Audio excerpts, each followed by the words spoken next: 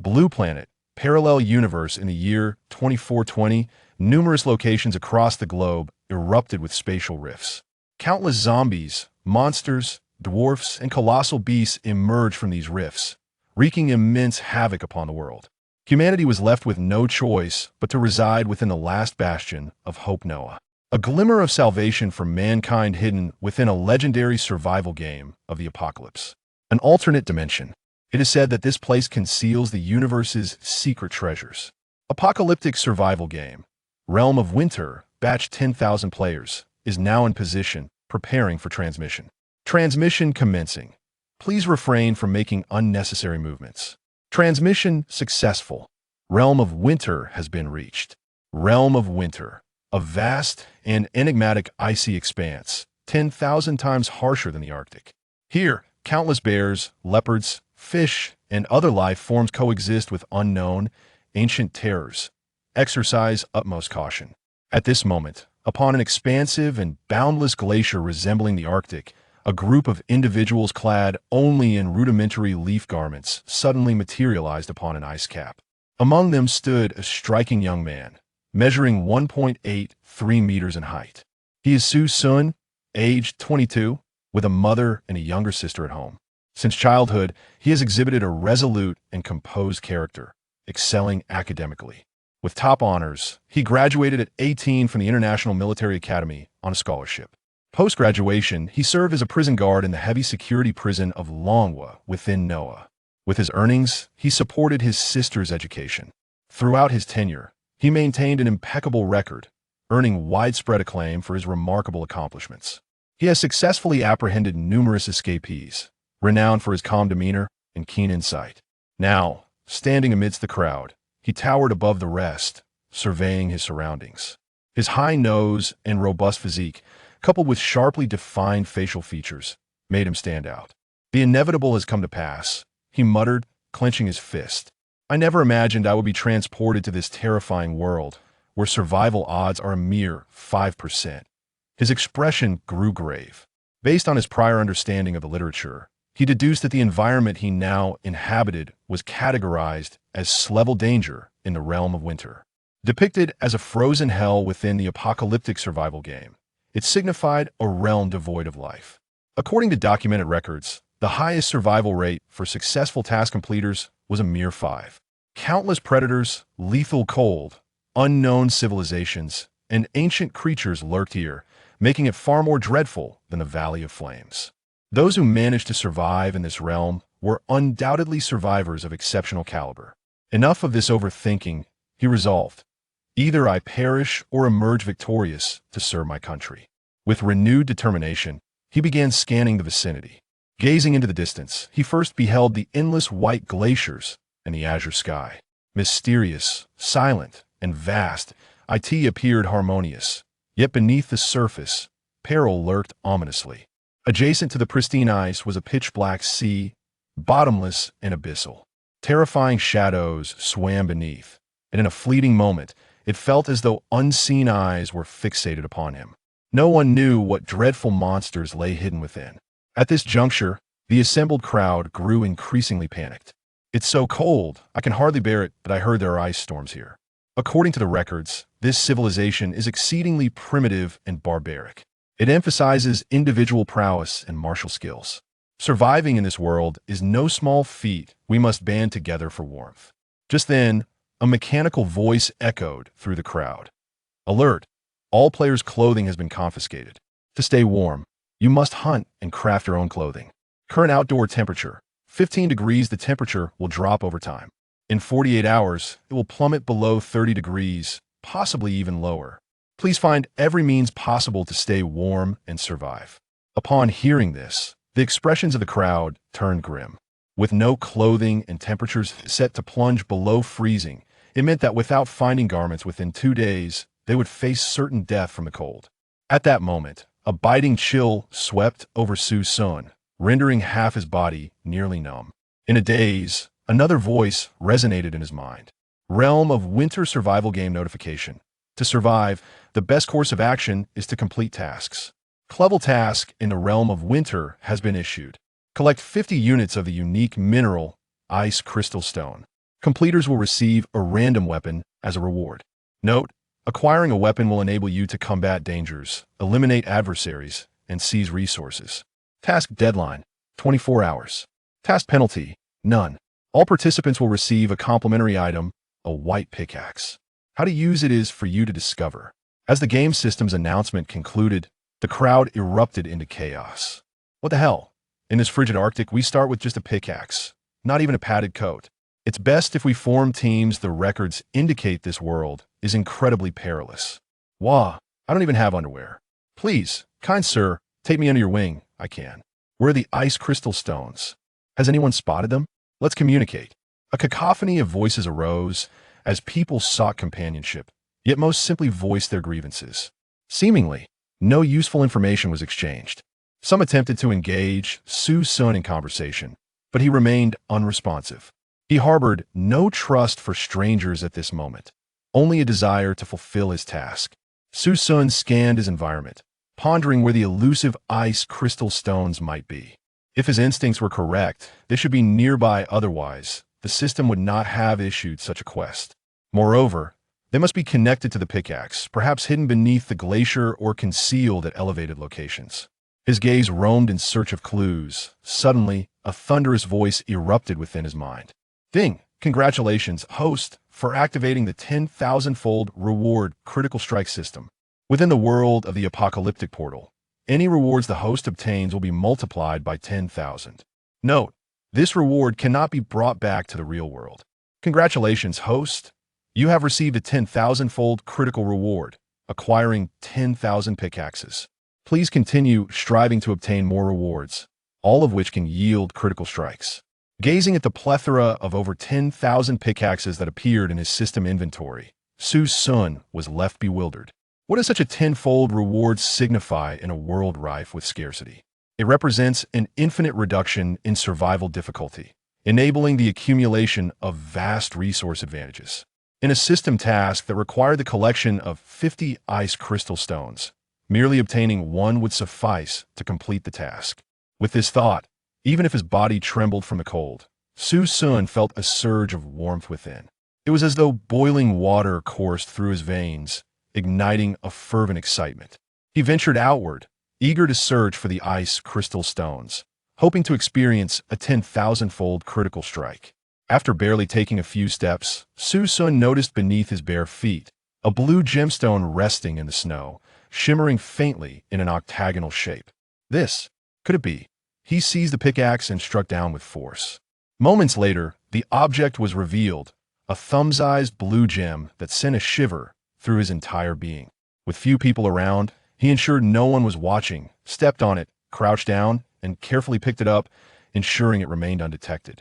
Ding! Congratulations, host! For obtaining 1 unit of ice crystal stone, you have received a 10,000-fold critical reward. You have acquired 10,000 units of ice crystal stone. 10,000 ice crystal stones. Does this mean I have completed the task? Su Xun's eyes ignited with fervor, his body trembling uncontrollably. Chapter 2. 10,000 winter crossbows and 30,000 winter bolts. Suddenly, the ancient and profound voice of the apocalypse portal resonated. Worldwide announcement. A player has completed the task of collecting ice crystal stones, and the rewards have been distributed. At this moment, Su Xun's system panel emitted another sound. Ding! Congratulations, host. You have received the system's reward. 1 winter crossbow, 3 bolts. Ding! A 10,000-fold critical hit reward has been applied. Congratulations, host. You have obtained 10,000 winter crossbows and 30,000 bolts. What a windfall! Su Xun gazed at the overwhelming number of winter crossbows and the countless bolts swirling in his mind. He opened the introduction panel. Winter crossbow, a specialized hunting equipment from the extreme winter realm. Attack power, 20 attributes, deals an additional 10 damage to ice attribute enemies. Description: this weapon possesses immense power. You could even use it to hunt polar bears. However, be cautious. Its bolts are extremely precious and rare. Use them wisely. Use them wisely. I have over 30,000. Whoever comes will die, at the very least. His safety was now assured. At that moment, Su Xun glanced at the primitive-looking individuals behind him. Honestly, he felt a fleeting impulse to draw the crossbow and eliminate them all. However, he restrained this thought. Becoming a public enemy right upon arrival would only complicate matters, especially since trade would be difficult afterward.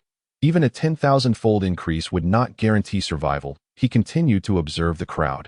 Just then, he spotted an eye-catching couple among them. How did they end up here? The two individuals were the only ones Su Xun recognized, the man named Wang Dong and the woman named Song Qing. Song Qing was his ex-girlfriend, and Wang Dong was a rich second-generation individual from his region, a friend of his. Back then, Song Qing had secretly been involved with Wang Dong, keeping it hidden from Su Xun. Eventually, at Su Xun's birthday party, she personally proposed their breakup that time. Su Xun thought he had not done enough, only to later discover her betrayal. How ironic. Su Xun's gaze turned icy. Just then, a tall man from the Eagle Nation, towering over Su Xun by a head and nearly 2 meters tall, approached him with 6 or 7 companions. Greetings, young Dragon Nation man. I am Joe and I would like to get to know you. In this icy expanse where death may strike at any moment, you require a perfect ally and partner. Joining a well-organized group will benefit you for a lifetime. The Eagle Man wore a friendly smile. Extending his hand in an apparent attempt to recruit Su Xun, he likely saw Su Xun's youth and robust physique as advantageous. Yet, Su Xun understood that the man's apparent friendliness was merely a facade, likely to change when conflicts of interest arose. Thus, he had no intention of joining their ranks. No, thank you. I prefer to be alone, Su Xun replied, turning to walk away. Now that he possessed weapons, his immediate priority was to hunt. Just as he took his first step, he heard Song Qing's voice calling out from behind him, Su Xun, I see you. Don't hide. Don't be ungrateful. Upon hearing her voice, Su Xun turned around, spotting her with Wang Dong. And his expression darkened. He was well aware that Joanne was a retired Special Forces soldier from the Eagle Nation, a top-tier survival and combat expert, having successfully returned from 2 survival games. His invitation was indeed a significant honor. At that moment, Joanne smiled and added, Indeed, we Eagle Nation people value unity, are passionate and brave, and will protect our comrades. We are an advanced nation of righteous individuals. If you join us, I guarantee your safety and food. Heh, do you even believe that? Su Xun scoffed coldly. Whoever you are, just leave me alone. If you bother me again, you'll regret it.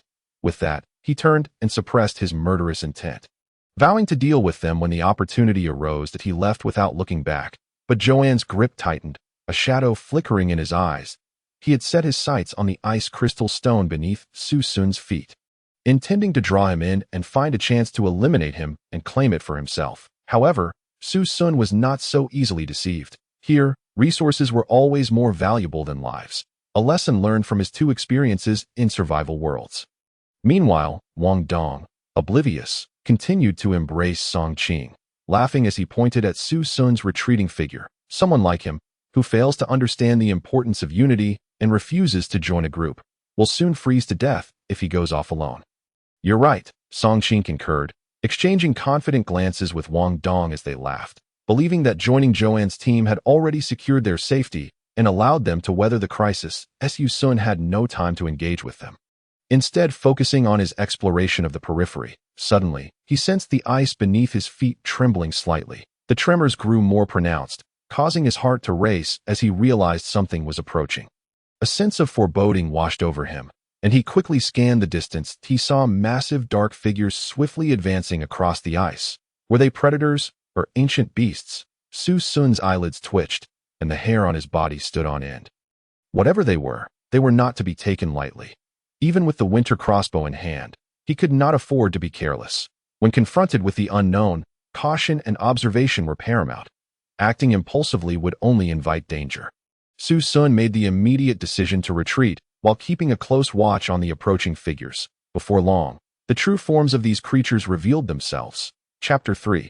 The Emergence of Danger. Terrifying leopard seals attack. The Winter Crossbow is ready to harvest. It was a group of enormous seals. Their massive size caused the ice to tremble even from a distance. Su Xun's heart began to race as he focused on these creatures. Perhaps this was an opportunity, a chance to craft warm clothing and acquire food. With the 10,000-fold increase, taking down just one would ensure he wouldn't go hungry throughout the survival instance. The thought ignited his enthusiasm. Nevertheless, he maintained a level of calmness. After all, these were predators approaching the players. massive seals with unknown diets. They could pose significant danger, and if things went awry, players might themselves become the prey. Therefore, he resolved to temporarily withdraw and observe the situation from a distance. Remaining inconspicuous, when the time was ripe, he would seize a safe opportunity to harvest a bounty of seal meat at a 10,000-fold increase. This moment. That singular thought consumed Su Xun's mind. Concurrently, retreating would ensure his safety and allow him to complete the task of acquiring weapons that he needed a secure location to regroup and strategize his next move. Thus, Su Xun sprinted in the opposite direction. In the process, he unwittingly passed by the initial location where he had appeared in this world. His hurried and somewhat disheveled escape caught the attention of many. It is worth noting that most of these individuals were either leaning or huddling together for warmth, as they lacked any clothing. Only primitive leaves adorned their bodies. This was all thanks to the apocalypse portal's cruel whims, which had stripped everyone of their garments. What on earth is he doing? An eagle man remarked. Did he not leave? Why is he back? What is he running from? Does he not realize that in such frigid conditions, the priority is to huddle together for warmth, conserving heat? As he spoke, the eagle man wrapped his arms around Song Qing, while Wang Dong's face turned green, yet he dared not utter a word. Wang Dong commented, "Perhaps this guy is so frozen that he's lost his mind. No one would want to huddle with him for warmth. So he may have to generate heat in this way. Ha! You Dragon Nation folks seem to have some screws loose at this rate.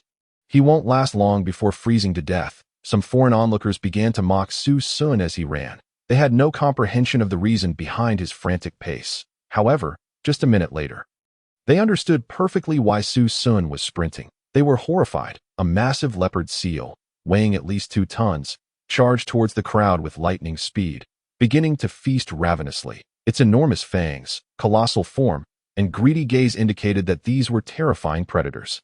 As if they hadn't eaten meat in ages. With a single bite, one player was torn in half, hot, crimson blood spilling everywhere. The nearby individuals were utterly defenseless. After all, this leopard seal was far larger than anything found on Blue Star, measuring 3 to 4 meters in length. Unconstrained by any gravitational limitations, the unarmed players had only one option: to flee. As the seal voraciously gnawed at the player, a multitude of other seals made their entrance one after another.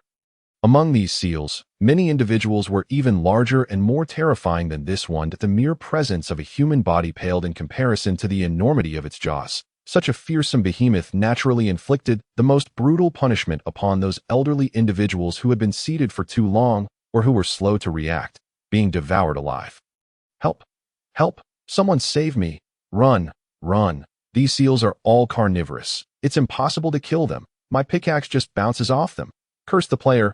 Why didn't that scoundrel call us to run with him? Panic spread as everyone reacted, frantically fleeing in the direction Su Xun had previously escaped. At this moment, Wang Dong had seized the terrified Song Qing, helping her flee for their lives. Fortunately, although these leopard seals were massive, agile, and immensely strong, their speed on the ice was not particularly swift. Some fragile ice patches proved to be impassable for them, causing them to plunge directly into the sea. This offered the players a glimmer of hope for survival. "I can't run anymore. My legs feel weak with fear. It's over for me." At this point, Song Qing, still running, cried out as she fell to the ground, tears streaming down her face, a stark contrast to her earlier sunny confidence. "Just now, I saw a hardened individual, and that leopard seal. This was her first experience entering the apocalyptic world through the portal, and for the first time, she confronted those terrifying creatures and the gruesome scenes of death not through books. But in reality, the intense visual shock nearly caused her heart to stop. Thankfully, Wang Dong, maintaining some semblance of rationality, slapped her across the face. "Do you want to die? If you don't want to be eaten, get up right now. Damn it. Do you think I'm going to carry you? If I do, we're both done for." At this moment, Wang Dong glanced back and saw the leopard seals closing in once again, forcing him to drag Song Qing away. She struggled to regain her composure, covering her mouth, tears still falling as she whispered, "Where's Chowan? Where's the captain? Isn't he a special forces member? Didn't he say he would protect us? Where did he go? I don't know. When we scattered just now, who had the time to think about that?"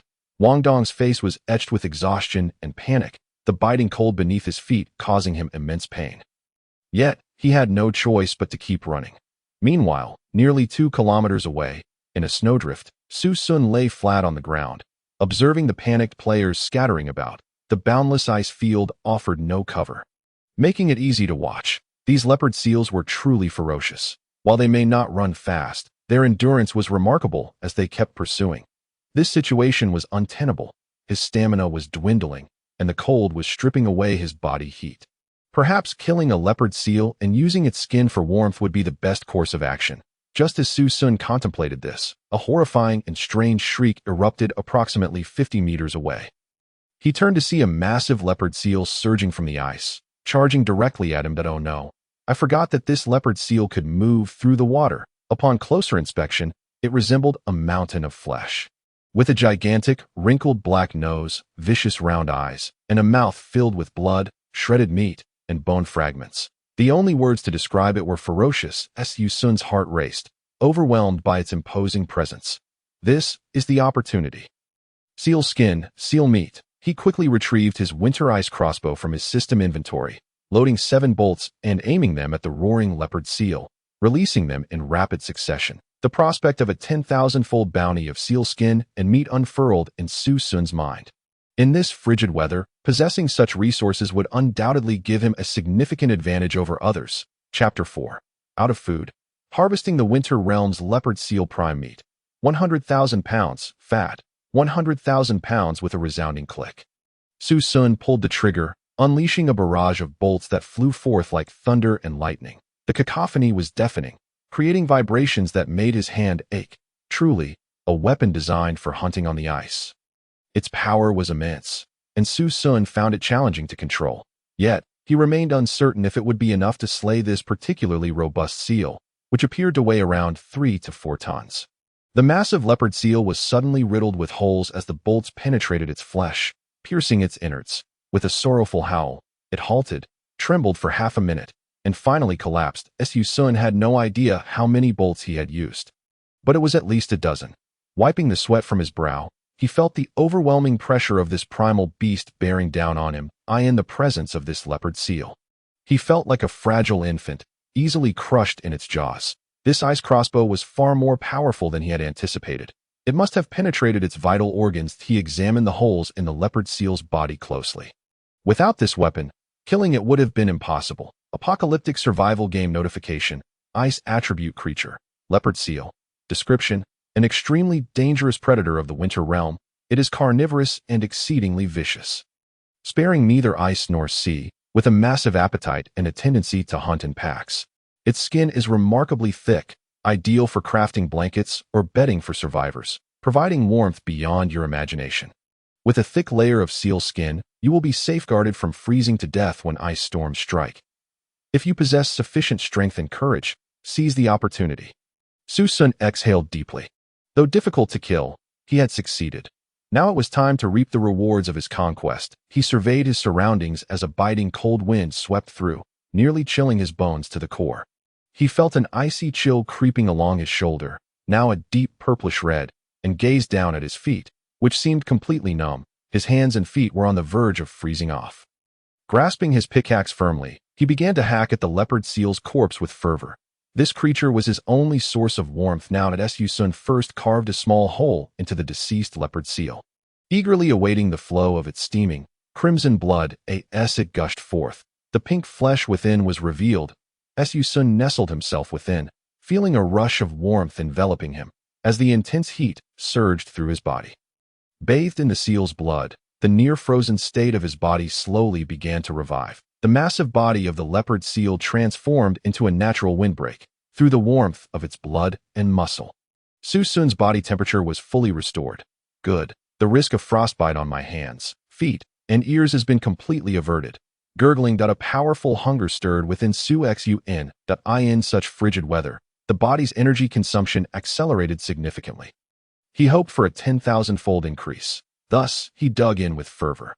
Congratulations! Host has obtained Winter Realm Leopard Seal Prime Meat. 10 pounds. Ding! Host has received a 10,000-fold critical hit reward. Host has obtained Winter Realm Leopard Seal Prime Meat. 100,000 pounds. He continued to dig for fat and bones. Congratulations! Host has obtained Winter Realm Leopard Seal Fat. 10 pounds. Ding! Host has received a 10,000-fold critical hit reward. Host has obtained Winter Realm Leopard Seal Fat, 100,000 pounds, stored in Host's system backpack. Next, he aimed to extract bones, hoping to see if he could craft weapons from this creature's skeletal structure.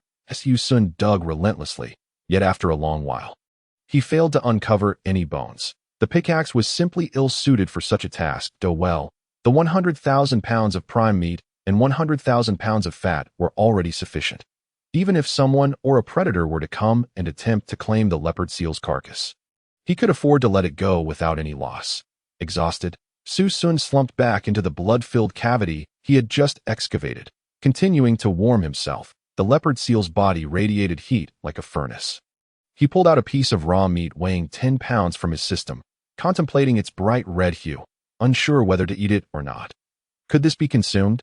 Su Xun had never eaten raw meat before, and he hesitated. His hunger had not yet reached its peak, as only half a day had passed. What if eating it raw caused him to suffer from diarrhea? In this place, falling ill equated to death. Never mind. No need to rush. I'll see if I can find a fire source to cook it. Su Xun shook his head. Just then, an unexpected voice reached his ears. Hello, fellow countryman. Which country do you hail from? I am a passing swordsman from the Yen Kingdom. May we converse? Suddenly, a voice echoed around Su Xun. He turned to find a tall man, still clad in a grass skirt, wielding an exceptionally long black and white ancient sword.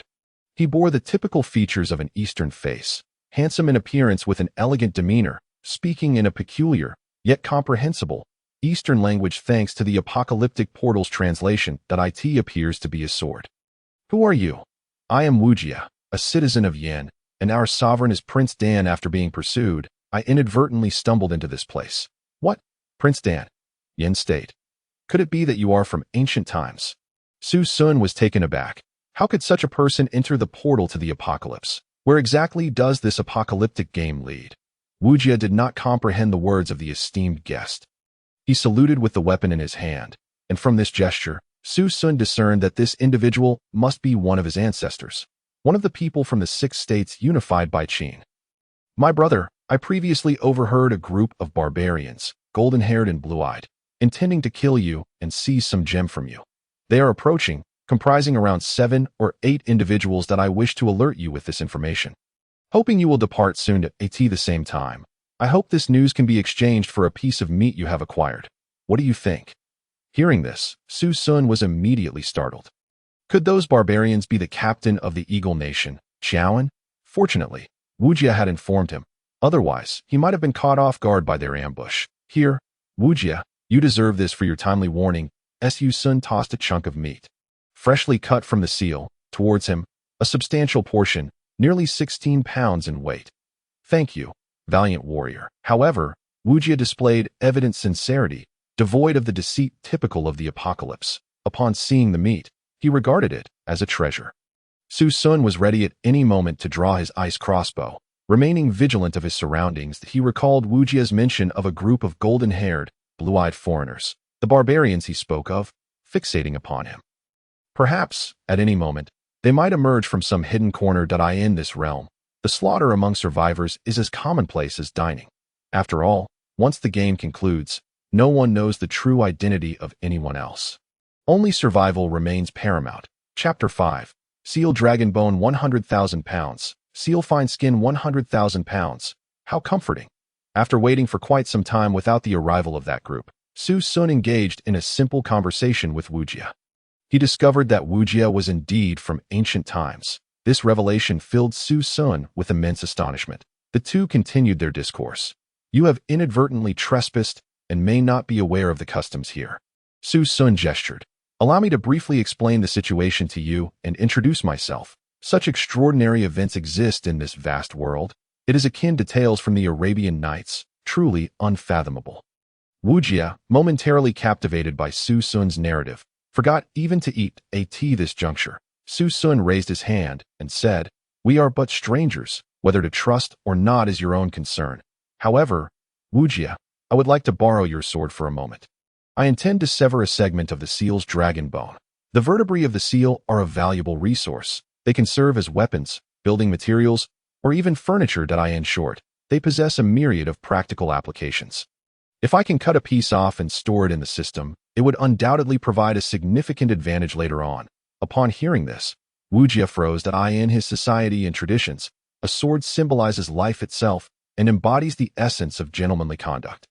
To lend it in such a wilderness equates to relinquishing one's life into another's hands. He is a swordsman, reliant on his sword for survival. Losing it would render him as vulnerable as a fish awaiting slaughter. Nonetheless, with unwavering resolve, he tossed the sword over, saying, "In light of your generous act of offering meat, I am willing to lend my sword." This blade is named Yin Dragon, forged by a Yangzi, renowned alongside Ganjiang and Mo Xie. Speaking of his treasured sword, Wujia's eyes sparkled with excitement. Very well. Su Xun accepted the sword and immediately began to slice into the seal. With a divine weapon in hand, the experience was indeed different.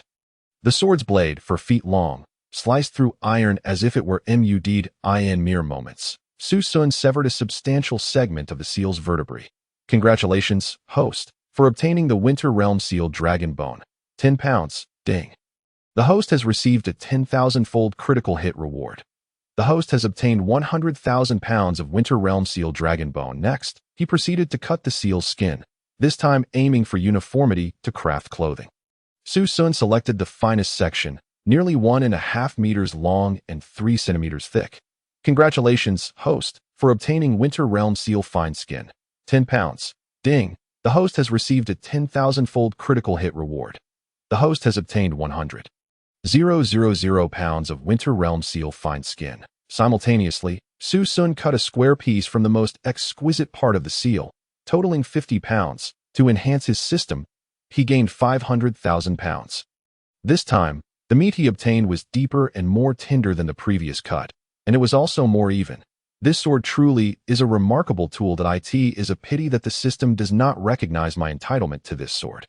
Su Xun examined the precious blade closely before tossing it back along with the meat. Wujia of Yin State, thank you for lending your sword. I shall return the favor with 50 pounds of meat and a piece of skin. Su Xun said with a smile. After all, this item would eventually be seized by others or consumed by other marauders. It was impossible for him to take everything. Better to share it with his ancestral lineage.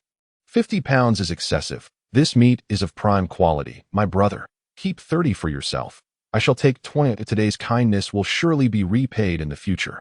Wujia reclaimed his sword, dividing the meat and reserving 20 pounds for himself while donning the skin for warmth. He then tossed back 30 pounds. Throughout this exchange, he maintained a respectful distance of 3 zhang, never drawing closer to Su Xun. This exemplified his adherence to etiquette, which Su Xun greatly appreciated. Just then, a colossal seal surged forth from the ice, charging towards the 2 men. This creature possesses immense strength. Should they swarm, it would be impossible to resist. Su Xun, we must each flee, Wujia shouted, urging Su Xun to escape first. Initially, Su Xun intended to slay the seal, but upon witnessing several others breach the ice, he understood that a horde was approaching and could only retreat. What a pity for the seal's carcass. It could have provided warmth for some time. Su Xun cast one last glance at the seal's body. As he started to run, Wujia began to flee as well, adhering to the principle that a swordsman and warrior must not retreat before the common folk. Thus, they parted ways. Brother Wujia, may fortune favor you in this harsh, frigid apocalypse. I hope that when we meet again, you are still alive. At that moment, Su Xun draped the appropriately sized piece of seal skin over himself, using it as a makeshift blanket. Much warmer now, though he still lacked shoes and felt the chill in his feet. After running a few paces and escaping danger, he again felt the biting cold and the risk of frostbite. He decided to use his pickaxe to cut another piece of seal skin, hoping to fashion a pair of shoes. Unfortunately, the seal skin was incredibly tough, and without any ropes, he could not secure it to his feet. Never mind, I shall first seek a sheltered spot, then use the seal skin as a carpet to avoid direct contact with the ground.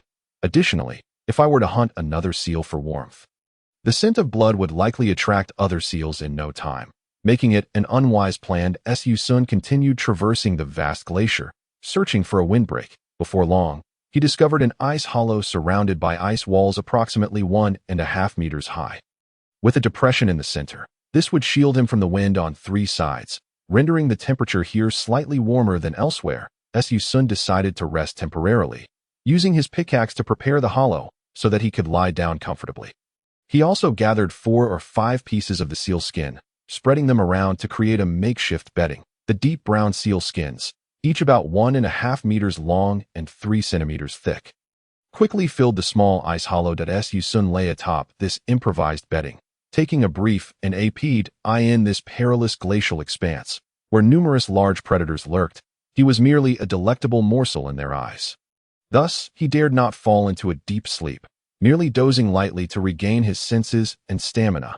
Wrapped in the sealskin quilt, after a short rest, Su Xun's body temperature and energy levels were restored, and his mind became clearer. The only sensation he felt now was one of hunger, a strong, intense hunger. It was already afternoon, and having not eaten all day, coupled with his vigorous exertion, his energy reserves were nearly depleted. Leaving him ravenously hungry, from his system's backpack, he retrieved a piece of seal meat, preparing to eat.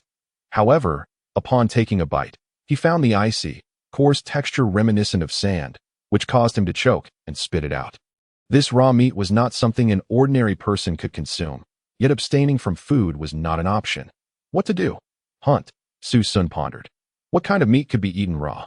Fish seemed to be more tender. As he contemplated this, the survival game of the apocalypse delivered yet another notification. Detection indicates that the first day has passed halfway. The Winter Realm has activated area chat and trading functions. Language will be uniformly translated into players' own languages through the apocalypse survival game. Players within specific areas may speak and trade freely at that moment. A chat box appeared before Su Xun, and the messages flooded in. Hardness-eating chicken battle god. I am finished. My hands and feet have succumbed to the biting cold. I now lie on the ground, my back frozen to the icy surface, unable to rise. The chill is unbearable, and I fear I may perish from the frost. Fellow compatriots, I implore you, save me. Chapter 6. A green quality sea fishing rod. 1,000 units, 10,000 yellow croakers. The hardness will reign supreme. Who has the time to concern themselves with you? Our resilience far surpasses that of a worthless being like you. Within mere hours, your hands and feet have frozen away. You may as well resign yourself to death. I have already dispatched an unfamiliar creature and consumed it. It was quite satisfying. The person of resilience shall undoubtedly survive until the end. Yamato Sakura, it is so cold. I am truly freezing. Previously, our companions were slaughtered by seals. Is there anyone who has managed to start a fire and can take me along? I am an actress, highly skilled, and can provide you with the finest companionship experience. Hardness shall reign supreme. Come to me. I will allow you to experience the magnificence of resilient individuals. The great cold. The wind upon this glacier strikes like a bone-cutting steel blade, capable of claiming a life. I am finished. Mother, I cannot return. The winter here is far colder than the great cold itself. I bow, International President. Why do I feel so hot? Huh? Do you not feel warm? I am sweltering to the point of shedding my grass skirt. Am I perhaps naturally resistant to the cold? It seems I am destined for greatness, being a president in the company and invincible outside. Upon hearing this, Su Xun fell silent, registering an ID for himself named Sun Jiuzhou. He then posted, Sun Jiuzhou, I see you are not feeling warm. Rather, you are on the brink of freezing to death. Just before succumbing to frostbite, a person will divert all body heat to the brain and heart, resulting in the last vestiges of warmth radiating from the body. This phenomenon can create the unsettling image of a frozen corpse stripped bare. Li Bao, International President. If that is the case he spoke, the president had already lost consciousness. Yamato Beauty. I am starving. Is there anyone who can offer me a morsel to eat? Raw meat will suffice. I can accompany you for 3 days and nights. The snow-laden winds upon this glacier are simply unbearable. The great cold fortress. Are you from Eagle Country? Can you lend us a hand? I require your leadership to survive. At this moment, Su Xun remained silent. He understood that, based on the information from the vast majority of those present, they were on the verge of freezing or starving to death. With no alternative path available, he could not intervene. He only engaged in transactions, not charity. It was at this juncture that a trading message appeared in the chat box. Dragon Country Little Bell, selling a green quality fishing rod obtained from a treasure chest. Professional sea fishing gear. I personally do not know how to fish. No bait, no bait, no bait. I cannot stress this enough. Price, 5 pounds of meat. Would you like to purchase? The trading message was somewhat unique in the chat box, and Su Xun immediately noticed it. He promptly retrieved a piece of seal meat, a remnant from earlier efforts with a pickaxe. Purchase. Su Xun chose to proceed with the transaction. Transaction successful. Player Su Xun has acquired 1 green quality sea fishing rod. Ding, the host has received a 10,000-fold critical hit reward. The host has obtained 10,000 green quality sea fishing rods. Suddenly, a fishing rod nearly 3 meters in length materialized in Su Xun's hands. This is quite impressive, far superior to the 500 or 1,000 yuan rods available on the market. Now that I possess a fishing rod, everything will be transformed as long as I can catch a delectable fish suitable for raw consumption. After the 10,000-fold critical hit, food will no longer be a concern. He swung the fishing rod, appreciating its solid craftsmanship. The quality is undoubtedly exceptional, with ingenious design and premium materials. The lack of bait poses a challenge. However, I have fresh seal meat, which should suffice for bait. I hope the Winter Realm harbors fish with tender flesh suitable for sashimi. Su Xun contemplated, glancing once more at the chat interface, only to find that trading discussions had largely dissipated. Alas, he had hoped to continue exchanging seal meat for various items. Well then, it is time to commence fishing. With a 10,000-fold critical hit, I am ready to begin to this moment. Su Xun's body temperature began to stabilize as he ventured into the surroundings.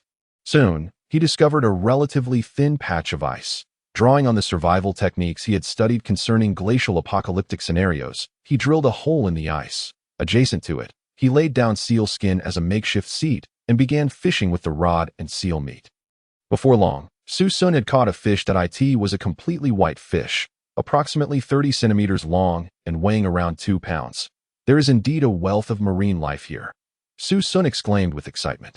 Upon examining the fish closely, he found it strikingly similar to the yellow croakers from his own world, being predominantly white with yellow undertones, a darkened back, and a lighter belly, resembling a carp, albeit with smaller scales. This fish is highly nutritious, with tender, delicious flesh rich in protein and an abundance of trace elements. 2 pounds. The host has acquired 1 yellow croaker from the Winter Realm. Ding, the host has received a 10,000-fold critical hit reward. The host has obtained 10,000 yellow croakers from the Winter Realm. Having secured 1,000 fish, Su Xun remarked that this catch would suffice for the time being. That he promptly dispatched the fish. Using a shard of ice to scale it, after making a few simple cuts, he began to consume it. The raw taste was quite palatable, significantly more delicate than the seal meat he had previously consumed. With a hint of sweetness and far less fishy, the fish from the Winter Realm, devoid of any pollution and free from parasites due to the extreme cold, earned Su Xun's nod of approval. Soon, he savored the most delectable parts of the yellow croaker.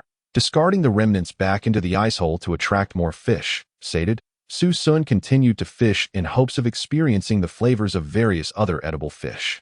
During this process, he caught many peculiar items, including octopuses, seaweed, bones, and a variety of strange creatures. However, he dared not consume any of them, retaining only 3 types of fish he recognized.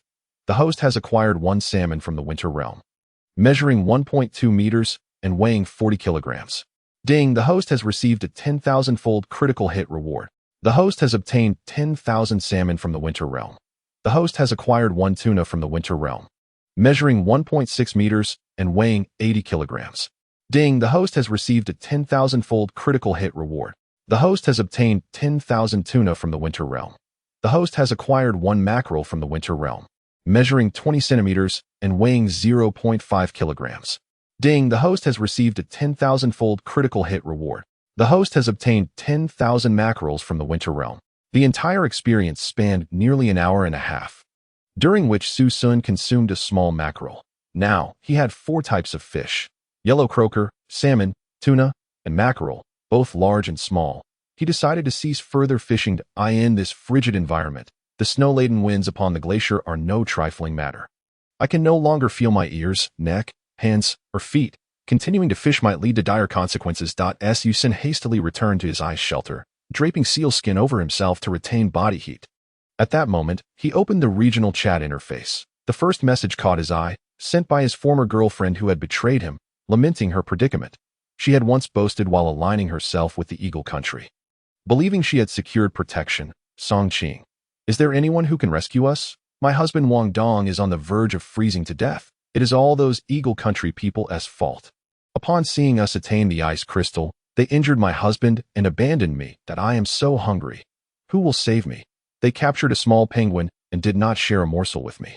Casting us aside, point one must never trust the Eagle Country people. Eagle Country Chuan, you wretched beast. Chapter 7. Do some see me as a sheep to be slaughtered? Then let it be so.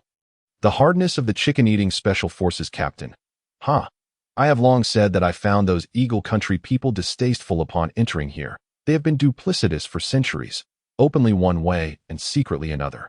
Utterly repugnant. Dragon Country women, come to our embrace. Song Qing, I beg you, save my husband, grant me some food, and provide me with a piece of animal hide. The hardness of the chicken-eating Special Forces captain. Come here. I will send you the coordinates and directions. That I was adept at chicken-eating back in my homeland. My survival skills in the wild are top-notch, and gathering resources is a breeze. Once you arrive, there will be plenty. That we even have fine wine. Coordinates. X245, Y10345. Very well. We shall rush over immediately. At this moment, Song Qing pinned her last hopes on this group of Indians, wishing to join the ranks of the resilient in hopes of survival. Su Xun remained silent, astonished by the coordinates shared by the resilient. Such functionality exists, allowing one to pinpoint another's location. These coordinates might possess some utility. Just then, another individual spoke up. Eagle Country Special Forces Captain Xiaoan. Damn woman. How dare you claim we Eagle Country people are untrustworthy? Do you truly believe that these hardened individuals can be trusted? They are merely deceiving you in this desolate wasteland. Only the strong are permitted to join our ranks. This is the unyielding law of survival. Do we lack the resources to care for a woman and an injured person? Song Qing. Xiaoan, you wait for me. You have deceived us all. You beast. You violated me and caused the death of my husband, Wang Dong. Eagle Nation SEAL Team Xiaoan. I have no desire to engage with you. Madwoman. I am currently searching for someone. Su Xun from Dragon Nation. Are you there? Through this wretched woman, I learned that you are a prison guard. A robust man like you from Dragon Nation deserves a place in our team. That if you encounter difficulties, seek me out. Our squad of 7 will surely assist you. Coordinates X2545, Y2420. Dahan Fortress. Captain Xiaoan, I have come to find you. Eagle Nation SEAL Team Xiaoan. I welcome all capable individuals with resources to join us. I shall share everything with you. At this moment, Su Xun, having learned from the swordsman Wu Ji of Yin Nation, is already aware that this retired captain of the Eagle Nation's Marine Corps, Xiaoan, seeks to kill him. If you dare, come find me. I will stand my ground. A frigid expression graces Su Xun's face as he touches the prepared winter crossbow in his hand. In this apocalyptic survival game, he checks his coordinates. Su Xun studies this featured X2728, Y3000. Upon seeing these coordinates, he is taken aback. The coordinates of Eagle Nation SEAL Team Xiao and are X2545, Y2420. Comparing the two, it becomes evident that this group is quite close. They are indeed pursuing him. He can no longer afford to linger in the ice den. Should he be ambushed, his life would be forfeit. Su Xun immediately rises, no longer resting, and peers out from the ice den. Indeed, as soon as he emerges, he spots a line of dark figures approaching his direction. Thus, Su Xun begins to prepare himself. This group consists of Captain Joel of the Eagle Nation, who is searching for Su Xun. Leading them is Xiaoan, a robust figure wielding a small torch and a curved blade. That he uses the torch to maintain warmth. Its flame persists against the cold wind, indicating it is likely an item provided by the apocalyptic survival game. The sharp curved blade also serves to uphold his authority and leadership. Following him are 6 weary individuals, their footsteps heavy. All possess distinctly foreign features, including 2 who are black. One black man steps forward, obsequiously stating, Captain Xiaoan, your extensive experience in survival games is truly remarkable. Had you not completed that hidden task and acquired the torch and curved blade, we would likely have perished. Xiaoan glances at him wearily. How much meat remains from the penguin we killed? At most, 3 pounds. 3 pounds. That is insufficient. Bade. Inform everyone that no further consumption of penguin meat is permitted. Even if it leads to starvation, it cannot be tolerated, or I shall be the first to divide him in half. Understood, Captain Xiaoan. At this moment, Xiaoan continues to march forward, murmuring, a black lawyer? What use is a lawyer in this world of apocalyptic games? Only two types of individuals can survive: those with strength and resources, and the most ruthless and cunning that, if possible, I would consider the remaining 6 of you as my food reserves. At this, Xiaoan smiles eerily.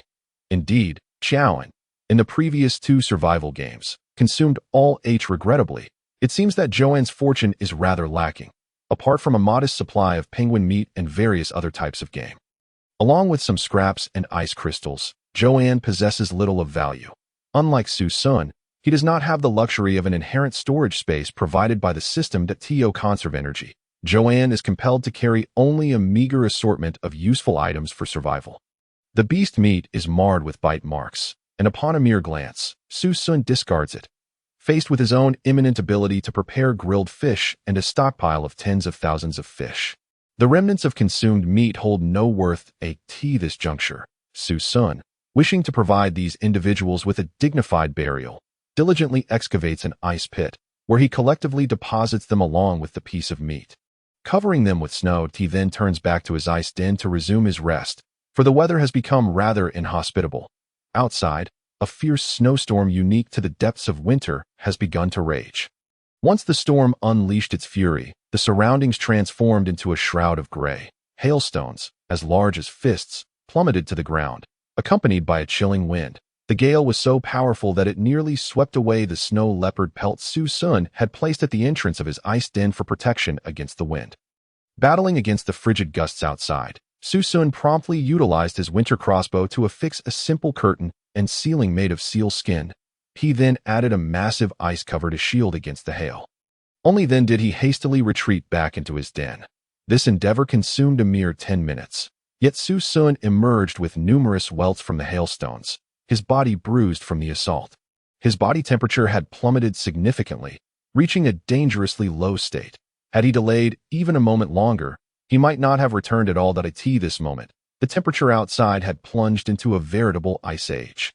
Initially, the temperature had offered a semblance of survival benefits akin to a beginner's privilege in a doomsday survival game, allowing players to endure and traverse in the nude. However, at this juncture, the sudden drop in temperature and the drastic environmental transformation rendered survival impossible for players without shelter or clothing. Su Xun surmised that those without caves or garments would not withstand the icy storm. The severe temperature fluctuations posed immense peril. Did the players comprehend the necessity of utilizing the warmer daytime hours for action? Did they understand the importance of preparing caves and leather to combat the frigid nights and ice storms? This too seemed a test of survival in this winter wasteland. No, the temperature had likely plummeted to at least -20 degrees. Su Xun exhaled, and even while ensconced in his ice den, swathed in seal skin, he could palpably feel the bone-chilling cold. The torches. Su Xun hastily retrieved the winter-specific torches from the system storage. He produced 4, arranged them on the ground, and constructed a modest bonfire. Instantly, the temperature within his diminutive 2m×2m den rose considerably. Yet still, it was cold. If this continued, he would surely succumb to a cold. Observing the torches, he concluded that their flames were insufficient to provide greater warmth.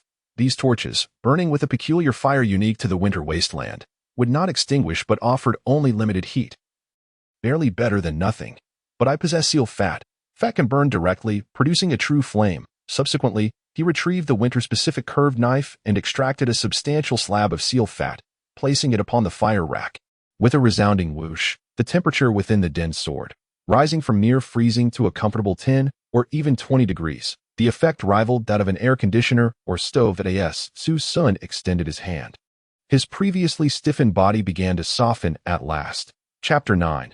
A new task arises. Eliminate the Emperor Penguins. Failure results in stacking weakness buffs simultaneously. Su Xun sought to ensure the safety of his ice den. Preventing collapse and attacks, he extracted over 10 of the 1,000 seal bones he had previously acquired, inserting them at various points to serve as beams for support, grasping his ice crossbow for protection against any potential wildlife. He confirmed that it was utterly secure, allowing the fierce winds outside to howl without concern. Only then did Su Xun begin to prepare a sori, grilling and eating it simultaneously, from the onset of the doomsday survival game in the winter wasteland until now. Su Xun truly savored his first bite of cooked food. Accompanied by the sweet and crispy flavor of the sori, a surge of warmth and energy, along with the delectable aroma of grilled protein. Flooded his senses. What a divine delicacy! Su Xun felt tears of joy welling in his eyes. At this moment, he also decided to open the regional chat interface, hoping to glean some new and valuable information. Beauty in Sanyang. Our group was initially able to catch a plethora of fish, but the ice storm swept across the glacier. We barely caught two before we had to dig a hole for shelter. We can only wait until tomorrow to fish again, as we are both cold and hungry. Hardness Brahmin Dr. Trey. No need to elaborate. I have just witnessed several of my compatriots tragically transformed into ice sculptures in the blizzard. It is an utterly despairing sight, and we must all mourn for them. Dragon Nation Mutual Aid Group. We hope all citizens of the Dragon Nation will join us swiftly so that we may collaborate. We have discovered that individuals from other places and countries have already formed organizations. Some groups are even systematically tracking and hunting down solitary participants in the survival game. Great Cold Electric Genius. I am so hungry that I am eating the ice and snow off the ground. But the more I eat, the more my stomach aches. Is there a kind soul who could come to my aid and provide me with a piece of meat, even if it is raw? Hardness Brahmin Dr. Trey. Sarcastically, do you truly believe, with that pig's brain of yours, that anyone here can enjoy cooked food? Should I even consider that someone might prepare a delightful grilled fish for you in this frigid wasteland? If you manage to acquire even a small piece of raw meat here, you should consider yourself blessed by Shiva. Yun Sen Yang. According to previous records from survival games, the winter wasteland will experience nightfall. During the depths of winter night and the darkest hours, terrifying and mysterious creatures will come to attack. Let us all prepare as best we can to survive. Additionally, snow is not edible, nor can it be used as fresh water. As it is merely seawater, the marine fish resources here are abundant. To survive, one must devise methods to fish. It appears that there is no valuable information to be gleaned. I can only ascertain that these individuals have suffered greatly. At this point, Su Xun decided to close the chat interface and listen to the environment outside. The ice storm seemed to be diminishing, the hail lessened, and the howling winds nearly ceased. He lifted the sealskin curtain to peer outside. The boundless blue and white expanse of glacier sky had regained its tranquility. The previously endless gray-black storm had vanished. Indeed, the storm was subsiding, and the hail had nearly disappeared. Furthermore, the sun had emerged, gradually radiating warmth. This is a unique mechanism of the winter wasteland, a cycle of temperature fluctuations and harsh weather. As the temperature began to rise, Su Xun stepped outside. That moment, he heard a mechanical voice resonate in his mind. Detected that the first round of the ice storm has dissipated. Survivors may receive a new task. Winter Wasteland B-level task released. Please eliminate 3 evil emperor penguins unique to the Winter Wasteland. Task reward: random life tools, items, food, etc. Task deadline: 24 hours. Task failure penalty: entering a weakened state, with movement speed, stamina, and cold resistance all reduced by 30.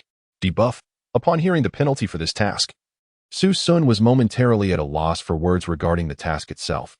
The very notion that failure would result in a forced debuff in this already arduous existence was daunting. Su Xun swallowed hard. It appeared that prompt action was imperative. The time was nearing late afternoon, close to dusk. He needed to seek the malevolent emperor penguins. Failing this task would surely spell doom for him in the next trial or task. Should he delay any longer, darkness would fall, and those fearsome creatures would emerge. Where could he possibly find them? No matter, it was time to take action. At least the temperature outside had risen. He glanced at the sky and immediately began to move. Stowing all his seal skins in the system space, he also packed away his torches and fishing rod, dismantling his ice den. Off he went, armed with a torch and draped in sealskin. Su Xun began to navigate according to the coordinates of the survival game. He trekked for at least an hour and a half without encountering any trace of the penguins, not even a single creature. At this point, feeling the intense cold seeping into his feet, Su Xun could bear it no longer. He hastily cut 2 square pieces from the seal skin, along with 2 strips of seal meat, fashioning them into makeshift bindings for his feet. Fortunately, he had the meat cleaver. Otherwise, using just a pickaxe, crafting seal shoes would have been a daunting task. Along the way, should he tire, he could always take refuge in an ice den. With food, torches, and warm seal skins at his disposal, even if I cannot locate the nefarious emperor penguin, I shall endure longer than others. At the same time, Su Xun deftly fashioned a sealskin hat and donned it upon his head.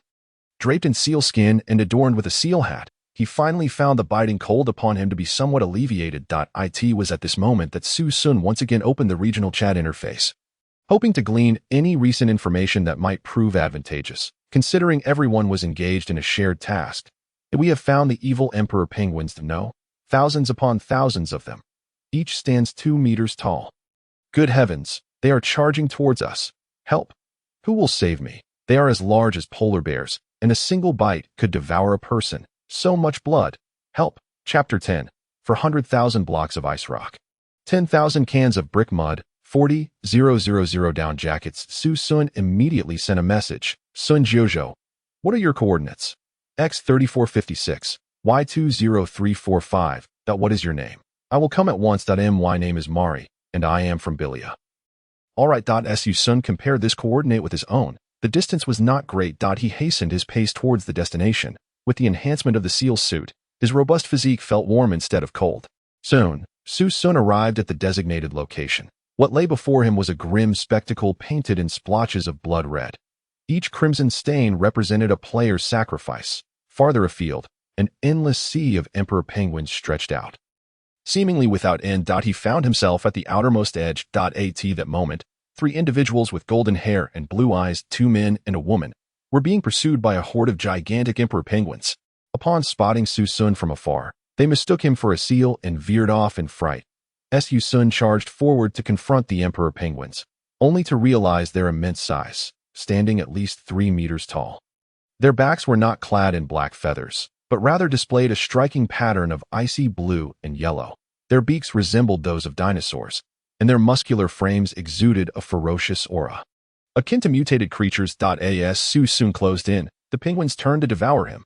Swish, swish, swish. Su Xun raised his hand, unleashing a volley of over 10 crossbow bolts. Instantly, one of the penguins pursuing the 3 foreigners fell lifelessly to the ground, struggling for a moment before succumbing to stillness. The remaining penguins promptly redirected their attention towards Su Xun, who, while retreating, discharged 2 more bolts to fell another. In this manner, 3 emperor penguins met their demise at Su Xun's hands. Global announcement. A player has completed the B-level evil emperor penguin task, and rewards have been distributed. At this moment, Su Xun's system panel chimed.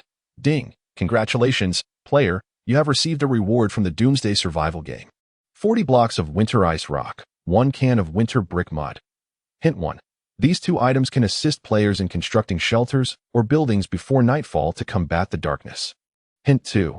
Due to insufficient materials for solo construction, it is advisable to form teams of 10 for collaborative building. Ding! The host has received a 10,000-fold critical hit reward. Congratulations. Host, you have obtained 400,000 blocks of winter ice rock and 10,000 cans of winter brick mud. Ding! Congratulations, player, you have received a second reward from the Doomsday survival game. 1 evil emperor penguin down jacket and 1 down pants, green quality. Capable of withstanding temperatures as low as minus 30 degrees Celsius. Ding! The host has received a 10,000-fold critical hit reward. Congratulations, host, you have acquired 10,000 evil emperor penguin down jackets, green quality. Ding! Congratulations, player, you have received a 3rd reward from the Doomsday survival game. 1 mysterious weapon treasure chest, green quality, has been locked. The player must complete the subsequent task, build an overnight shelter to unlock it. Ding! The host has received a 10,000-fold critical hit reward, no critical hit possible, as this item can only achieve a critical hit upon opening, building materials, and down jackets. Truly, this is a task related to the night. Su Xun gazed upon the 400,000 blocks of bricks and 10,000 cans of wall mud, feeling a surge of excitement. Was there any need for a team? Even combined, no one else has as many materials as I. It would be a blessing if they did not expect me to do their bidding. That moment, Su Xun noticed a vast expanse of ice in the distance, teeming with nearly endless emperor penguins. And he felt a twinge of caution that if these penguins charged at him, even with over 10,000 winter crossbow bolts, he would surely meet his end. Thus, Su Xun chose to retreat post-haste. During his withdrawal, he continued to utilize the winter crossbow to eliminate some of the malevolent emperor penguins attempting to attack him. Just then, Mari, the Billion woman he had rescued earlier, seized the opportunity to approach with her 2 companions. My heavens, thank you for saving us. I appreciate it, Dragon Countryman, Mari exclaimed as she drew near. Your weapon is truly formidable. She marveled. Do not come closer. I am assisting you solely because you provided me with information about the Emperor penguins. Su Xun replied, keeping his winter crossbow trained on them. However, that does not imply I trust you completely. Oh, very well. I apologize. I shall not approach. I merely wish to express my gratitude. Mari chose to halt approximately 10 meters away from Su Xun. At this moment, he took the opportunity to scrutinize her features. Mari possessed a quintessential Central Asian appearance, deep-set eyes, a prominent nose, and large double-lidded eyes. Her green irises and long, black hair cascading down to her waist complemented her lithe, healthy, sun-kissed complexion, which was exposed to the frigid air. Her face remained flushed, exuding warmth, and coupled with her figure, she emanated both allure and dignity. Her long, slender legs, standing side by side, radiated sensuality and vitality, vividly showcasing the charm of an exotic beauty. Are you always alone? Have you considered forming a team? Mari inquired tentatively. Do not come closer. I do not require teammates for now, that we should each focus on our own tasks. Su Xun replied before stepping back to a safer distance and then slipping away. At this moment, Mari gazed at the retreating figure of Su Xun, clad in seal skin, wearing seal shoes, and donning a seal hat. Her heart filled with admiration. Is this what a dragon country person is like? A being exceptionally adept at surviving in their environment, hailing from a nation with 5 millennia of resplendent treasures and civilization. Among so many players, he alone was fully equipped. Animal skins, hats, clothing. It was hard to fathom how he managed to thrive in this winter wilderness so comfortably. Meanwhile, the billion individuals behind her remarked, for thousands of years, the Dragon Country people have always been among the world's mightiest protagonists, with heroes abounding. Perhaps they are under the protection of great deities. At this moment, Su Xun had already distanced himself. Having completed his task, this place was simply too crowded. He observed the throngs of players who had gathered, understanding that they were all here to complete the same task. It seemed that the Doomsday game was compelling scattered players to congregate in this manner, inevitably resulting in competition, conflict, and plunder. Yet, for him, it was merely a realm of chaos. What he needed to do now was to swiftly depart. Seeking a safe and warm location with a defensible terrain, suitable for constructing a burrow using the winter ice rock building materials. Chapter 11. 200,000 square meters of evil emperor penguin fur. However, halfway through his departure, Su Xun suddenly recalled that the fur of the evil emperor penguin would far surpass seal skin in terms of warmth, thinner and boasting superior cold resistance. Seal skin, lacking fur on its surface, could only rely on fat for insulation, indicating that its thermal performance could never exceed that of the evil emperor penguin. Thus, Su Xun turned back, seeking a location with fewer people and fewer evil emperor penguins. Where he could find a corpse of one of the penguins he had previously felled, he discovered the body of an emperor penguin. With his specialized winter butchering knife, he began harvesting parts from the fallen creature. Player has acquired 2 square meters of evil emperor penguin fur from the winter realm. Ding, the host has received a 10,000-fold critical hit reward. The host has obtained 200,000 square meters of evil emperor penguin fur from the winter realm. This particular section was the heart's protective skin on its chest, the warmest part, measuring 2 meters long, capable of serving as a blanket. It could also be plucked for further crafting. Continuing. Player has acquired 10 pounds of evil emperor penguin fine meat. Ding, the host has received a 10,000-fold critical hit reward. The host has obtained 100,000 pounds of evil emperor penguin fine meat. Player has acquired 1 evil emperor penguin beak. Ding. The host has received a 10,000-fold critical hit reward. The host has obtained 10,000 evil emperor penguin beaks. Player has acquired 1 pair of sharp evil emperor penguin claws, usable for weapon crafting. Ding. The host has gained a 10,000-fold critical hit reward. The host has received 10,000 pairs of the evil emperor penguin's sharp claws from the winter realm. Su Xun collected all 4 components from the emperor penguin into his system backpack. Raising his gaze once more, he was startled to see at least 50 emperor penguins madly charging towards him. Their eyes were blood red, their feet pounding the ground as they emitted strange cries, as if they harbored a deep-seated hatred for Su Xun. This was dire. He had forgotten that these malevolent emperor penguins were remarkably united creatures. They regarded players like him as prey, yet he had turned the tables and struck back.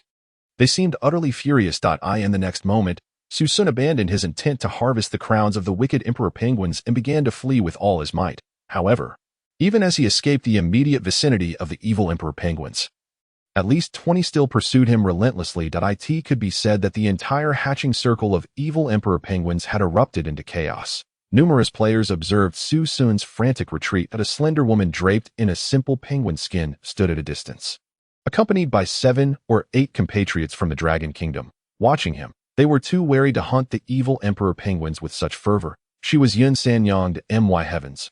What on earth did this fellow do to the evil emperor penguins to incite such wrath? According to reports, he had killed an emperor penguin and refused to leave, and a nearby man remarked that he even returned to skin the emperor penguin. It was said that he had been marked by the emperor penguin clan. What? Yun Sanyang gasped in astonishment. Is he insane? These emperor penguins hold us as food and bear a grudge. Killing them is one thing, but to strip away their skins is highly inadvisable in a post-apocalyptic game. After all, for the emperor penguin clan, this is a grave insult and mockery. Is he planning to avoid this region in the future? Is he from the Dragon Kingdom? Indeed, my lady.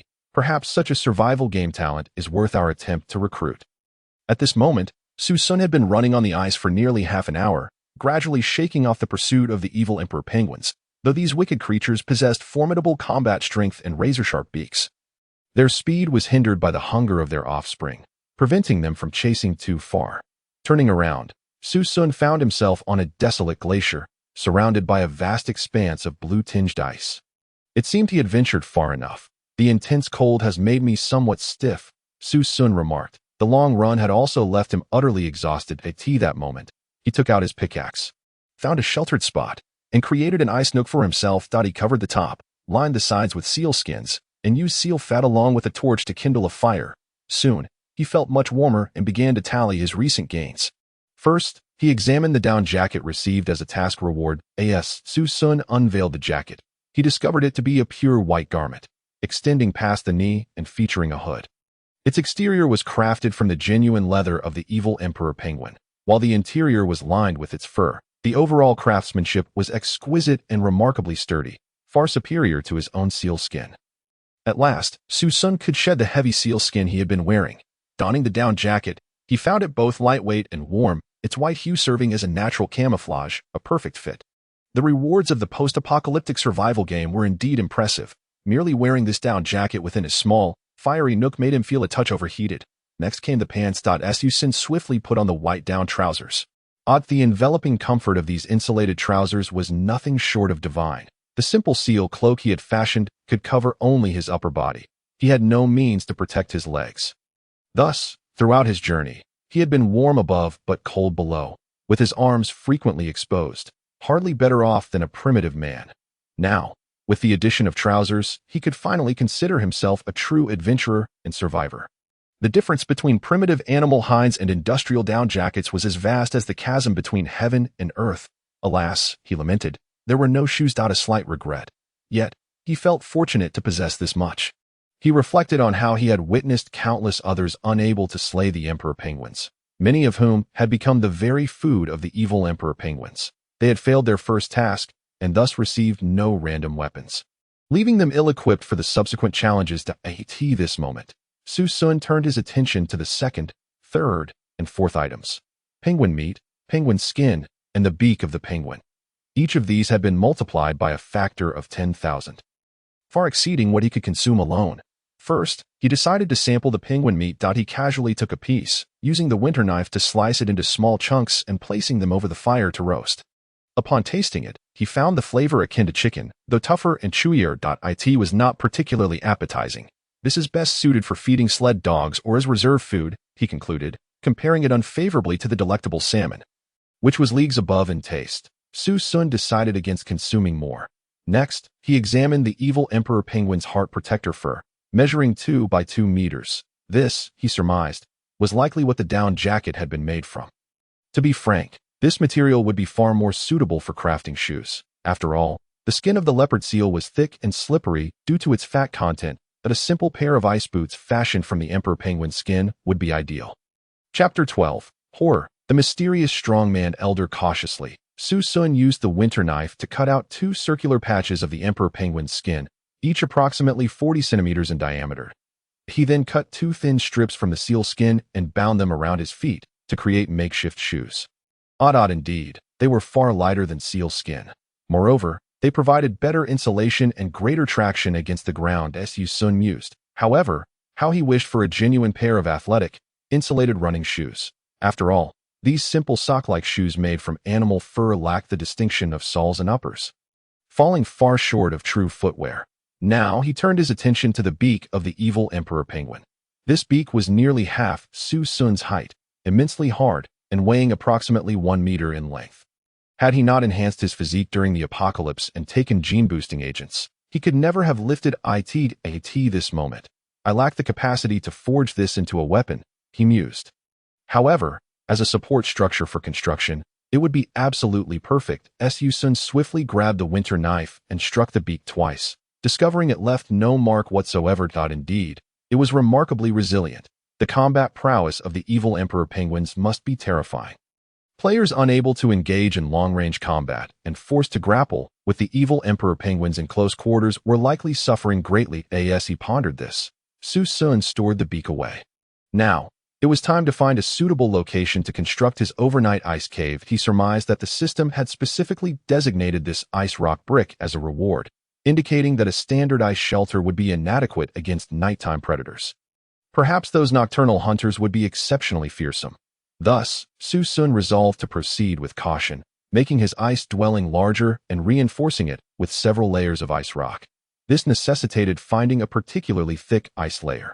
Digging too deep might lead him to the ocean. Su Xun continued his search, aiming to locate a defensible, easily retreatable, and combat-friendly ice layer for his overnight shelter. He unexpectedly stumbled upon a solitary figure adorned in a cowboy hat. Seated on the ground with an air of tranquility, surrounded by a small campfire, he was roasting something. Post-apocalyptic game warning. Extreme danger alert. Player has encountered a high-risk creature, exceeding current game parameters. Please evacuate immediately. Please evacuate immediately. Upon hearing this alert, Su Xun's body went rigid. He dared not even run. Each hair on his body stood on end. The old man was clad in the distinctive attire of the Western Eagle Nation. Dressed in striking shades of brown, two curved knives hung at his waist, and his cowboy hat sported dangling tassels. He even wore leather boots. On his back rested a quiver and an exceptionally long bow. Nearly 2 meters in length. In comparison, Su Xun's winter crossbow seemed almost laughable. The man's robust physique and muscles bent the bow with an unreal strength. His features were deep-set, with pronounced brows and a high nose, indicating he was undoubtedly a foreigner. The presence of such a person in this frigid wasteland was highly unusual. Thus, Su Xun's heart raced with trepidation. To be equipped so thoroughly in this winter realm denoted either a monstrous expert or a leader of a formidable organization, certainly not a player from their ranks. Extreme danger, perhaps remnants of some mysterious existence. The critical point was that he had already spotted Su Xun. How could he escape? Consequently, Su Xun held his breath. Hey there, young man, feeling cold? Come over and warm yourself by the fire. Suddenly, the old man turned to Su Xun, revealing a mysterious smile and no need for chilliness. Thank you, I had no intention of intruding. I shall take my leave immediately. Do not fear if I wish to end your life. You would have perished 500 meters away, the elder chuckled, patting the bow and arrows on his back. You have survived alone until now, clad in the down jacket bestowed upon you by the doomsday game. This proves that you are indeed formidable. Worthy of a few words with me. I have a fondness for capable youth, as they remind me of certain events from my own entry into this world. As he spoke, he seemed to lapse into contemplation, perhaps recalling events from many years ago. Seizing this opportunity to observe the old man closely, Su Xun noticed a terrifying gash across his chest. A wound stretching from his left shoulder to his right flank. The injury was nearly 3 centimeters deep, marked by 3 distinct lines, as if a giant beast's claw had raked across his chest, leaving behind such a ghastly and savage scar. It was unimaginable what kind of monstrous creature this elderly man had once battled. Are you gazing at my wound? He chuckled. Let me remind you. This was inflicted by a polar bear known as Lei Suo. It still prowls in this world to this day. Even if I were to encounter it, I could only skirt around it. Unable to exact revenge, that a creature found only in high-level areas? Su Xun ventured a hypothesis. Indeed, you are correct. I did not expect you to possess such knowledge. Come, lad, have a sip of mare's milk wine. The old man tossed a yellow beast-hide pouch directly to Su Xun. He caught it, falling into a brief silence. I do not drink. How can one from the winter realm abstain from alcohol? Drink up. The elder's tone grew somewhat impatient. Su Xun discerned from the old man's expression that he might be of a volatile temperament. Refusing to drink could lead to dire consequences. Gulping, Su Xun opened the pouch and took a hearty swig of the steaming mare's milk wine. It's quite spicy with a hint of sweetness. A fine beverage, he remarked after drinking, tossing the pouch back. Haha, lad, you truly tickle my fancy. That moment, the peculiar old man abruptly rose to his feet. Turning his back to Su Xun, he said, on account of our brief acquaintance, I shall impart a few words. You must have already weathered a round of ice storms today. Indeed, Su Xun replied. Fortify your ice shelter. The nighttime ice storm is akin to the difference between a lion and a lamb, vastly more ferocious than that of the day. Do not skimp on materials during this process. Furthermore, when night falls, you shall encounter dreadful entities. But remember, even if you are devoured inside your ice shelter, do not flee outside. Otherwise, you shall have no chance of survival. With that, Su Xun nodded, momentarily lost in thought. When he regained his senses, he discovered that the old man had vanished without a trace, leaving only the remnants of the fire he had tended.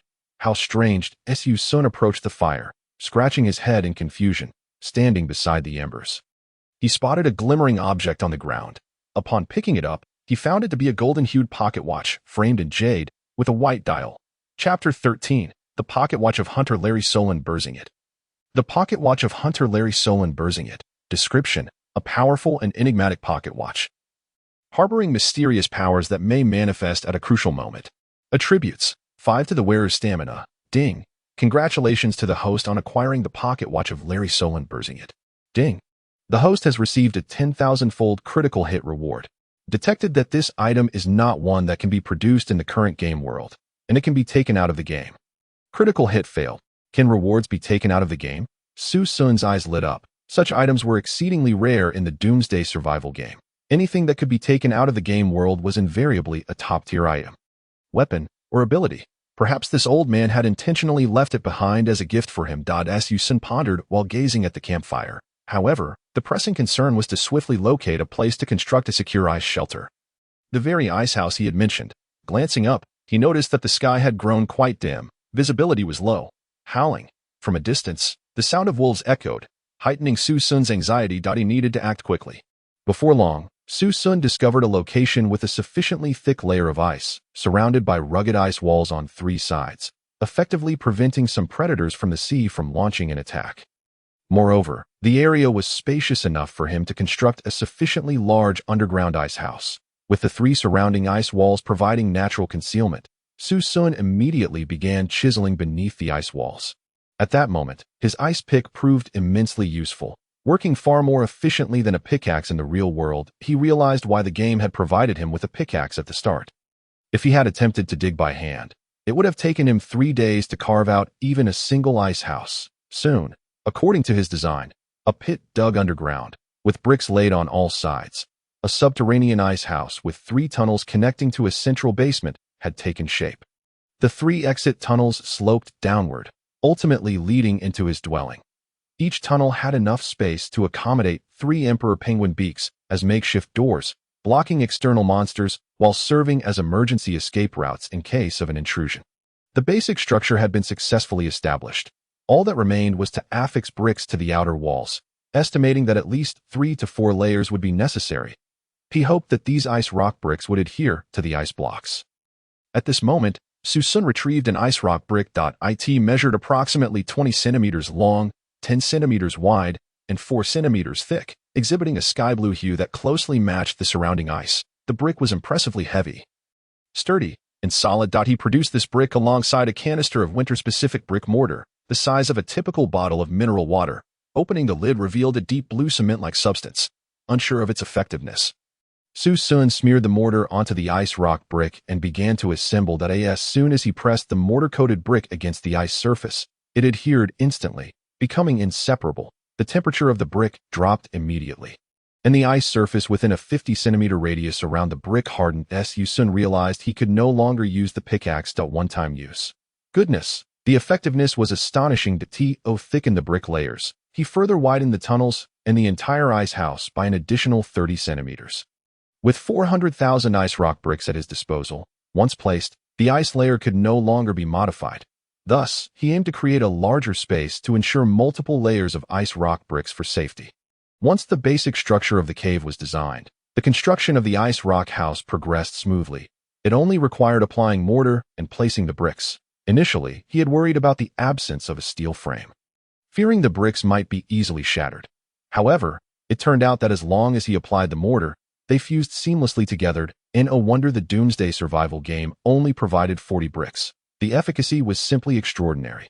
In no time, Su Xun had utilized over 1,000 ice rock bricks to transform the space into an impenetrable fortress. The walls, ceiling, and floor were all 3 layers thick with ice rock bricks. Every nook and cranny filled seamlessly, akin to tiled flooring. Testing the hardness casually, he found that even his winter crossbow left no trace. Remarkably sturdy. Fortunately, with the 10,000-fold critical hit reward, it would have been impossible to lay so many bricks otherwise, especially without teaming up with others. Having completed all this, Su Xun then took out a piece of leopard seal fat, ignited it with a torch, and began to warm the cave. Gradually, the cave became comfortably warm. He wondered how much time had passed and how the others were faring. After a brief rest, Su Xun opened the regional chat box. Tahani Sportsmaster, seeking a party. I have run out of ice rock bricks. All my teammates are dead, and my safe house is only half-built. At least 5 people are needed to construct it. The materials are insufficient. I can't fathom how to proceed with the ceiling when I have used all the ice rock bricks on the floor. Seeking guidance. Hardness Chicken Special Forces Captain Sumamu. I never expected a foolish pig like you could slay the wicked Emperor Penguins. Do you not know that you must dig a hole before laying bricks? Did you truly think you were building a house? Song Qing. Captain Sumamu is right that I have now joined the special forces established by Captain Sumamu. We have constructed a sturdy cave, albeit a bit cramped. Yun Sin Yang. Song Qing. How did you end up with them? Why not join our Dragon Kingdom Mutual Aid Group? Song Qing. They have treated us well. Not only did they staunch Wang Dong's bleeding, but we also completed the mission together. They provided us with some earthy yellow curry, though it had a somewhat fishy taste. Sun Jiuzhou. Was it feces you ate? Song Qing. Get lost. You're the one who ate it. Although the curry tastes odd, it can fill our stomachs, which is not a reason for your slander. Yun Sen Yang. Hee. I hope so, Song Qing. Regardless, I possess the citizenship of the Eagle Kingdom.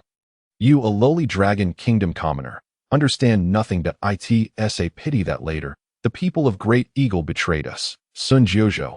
It was your own choice. Do not drag nationalities into this. Song Qing. The Eagle people betrayed me. I swear, once I escape, I will join the Hardness nationality and become a proud Hardness citizen. For the sake of Hardness, Captain Samamu of the Hardness Chicken Special Forces, your aspirations are commendable. You have dedicated yourself to us, and we have all benefited from your contributions. Song Qing. Thank you, Lord Samamu. Yun Sen Yang. Disgusting.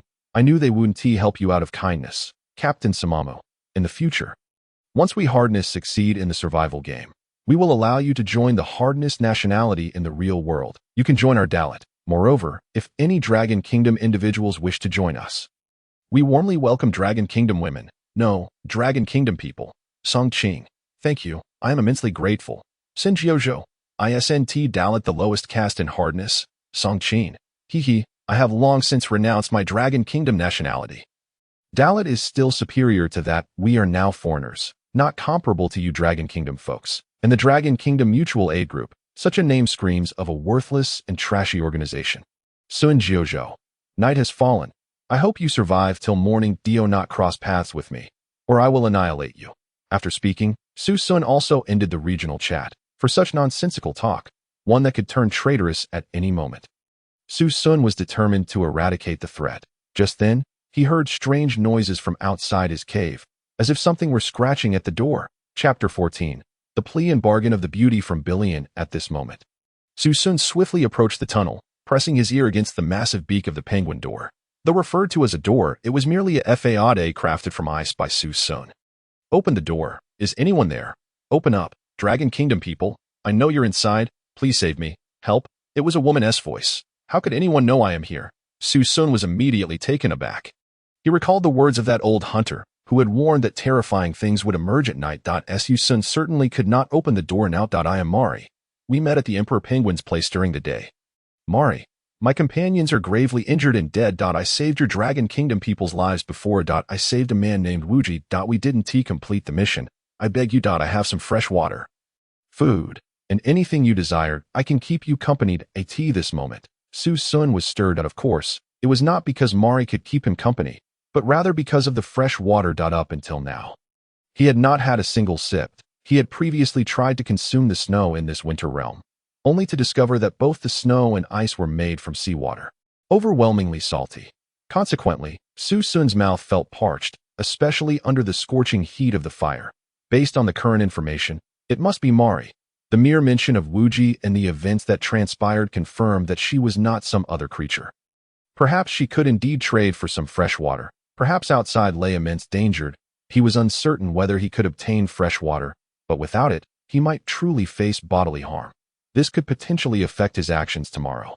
Therefore, Su Xun decided to observe the situation outside. At this moment, he chose not to immediately open the tunnel door or push aside the penguin's beak. Instead, he walked to another tunnel, gently crouching at the penguin's beak and scraping away a 10 by 10 section of ice.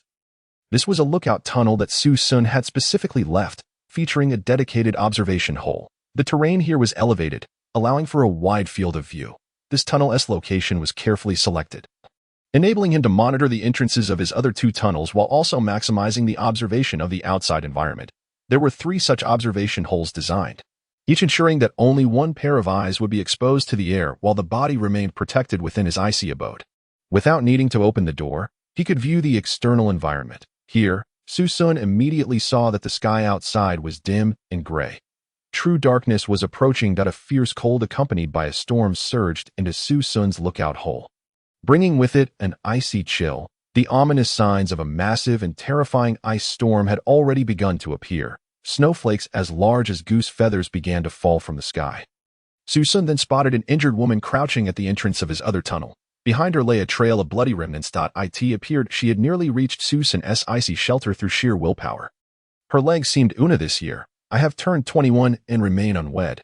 There are also 2 individuals from our homeland who have become separated from us for the time being, Mary remarked. If all goes well, I should be able to reunite with them by tomorrow. Su Xun nodded in acknowledgement. What precisely transpired during the day? What is the situation with that Wuji? Su Xun inquired. Well, we failed to complete the first round of the ice crystal collection task, which left us without weapons, when we attempted to undertake the mission to slay the Emperor Penguins by attacking them with ice blocks. We were all injured.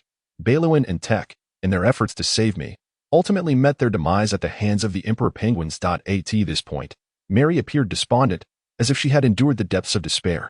Tell me about Wu Jie. You know him. Mary looked at Su Xun with surprise. Frankly speaking, had you not mentioned his name, you would not have been able to enter today. Well, when we discovered him, he had already slain 3 Emperor Penguins and had lost consciousness, covered in blood. At that time, we had not yet initiated our task, so we took it upon ourselves to rescue him. Upon hearing this, Su Xun nodded. This Wu Ji is indeed formidable. Wielding a dragon sword, he directly defeated 3 malevolent Emperor Penguins. That we provided him with some food and fresh water, and he expressed his gratitude, promising to repay us if the opportunity arose. You know, we of the Bailia hold the people of Longhua in high esteem. Enough of this. I understand, Su Xun interjected, waving his hand to halt her attempts at familiarity. So, can you release me now? I am quite fatigued and wish to rest. I cannot, for I am unaware of your true intentions, and I cannot allow you to move freely within my ice abode, Su Xun replied coolly. Now, let us discuss a transaction. I have already searched your person and found that you indeed possess a bottle of fresh water, some raw meat, and a few ice crystals, but nothing more to ensure the integrity of the Longhua people. I refrained from taking your spoils directly. Now we can trade. Sell me that bottle of water, and I shall provide you with some cooked food and allow you to stay here for 1 night. But you must depart by tomorrow morning. Very well. You are a person of integrity, and I believe you. Let the transaction commence. Su Xun took her water. Player has obtained a bottle of Winter's Domain fresh water. 300 milliliters. Beep. Host has received a 10,000-fold critical reward. Host has acquired 300 milliliters of Winter's Domain fresh water, totaling 10,000 bottles. Fantastic. Su Xun clenched his fist, his face alight with excitement. With fresh water, one need not worry about anything. They can focus solely on their tasks. A safe haven, food, fresh water, weapons, and warm clothing. All necessities are now at hand at this moment. Su Xun could finally breathe a sigh of relief. He lifted the bottle and drank deeply. Meanwhile, Mary looked at Su Xun with a bitter expression. In this world, freshwater resources are exceedingly scarce. To this day, I have yet to see anyone locate a source of fresh water. Did you just drink it all in one go? You. Mary felt a surge of anger. It is worth noting that previously, when she was thirsty, she merely grazed her lips against it, never daring to take a full sip. How could anyone in such a resource-deprived environment drink so recklessly, like Su Xun? She wondered if perhaps Su Xun intended to kill her, thus brazenly seizing her resources, causing her to feel a twinge of fear. You need not concern yourself. I can quench my thirst with fish blood, Su Xun replied casually. Refreshing. At that moment, Su Xun exhaled a long-held breath. The intense thirst that had lingered within him for over 20 hours vanished in an instant. I do not comprehend how someone like you has managed to construct such an enormous ice shelter and acquire so many spoils, Mary said, her face a mask of helplessness. Additionally, you may take my fresh water. But please refrain from taking my meat. That was hard-won from the Emperor Penguins, and my 2 companions paid with their lives for it. It is my last glimmer of hope. Her tone was almost pleading. Foreign woman, Mary, there is no need for such lamentations. No one covets your meager provisions. It is time to complete our transaction, Su Xun declared, striding into his actual living quarters, shielded from Mary's view by the penguin beaks. Here, he had fashioned a stool and a simple sealskin bed from ice rocks. Subsequently, he retrieved 2 pieces of grilled salmon from the barbecue rack made of seal bones and presented them to Mary. I shall feed you. You may eat. Your meager raw meat holds no appeal for anyone. Grilled fish. At that moment, a peculiar light flickered in Mary's azure eyes. How can this be? Am I dreaming? You are not dreaming. This is our transaction, a meal for a night's stay, Su Xun replied coolly. Crunch. Mary, disregarding all sense of propriety, bit into her almost parched red lips. The first taste was a delightful crispness. Following that was a sweet, rich flavor, full of protein and the savory essence of barbecued fish flooding into her belly, momentarily transporting her to paradise, involuntarily eliciting an exclamation. She had not eaten for a day and a night. Previously, her family's strict admonitions had instructed her to conserve food even when facing imminent death, for it might enhance her chances of survival in the apocalypse. Thus, amidst the intense cold, severe wounds, the loss of life, and overwhelming hunger, that single bite of grilled fish nearly overwhelmed her senses. Crunch, crunch, crunch. She could no longer adhere to the extreme survival rules. In mere moments, she devoured both pieces of grilled salmon. Longwa man. I truly adore you. Is there any more? Could you possibly give me another piece? I am afraid not. Our transaction has concluded, Su Xun replied coolly. You possess nothing further to trade with me. Very well. Mary acknowledged, understanding that Su Xun had been quite generous. The balance of power has shifted. I may not be able to match your generosity. What do you plan to do next? Su Xun inquired. Your wounds likely render you incapable of continuing long-distance travel that I do not know. I shall see how my 2 friends fared at present.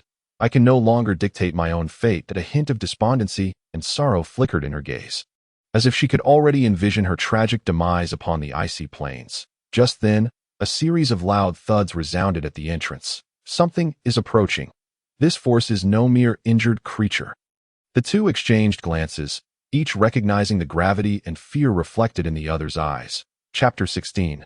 Night falls, and the beast tide approaches. Puff, puff, rustle, rustle. From one of the 3 tunnels, an increasingly loud noise erupted, akin to some creature clawing at the door.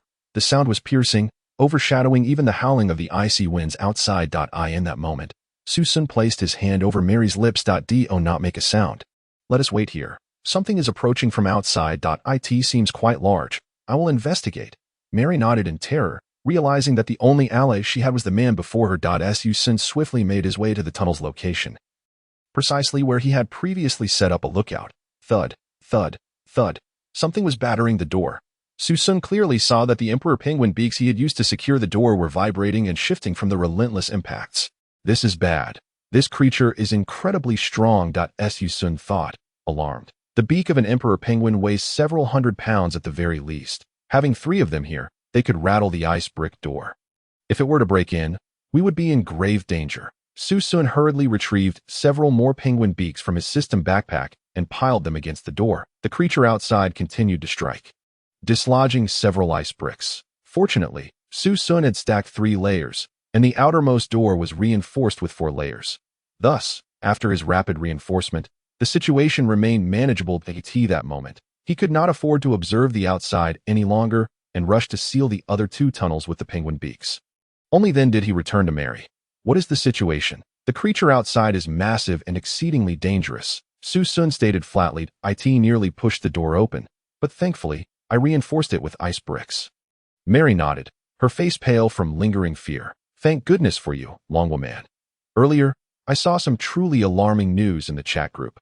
"What news?" "They say there are an overwhelming number of monsters outside, 10 times the number we saw during the day, comprising insects, seals, penguins, strange birds, and a veritable menagerie of threats. Moreover, each one is ferocious and maddened with the desire to hunt. What has become of the others? Things are dire. Many have been devoured at this." Mary fell into a somber silence.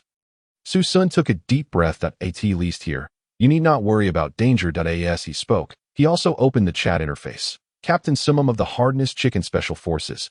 It's over. Our shelter has been breached. The bricks are insufficiently thick. There are numerous gigantic crabs outside, and enormous shrimps as well. Oh Shiva, save us, Song Qing. Damn you, Summum. What have you done? You threw my husband, Wang Dong, out as bait. I swear, even in death, I will not let you off the hook. Summum, Dragon Kingdom woman, did you truly believe we would consider you one of our own? Get out. Those crabs will feast on you, and spare me. Song Qing, help. I regret it. I am filled with despair. My belly has been sliced open. Wang Dong and Song Qing, these 2 traitors, have received their just desserts." Upon witnessing these 2 pieces of news, Su Xun fell silent. He could already imagine Song Qing enduring scorn and humiliation throughout the day within the Hardness Chicken Special Forces. Ultimately, she was callously cast out as bait by the enemy. Destined to be torn apart by a horde of beasts, her spirits must be utterly wretched. This is the fate of a traitor, a fitting end for someone who chooses to grovel before foreign powers. Coordinates X26345, Y50255. Approximately 20 individuals from the Dragon Kingdom Mutual Aid Group have constructed an underground ice shelter. Their supply of bricks is limited. There are no tunnels, only a square hole leading downwards. Yun Sanyang wields a massive ice hammer, her face and body smeared with blood. Their ice shelter is riddled with openings, through which a multitude of small creatures are flooding in: crabs, beetles, scorpions, spiders, and even ants. An array of insects. She is fiercely smashing these creatures, each blow resulting in a burst. She is among the few who have completed 2 tasks, with the entire Dragon Kingdom Mutual Aid Group aiding her. Yet, she has kept only her weapon, giving her down jacket to a child in the team for warmth. The ice rock bricks are insufficient. The gaps are simply too many. We have done our utmost. Beside her, her assistant, the Special Forces Xiao Wang, said with a look of helplessness. Yun Sanyang relentlessly attacked the creatures before her. Who could have known the combat strength of these monsters would be so formidable? A single layer of ice rock bricks is utterly inadequate. From all directions, countless ice-fueled creatures are assaulting us. All we can do now is hold our ground. Let us hope dawn arrives swiftly. Yun Sanyang tore a spider off her face. Right, women, children, and the elderly. Move them to the very center of the shelter and assign someone to protect them. Yes, Lady Goddess, we must survive. We must live on.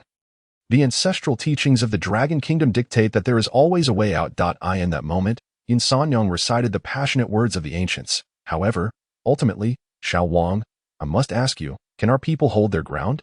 If we are only faced with the attacks of these small, cat and dog-sized insects, then yes, we can hold. But if those gigantic beings outside decide to attack us, we may very well perish here. Some of the shrimp are larger than a Humvee. Their shells as thick as steel plates. We shall fight to the death. Yun Sanyang said softly. At least one thing is certain. After this battle, those who survive will no longer face food shortages. They will not go hungry. Let us remain optimistic. In Su Xun's underground ice shelter, Mary gazed at the messages in the regional chat, her mood growing increasingly heavy, for tonight's situation is exceedingly dire. The crisis is immense. She saw that the team suffering the greatest loss had been wiped out, 40 individuals lost, and now within the ice shelter, there were only Su Xun and herself. She was in a severely injured state, devoid of combat capability. If even one entrance were to fall, both would meet their demise here. Dragon Kingdom man, I have a question. Why has not a single insect crawled in here? She asked, puzzled, looking at Su Xun. Because my cave is sufficiently sturdy, and its structure is rational, Su Xun replied calmly. Surely, I cannot say that I have laid nearly 2,000 bricks, with walls 4 layers thick. Each entrance is reinforced with 6 penguin beaks, adding several tons of weight to seal the doors, as long as the icefield creatures are not giants. They have no hope of breaching this place. After all, the bricks I used are equivalent to the rewards of 50 individuals completing tasks. Even those colossal ice beetles outside cannot penetrate. How did you manage this? It's incredible, Mary remarked, increasingly bewildered. The situation in the regional chat felt like an apocalyptic disaster had befallen them, while here, it was as warm as spring that Su Xun even offered her a leftover grilled fish. Moreover, the sounds from outside were growing quieter. Even the banging on the doors had ceased. This was because numerous giant beetles, crabs, penguins, and seals that had attacked Su Xun's ice shelter were communicating a message among themselves. This place is the lair of a lunatic who has constructed an impregnable fortress of ice. Impossible to breach. Thus, nearly all the creatures have tacitly abandoned the location, even though they can smell players and food within. Chapter 17. RPK, 10,000 Dragon Spiral Machine Guns, 30,000 rounds. At this moment, Su Xun, having confirmed that the ice shelter was indeed secure, approached a tunnel with a lookout hole. Gazing outside, as expected, he witnessed countless terrifying figures moving about, trampling each other, even engaging in mutual attacks. Perhaps due to their inability to penetrate Su Xun's ice shelter, they began to run aimlessly. Among the larger creatures were leopard seals, emperor penguins, sea cows, and enormous sea lions. The smaller ones included sea crabs, ice shrimp, sea centipedes, and some insects Su Xun had never encountered before. These creatures could serve as a rich source of food reserves. Crabs and shrimp are notoriously difficult to catch. Perhaps I could try to procure some, Su Xun thought, promptly drawing his winter bow and aiming at a crab roughly the size of a basketball. Whoosh, an arrow flew forth. The crab was knocked over, unable to move momentarily. Great. Having a ranged weapon makes all the difference. Attacking from a distance feels almost like cheating. Thus, in this doomsday survival game, ranged weapons typically exhibit a peculiar phenomenon. Ammunition or arrows are exceedingly scarce, rarely exceeding 3 rounds. Only Su Xun, with his tenfold amplification system, could amass over 10,000 arrows. Immediately, he resumed his hunting. Whoosh, whoosh, whoosh. With the continuous release of arrows from the winter bow, crabs, shrimp, sea foxes, sea rabbits, and even some icefield wolves fell before Su Xun's aim. Regrettably, there was no way for him to venture out and collect them. He remembered the old hunter's advice. No matter what, stay within the safety of your ice shelter. Therefore, Su Xun remained cautious and refrained from venturing outside. Forget it. It's uninteresting to only shoot the small ones. Let us try for some larger targets. Su Xun's gaze fell upon a colossal crab he had never seen before. This crab was approximately 5 meters wide and over 3 meters tall. Significantly larger than a polar bear on Blue Starred, he then utilized the doomsday survival game mechanism to inspect this creature. Emperor crab of the Winter Realm. Description: a gigantic crab with delicious meat, yet extremely ferocious, capable of thriving on both land and sea. Its shell is exceptionally hard, rendering ordinary weapons ineffective. Beware of its giant pincers, which can easily crush a person's spine. It is recommended to hunt in teams of 10 or more. If I could obtain a couple of its claws to eat, they would surely be far tastier than grilled fish. Crabs are the ultimate delicacy. Such a crab, grown to this size in a glacial environment, would undoubtedly possess superior flavor. With that thought, Su Xun drew his winter crossbow and unleashed 3 consecutive arrows. Clang, clang, clang. The sound of metal clashing echoed as the 3 arrows struck the giant crab, shattering upon impact. What? The winter bow's arrows cannot penetrate. Su Xun's eyes widened. In that instant, he sensed a looming crisis. In the winter realm, creatures had emerged that his winter bow could not contend with. He could scarcely imagine the scene of being hunted down by such a crab in broad daylight. A cold sweat broke out on his forehead. It is time to upgrade my weapons. I had indeed been somewhat blindly complacent, thinking that with the ability to slay leopard seals using the winter bow, I could traverse the ice fields unimpeded. Clearly, that is not the case. There is always a higher peak. As Su Xun contemplated this, he suddenly recalled his earlier task of slaying the emperor penguin. Did it not reward me with a green quality weapon chest upon completion? It was said that completing the subsequent ice shelter construction tasks would unlock it. Now that my ice shelter is complete, can I open this weapon chest? With this thought, Su Xun quickly retrieved the previous weapon chest. Green quality random weapon chest. Description: contains a green quality exclusive weapon from the Winter realm. One can draw one from within upon opening. Status: unlocked. Subsequent tasks for building the ice shelter have been completed. It can be opened. Su Xun's face brightened. With both hands, he opened the exquisite green chest. The player has opened a green quality random weapon treasure chest. The player has acquired 1 RPK Dragon machine gun and 3 rounds of ammunition. Ding! 10,000-fold critical hit has been awarded to the host. The player has obtained 10,000 RPK Dragon machine guns and 30,000 rounds of ammunition. Accompanied by the green box before Su Xun, a flash of green light illuminated the area that a massive golden dragon-carved machine gun emerged into his view. The overall length of the gun exceeded 1 meter and the barrel approached 2 feet. Shining in platinum color. It featured 2 gun mounts and a light-colored birchwood stock, intricately entwined with a platinum dragon carving with crimson eyes. RPK Dragon machine gun, green. Description: one of the most formidable weapons among the green quality arms in the realm of Winter. If you draw this, consider yourself exceedingly fortunate. Attributes: generates a shattering effect on attack, can pierce armor, ignoring 20 of the enemy's defense. Regrettably, its weight is excessive, making it extremely taxing to carry. Ammunition is often limited to only a few rounds. Players should not use it recklessly unless in a life-threatening situation. Perhaps this is a flaw inherent to such a lethal instrument. What? Isn't this a type of firearm from a shooting game? How can this doomsday survival game be so outrageous as to provide such a weapon? Su Xun grasped the RPK Dragon in his hands, admiring the dragon carving spiraling around the platinum barrel. Instantly, a heavy sensation pressed down his arm, bending it under the weight. He never anticipated it would be so cumbersome.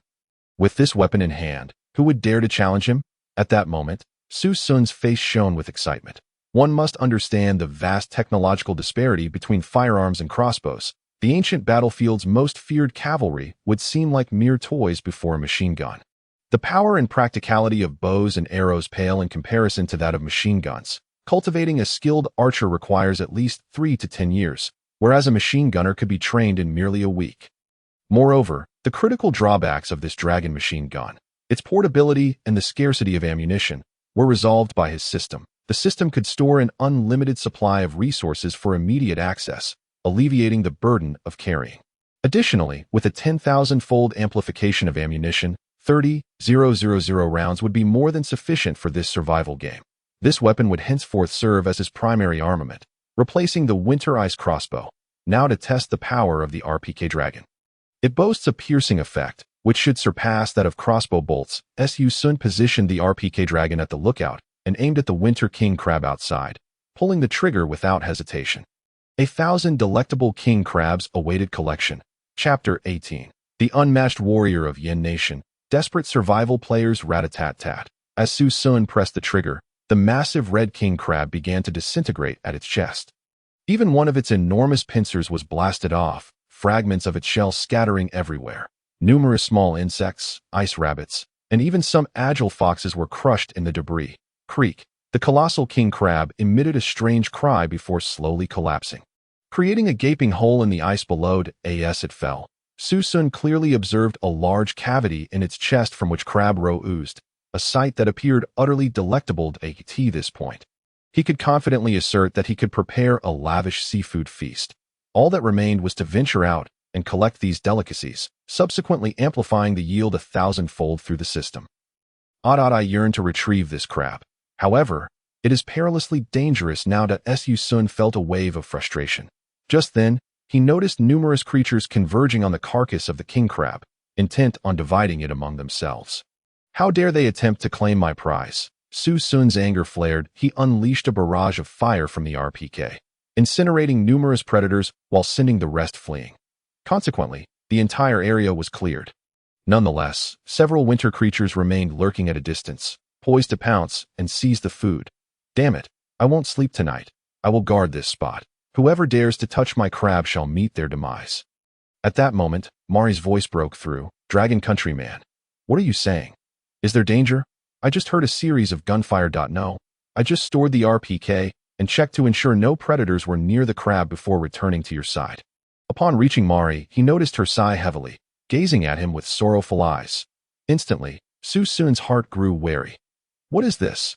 Is she attempting to enact some heroic damsel narrative? This is a post-apocalyptic world.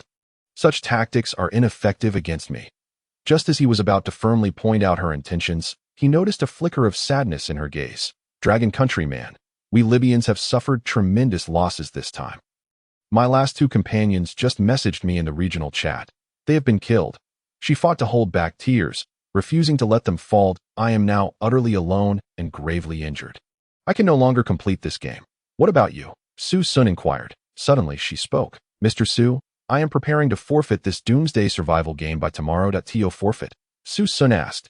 Yes, that is the mechanism of the doomsday survival game. Each individual has only 3 opportunities to forfeit throughout their life, using all 3 results in execution. However, one must wait 24 hours after entering the game to qualify for forfeiture, until that time elapses. It is not permitted. I have heard of this mechanism, but it seems few utilize it. The vast majority of the weak perish within the first 24-hour trial. Mari's expression turned grave. In this world, death equates to true death. Those who survive past 24 hours are either fortunate or strong, and they do not wish to relinquish their chance lightly. Indeed, Su Xun replied nonchalantly. After all, forfeiting comes at a great cost. Should a player choose to forfeit, they will be forcibly dragged into a new doomsday survival game world 3 days later. Furthermore, the difficulty of that world will surpass that of the previous one, and players will incur negative buffs upon entering. Even if they survive the new world's trials, no rewards will be granted. Su Xun nodded. Mari, have you made up your mind? Mari gazed intently at Su Xun. Of course. At that moment, Su Xun found himself in agreement with her decision. Very well. This is likely the best outcome. After all, I cannot allow you to remain in my cave any longer. Nor can I take you through the more arduous survival challenges ahead. Should you expose the coordinates of my ice house or attempt to ambush me, I would face dire consequences. Though I possess resources, my life points and attributes are no different from other players. A single strike could end me. Thus, I must tread carefully. All right, if that is the case, I wish you well. Thank you, dragon countryman. You have saved me. We Libyans will forever remember you. She cast a deep glance at Su Xun, wishing to imprint his visage in her memory. Without you, I would never have lasted until the point of forfeiture. Her expression radiated gratitude. Yet, at that moment, she remained bound to the cross made of seal bones, resembling a prisoner in a rather comical manner. Tonight is the final night. I will allow you to rest. After uttering this, Su Xun stepped forward to release her from the cross, though he did not loosen the seal straps binding her hands and feet. Subsequently, he fetched a piece of seal skin for her to use as a mattress and covered her with another piece. At long last, she could genuinely enjoy the treatment befitting a normal player. Su Xun initially intended to prepare something for her to eat, but upon turning around, he discovered she had succumbed to exhaustion and was fast asleep. She looked remarkably like a sleeping beauty from a film he had seen in his past life. Peach-colored skin, large eyes, long eyelashes. She resembled a porcelain doll, seemingly free from the burdens of her hardships. Sleep well. In this cruel doomsday survival world, a good night's rest is truly a rare luxury. Su Xun had no intention of sleeping that night. Instead, he prepared to keep watch. Returning to his lookout, he continued guarding the king crab carcass while casually activating the regional chat function. At this point, virtually no messages were visible. It was likely that the vast majority of people had either perished or were engaged in fierce battles with the winter creatures invading their ice houses. They must be exceedingly occupied. Just then, Su Xun noticed a message. Yin Nation Swordsman, I advise all to avoid entering dark areas during battles. One should remain within the ice brick structure at the very least. Stand upon this brick. Otherwise, SAN value will drop, obscuring vision and causing mental turmoil, making it difficult to slay foes. SAN value. Could the Yin Nation Swordsman be the one known as Wuji? Su Xun's eyes widened. At that moment, within the ice house of the Dragon Country Mutual Aid Society, blood was everywhere, and chaos reigned as people fought fiercely. Their ice house was not as sturdy as Su Xun's. After the first round of ice bricks was dismantled, a tide of animals surged in, nearly obliterating their shelter, while frigid gusts and blinding snowstorms poured in from every direction. Amidst the chaos, the frail and vulnerable players were diligently utilizing the surrounding ice blocks for repairs. Alas, each time they managed to mend their defenses, monstrous entities would surge in, wreaking havoc upon their efforts. Whenever formidable creatures breached their sanctuary, the atmosphere thickened with the weight of existential dread as they faced the brink of annihilation. Yet, there always emerged a man, akin to a deity of war, wielding a black sword and clad in a sealskin coat. With an unparalleled grace, he swung his blade, cleaving through the monsters that threatened their survival. Yin Guo Wuji had joined the Dragon Kingdom's Mutual Aid Association, and on this day, they could either fight or perish, but retreat was not an option, even when SAN values plummeted to the negative. He resolutely vowed not to allow these beasts to harm his compatriots or feast upon their flesh. Yin Guo Wuji stood as a bulwark, drenched in blood, his form nearly obscured by the crimson tide. Before him lay a mountain of slain monstrous corpses, as he single-handedly safeguarded nearly 5 or 6 women and children, vanquishing countless creatures of the winter. Chapter 19. The Unexpected Guests. Miss Lotus of the Lowell family at this juncture. The Dragon Kingdom's aid group behind him had suffered grievous losses. Many had perished, becoming mere sustenance for the ferocious beasts from the Winter Realm, despite Wu Ji's exceptional swordsmanship and formidable martial prowess. He could not withstand the onslaught of the beast tide. Some members of the group were teetering on the edge of mental collapse. The beast tide was not the true terror. The frightful specter lurking in the encroaching darkness heightened their SN values, plunging them into a state of psychological horror. In that moment, Yin Guo Wuji seemed to grasp something profound, shouting fervently. The game warned that negative SN values would plunge individuals into chaos, fear, despair, and diminished combat efficacy. They could easily succumb to mental breakdowns, encountering horrific visions. The remedy to stave off further SN depletion was to stand upon the ice rock bricks, even if it were merely a shard. Do not run amok. Everyone, stay on the bricks. Beside him, Yun Xinyang fought valiantly, wielding the winter hammer, crushing shell-like creatures with each swing that as the group's emotional cornerstone. She had salvaged them from despair time and again. She too shouted, urging them to maintain their composure, to hold their ground. Trust me, trust Wu Ji, the beast tide's assault will soon wane. This doomsday survival game will not endlessly unleash beasts upon us. Indeed, as her words echoed, many found their calm. The beast tide began to recede, and fortuitously, the truly colossal monsters merely wreaked havoc upon their ice shelters, opting not to join in the carnage. They observed with indifferent eyes, as if the turmoil held no relevance to them. This was likely a limitation imposed by the doomsday survival game to protect the players, after the most ferocious wave of beasts had passed. It seemed as though time had reached a pivotal moment. All monsters simultaneously retreated, leaving no one behind to continue the assault. The massive silhouettes in the darkness began to withdraw slowly at that moment. Yun Sanyong wiped the blood and sweat from her brow and turned to Wu Ji, saying, Wu Ji, you are truly the sword saint of Yin Guo. Had it not been for you, we would surely have perished. As her words fell, Wu Ji, standing resolutely with his sword facing north, collapsed with a resounding thud. The dawn broke brightly. After a night of harrowing ice storms, Su Xun strained to focus his weary eyes. Having stood vigil throughout the night, his prized Emperor Crab had, after all, remained untouched by any creature under the relentless fire of the RPK. Now, rejuvenated, he turned to the woman beside him. Mary. He observed her form gradually becoming ethereal, as if dissolving into mist. Dragon Kingdom man, in 24 hours, I shall withdraw from this survival game. That I shall miss you, and I hope to encounter you again next time. Good luck. Following their final exchange, Mary vanished from Su Xun's ice shelter. Such was the mechanism of the doomsday survival game. Once the surrender mechanism was successfully triggered, one could return unscathed from any perilous circumstances. Yet, the next doomsday survival game would undoubtedly prove far more harrowing. It is time to claim my prey, to amplify the bountiful feast I secured last night 1,000-fold, Su Xun remarked coolly as he approached the small door of his ice shelter tunnel. Preparing to push it open, he was suddenly met with the sounds of a man and a woman arguing nearby. This is maddening. Why has this accursed game not yet concluded? I want to quit. To abandon it. It is utterly unenjoyable. Miss Lotus, we have come this far. To abandon it now would only invite greater hardships next time. These voices were alarmingly close to Su Xun's position. He immediately abandoned his intention to exit, realizing that the two individuals stood right beside his ice shelter tunnel. Had it not been for the excellent concealment of his tunnel, he might have already been exposed at that moment.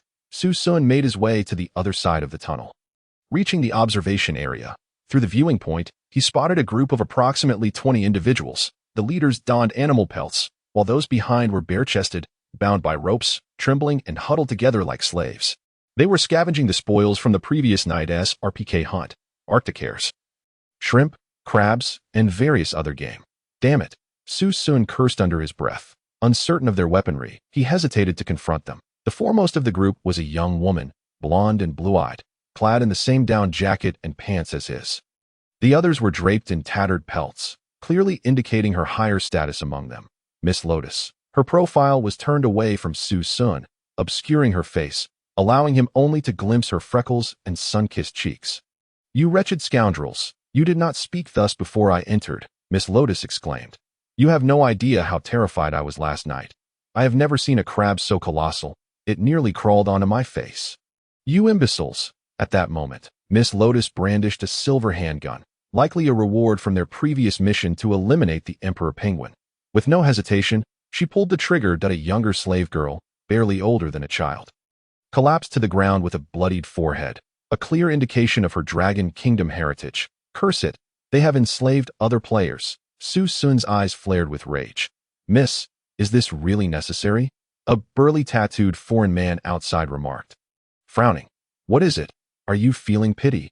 Miss Lotus retorted, her voice dripping with scorn. "High Mountain," the burly man continued, "such despicable slaves are abundant outside. Why not let them perish in the doomsday game?" High Mountain replied. "Miss Lotus, that is not my intent. That I am concerned about the bullets, not the lives. Your Colt revolver only has 3 rounds, and you have already used 2 on slaves that we could simply abandon these slaves in the ice field, and they would perish on their own," he added. Upon hearing this, Miss Lotus laughed coldly. "So what? I relish in killing them. Who else am I to kill you?" High Mountain quickly lowered his head, not daring to retort. It was clear that Miss Lotus held a position of great privilege. "Miss Lotus, this Winter Realm survival game is particularly treacherous. If we are not cautious, our group may suffer severe losses. The beast tide that struck our ice shelter last night destroyed our supplies, weapons, food, and even our storage bags that we urgently need to replenish our resources." With that, he cast his gaze toward the long trail of blood left by Maria, the villager who had crawled into Su Xun's tunnel. "There must be an ice shelter here, one that is rich in supplies and well prepared, that if we pillage it, we could replenish significantly and even acquire some slaves." Chapter 20. The battle approaches. Prepare for the baptism of RPK's dragon spiral. At that moment, High Mountain squatted at the entrance of Su Xun's shelter. He traced a finger along the bloodstain on the ground, then brought it to his nose for inspection, his thick brows furrowed in concern. "Miss Lotus, this blood appears to belong to a woman, and she is gravely injured. There are no footprints leading outward, which means these individuals are still inside. Everyone, arm yourselves." Instantly, the dozen or so robust young men behind High Mountain grasped various weapons, knives, clubs, bones, and even a bow and arrow.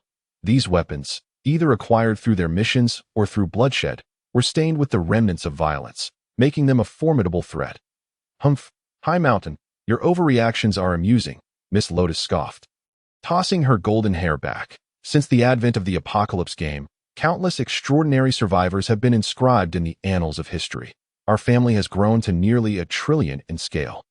In this realm of harsh winter, how could there possibly be a threat to my existence?" At this moment, the towering mountain beside me fell silent, his expression revealing a tangle of emotions. "Lotus, it is your ancestors who were formidable, not you.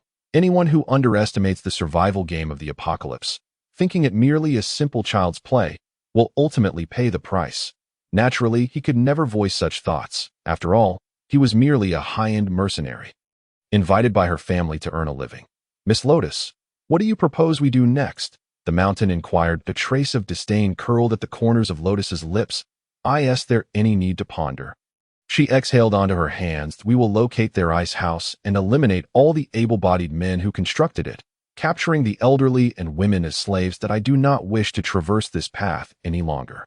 "They are likely still alive," the mountain remarked. "So far, I have not seen a single corpse outside. They might be a formidable adversary." Lotus frowned and waved her hand impatiently, producing a cigarette from her pocket. She lit it with a torch, taking a deep breath before saying, "As the 3rd daughter of the Rowell family, I possess little patience, you know. I must hasten to the next apocalypse survival world and acquire substantial rewards."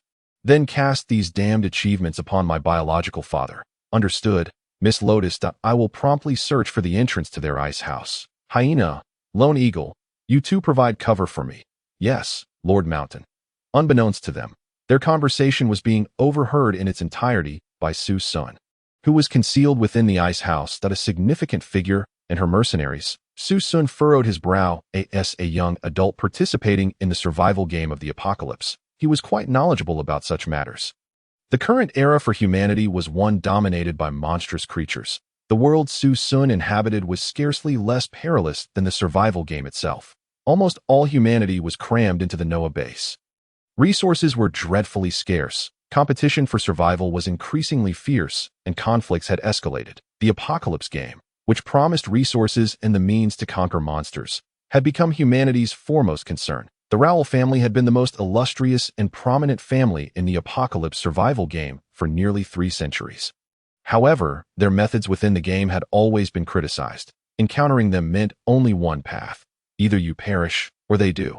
These individuals claimed to be assassins, merciless in their actions, employing extremely brutal tactics, even turning against their own kin. Then we must confront them head-on. Su Xun stated calmly. He first stowed away all his leopard seal skins, the campfire, and any traces of his existence, erasing every remnant of his presence. Simultaneously, he deepened his cave a bit more as a hiding spot. Filling it with shards of ice, he then positioned the RPK in ambush. The RPK revealed only a single gun barrel, making it virtually impossible to detect the presence of anyone within from the outside. After a brief wait, Su Xun sensed movement as they attempted to pry open his door. His ice house had 3 entrances, each connected by nearly 10-meter-long tunnels. The intruders were at the central door. Is anyone in there? We are a friendly organization passing through, hoping to trade some food. Is anyone home? Did you fare well last night? We have come to rescue you. The voice belonged to the robust, tattooed man. Mountain. Su Xun recognized it. They were constructing a facade of friendliness through the game's language unification mechanism. No, lying in ambush here is too passive at that moment. Su Xun observed the continuously excavated opening. If only 1 or 2 of them entered and were eliminated, they would not proceed further, but rather guard outside. That would complicate any attempts to shift the situation in his favor. Realizing this, Su Xun decided to temporarily abandon his initial plan and instead detoured into another tunnel. This tunnel served as Su Xun's lookout point, conveniently positioned to face the central tunnel's entrance. Here, you saw that nearly all of the group had their eyes fixed on the door. Mountain was vigorously attacking. Except for a couple of sentinels, the rest gathered together, oblivious to the looming danger. A perfect opportunity. Su Xun drew out the RPK, aiming at the back of Mountain, who was engrossed in his task. Heaven has a path you refuse to tread, yet you seek the king of hell. So do not blame me. Adjusting his aim, he pulled the trigger decisively. Accompanied by the RPK's gunfire, rat-a-tat-tat-ta. Mountain and his subordinates, Hyena and Lone Wolf, were instantly engulfed in a spray of crimson, trembling from the impact. Others, armed and poised to charge into the tunnel, were also caught in the line of fire. Under the RPK's relentless barrage, no one stood a chance within that 7 or 8 meter range. In an instant, 7 or 8 fully armed individuals collapsed. Protect the lady. The remaining armed personnel hurried to shield Lotus, crouching on the ground, vigilantly surveying their surroundings. Regrettably, they barely managed to detect Su Xun's position before being struck by bullets. Chapter 21. 10,000 king crabs, 10,000 shrimp, 100,000 sea conchs. The flames of Su Xun's weapon continued to spew forth, leaving no opportunity for the adversaries to react or retaliate. The majority of their weapons were melee, with only a few bows and arrows, rendering them incapable of resisting against Su Xun's military-grade firepower. In mere seconds, nearly all members of the Rowell family and their hired hands fell before Su Xun's gun. Throughout the ordeal, Su Xun maintained an unflinching demeanor, scarcely blinking. Meanwhile, the leader, Lotus Rowell, was utterly terrified. For the first time since entering the survival game, she witnessed the horrific reality of someone she had just spoken to being transformed into a sieve in the blink of an eye. Forever closing their eyes, overcome with fear, she drew her revolver, expending her last bullet. A minute later, the gunfire subsided. She lay weakly on the ground, crying out in terror. Surveying her surroundings, she realized that only the slaves they had previously captured remained alive. A few elderly, women, and children stared at her in sheer horror, bewildered at this moment. After confirming no further danger, Su Xun slowly emerged from the ice house to disguise himself. He had donned a cap made from penguin skin, revealing only his eyes. Regrettably, Miss Lotus, you have encountered me. Su Xun intentionally spared her life to observe how she would react when her life, like those slaves, was in another's hands. Who are you?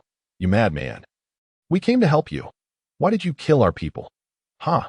Do you not find it absurd to utter such words in a place like this? What do you mean? Lotus's expression shifted as she clutched her revolver tightly. I wager your gun is devoid of bullets. Furthermore, shouldn't you be on your knees begging for mercy? Su Xun approached with a smile before aiming his ice crossbow at Lotus. You cannot kill me. I am the third daughter of the Rowell family. If you kill me, you will face a bounty from the Rowell family. No matter where you flee, you will never escape. I'm sorry, but what I wish to hear is not those words. Why are you so foolish and ignorant? How dare a brainless fool like you enter the survival game of the apocalypse? Please, do not kill me. I have a father, a mother, and my own family. When you killed that girl, did you ever consider the fate of her family? Su Xun stated calmly, go regret in hell. With that, he squeezed the trigger. I give up on the game. That moment. Lotus uttered a statement that infuriated Su Xun. She sought to abandon the game, hoping to exploit the game's surrender mechanism to escape. However, she had barely begun to voice her plea when Su Xun's arrow pierced through her forehead. She fell straight down, her gaze filled with emptiness, unwillingness, despair, confusion, and rage. She never comprehended one crucial fact. Su Xun had genuinely aimed for her life, and throughout their conversation, she had maintained an air of superiority. Now, gazing at her lifeless body, Su Xun felt no lingering interest but instead turned his attention to the items on her person and the prey left behind from the previous day's hunt. He approached, lifting the entire king crab. Player has acquired one king crab from the realm of harsh winter, measuring 5 meters in width, 3 meters in height, and weighing 1 ton. Ding. The host has reaped a tenfold critical hit reward. The host has acquired 10,000 emperor crabs from the winter realm. The player has obtained 130 centimeter, approximately 1 kilogram, shrimp from the winter realm. Ding. A tenfold critical hit reward has been granted to the host. The host has acquired 10,000 shrimp from the winter realm. The player has obtained 10 sea conchs, each measuring 20 centimeters and weighing about 400 grams. Ding. A tenfold critical hit reward has been granted to the host. The host has acquired 100,000 sea conchs from the winter realm. Su Xun first collected the seafood caught last night, including shells, mollusks, fish, shrimp, emperor crabs, and prawns, resulting in a bountiful harvest. Notably, only 1 or 2 of each variety were necessary, leaving an abundance of seafood still uncollected around him, which he had no intention of gathering further. At this moment, his gaze shifted towards the slaves before him. Upon his glance, the faces of the 5 individuals revealed expressions of sheer terror. They feared that Su Xun, like Miss Lotus, might also be inclined to enslave others. Which country do you hail from?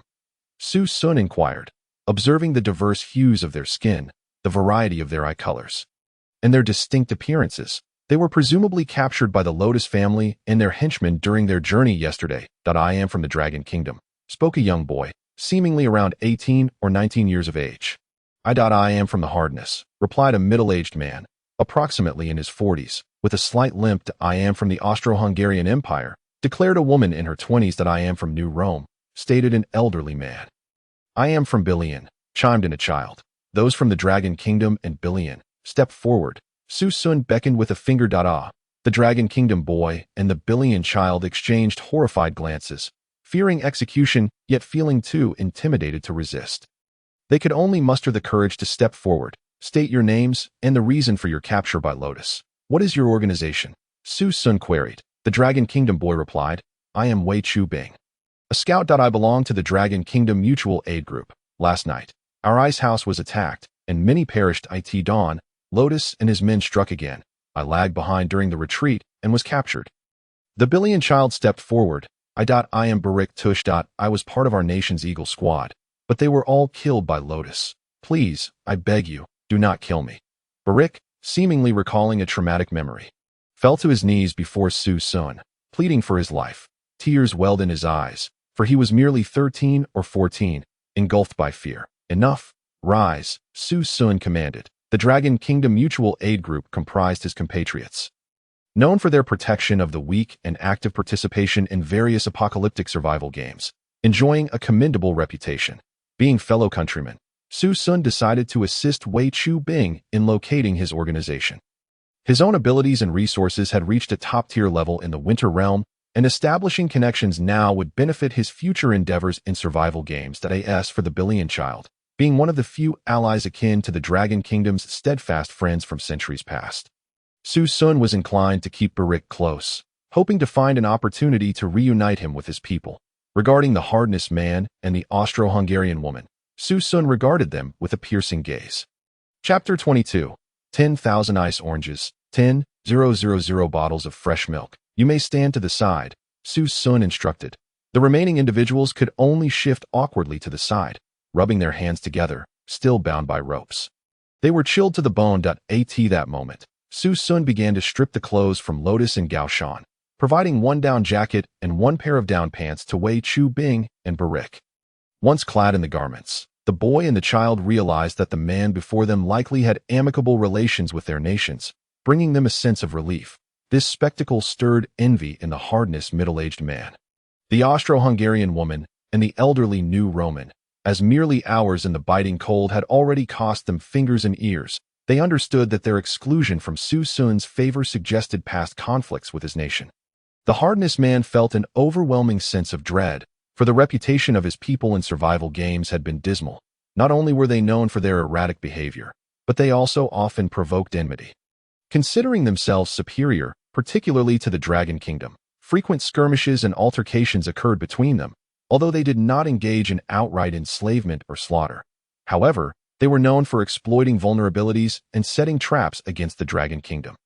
Thus, the Hardness man felt a chill of fear creeping over him. "Report, my lord.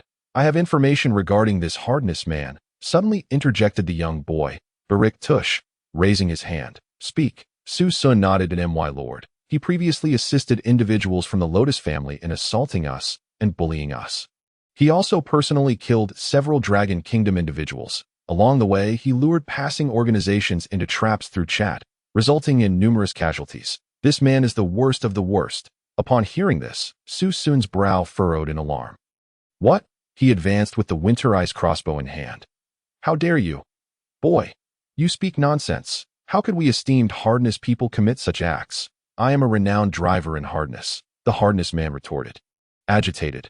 Personal grievances should not be dragged into matters of nationality. Su Xun leveled the ice crossbow at him. "That I can testify. This man is a villain.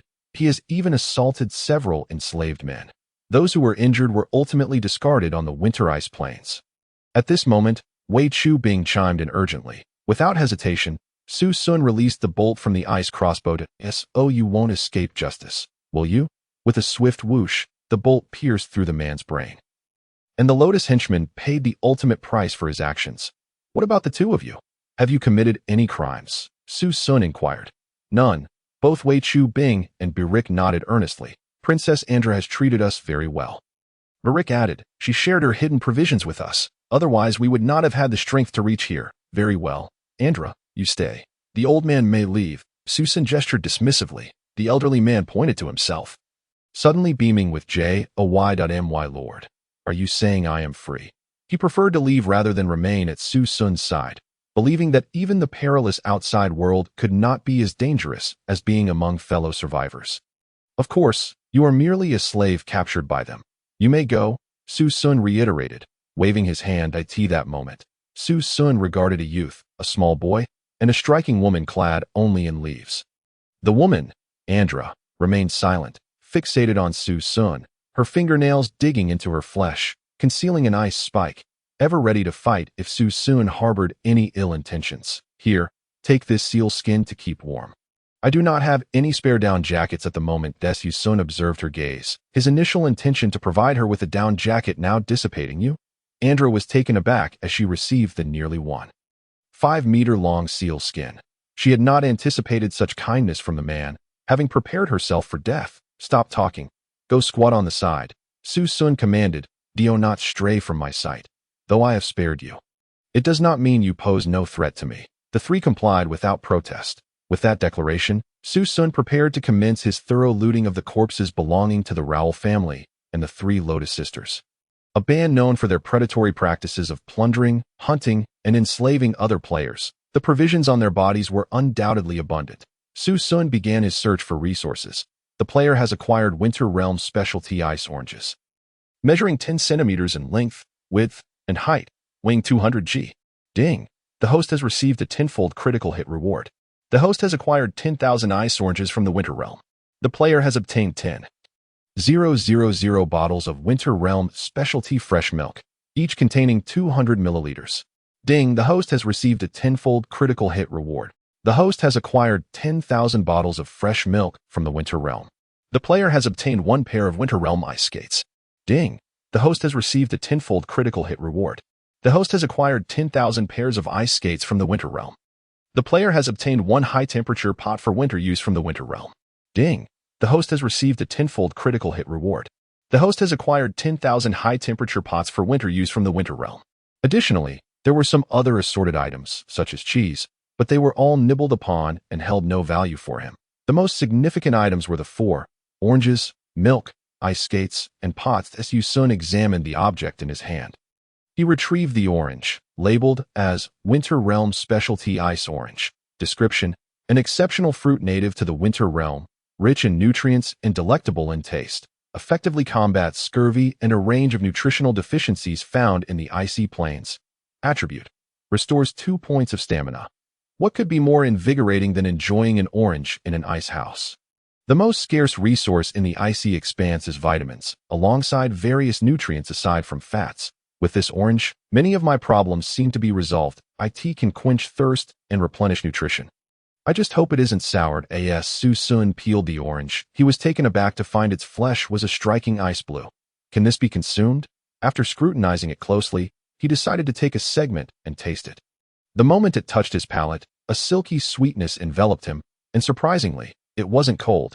It maintained its temperature. Under such frigid conditions, it should have frozen long ago. Remarkably, the temperature of this orange is indistinguishable from that of an orange in the normal world. Fantastic. Su Xun quickly devoured half, saving the rest. That moment, he produced a bottle of milk, a glass container filled with a white liquid, topped with an ice blue lid. Most intriguing was the label on it: specialty milk from the Apocalypse Survival Game Company. One of the top 10 products for survivors in the Winter Realm. Winter Realm Specialty Fresh Milk. Description: unique milk from the snow cow of the Winter Realm, a top-tier nutritional supplement. More satiating than meat. Also effective against a variety of nutritional deficiencies found in the icy plains. Attribute: restores 6 points of stamina. Mom, I want to drink Winter Realm brand fresh milk. Chapter 23. Likun 10,000 boxes. Su Xun held the fresh milk from the Winter Realm in his hands, gently shaking it as the white liquid swirled within, reminiscent of life's vitality. It felt cool to the touch. Seemingly impervious to freezing. It would not alter with the external environment. This milk is truly remarkable. Having endured a sleepless night, he now felt exceedingly fatigued, compounded by the lack of time to eat in the morning before the arrival of Lotus and her companions. Thus, he took a sip of the milk. A refreshing chill coursed down his throat, settling in his stomach, warming him like wine. Waves of strength and fullness began to radiate from his stomach to the entirety of his body. This milk is truly delightful, Su Xun marveled. Merely a sip had nearly eradicated his hunger. This is indeed a fine product, one he could indulge in every night before sleep. Little did he know, this milk was categorized among super nutritional products among past survivors of the Winter Realm, capable of sustaining a team of 5 for 3 days. It quenched thirst and satisfied hunger, yet its procurement was exceedingly difficult and quantities were scarce. Only someone like Su Xun, possessing 10,000 bottles, would dare to claim he could drink one daily. After finishing the milk, Su Xun stowed it away without haste to inspect his pot and ice skates. Instead, turning to the 3 individuals nearby, who were gazing at him with eager eyes. Even Beilike and Wei Xiubing swallowed audibly, their eyes fixed longingly on the remaining half of the orange in his hand. "Are you hungry?" Su Xun inquired. The 3 nodded in unison. "We have not eaten since entering the Winter Realm. Obtaining food in this place is perilously difficult," Wei Xiubing stated, glancing at the orange in Su Xun's grip and then at the deceased shrimp and crabs scattered on the ground. Swallowing hard as a growl echoed from his stomach. Yet, none dared voice their desire for sustenance in an apocalypse survival game. Those who lack foresight often meet swift demise. You may have some of the shrimp and crabs on the ground. This half orange is for you as well, Su Xun offered, tossing the remnants of the orange aside. He had 9,999 more of these oranges, equating to 4,000 kilograms. He would certainly have enough for himself. Consider this a gesture of goodwill. The three scrambled eagerly for the food. Really, can we eat these? Wei Tsubing exclaimed, his face lighting up with wild joy. They understood that if their roles were reversed, they would have undoubtedly scavenged every last morsel, leaving no scrap for others. Yes, Su Xun affirmed that he would not share the milk, roasted fish, or anything else with them. The principle of 1 grain of kindness. 1 grain of resentment was not lost on him. Should they begin to rely on him, disregarding the harsh reality, their demise would soon follow. You will only have the chance to eat this once, Su Xun stated coolly. Until we locate an organization, I cannot provide you with any further food that if you cannot procure it for yourselves, then you must await your fate. With that, he stepped aside. The shrimp and crabs littered on the ground were plentiful, and he had no need for them at the moment. They would soon be consumed by other predators. Their consumption by these three was inconsequential. The three exchanged glances at Su Xun's retreating figure, and upon confirming he would not hinder their feasting on the seafood, they charged towards the crabs, shrimp, and sea hares with fervor. What followed was a grand feast of raw delicacies. However, in this icy expanse, the bacteria and parasites capable of survival were few. The food was as if it had just emerged from a refrigerator. Consuming raw seafood posed no issue for them. And my goodness, sir, you are truly wise and magnanimous. What is your name? I will remember it forever. I aspire to be a person like you in the future. At this moment, Wei Tsubing exclaimed excitedly as he ate, expressing gratitude towards Su Xun.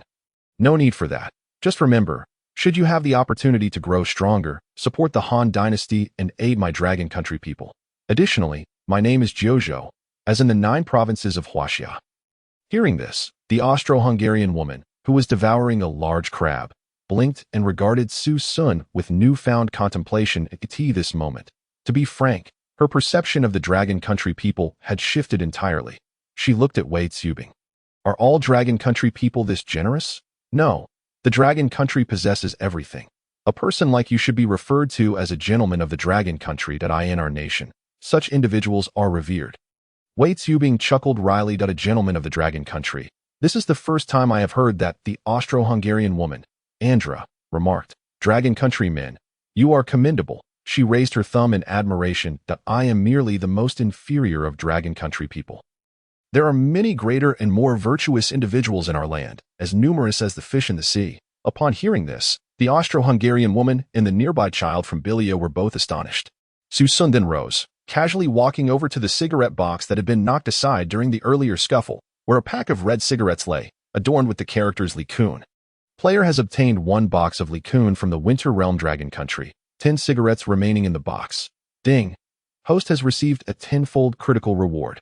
Host has obtained 10,000 boxes of Li Kun from the Winter Realm Dragon Country, 10 cigarettes per box. Winter Realm Dragon Country Li Kun. Description: strong flue-cured tobacco, without flavor beads, the exclusive choice for desperate men. Attribute: SN2, in the icy cold and amidst the terrifying pursuit of monsters. Indulge in a Li Kun. It will remind you of home. To his surprise, there truly were Li Kun cigarettes. How fortuitous that he looked into the box and found only 10 cigarettes remaining. Had this woman smoked 10? How infuriating! Su Xun took out a cigarette, producing a lighter to ignite it. After exhaling the first puff, he took a deep breath, inhaling the smoke into his lungs, savoring it for a moment before releasing a long plume. Li Kun truly is exceptional. Potent and comforting, he gazed at the pristine white cigarette in his hand, feeling his spirits lift considerably. After smoking half, his mental state had improved significantly. The solace and calm brought by the cigarette were undeniable. This apocalypse survival game is indeed impressive. Even such items are included. Their considerations are remarkably thorough, Su Xun sighed. Increasingly, he pondered the true power behind the apocalypse survival game this moment, enveloped in smoke. Su Xun contemplated for a moment before picking up the ice knife shoes he had just acquired. They were a pair of black, exquisitely crafted ice skates made of penguin velvet. Chapter 24. A-level cooperative mission released. Proceed to the winter forest. Winter Realm long-distance sliding professional ice skates, never deform. Description: extremely professional ice skates featuring dual blades nearly 40 centimeters long, along with specialized winter footwear. Enhances the speed of anyone traversing icy surfaces by at least threefold at this moment. Su Xun held the ice skates in his hands, his heart swelling with excitement that in the Winter Realm, the predominant terrains are either snow or ice. Thus far, he had encountered more icy surfaces. Initially, walking barefoot on ice was not only frigid and numbing, but also perilously slippery. Even with the temporary footwear crafted by the malevolent Emperor Penguin, it was still quite challenging. The movement remains laborious, significantly more so than normal walking on solid ground, requiring an additional 30% of physical exertion. However, with the advent of ice skates, the scenario transforms entirely. Those equipped with ice skates glide effortlessly across the frozen surface, exerting minimal effort to travel several meters, even dozens of meters in a single glide. The speed of movement, convenience, and energy efficiency far exceed that of mere walking, boasting an efficiency that is at least 5 times greater. Most importantly, Su contemplated, with the assistance of the system, I need not carry any supplies. This implies that I am perpetually unencumbered. The ice skates in my possession can thus realize their utmost potential that I can don them at any time. Upon this realization, Su understood why Lotus and his companions opted against using ice skates for locomotion. Each of them bore some form of burden, be it weapons, footwear, or provisions. Each item exacerbated their physical fatigue that in such circumstances, wearing ice skates would complicate balance, ultimately hindering their movement. The skates are crafted from specialized rigid thermal athletic shoes coupled with tubular ice blades. They are categorized into various types based on their intended use, including hockey blades, figure skating blades, and speed skating blades. Mine appear to be professional speed skating blades. Designed for long-distance gliding, featuring an extended blade length that enhances speed while making turns more challenging. Fortunately, Su had prior experience with roller skating, making him quite familiar with maintaining balance on dual wheels. He eagerly yearned to strap on the skates but hesitated upon glancing back at Belric, Waitsubing, and Andra. He decided against it, realizing that his immediate priority was to secure an organization for them. He would undoubtedly need to switch to an ice shelter and venture further afield at that point. Gliding on the blades would render him too swift to assist them. He resolved to address their predicament first. Having made up his mind, he promptly returned to the ice shelter, where he opened the regional chat box. To his astonishment, he discovered that someone had already shared their ice shelter's location. It seemed that nearly everyone participating in this apocalyptic survival game was aware of the incident involving Lowell Lotus' demise. Miss Shaley, we are currently at X23402, Y5080. Dragon Nation Mutual Aid Group. Are you there? Could you come to our aid? We have an abundance of food here, and you from the Dragon Nation are most generous, providing us with ample sustenance. We are making our way towards you, so please be patient for a while. Upon reading these messages, Su's expression darkened. That a woman claimed to possess a wealth of food, and this information was widely known. Such words were indeed alarming and dreadful. It appeared that the Austro-Hungarian Andra did not trust him either. Su deduced that news of this place had leaked. It was no longer safe to linger here. At that moment, he hastily gathered all his belongings within the ice shelter, erasing every trace of his presence and utilizing the system to reclaim all the bricks from the structure. When he emerged and gave a gentle knock, the ice shelter collapsed entirely, leaving no evidence of habitation. With a steely demeanor, Su approached the trio. At that moment, the Austro-Hungarian woman Andra was chewing on a deceased tiger shrimp. She glanced at Su, intending to invite him to share her meal. However, Su raised his winter crossbow and aimed it at the ground beside her, releasing an arrow that sent snow flying 3 feet high. The sudden flurry startled Andra, prompting her to rise in alarm. Gazing at Su in terror, she was bewildered as to what she had done to provoke his wrath.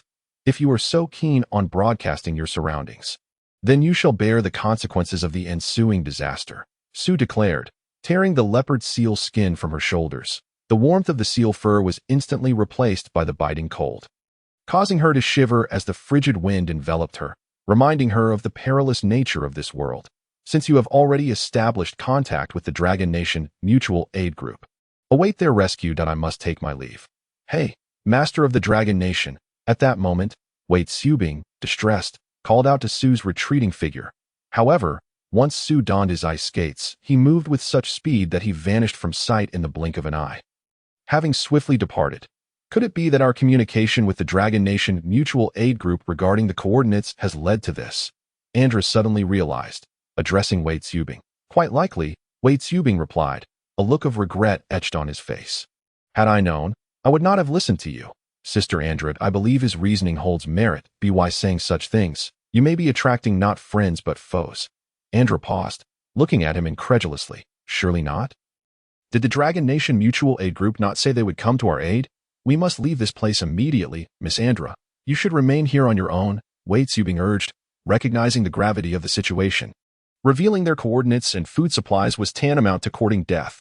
Furthermore, he and Belric still possessed 2 complete sets of thermal down jackets, which were exceedingly rare resources. Generally, only an entire team could obtain one after successfully completing a mission against Emperor Penguins. Only those in dire need could wear such garments. Most critically, the 3 of them lacked any combat capability. Even the 16-year-old Wei Tsubing had sustained an injury, rendering him less mobile. Thus, their provisions, weapons, and down jackets would not serve as tools for survival, but rather potential harbingers of disaster. Innocent men suffer for the treasures they possess. Wei Tsubing promptly chose to vacate the area. Where are you going? Did we not establish communication with the Dragon Nation Mutual Aid Group? We should wait here for them to arrive. If you leave, you may very well meet your demise, Andra protested. Wait here if you wish, but we are departing. Sister Andra, we are not of the same ilk, Wei Tsubing and Belric firmly replied. Meanwhile, Su had glided across the ice for some time and had located a new site suitable for constructing another ice shelter.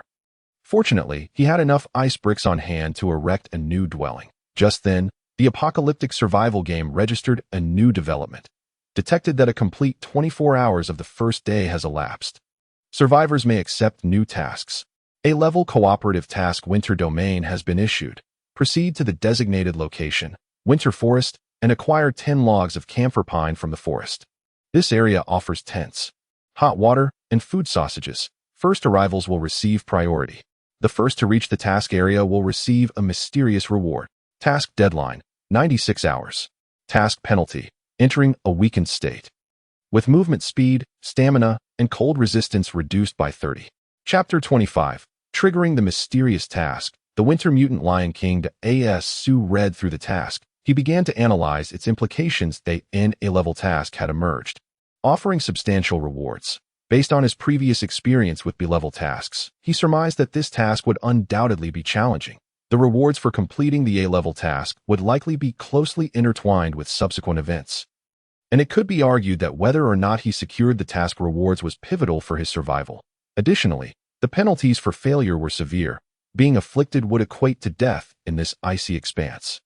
He had to be the first to arrive. Su glanced at the coordinates for the winter forest and compared them to his current location. Good heavens, it's dozens of kilometers away, he exclaimed, in a wonder they allotted 5 days. For the vast majority who could only walk, traversing such a distance would be nearly impossible. Some might even struggle to walk if afflicted by a weakness debuff. Many were barely able to stave off hunger while the tasks kept rolling in. It was no wonder that this apocalyptic survival world had a survival rate of merely 1%. Clearly, he needed to get moving swiftly. Su reinforced his ice skates and immediately began to accelerate. The 3 items provided by the game's camp held no value for him. After all, he could construct an ice shelter, boil water over a campfire, and had an abundance of seafood and grilled fish. However, for others, the items offered by the game were temptations of a lethal nature. They lived in tattered clothing, exposing their bare skin to the elements, enduring hunger, or surviving on raw food and blood for sustenance. The provision of cooked sausages, hot water, and tents by the game was certainly far more comfortable than sharing raw meat, brackish seawater, or animal blood, and continuing to traverse the chaotic expanse of glaciers, where the heavens and earth seemed to meld into one. At this moment, Su Xun finds himself in the ice house where he stayed the previous night, the very place where he bid farewell to Andra, Wei Tsubing, and Belric. The ground is now devoid of any remnants of seafood or the game Su Xun had hunted, all having been meticulously collected, leaving not a single hair behind. However, a starkly naked female corpse lies abandoned on the icy plains nearby. Drawing immediate attention, her features are indistinct, and she appears to have endured immense suffering in life. This unfortunate soul is Andra, an Austro-Hungarian who has met her demise at the hands of a group of hardened individuals, specifically The same merciless squad that had previously caused the deaths of Song Qing and Wang Dong. Indeed, Su Xun and Wei Zubing had foreseen this tragic outcome for her. She did not await the arrival of the Dragon Kingdom's rescue team but was instead confronted by the elite squad of mercenaries. A man with a hardened visage adjusts his down pants, a satisfied grin on his face as he strides past her lifeless form. He approaches the vacant space where Su Xun's ice house once stood, where a group of approximately 10 individuals congregates, many of whom bear wounds, likely sustained during the previous night's battle against a horde of beasts. A burly man named Curtis declares, captain of the War God Squad. That Austro-Hungarian woman is dead. At that moment, a middle-aged man, sporting a voluminous beard and clad in a hooded down jacket, turns to face him. His body is marked with numerous injuries, evidence of the previous night's skirmish with the beast tide. Curtis, you have done well. True to your reputation as our strongman. Andra, she and her companions killed Mason. This is her just fate. Now, we must locate the man from the Dragon Kingdom known as Jojo. We shall avenge Mason. Curtis bellows with fervor. Avenge. Mason is our pride in this apocalyptic survival world. He is our hero, and his death was glorious. The self-proclaimed captain of the War God Squad continues. Indeed, we must eliminate the man called Jojo from the Dragon Kingdom and also find the 2 boys mentioned in Andra's confession. After all, they possess 2 down jackets, while our compatriots wander bare in the biting snow and wind. Curtis exclaims excitedly. Exactly. The captain glances at a corpse partially buried in the ground, the remains of one of the 5 slaves Su Xun had previously rescued, one captured by the family of Lotus. A thief who continued to wreak havoc even after being enslaved, thus meeting his end at Su Xun's hands. In the eyes of this group, however, he has been transformed into a noble and heroic figure. The captain proclaims, I vehemently condemn these Dragon Kingdom denizens of the Winter Realm for daring to kill our kin. Curtis, with reddened eyes, echoes, you speak the truth, Captain. The captain continues. We must kill the man called Jojo and simultaneously locate the 2 boys mentioned by the criminal Andra. Their possession of down jackets is crucial, while our compatriots remain exposed to the elements. Curtis, brimming with enthusiasm, adds, indeed, the tracks in the ice indicate his direction. He has ventured into the winter forest. Let us pursue. Andra mentioned that this Jojo possesses an abundance of resources and treasures. Ice blades, pants, clothing, ample seafood, and even milk and fruits. The captain asserts, these are not possessions he deserves. They rightfully belong to our elite mercenary squad. Curtis bellows, hardened, long live. Meanwhile, Su Xun remains alone, sliding vigorously across the glacier. He understands that the days are short and the nights long, with the latter being a time when beasts are most active. Thus, he hastens his journey. Yet, the more he wishes to expedite his travels, the more he encounters oblivious animals or survivors attempting to make him their prey. His swift movements render him conspicuous. Initially, he confirms that his speed is sufficient to evade capture and pays them no heed. However, as time passes, many begin to notice the ice blades on his feet and grow envious. Numerous individuals, having spotted him beforehand, deliberately obstruct his path, and on several occasions, someone nearly topples him with a pickaxe, only to be pierced by Su Xun's ice crossbow in retaliation. Most of these individuals are either naked or part of a team, often proving more perilous than the leaping leopard seals by the roadside. It can be said that the evolution of this apocalyptic survival game has led to a state where everyone lives in fear, with encounters resulting in bloodshed. At this juncture, yet another group of individuals appears before Su Xun, some even firing arrows at him from a distance. In response, he brandishes his RPK and begins to unleash a barrage of fire, advancing like a flaming tank. Just then, a notification from the apocalyptic survival game resounds. Player has met the triggering conditions. A mysterious event occurs, the redemption of the Winter Lioness. Upon completion, you will receive 1 mutated Winter Lion King beast egg. This beast egg can be claimed upon the hatching of a Lion King cub. Do you wish to accept? Accept. Chapter 26. Mutated Winter Lion King beast egg. 10,000 pieces. Task successfully accepted. The mention of the Lion King ignites a thrill within him. Just imagining the spectacle of appearing with a majestic lion, while others remain bare and frantic, fills him with exhilaration. Su Xun, having previously studied the apocalyptic survival game, is well aware that hidden tasks within such games are generally beneficial, barring a few with exceptional rewards that present formidable challenges. Please follow the game prompt to proceed to the Winter Mutated Lion King's mother and provide aid. Successful treatment will yield a mutated winter lion's beast egg. The winter lion is a ferocious carnivore that thrives in the northern regions of the winter realm. In adulthood, it may reach a length of 7 meters and weigh up to a ton, with extraordinary combat prowess. It is the king of hunters within the polar bear family and can be domesticated at this moment. Su Xun promptly adheres to the guidance from the apocalyptic survival game, entering the territory exclusively belonging to the winter lions. Here lies a small hill, adorned with dense, withered trees, a sight exceedingly rare in the winter realm. Upon entering, Su Xun senses that something is amiss. The ground is marked with frequent, massive paw prints, and feces litter the area, indicating that this is indeed the lair of the winter lions. Here, no other creatures dare to tread. He must exercise utmost caution, so he carefully stows away his ice blade shoes and readies his RPK, scanning the surroundings. Following the game's prompt, a path reveals itself, and Su Xun ventures forth.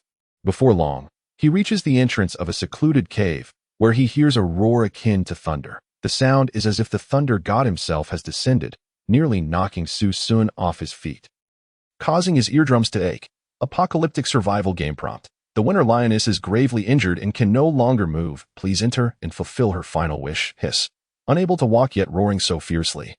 And it's a lioness. If it were a male lion in its prime, how formidable would it be? Gripping his RPK, Su Xun cautiously steps into the cave, which stretches over 20 meters deep. Upon entry, he is met with a potent scent of lion. Truth be told, had he not been armed with the RPK, he would never have dared to undertake such a task alone. Soon, he comes face to face with the winter lioness described in the game prompt. A colossal white lion sprawled on the ground, gazing intently at Su Xun.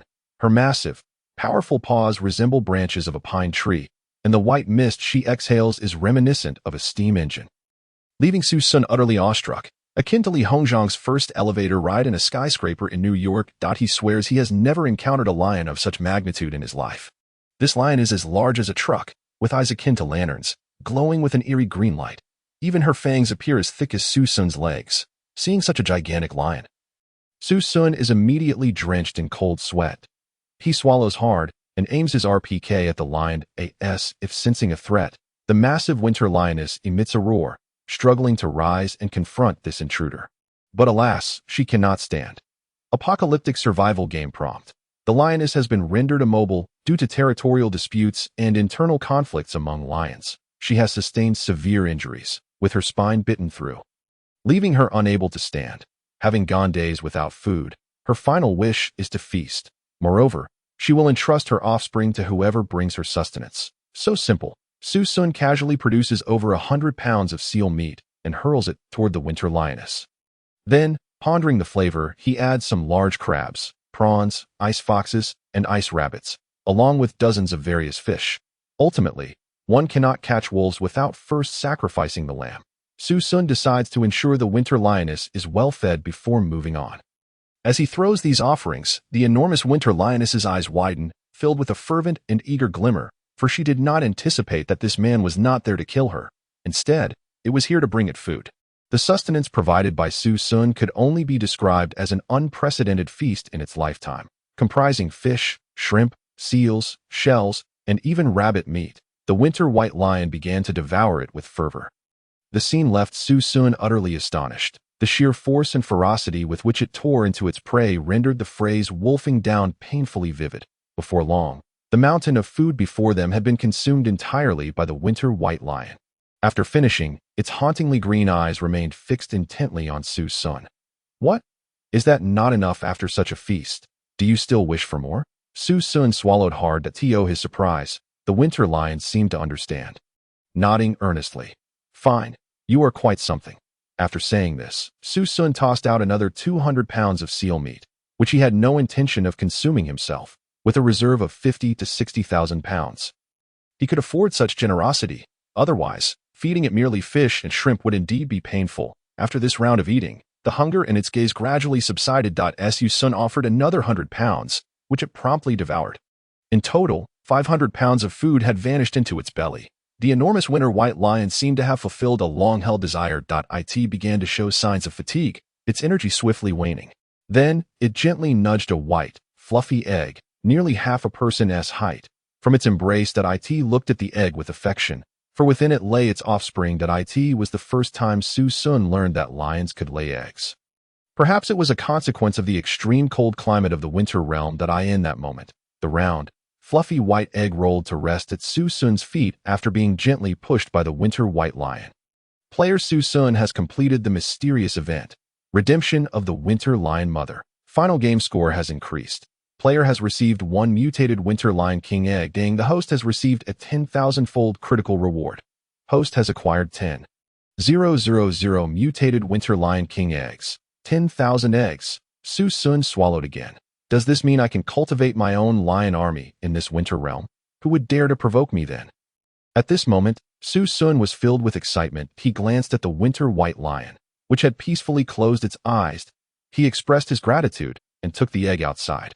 Mutated Winter Lion King Egg X1. Description: an egg from a top-tier creature within the food chain of the Winter Realm. Capable of hatching into a mutated Lion King, incredibly powerful and fearsome, an exceedingly precious type of pet mount egg. If blood is dripped on it before hatching, the player can ensure they will never be attacked. May communicate with it, and will forever maintain control. Chapter 27. Is someone using sled dogs with rockets on the ice field? Mutated Winter Lion King Egg. Quality: silver quality. Mutated beast. Beast quality categories include white, green, blue, purple, pink, silver, gold. Initial skill: Northern Child. Increases movement speed by 30 and allows for long-distance running. Subsequent levels will unlock more genetic skills. At this point, Su Xun carefully read the information provided by the system regarding the Winter Lion King. This little lion runs quite fast. Once I hatch it, it can pull me across the ice. For now, it can serve as a sled dog, allowing me to cover more ground during the day. Moreover, I would save at least 3 times the energy. With this thought, Su Xun promptly retrieved another winter mutated Lion King egg, bringing his total to 2.1 on each side, perfectly suited to pull him along. Su Xun cut his hand with a knife, allowing a drop of blood to fall on each egg. Instantly, both eggs began to emit a faint blue glow. Then, the eggs started to tremble, as if something alive were about to emerge. Squeak, squeak, squeak. Su Xun waited patiently, and before long, the 2 fluffy eggshells shattered. 2 adorable, furry little lions appeared, strikingly beautiful and imposing, with sturdy limbs and thick fur, their tails exceptionally long. Such a physique destined them to chase prey across the icy terrain. Even at birth, these 2 little lions were the size of fully grown Tibetan mastiffs, gazing curiously with their bright, sparkling eyes. Upon noticing Su Xun, they excitedly approached, licking his hand with their tongues. All right, you first to emerge. You are the elder brother, and your name is Gongxi. You, the younger one, will be called Fatsai. Gongxi and Fatsai, Su Xun exclaimed. Immediately, both little lions wagged their tails in excitement, seemingly satisfied with their names. Good, Su Xun smiled and patted the heads of the 2 little lions. Confirming that they truly regarded him as their father, he finally revealed an excited smile.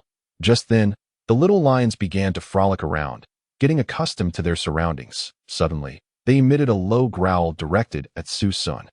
He observed that they seemed a bit uncomfortable, though he could not ascertain why. The 2 little lions anxiously paced around Su Xun, as if searching for something. However, unable to find it, they began to growl more frequently, showing signs of unease. Could they be hungry?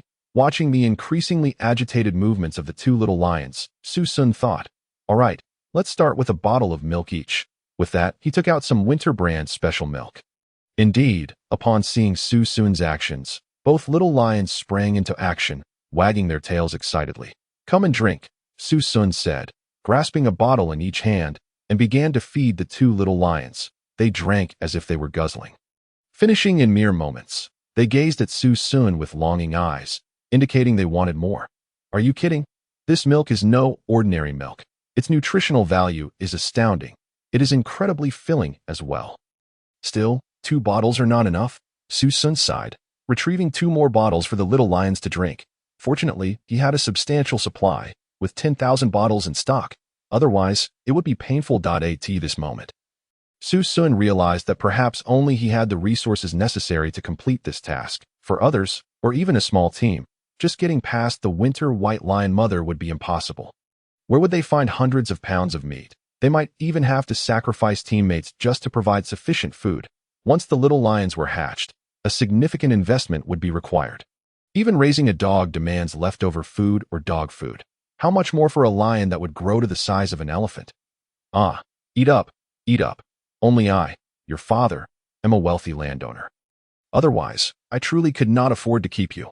After the two little lions finished the 4 bottles of highly nutritious milk, they finally wagged their tails and settled down, indicating they were no longer hungry. At this point, Su Xun gently stroked the heads of Gongxi and Fatsai, the 2 young winter lion kings. Now that they are not hungry, it is time to get to work and set off. We must cover at least half the distance before nightfall, then build an ice shelter. Tomorrow, we must reach the mission area. With that, Su Xun found 4 flexible branches from a nearby tree and added them to his system backpack, which had a 10,000-fold critical reward. After a simple cut with his meat knife, he fashioned them into 2 harnesses that he secured the harnesses around the necks of Gongxi and Fatsai, leading the 2 little lions outside. After donning his ice skates, he began to guide them as they pulled him along. Initially, Gongxi and Fatsai were quite reluctant, finding the branches tied around their necks uncomfortable. However, once they began to run across the boundless ice, they were filled with exhilaration, as if their wild essence had melded with the vast, icy expanse, releasing boundless energy. With the acceleration granted by the northern child's skill, Gongxi and Fatsai raced across the ice as if it were solid ground. Feeling as if they were fish in water. Su Xun, being pulled by the 2 winter white lions, felt an extraordinary surge of power, their speed doubling compared to before. It felt akin to riding a motorcycle at 70 miles per hour. These lions are formidable, born with such incredible pulling strength. Moreover, they are apex predators in the food chain of the winter realm, and mutated at that. Ordinary sled dogs cannot compare in this harsh environment. Weak and sickly lions cannot survive. From birth, these winter white lions must endure fierce nighttime battles, hunger, long migrations, and extreme blizzards, all trials of survival. The weak have long since perished, leaving only the offspring of those capable of withstanding the harshest conditions. Thus, as Su Xun was pulled by Gongxi and Fatsai with 2 branches, he felt as if he had traded in a clunky old car for a rugged rally vehicle. The sheer power and incredible speed nearly made his heart leap from his chest. Along the way, he encountered numerous survivors who observed the spectacle before them, marveling at what they saw. Regional chat box. Survivor 1. What the hell am I seeing? Someone is being pulled by 2 sled dogs on ice. This is outrageous. It's infuriating. I'm struggling to walk, and this person is faster than a rocket. General Yan. Are you serious? Has this survival game in a post-apocalyptic world reached such absurd heights? Are the beggars turned into elite Eskimo hunters now, complete with sled dogs? Survivor number 1.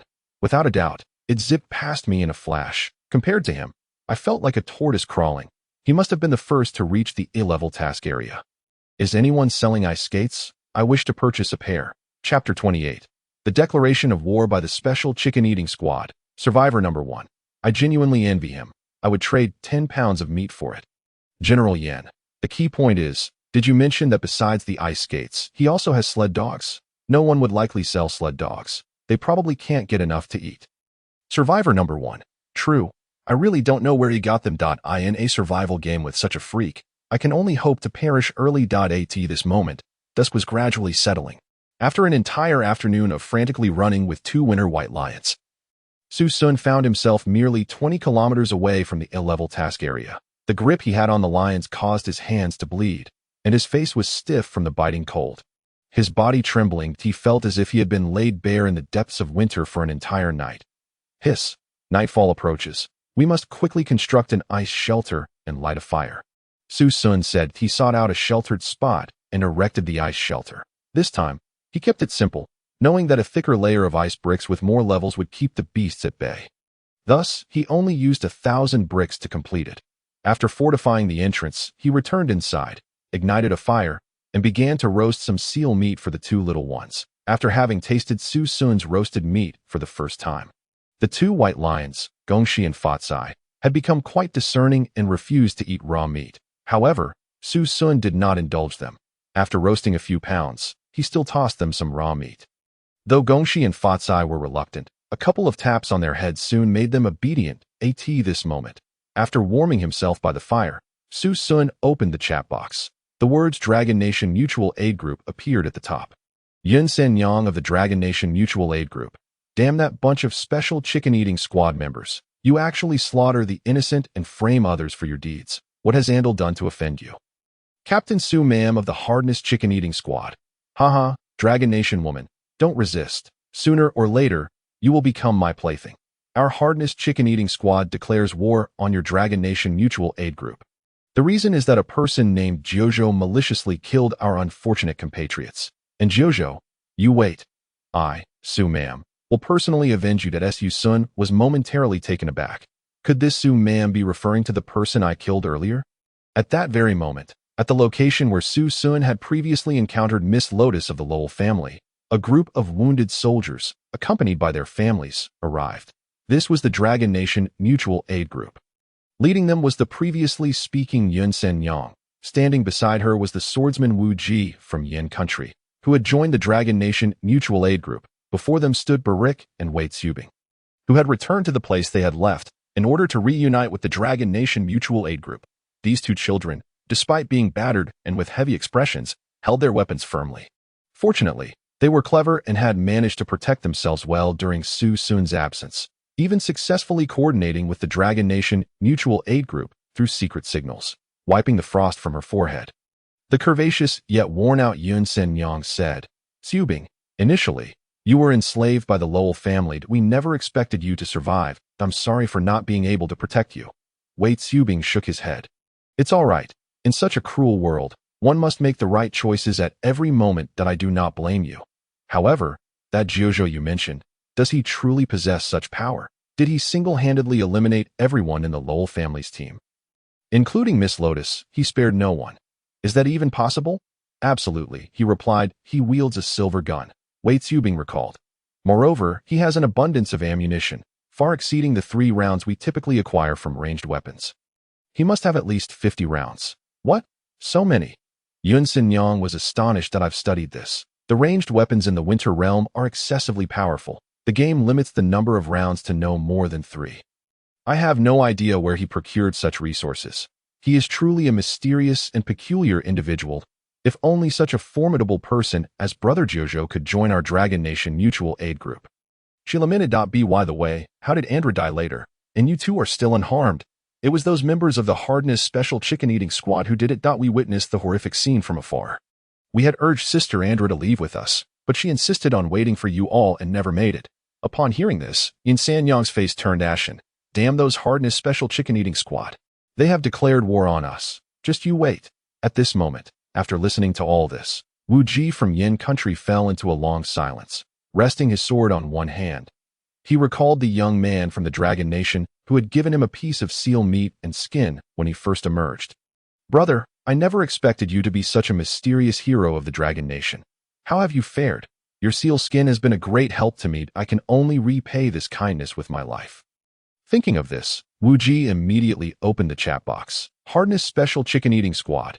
Jojo is my good brother. I, Wu Ji of Yin Country, also declare war on you. If you have any grievances, bring them upon me. I await the opportunity to sever your heads. The following morning, Su Xun had already risen early from the ice shelter. After hastily preparing some seal meat for the 2 little ones, he began his own journey. Stepping outside, he donned the ice skates, secured gongshi and fatsai, and then glided toward the task location. Fortunately, the entire route consisted mainly of glacial terrain, allowing Su Xun to reach the previously mentioned A-level task area in just half a day. He now stood at the foot of a towering mountain, where he beheld the flora of the Winter Realm for the first time. These plants were tall and imposing, coalescing into a dense forest. Even though the tree crowns were perpetually blanketed in accumulated snow, the life force of these trees could not be extinguished. Before this forest lay a vast campsite, with hundreds of green tents of various sizes, standing out conspicuously but devoid of any occupants, likely remnants prepared for the Apocalypse survival game. Global Apocalypse survival game announcement. A player has been the first to arrive at the Winter Forest camp. A mysterious reward has been dispensed. Upon hearing this news, a treasure chest suddenly appeared before Su Xun. A chest enveloped in a blue glow. Chapter 29. Winter Thunder 30,000 units. Hiss that I truly am the first to arrive. A blue quality treasure chest. What a generous reward. A blue quality item is undoubtedly superior and more practical than a green quality one. That I wonder what lies within. Su Xun pondered. He reached out his hands and opened the chest. Ding! Congratulations to the host for receiving the reward bestowed by the system. 3 Winter Thunders. Ding! A 10,000-fold critical hit reward has been activated. Congratulations, player, for acquiring 30,000 Winter Thunders. At this moment, a delicately crafted, pear-shaped grenade appeared in Su Xun's hand, radiating a faint silvery light. Could this truly be a genuine grenade? Upon closer inspection, he discerned that the grenade possessed a fuse and a detonation pin. It appeared to be a highly professional piece of ordnance. Thus, Su Xun utilized the apocalypse survival game mechanism to check the grenade's details. Winter Thunder. Description: a masterpiece of Magni, the king of the hills in the Winter Realm. Specifically designed to disperse the beasts of the Winter Realm and to injure the internal organs of enemies. Attributes: area damage 30, shock damage 10. Inside it contains black powder. A single misstep could lead to an explosion. Judging by its effects, it seemed to surpass my RPK Dragon Spiral machine gun significantly. Su Xun gazed at the grenade with excitement. I have only single-target sweeping weapons and lack area damage types. This Winter Thunder perfectly compensates for my shortcomings, and with 30,000 units, it's more than enough for my nighttime hunting escapades. While others wield bows and daggers, I possess grenades. This is no longer a competition of the same caliber. At this point, Su Xun stowed the Winter Thunder and entered one of the green tents situated before the glacial pebbles. The tent appeared quite spacious. With its entrance tightly closed, he wondered what might be inside. Apocalypse survival game alert. Once a tent is chosen, entry into other tents will no longer be permitted. Su Xun glanced around. Understanding this was a protective measure of the Winter Realm, preventing one individual from claiming all rewards provided by the game. That Su Xun made the choice to enter. After pulling aside the heavy tent flap, he beheld 3 simple beds, a table, and 4 stools within. Upon the table rested a kettle of hot water, a basin, and a large string of sausages, the contents of which were unknown to him. Su Xun approached and picked them up. Ding! Congratulations to the host for receiving a reward from the system. 8 pounds of winter bull sausages. Ding! The host has received a 10,000-fold critical hit reward. Congratulations to the host for obtaining 80,000 pounds of winter bull sausages. So this is what bull sausages are. Ding! Congratulations to the player for receiving a basin of hot water for washing and bathing. Ding! The host has received a 10,000-fold critical hit reward. Ding! Congratulations to the player for obtaining 10,000 basins of hot water for washing and bathing. Wow! The items provided are rather rudimentary. Su Xun rubbed his nose, contemplating that such scant provisions would likely be consumed by a small team in a single day. Su Xun remarked, survival game notification. Upon entering the tent, players will receive protection from the survival game. During this time, external players are prohibited from entering the tent. Protection duration, 24 hours. The timer has now commenced. A protection period? I have no need for it. I don't intend to stay here at all. Su Xun turned to leave. Halfway out, he noticed a rusty iron axe in the corner by the tent entrance. He picked it up. Ding! Congratulations to the player for acquiring a rusty iron axe.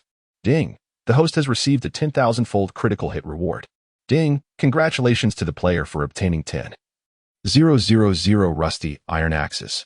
What use is this? Su Xun opened the survival game notification panel. Rusty iron axe. Description: an axe used for chopping trees in the Winter Mountains forest. Attack power, 2. Durability, 3. Chopping efficiency, 5. An old and worn axe with exceedingly low chopping efficiency. It will break after 3 uses, and may shatter in a single strike if excessive force is applied. Once broken, one must either seize an axe from other players or purchase one from Magni. Magni? Su Xun felt a surge of curiosity at this unfamiliar name. However, he did not dwell on it further. He instructed Gongxi and Fatsai to keep watch at the door while he took a moment to rest on one of the beds inside the tent. Fortunately, there was a green military blanket on the bed, which could be considered a small blessing to AT this moment. He opened the regional chat box. Survivor number 1. In this lifetime, I may never reach my destination. 2 days have passed, and I still have 40 kilometers to go. Hardcore Chicken Special Forces Summum. Is there anyone with an ice-field vehicle? Could someone give us a lift? 3 of my teammates have died from exhaustion. Their deaths were truly tragic. Can anyone help us? This stretch is too long. We can pay. Dragon Country Mutual Aid Group Yun Sin Yang. What a joke. Have you been watching too many dramas? In this survival game, what uses money? Resources are what truly matter. Summum. Dragon Country Woman. I will conquer you one day. Yun Sen Yang. I shall take your head. High Priest, I have something important to say. High Priest, if I am not mistaken, there are terrifying winter bears in the winter forest. They are the true apex predators of winter. Even the region's top carnivores, the winter lions, are no match for them. Attempting to chop trees in their territory is akin to extracting teeth from a tiger, and no wonder it is an A-rank mission. Yun Sin Yang. High Priest, please elaborate. High Priest, based on my divination with tarot cards. The winter forest is related to bears and ships that I surmise that this task to chop trees is connected to something concerning ships. However, what aspect of ships remains unknown to me. Summum, I detest you fortune tellers. You are of no use, always spouting nonsense. High Priest left Guardian. Summum, you would do well to restrain your tongue. Otherwise, our esteemed High Priest will make you wish you were never born. Summum, if you have the guts. Summon him. High Priest, I do not wish to engage with you. I merely hope for more survivors to endure. According to my divination, there are not only bears in the Winter Mountains forest, but also some mysterious hidden tasks and treasures. Only the strongest can obtain these. At this moment, Su Xun gathered information from the chat box and gained a rough understanding of many things. If that were the case, gathering more wood would indeed be necessary, he thought. Perhaps the timber he would collect next would prove invaluable. With that in mind, Su Xun resolved to cease his rest and ventured outside with the axe in hand. However, just 100 meters from the tent, he stumbled upon a stout dwarf blacksmith shop, standing at a mere 80 centimeters tall, which appeared almost as if it awaited his arrival. Chapter 30. The Dwarf Blacksmith. King Magni of the Hills. The entire blacksmith shop was constructed from forest wood, standing approximately 4 to 5 meters high, adorned with an array of vibrant colors. Oddly shaped chimneys, structural components, metals, colorful ores, tools, and more were all present.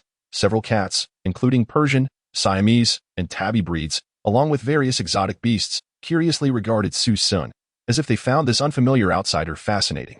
The sign of the forest blacksmith shop bore the words King of the Woods Blacksmith Shop in an ancient language. Fortunately, with the assistance of the survival game, Su Xun was able to decipher its meaning. Inside the shop were rows of iron furnaces, molten metal, and an array of red-hot tools. Steam billowed throughout, presenting a remarkable sight. Behind the counter stood a dwarf clad in iron armor, with sturdy limbs, exaggerated white whiskers, a bulbous nose, and large ears, who looked at Su Xun and burst into laughter. Survivor from afar, you are the first to arrive at this place. Do you require a fine weapon? If so, come inside and take a look. The winter forest is fraught with danger. Hearing this, Su Xun nodded and followed him inside. As he reached the doorway, a notification from the survival game appeared.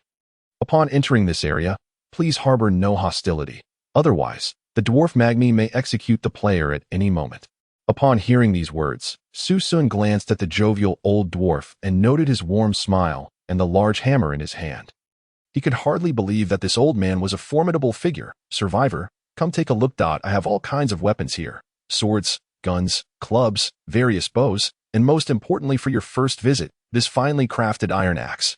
The mysterious old man turned around to retrieve a silver, brilliantly polished axe from the wall. Su Xun observed the dwarf's robust and formidable figure, realizing that this old man was most likely an NPC character within the survival game, existing here to conduct business and assist players. It remained unclear whether he was a native of this world or had come from another. While Su Xun pondered this, the dwarf Magni retrieved the axe from the wall. The axe gleamed with exceptional quality, starkly contrasting with the rusty axe Su Xun had acquired earlier. He tentatively checked the axe's attributes. Fine steel axe. Description: a tool for chopping trees in the Winter Mountains forest. You deserve to have one. Attack power: 5. Durability: 5. Chopping efficiency: 15. Description: the primary tool used by survivors for chopping trees in the Winter Mountains forest. A far superior axe compared to the old and worn one. Significantly more durable. The previous rusty axe had a durability of 3, an attack power of 2, and an efficiency of only 5. This fine steel axe boasted a durability of 5, an attack power of 5, and an efficiency of 1/5. It was certainly worth purchasing. Recalling the high priest's warning about the dangers within the Winter Mountains forest, Su Xun understood that speed was of the essence when chopping trees. That he needed a reliable axe. With this in mind, he inquired, "How much do you sell it for?" 3 gold coins. It is quite reasonable. We dwarves conduct business with utmost integrity, Magni replied with a sincere smile. However, Su Xun couldn't shake the feeling that this old man was a shrewd merchant. 3 gold coins? I don't have a single one on me. Can I exchange other goods? Su Xun asked, genuinely surprised to learn of the existence of currency in the Winter realm. Sorry, I cannot accept that.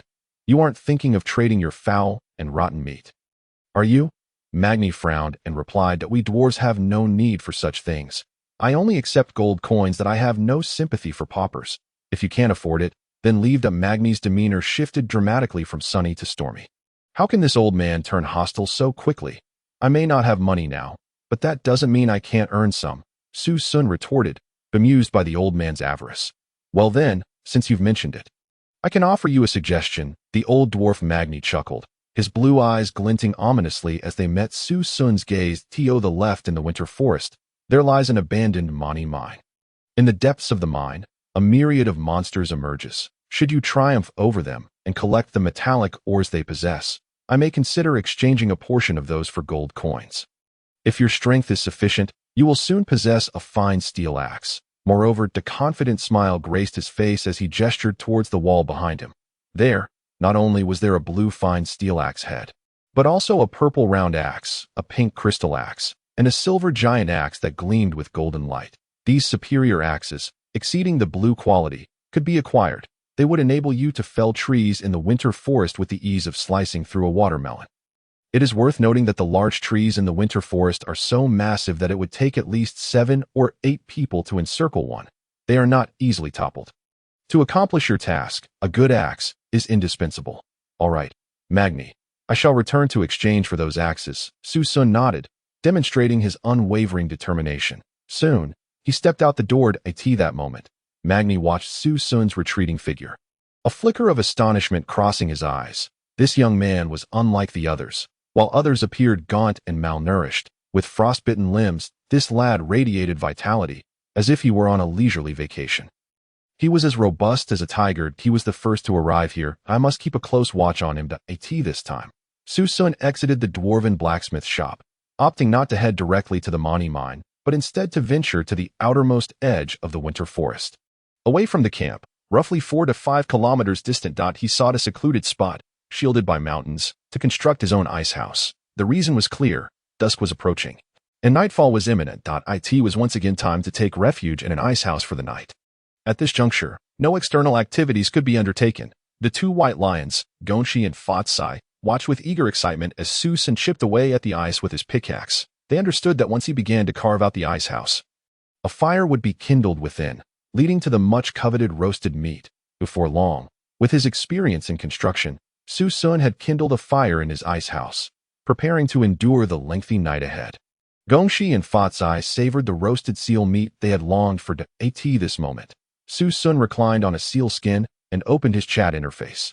Dragon Nation Mutual Aid Group, Yin Sen Yang. Is there anyone in need of weapons or gold coins? Our food supplies have been depleted, and we urgently require sustenance and fresh water. We can offer exchanges. Just as Su Xun was about to inquire about their situation, hoping to negotiate a trade, a group of elegantly dressed individuals adorned in black velvet arrived on sleds at the camp. Each was tall, bearing ancient adornments, and their expressions were stern, showing no signs of hardship from travel.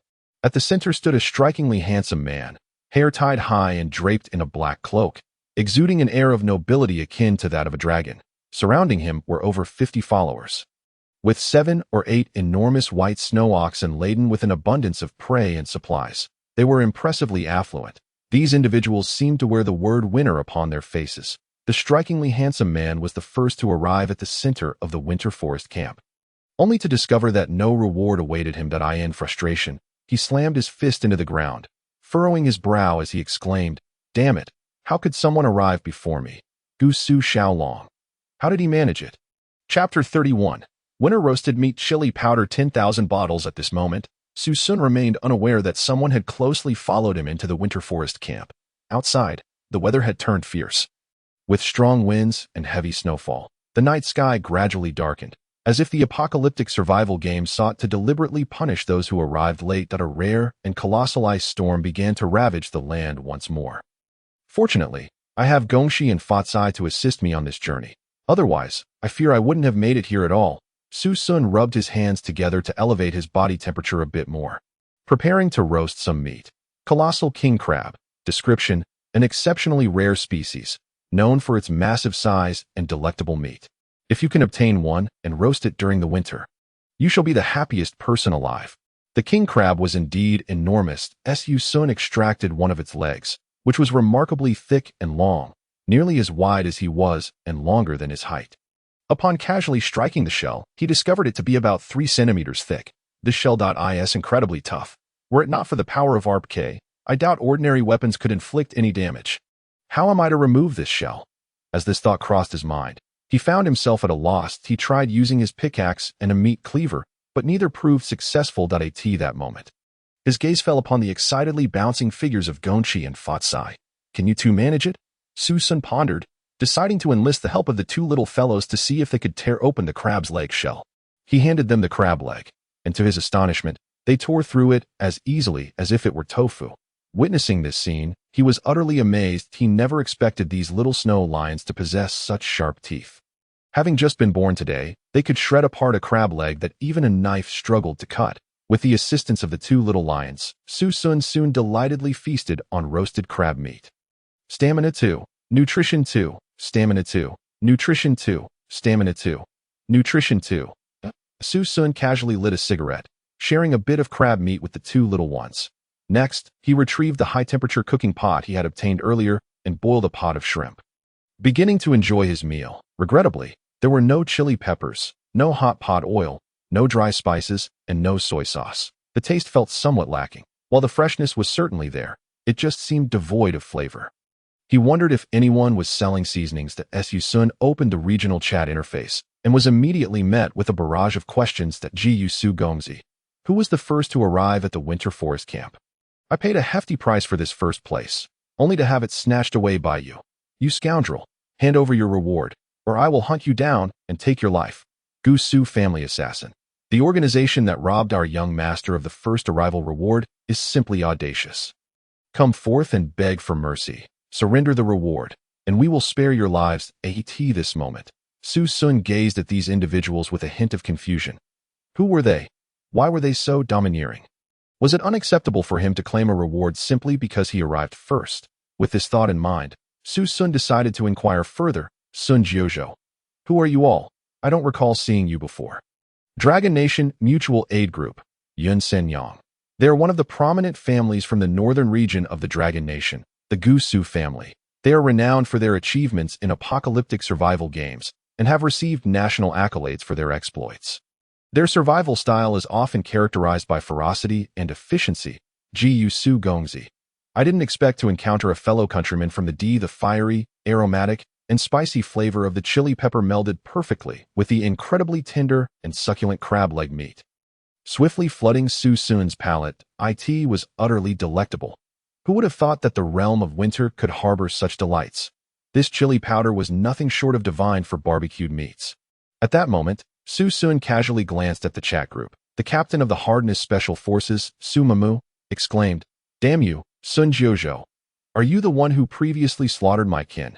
Sun Jiuzhou replied, "What are you talking about?" "I cannot comprehend." Su Mamu continued, "Andermar, do you know that Austro-Hungarian woman you saved has been killed by us? You are next." Sun Jiuzhou responded, "I do not know her." Su Mamu retorted, "Do not feign ignorance. How many individuals named Jiuzhou exist in this winter realm? You damned bastard, how can you indulge in barbecued meats while my brothers and I are left starving?" Meanwhile, 20 kilometers away, within a dilapidated ice hut, a group of Hardness individuals huddled together for warmth. This group was led by Su Mamu and comprised the Hardness Special Forces. They had united due to their shared passion for the game. Peace Elite. The biting cold wind howled from every direction. Su Mamu, in a fit of rage, closed the regional chat group. He was clad only in a down jacket, having lost his down pants to the burly Curtis beside him. Thus, he was left bare-bottomed while directing his comrades. "Damn it. We are out of ice rock bricks. How will we survive this frigid night?" Curtis approached, alarmed. "Captain Su Mamu, bad news. Our teammate, that gluttonous fatso, devoured all the food we had brought. He had eaten too quickly for me to intervene." FCK. Su Mamu let out a furious roar. 15 pounds of meat for a bottle of chili powder. This person has lost his mind. "You bastards, why didn't you stop that fatso? Do you not understand how difficult it is to procure food? We are many, and our meager food supply was already insufficient. Oh, you know how cold and hungry I am. I have dared not touch any of the food we brought. Su Mamu's eyes reddened as he unleashed his pent-up emotions. Curtis, wearing an expression of distress, could only bear the brunt, having indulged himself as well to withstand the frigid temperatures. At that moment, Su Mamu was oblivious to the white wolf lurking behind him on the icy plains. It suddenly lunged at him from behind, leaving a massive gash on his shoulder with its claws and fangs. Ah! Su Mamu cried out in agony, collapsing onto the ice. The bone-chilling cold felt as if it were consuming him alive. He felt as though his very soul had been plunged into an icy abyss, each breath stabbing at his lungs. "Captain, are you all right?" inquired Curtis, the burly teammate nearby. Damn it! Su Mamu struggled to his feet, grasping the large iron hook he had previously acquired as a weapon. He swung the iron hook fiercely, snagging the attacking wolf and flinging it aside. Meanwhile, his bare legs trembled uncontrollably, partly from the cold and partly from the excruciating pain radiating from his back. "Inform all teammates to prepare. The beast tide is imminent tonight. We are out of ice rock bricks and food. We can only fight to the death. If we survive tonight, we will have ample food tomorrow." "Yes, Captain." Curtis hurried to relay the orders at that moment. Su Mamu's expression was one of icy despair. He too was starving, but his food had been consumed by his own comrades. With no other option, he retrieved a small shell he had found earlier and began to eat it raw. The briny, fishy taste filled his mouth, making him feel nauseous. The shell even wriggled in his grasp. Yet, he had no choice. It was his only food. His gaze shifted to the wounded wolf he had just attacked, contemplating consuming it raw since, unlike Su Xun, he had no fire to cook with. As he stood on the icy surface, the fierce winds lashed at his face and bare lower body. Snowflakes began to fall, deepening his sense of dread as the chilling cold and fate loomed over him. What sort of person can survive to the end in this brutal survival game? He mused, crouching down as blood flowed down his back. In the Dragon Nation Mutual Aid Group, Yin Sanyang was nestled in a small ice hut, her face alight with excitement. She held a large chunk of meat and some seafood in her hands. Look, my goodness, such a large piece of meat and sea snails, shrimp," she exclaimed to her assistant Xiao Wang, Yingguo Wuji, and the two rescued children. "Hee, guess where I got this? I traded 15 pounds of meat for seasoning from Sunjiuzhou. I never expected someone would actually buy it at that price. Now we have some food reserves." Hearing this, Xiao Wang pondered for a moment and remarked, "My lady, why would Sunjiuzhou want to buy seasoning? Trading 15 pounds of meat for it seems excessive. That's enough food for him for 10 days. Isn't that a waste? And why would he buy chili? He can't be eating cooked food. Can he?" Xiao Wang's speculation immediately captured the attention of those around him. "What? Eating cooked food?" Yin Sanyang gasped. "Having food is already a blessing. How could anyone manage to eat cooked food in this weather? Where would they find fire?" Xiao Wang shook his head. "I'm merely conjecturing, not entirely certain that he is just one person, while we are a group. Our ability to discover, explore, and complete tasks for resources far surpasses that of Jiuzhou." Yun Sanyang asserted confidently, "Thus, his living standards cannot possibly exceed ours. If we have nothing to eat, how could he?" She concluded that the 15 pounds of meat might be his entire supply. However, Wei Zubing shook his head, resolutely stating, "That's not necessarily true. The last time I saw Mr. Jiuzhou, he was wearing a down jacket, draped in seal skin. With the aroma of barbecued meat wafting from his mouth, he held a torch, wore ice skate boots, and had a firearm and a hand crossbow." Upon hearing this, the group fell silent. In summary, he possesses everything we do, and even what we lacked. It's quite strange. He is a mysterious and formidable individual. He even took only a small amount of the rabbit meat and sea snails on the ice, leaving the rest. As he spoke, admiration shone in Wei Zubing's eyes. "If only this man could join our Dragon Nation Mutual Aid Group," Yun Sanyang remarked, her parched lips cracking. She wore only a simple penguin skin, having given her down jacket to the children. She struggled to unite so many people, barely managing to survive each day. She could not fathom what it meant for a solitary survivor to consume barbecued meats while sprinkling seasoning. The following morning, Su Xun emerged from his small ice hut, accompanied by two little lions. Wishing for prosperity, he initially intended to head to the mani or mine to exchange coins for an axe. However, he reconsidered. The A-grade task given by the survival game required only the felling of 10 trees to complete. With his 10,000-fold amplification effect, he surmised that chopping down just one tree would suffice. With this thought, Su Xun decided to venture into the winter forest. Perhaps within its depths lay mysterious and delightful surprises. If he were to unleash a critical strike, he might truly become the master of the game. Soon, his silhouette vanished at the entrance of the winter forest. However, at that moment, a pair of eyes remained fixed on Su Xun's figure. This kid thinks that the rusty iron axe in his hand can fell a camphor tree. It's downright laughable. He has no idea how robust that camphor tree truly is, unless he buys an axe from me. He will never accomplish his task in this lifetime. He chuckled sinisterly. The king of the mountains, blacksmith Magni, turned and entered his forge. At that moment, Su Xun, accompanied by his little lions, had already ventured deep into the winter forest. However, as soon as he entered, he sensed something amiss. Roars, fierce growls echoed from afar. The weighty sound reverberated, shaking the earth beneath Su Xun. The two little white lions, trembling in fear, hesitated to venture further. Could it be true what the high priest had said, that top predators lurked within this winter forest? Su Xun thought as he readied his RPK, prepared for any impending danger. Chapter 33, The Enormous Camphor Forest, the Mysterious Realm of Winter, the Camphor Tree. Where is it? Right here, at this moment. Survival game tip for the apocalypse, as the player walks towards the right front. They will encounter a grove of camphor trees. One can collect camphor wood within the forest. Thus, Su Xun swiftly followed the survival game's guidance and entered the camphor forest. Not long after, he finally beheld the very camphor trees he had anticipated. He admitted he was taken aback. He had indeed overthought it. These trees were as thick as a house, their crowns soared into the clouds, rendering their full form nearly impossible to discern. They stood at least several dozen meters tall, robust, dark, powerful, majestic, and ancient. Even creating a hollow within one of these trees for a book nook would be entirely feasible. The presence of such colossal trees transformed the landscape, making it resemble not a winter wasteland but a primeval forest. Su Xun even observed numerous insects scuttling about, green ones, black ones, red ones, spiders, ants, butterflies, and even some centipedes and earthworms.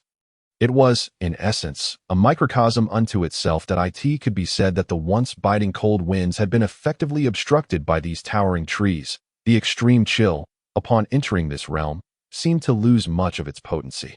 Truly remarkable, these camphor trees evidently fostered an extraordinarily favorable ecological environment. The frigid expanse outside was undeniably harsh and merciless. He wondered why anyone would dare to fell these magnificent camphor trees.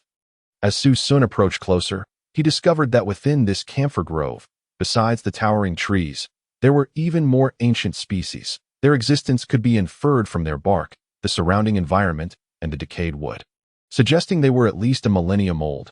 The rings on the dead wood could attest to this fact. These trees did not appear to thrive in such a wintry domain. Rather, they seemed more suited to a primeval forest, having existed for an exceptionally long time. Reflecting on this, Su Xun considered the environments he had previously encountered and concluded that much of the vegetation and hills did not resemble the extreme conditions of the true Arctic. This led him to a bold hypothesis.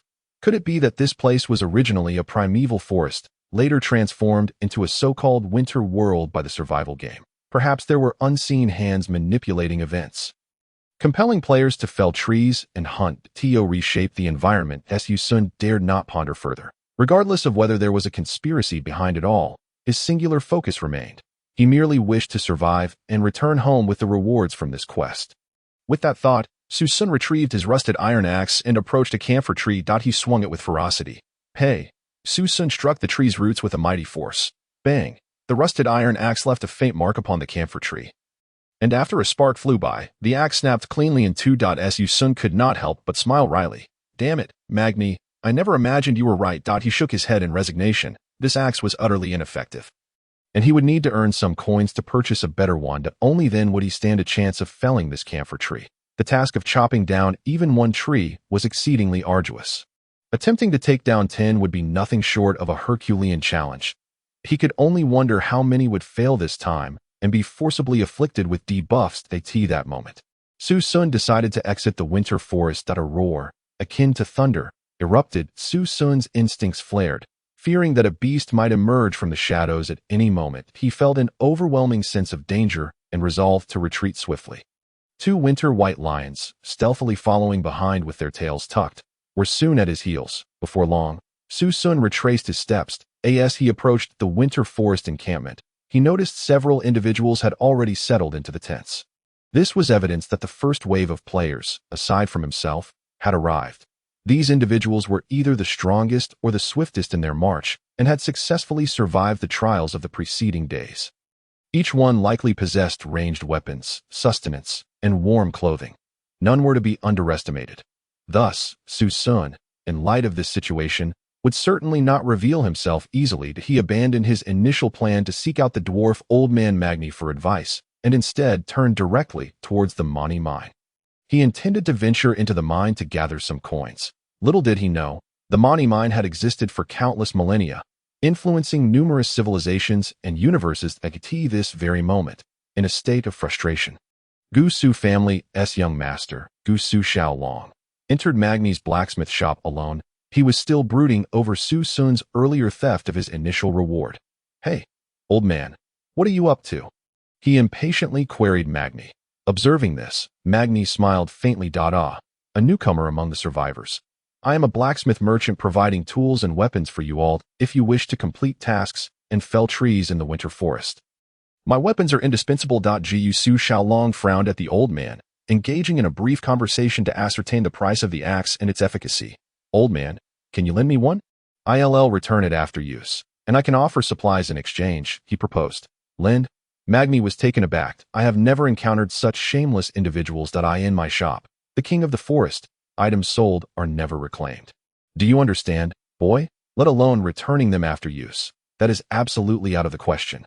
Come on, don't be so stingy." At that moment, Gu Su Xiaolong's gaze fell upon the golden axes displayed on the wall, and a wave of greed surged within him. Since entering the Apocalypse quest, he had been surrounded by family retainers, all of whom were masters of the survival game. Their expertise in tasks, resource management, and environmental exploration was unparalleled. Moreover, Gu Su Xiaolong himself was quite capable, thus he had rarely faced any setbacks, which only emboldened him further. Truth be told, he was curious to test whether this NPC Magni could be slain. He snapped his fingers, and soon after, 5 or 6 individuals clad in black swan cloaks entered behind him. "Heh, kid, managing to acquire black swan pelts for clothing shows you have some skill. However, in comparison to that previous lad, you fall considerably short. The difference lies in your lack of experience. Enough chatter. Lend us one of those golden axes, or we'll smash your shabby shop," Gu Su Xiaolong declared, his brow furrowed. His subordinates brandished their weapons in response. In the next instant, an astonishing explosion erupted within the king of the forest blacksmith shop. Boom! Magni demonstrated to this young nobleman why he was capable of reaping players' coins in the winter realm. In but an instant, Gu Su Xiaolong had scarcely comprehended what transpired. The 5 subordinates by his side suddenly had their heads crushed as if struck by a crane, their bodies remaining while their heads vanished without a trace. Only a pool of blood and brain matter remained scattered on the ground, the stench permeating the AI. Gu Su Xiaolong swallowed hard, cold sweat beading on his forehead. His legs trembled involuntarily, and his hands, seemingly out of control, moved to his forehead. The diminutive blacksmith possessed an alarming level of combat prowess. In the blink of an eye, he dispatched several of his closest confidants. It is worth noting that these individuals were exceptional fighters, capable of grappling with lions and tigers. In a single encounter, they were all eliminated. He finally comprehended the meaning behind the repeated admonitions from the elders of his family to steer clear of the NPCs in the apocalyptic survival game. "Very well, I understand now. I shall act immediately." Gu Su Xiaolong, his body rigid with trepidation, exited the smithy. He swore that this was the most terrifying individual he had encountered since entering the realm of winter. Even more perilous than those ferocious beasts. At that moment, Su Xun had arrived near the Mani mine. It was an expansive quarry, riddled with numerous entrances leading into the depths of the mine. Rusted, abandoned railways, resembling serpents, snaked out from within the forsaken yellow-hued tunnels. Su Xun casually approached the mouth of one of the shafts, only to be met with a gaping darkness akin to a black hole, as if it were the maw of a fearsome beast, poised to swallow him whole and never release him. Inside lurked monsters that could yield precious ores, yet he wondered if his weapons would suffice against them. At this juncture, Su Xun assessed his equipment. Foremost was the vital RPK Dragon Spiral machine gun, which still had 29,400 rounds remaining. The Winter Thunder had 30,000 rounds, all intact. Additionally, He possessed 29,800 winter crossbow bolts, which were more than adequate. However, the winter crossbow, as a secondary weapon, had gradually diminished in effectiveness. Recently, Su Xun had acquired a superior weapon to replace it, a blue-quality handgun, the Colt Python revolver, procured through the favor of Miss Lotus from the Rowell family. Originally, this firearm belonged to her, its silver body reminiscent of a knight, with a barrel as sinuous as a serpent and a sleek, elegant shape akin to a ballet dancer in graceful motion. Yet, alongside its elegance, it exuded a noble, masculine aura. Colt Python revolver. Description: attack power, 46. A revolver that is both graceful and brutal, its greatest advantage being that it never jams, making it the most reliable weapon in extreme cold. Regrettably, the last bullet had been fired by Miss Lotus. He wondered if Magni sold ammunition. Perhaps he could procure some when he emerged. With a hint of regret, Su Xun stowed the revolver and, accompanied by the two small creatures, ventured deeper into the mine. Fortunately, Su Xun had previously acquired a torch. Otherwise, he would have struggled to discern the environment within the cavern. As Su Xun ventured further, he discovered the mine resembled a labyrinth, with numerous passageways and varying levels extending downward. Ancient, dilapidated staircases appeared to lead to unknown destinations, and the air was thick with the stench of decay and mold. At that moment, Su Xun retrieved the ice crystal he had obtained earlier and placed it on the ground. The crystal emitted a blue glow in the darkness, serving as a marker to help him remember his path. After marking his route, he continued deeper into the cave. Before long, Su Xun's foot unexpectedly struck a hard object. A cacophony ensued, prompting him to lower his gaze to see what he had kicked. To his horror, he found a pile of human bones. It appeared the owner of these bones had been impaled by a spear, pinned to the ground, lifeless. The chilling aura emanating from the remains was palpable. His foot had inadvertently dislodged several ribs from the skeletal remains. Su Xun instinctively took a few steps back, and even the small creatures behind him trembled in fear, cowering against his back. Were these the bones of former survivors? Su Xun lowered his head to inspect the bones, which had long since decayed. His earlier kick had reduced many parts to powder. It seemed this individual had not fallen victim to a beast, but rather to the brutal competition among fellow survivors. Su Xun sighed, rising to gaze into the distance. The sight before him left him utterly astonished. Countless piles of bones, swords, and spears jumbled together, creating a macabre tableau. Various corpses lay in various states of decay, presenting a horrifying spectacle reminiscent of hell itself. He could scarcely fathom how many souls were buried here, as the ground was entirely obscured by bones. That I was mistaken. This was not mere competition, but an exceedingly brutal war. Su Xun's scalp prickled with fear. The Sect Wars, Chapter 35. Acquired 20,000 copper ores under the illumination of Su Xun's torch. The corpses stretched endlessly before him. Witnessing this grim scene, his heart felt heavy with solemnity. Silvered, battered armor and dark crimson Christian robes adorned the tragic figures, each presenting a unique pose of demise. Rusted weapons remained embedded in their bodies in a haunting manner. Yet these individuals fought on valiantly. As if none harbored fear, amidst the shattered remains of the dead, Su Xun pressed forward. Not far ahead, he spotted a silver-armored knight kneeling on one knee, clutching a flag tightly. His chest was pierced by a dozen spears. Yet even in death, he did not relinquish the flag. It was a tattered banner, eroded by time, still standing tall. Su Xun approached for a closer inspection and realized that this flag bore the emblem of Christianity. Although he was unfamiliar with its colors and patterns, he distinctly recognized the golden cross emblazoned upon it. Christian believers. Had these individuals also participated in the apocalyptic survival game? And had they engaged in battle with others? At that moment, Su Xun continued to explore. To his left, not far from a seemingly dried-up pool, he noticed a square stone pillar. He directed the dim light of his torch toward it, revealing neatly arranged letters inscribed upon its surface. Gently tracing the characters, he felt the weight of time and civilization within them. It was not modern Latin, but rather Greek, residing in the last bastion of humanity, Noah, and serving as a prison guard. He had encountered countless criminals from various nations, often dealing with foreign literature and languages. He had gleaned some knowledge of foreign scripts, yet he could only vaguely recognize the Greek characters. What did they mean? The apocalyptic survival game has detected that the player has discovered a historical record stone tablet. Translating for the player. due to the player's low level and insufficient experience in the apocalyptic world. Only partial translation is possible. The prophet once came here to perform miracles.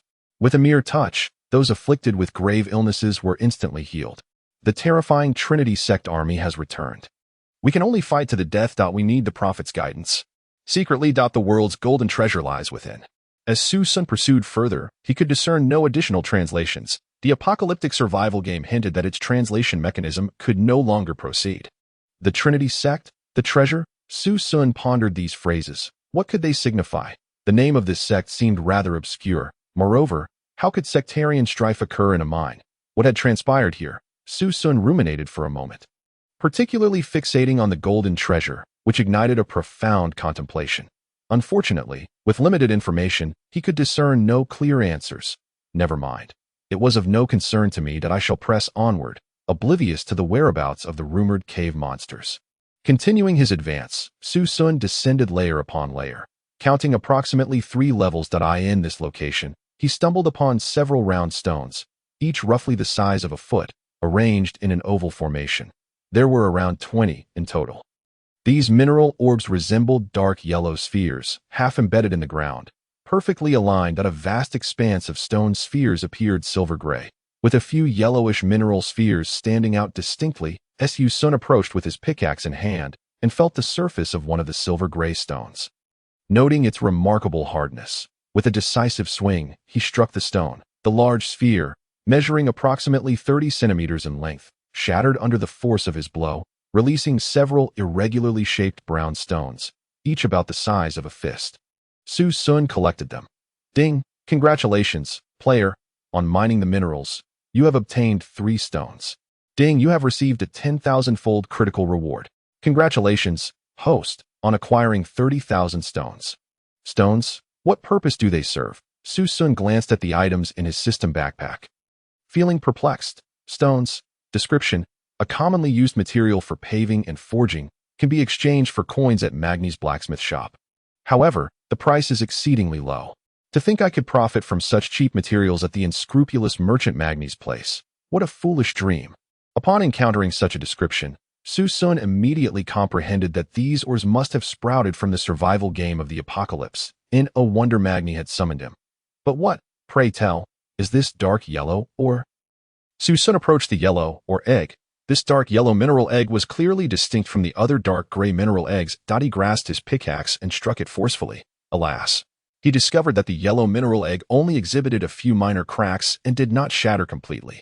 Thus, Su Xun summoned all his strength and swung his pickaxe down once more. Bang! Still unyielding. Clang! Su Xun struck again, and at last, the dark yellow mineral egg shattered, releasing 2 irregular triangular ores. Ding! Congratulations, player. You have mined minerals and obtained 2 copper ores. Ding! A 10,000-fold critical hit reward has been applied. Congratulations, host. You have acquired 20,000 copper ores. Copper ore. Description: a commonly used medium casting material, which can be exchanged for gold coins at Magni's blacksmith shop. This ore is utilized in the forging of various tools and basic weapons, fetching a decent price. The unscrupulous merchant Magni will purchase it, for copper is certainly more valuable than stone. Is that so? Su Xun mused as he gazed at the 20,000 copper ores cradled in his arms. This mineral could fetch a considerable sum, and he surmised that 20,000 should suffice to procure a high-quality axe. At this moment, Su Xun was not inclined to retreat immediately. He still wished to delve deeper into the abyss. After all, he had yet to encounter any real danger, as Su Xun shattered another yellow mineral egg. But fortune did not favor him this time, yielding only a single copper ore. Nevertheless, he had discerned a pattern. The dark gray mineral eggs contained only stone ores, while the dark yellow eggs signified varying quantities of copper ores. Furthermore, the dark gray eggs could be smashed open in one blow, whereas 3 strikes were required to break the dark yellow eggs. Congratulations, host. You have obtained 10,000 copper ores. He also excavated a few stones, acquiring approximately 8 stones after the 10,000-fold amplification. Congratulations, host. You have obtained 80,000 stones. At this juncture, Su Xun surveyed the small expanse of the mine he occupied and found nothing new to collect. Thus, he resolved to venture deeper. Before long, he encountered the first creature within the cavern, a dinosaur, resembling a chicken in its gait. covered in a reddish-yellow hue. Upon its back rested a yellow or silver oar. Standing about half the height of a person, with bulging fish-like eyes, a crocodile snout, and kangaroo-like legs, closely resembling a prehistoric dinosaur. Mutated dinosaur of the cavern. Description: an ancient creature, abundant in number, a product of mutation after consuming the minerals within the cavern. They feast not only on ores but also on humans. The undigested ores upon their backs make them prime targets for elimination. Perhaps you might acquire some valuable ores, which can be sold at a good price to Magni. Chapter 36. The Trinity Sect's nightly execution. Upon spotting Su Xun, the mutated dinosaur charged at him as if it had encountered a long-lost father. Su Xun did not coddle it. He promptly drew his RPK dragon pattern machine gun, unleashing a torrent of fire to teach it a lesson. The half-human-sized mutated dinosaur collapsed beyond the reach of his 7-foot range, under the onslaught of RPK's firepower. All beings were rendered equal to AT that moment. A globule resembling agate amber fell from the dinosaur's back, revealing a fist-sized silver white or that sparkled brilliantly. Su Xun hurried over to retrieve it. Ding! Congratulations, player. You have obtained 1 iron ore. Ding! A 10,000-fold critical hit reward has been applied. Congratulations, host. You have acquired 10,000 iron ores. Iron ore? Could this material be what the dwarf Magni uses to forge his exquisite steel axes?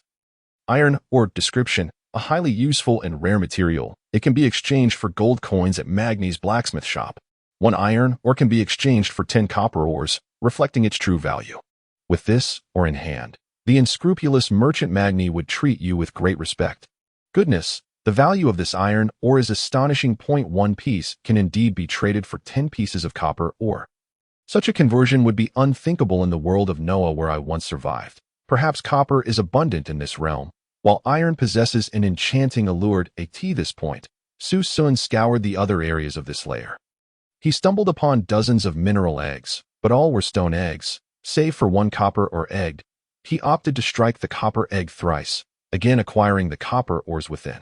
Congratulations, host. You have obtained 10,000 copper ores. It seemed that iron ore was indeed a rare find. Among so many mineral eggs, not a single iron egg was present. Could it be that iron ore must be obtained from the backs of the mutated dinosaurs in the Mani mine? Perhaps even more formidable dinosaurs or other monsters awaited him ahead, along with more precious eggs, potentially containing amethyst or dragon crystal. Contemplating this, Su Xun resolved to continue his exploration.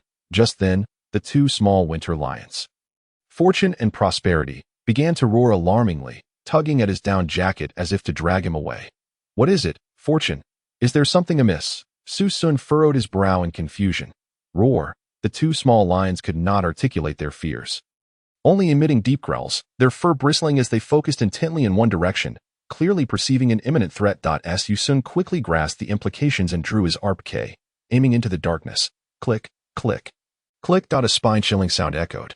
As Su Xun peered into the shadows, a colossal figure gradually emerged, a gigantic knight, ghostly in appearance, clad in armor of green and black. Beneath the white-edged, black helmet glowed a pair of eerie blue eyes aflame with fury. Draped in a long, tattered cloak, one of his shoulders was nearly 1.5 meters wide, and the warhorse he rode towered several meters high. Before him, Su Xun appeared as but an infant. In his grasp was a massive longsword, accompanied by a shield. The warhorse, muscular and potent, possessed legs thicker than Su Xun's waist, its mouth filled with fangs and encased in armor, its hooves igniting with green flames, conjuring a fierce wind that whipped across Su Xun's face. As he beheld this panting horse and knight, Su Xun felt his very soul tremble. Boom! Su Xun raised his RPK and fired several rounds in quick succession. However, his bullets merely bounced off the knight's armor, producing sparks without inflicting any tangible harm. Who could contend with such armor? Su Xun wiped the cold sweat from his brow. The Mani mine was far more perilous than he had imagined. Just then, the knight, incensed by Su Xun's actions, emitted a terrifying roar that echoed through the cavern. He then brandished his enormous longsword and charged at Su Xun. Glancing at the surrounding environment, Su Xun noted that the exit lay directly behind him. No need for detours, which alleviated some of his concerns. The colossal Trinity Knight bore down upon him. Su Xun executed a sideways roll to evade the knight's assault and commanded Fortune and Prosperity to flee while he provided cover. Deftly grasping the winter battle thunder at this moment, the two winter lions had reached the entrance, prompting Su Xun to pull the pin from a grenade and hurl it toward the gigantic knight. Boom! A violent explosion reverberated like an earthquake. The blast from the winter battle thunder exceeded Su Xun's expectations. The shockwave knocked him and the two lions to the ground. The silver-white light from the explosion illuminated the cavern, rendering it nearly impossible for Su Xun to open his eyes. Seizing this opportunity, he fled through the exit behind him. Before long, Su Xun emerged from the depths of the Mani mine's third layer. Accompanied by fortune and prosperity, he dared not linger, hoping that the knight had not pursued them. Breathless, Su Xun remarked that his immediate goal was to locate Magni's blacksmith shop and exchange the silver ores, copper ores, and stones he had collected, eager to ascertain their worth in gold coins. Soon, he arrived at Magni's shop, where a considerable number of patrons had already gathered. Most of the individuals present were clad in the down jackets of the Emperor Penguin, a testament to their prowess as survivors who had successfully passed various trials and tasks. However, upon entering the blacksmith shop, Su Xun quickly realized that he could not hear the conversations of those nearby. This seemed to be a form of information isolation and protection. The survivor I have been anticipating has arrived. How was your experience in the Mani mine? What insights did you gain? How much are your stones priced here? I managed to acquire a few of these ores. The pricing was as follows: 1,000 stones for 1 gold coin, 10 copper ores for 1 gold coin, and 1 iron ore for a gold coin. It seems you are about to surprise me, Magni remarked with a smile. Chapter 37. 10,000 Level 6 Silver Quality Artifact Weapons. The bunny axe. Su Xun nodded, intending to sell 50 iron ores in exchange for 50 gold coins. As each iron ore was worth 1 gold coin, he planned to use the coins to purchase a better axe for felling camphor trees. However, before selling, he wanted to examine the properties of these axes. With tens of thousands of ores at his disposal, he aimed to acquire the best axe possible. Magni, indeed, I have gathered a significant quantity of ores, but first, I would like to inquire about axes superior to the steel axe. What are their prices? Magni chuckled. Ah, the new survivor. You are quite the ambitious one. The price for a steel axe is already set at 3 gold coins, which is considerable, with a 15 logging efficiency. It satisfies many. If you must know, the next tier is the blue quality titanium steel axe, which requires at least 10 gold coins. The blue quality titanium steel axe boasts a logging efficiency of 30 and durability of 20. Quite the leap, I assented. Upon hearing this, Su Xun felt a surge of excitement. He yearned for a silver axe. However, Magni's words hinted at the existence of even better axes. Are there any others?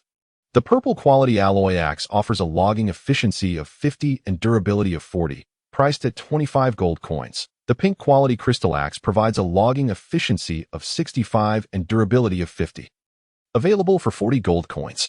Finally, the silver quality lost bunny axe boasts an impressive logging efficiency of 80 and durability of 60, priced at 60 gold coins. The bunny axe? Su Xun was taken aback, surprised by the feminine name. Survivor, do not misunderstand. The bunny refers to the language of tarot, symbolizing strength. Are you still on the lookout for even better axes? The silver quality axe is already at the 6th tier. Should you seek to venture further into the realm of golden, epic quality axes, you will need to provide your own materials. Mere gold coins will not suffice. Then I shall take the bunny axe for 60 gold coins. Young man, you seem to have overestimated the worth of your ores, Magni remarked, stroking his beard reminiscent of mountain vines. 60 gold coins is an exorbitant price for a newcomer. Without hesitation, Su Xun adjusted his penguin mask to ensure his identity remained concealed. He then produced 60 iron ores, placing them before Magni. 1 iron ore equals 1 gold coin. 60 ores means 60 gold coins. Now, may I have the bunny axe? Su Xun spoke calmly, unable to suppress his eagerness for the new axe. The rusty iron axe he had previously wielded was utterly inadequate in that moment. Magni was taken aback, his expression shifting as he gazed at Su Xun. To be honest, he had encountered many players here who exchanged hundreds or thousands of coins, but they were all novices struggling to produce even a single gold coin. Su Xun's ability to bring in 60 iron ores on his second day was unprecedented. I expected you would possess some mysterious ore, yet it seems you rely solely on your strength. Young man, you must have slain numerous monsters in the Mani mine. Truly impressive. Magni began to count the ores, confirming that there were indeed 60. He then retrieved a stunning pink axe from the wall, its surface gleaming like rose quartz. Here, catch. With a resounding thud, Su Xun caught the massive axe, which stood taller than him, featuring a colossal round handle and an imposing blade. Ding! Congratulations, player.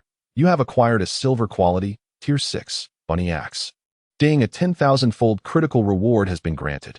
Congratulations, host. You have received 10,000 silver quality bunny axes. Wow! I truly received a critical hit of 10,000 axes. How invincible! Su Xun exclaimed, overwhelmed by the weight of the axe. Had I not possessed decent strength, wielding it would be quite the challenge. The axe, valued at 60 gold coins, was nearly 10 times larger than any he had previously used. In this apocalyptic survival game, it was indeed true that you get what you pay for. Quality reigned supreme, that Su Xun began to examine the attributes of the axe. Bunny axe, quality, silver. Description: a 6th-tier silver artifact-level axe forged by Magni. Priced at 60 gold coins. How did you amass such wealth? Attack power, 70. Durability, 60. Logging efficiency, 80. Perhaps this is indeed an axe fit for a wealthy raider, SNT it. At that moment, Su Xun swung the axe lightly, noticing a pink aura enveloping the area where he struck. This must be the unique ability of a silver-quality weapon, akin to a sword's aura. Aiding his cutting endeavors, this weapon could not only fell trees, but could also be used against foes. Considering that grenades had an attack power of only 40, this axe's attack power of 70 was remarkable. To possess 10,000 such axes was nothing short of invincible. Su Xun stored the axe away, preparing to venture into the bitter winter forest to complete his task. He believed that this axe, with its significantly improved logging efficiency, would enable him to accomplish his objectives seamlessly. Just as he was about to step outside, he noticed incredulous gazes from several nearby players. Heavens, we have just arrived here. And he is already exchanging for a high-tier axe. Could he be a player from the advanced zone? The silver-quality weapon that just thinking about it is terrifying. Who would dare to provoke him? Many players were left with a profound impression after witnessing Su Xun obtain the axe. Meanwhile, a group from the Long Country Mutual Aid Society, having endured numerous trials, finally entered Magni's blacksmith shop. They had observed everything Su Xun had done. Yun Sanyao glanced at Su Xun's retreating figure and nudged Wei Tsubing beside her. Little Wei, do you think this person is from Jojo? Wei Tsubing studied Su Xun's silhouette intently before nodding affirmatively. I believe so. Who else could single-handedly exchange for a silver-quality weapon? Indeed, he is formidable, Yun Sanyao remarked. Is it possible for one person to be stronger than a group? Upon hearing this, Wei Tsubing quickly interjected, Boss, you mustn't think that way. Lord Jojo clearly operates on a different level than us. Just because he can succeed alone doesn't mean others can. Yun Sanyao nodded, pressing her forehead in agreement. You're right. Previously, I encountered many lone wolves, their remains devoured by wild wolves and seals, leaving only bones behind. Hey, little Wei, do you think if I were to ask him for something, he would oblige? Wei Tsubing shook his head resolutely. Of course not. Boss, you must avoid leaving a negative impression on him. Those who survive alone are often highly vigilant about everything. If you do that, I guarantee we may never cross paths with him again. Just as the two were conversing, a man draped in a black swan robe strode in with an imposing demeanor. It was the young master of the affluent Gusu family, Gusu Xiaolong. Upon entering, he collided with Su Xun, who was about to exit. Damn it, are you blind? Chapter 38. Gusu Xiaolong. How can this person possess more resources than I do? I refuse to accept it. Gusu Xiaolong, having been knocked to the ground, cursed angrily. In an instant, the pent-up frustration within him boiled over as he glared at Su Xun. Are you out of your mind? Can't you see someone is entering? He had just escaped from a frenzied night in the Mani gold mine, losing several elite subordinates in the process. They had pooled all their strength to acquire 30 copper ores, hoping to exchange them for a 3 gold coin steel axe. His mood was already foul when he was unexpectedly knocked down. Apologies, Su Xun replied nonchalantly, preparing to leave. After all, having a silver-quality weapon was a matter best kept secret, revealing it could attract unwanted attention and potential threats. Thus, he aimed to ensure his safety and exit swiftly, intending to defuse the situation with an apology and avoid any conflict. However, just as he was about to depart, Gusu Xiaolong unexpectedly rose to his feet. Seizing Su Xun's sleeve with a firm grip, Kid, you dare to collide with me and think you can simply walk away? Gusu Xiaolong stated coldly. Leave something behind. or you shall not depart. Damn it, cursed Su Xun, realizing that there was no way to resolve this peacefully. Thus, as he turned around, he drew forth the Colt Python revolver from his bosom and pressed it against Su Xiaolong's forehead. What do you want? I ask you, what do you desire? The icy touch of the gun felt like a black serpent poised against Su Xiaolong's brow, instilling a profound sense of danger within him. You. Su Xiaolong's eyes widened in shock at the gleaming silver revolver, suddenly confronted with the barrel pressed against his temple. His mind short-circuited. He had clearly not anticipated this turn of events. A glance at the penguin-masked Su Xun sparked an unsettling thought. Could this kid be a violent lunatic? With this realization, he hesitated to speak further. At that moment, several figures clad in black swan robes surged into the scene, brandishing long guns and short swords, all aimed at Su Xun. Kid, what do you intend to do? Release our young master. Dare to lay a finger on him, and I shall take your life. All of you, step aside. It would be wise not to provoke me. Su Xun replied nonchalantly. Otherwise, you shall learn how to write the word death. Upon uttering these words, Su Xun remained unmoving. His actions were not merely to threaten Su Xiaolong. They served as a display for the other players, a declaration of power and character, warning them not to provoke him. For doing so would lead to dire consequences. After finishing his speech, Su Xun drew his empty hand and unleashed the Winter Crossbow, firing a shot into the ground. Whoosh, whoosh, whoosh. The explosive sound of the wind whistled past, akin to bullets, causing pain to the eardrums of those nearby. Instantly, the expressions of all surrounding players shifted. What a fearsome ranged weapon, and he possessed a significant number of bolts. This indicated that Su Xun was fully capable of taking lives at any moment. Su Xiaolong's expression grew even more grim. Have these people leave, and I shall release you, but not at this moment. You had better refrain from further threats. I do not take kindly to being threatened. Su Xun pressed the revolver more firmly against Su Xiaolong. You all, clear out. Do not enter. Leave, all of you. Su Xiaolong gritted his teeth. Soon, the faces of those around him turned stiff as they retreated. Since entering the winter dungeon, the Gusu family had been unstoppable, killing anyone who stood in their way. Save for a minor setback with Magni. In every other instance, they had been absolute dominators. Being so thoroughly threatened by Su Xun today filled them with profound shame.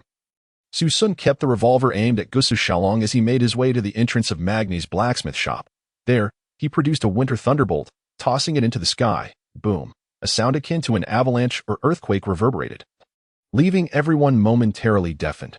The surrounding snow was kicked up, and dust scattered everywhere. Seizing this moment of confusion, Su Xun made his escape, with ice blades beneath his feet and 2 winter lions summoned from the system. He moved with incredible speed, disappearing in mere seconds, leaving the crowd in stunned silence. My goodness. This person, he is the one I saw before, riding a rocket across the icy plains. He possesses ice blade shoes. Not only that, but he wields a winter crossbow and a revolver. At this moment, several of Su Xiaolong's subordinates rushed to support him. Young master, are you all right? Cursed be you lot. Why did you not subdue him just now? Su Xiaolong seethed with anger. We were merely concerned for your safety. His subordinates attempted to explain. Enough. Spare me the excuses. Tell me about this person. Who exactly is he? A few of them quickly recounted Su Xun's circumstances to Su Xiaolong. What? He exchanged 60 gold coins for a silver-quality artifact axe. Su Xiaolong narrowed his eyes. What does that make our 30 copper ores? Are you all worthless fools? Over 20 of us toiled for an entire day, and we only managed to procure 30 copper ores, enough for merely 3 gold coins, enough to buy a steel axe. The more he contemplated this, the more displeased Su Xiaolong became. Why should he, who had always been invincible, be relegated to wielding a weapon only marginally superior to a discarded axe, a green-quality steel axe, while the other party wielded a silver-quality axe 3 tiers above his? Damn it. Why? The deeper he delved into these thoughts, the more enraged he grew, his emotions on the brink of collapse. Pursue him. Bring him down and seize that axe. Su Xiaolong's eyes turned red as he pointed at Su Xun's receding figure. The surrounding subordinates were momentarily dumbfounded, their expressions akin to that of bitter melons. Damn it. We just fought tooth and nail for you in the Magni mine all day and returned without even a warm meal. Barely able to move. Now you want us to chase after that freak with 2 sled dogs. Moreover, this person possesses guns, cannons, and thunder, and his axe is pink. His combat power is terrifying, and with nightfall approaching, who the hell would want to go? Wouldn't that be courting death? Su Xiaolong, observing the glum expressions of his subordinates, quickly grasped the situation. No one was willing to step forward to pursuit, so you refuse to go. Do you? You worthless lot. Since my debut as Su Xiaolong, I have conquered 5 apocalyptic survival games without fail. When has it not been an invincible triumph? Hearing this, his subordinates fell silent. What he stated was indeed a fact. Su Xiaolong erupted in fury. When had he ever been confronted with a revolver pressed against his forehead? When had anyone been wealthier than him? Do you not comprehend? He appears to possess resources exceeding all of ours combined. Damn it! Why should I endure such humiliation? You may tolerate it, but I cannot. I shall seek revenge. Meanwhile, Su Xun was steadily moving with the assistance of his 2 small lions, traversing a detour. The true purpose of this detour was to avoid being followed. Ensuring his safe return to his cave, now that he possessed the pink axe. All that remained was to enter the winter forest and chop down trees. With the rabbit axe's enhancement, timber harvesting should be swift. However, with nightfall and an impending ice storm, it was prudent to first survive the night. Soon, Su Xun confirmed his safety and returned to his ice house. A night of utmost security and comfort passed without any beast breaching the defenses of his 3-layered ice rock brick abode. The following morning, as the first rays of dawn broke upon the world, Su Xun casually consumed some winter sausages before making his way into the winter forest. His goal, the camphor forest. With a 10,000-fold yield of timber, felling just 1 tree would allow him to be the first to complete the task. The rewards for tasks at this stage were exceedingly generous. Thus, as he pondered these matters, excitement surged within him. Chapter 39. 10,000 Dragonbone Shipwood. 160,000 cannons. Su Xun moved with remarkable speed, quickly arriving at the heart of the winter forest, thanks to the assistance of the 2 winter lions. He scarcely needed to navigate his path, swiftly reaching the camphor forest. The weather was overcast, the air temperature frigid and biting. Meanwhile, the ground beneath his feet remained hard and frozen, retaining a lingering chill. It was a moment when even a breath would manifest as a cloud of white mist.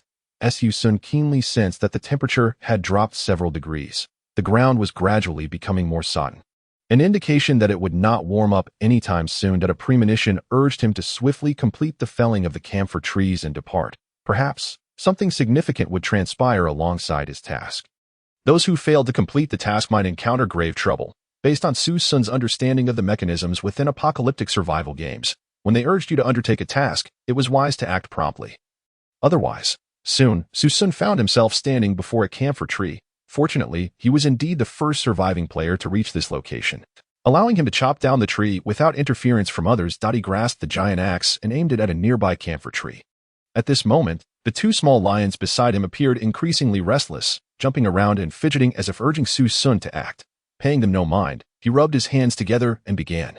Hey! With a mighty swing, Su Xun raised the rabbit giant axe high before bringing it down with ferocity. A resounding thud echoed as the massive camphor tree revealed a horrifying gash before his eyes. A flash of pink light accompanied the axe's descent, striking the tree and leaving a wound over a meter wide. This was beyond what Su Xun could have imagined. Was this the efficiency of 60 in logging? Truly, it was worthy of being 12 times more effective than a discarded iron axe.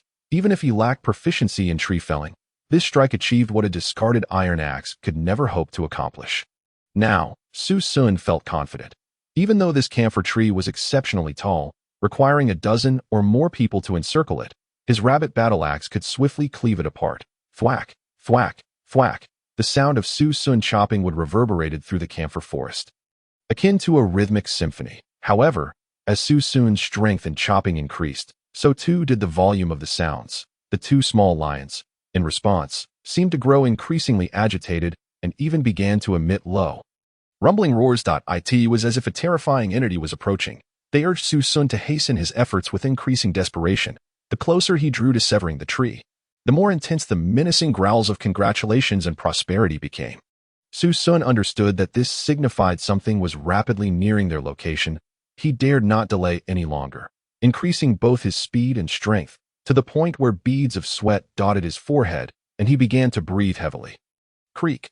Ultimately, under Su Xun's final, desperate strike, the camphor tree before him slowly toppled. In that moment, the tree resembled a towering giant, its fall solemn, mysterious, slow, heavy, and rhythmic, evoking the departure of a living being. Watching this scene, Su Xun bowed his head in prayer, remaining silent.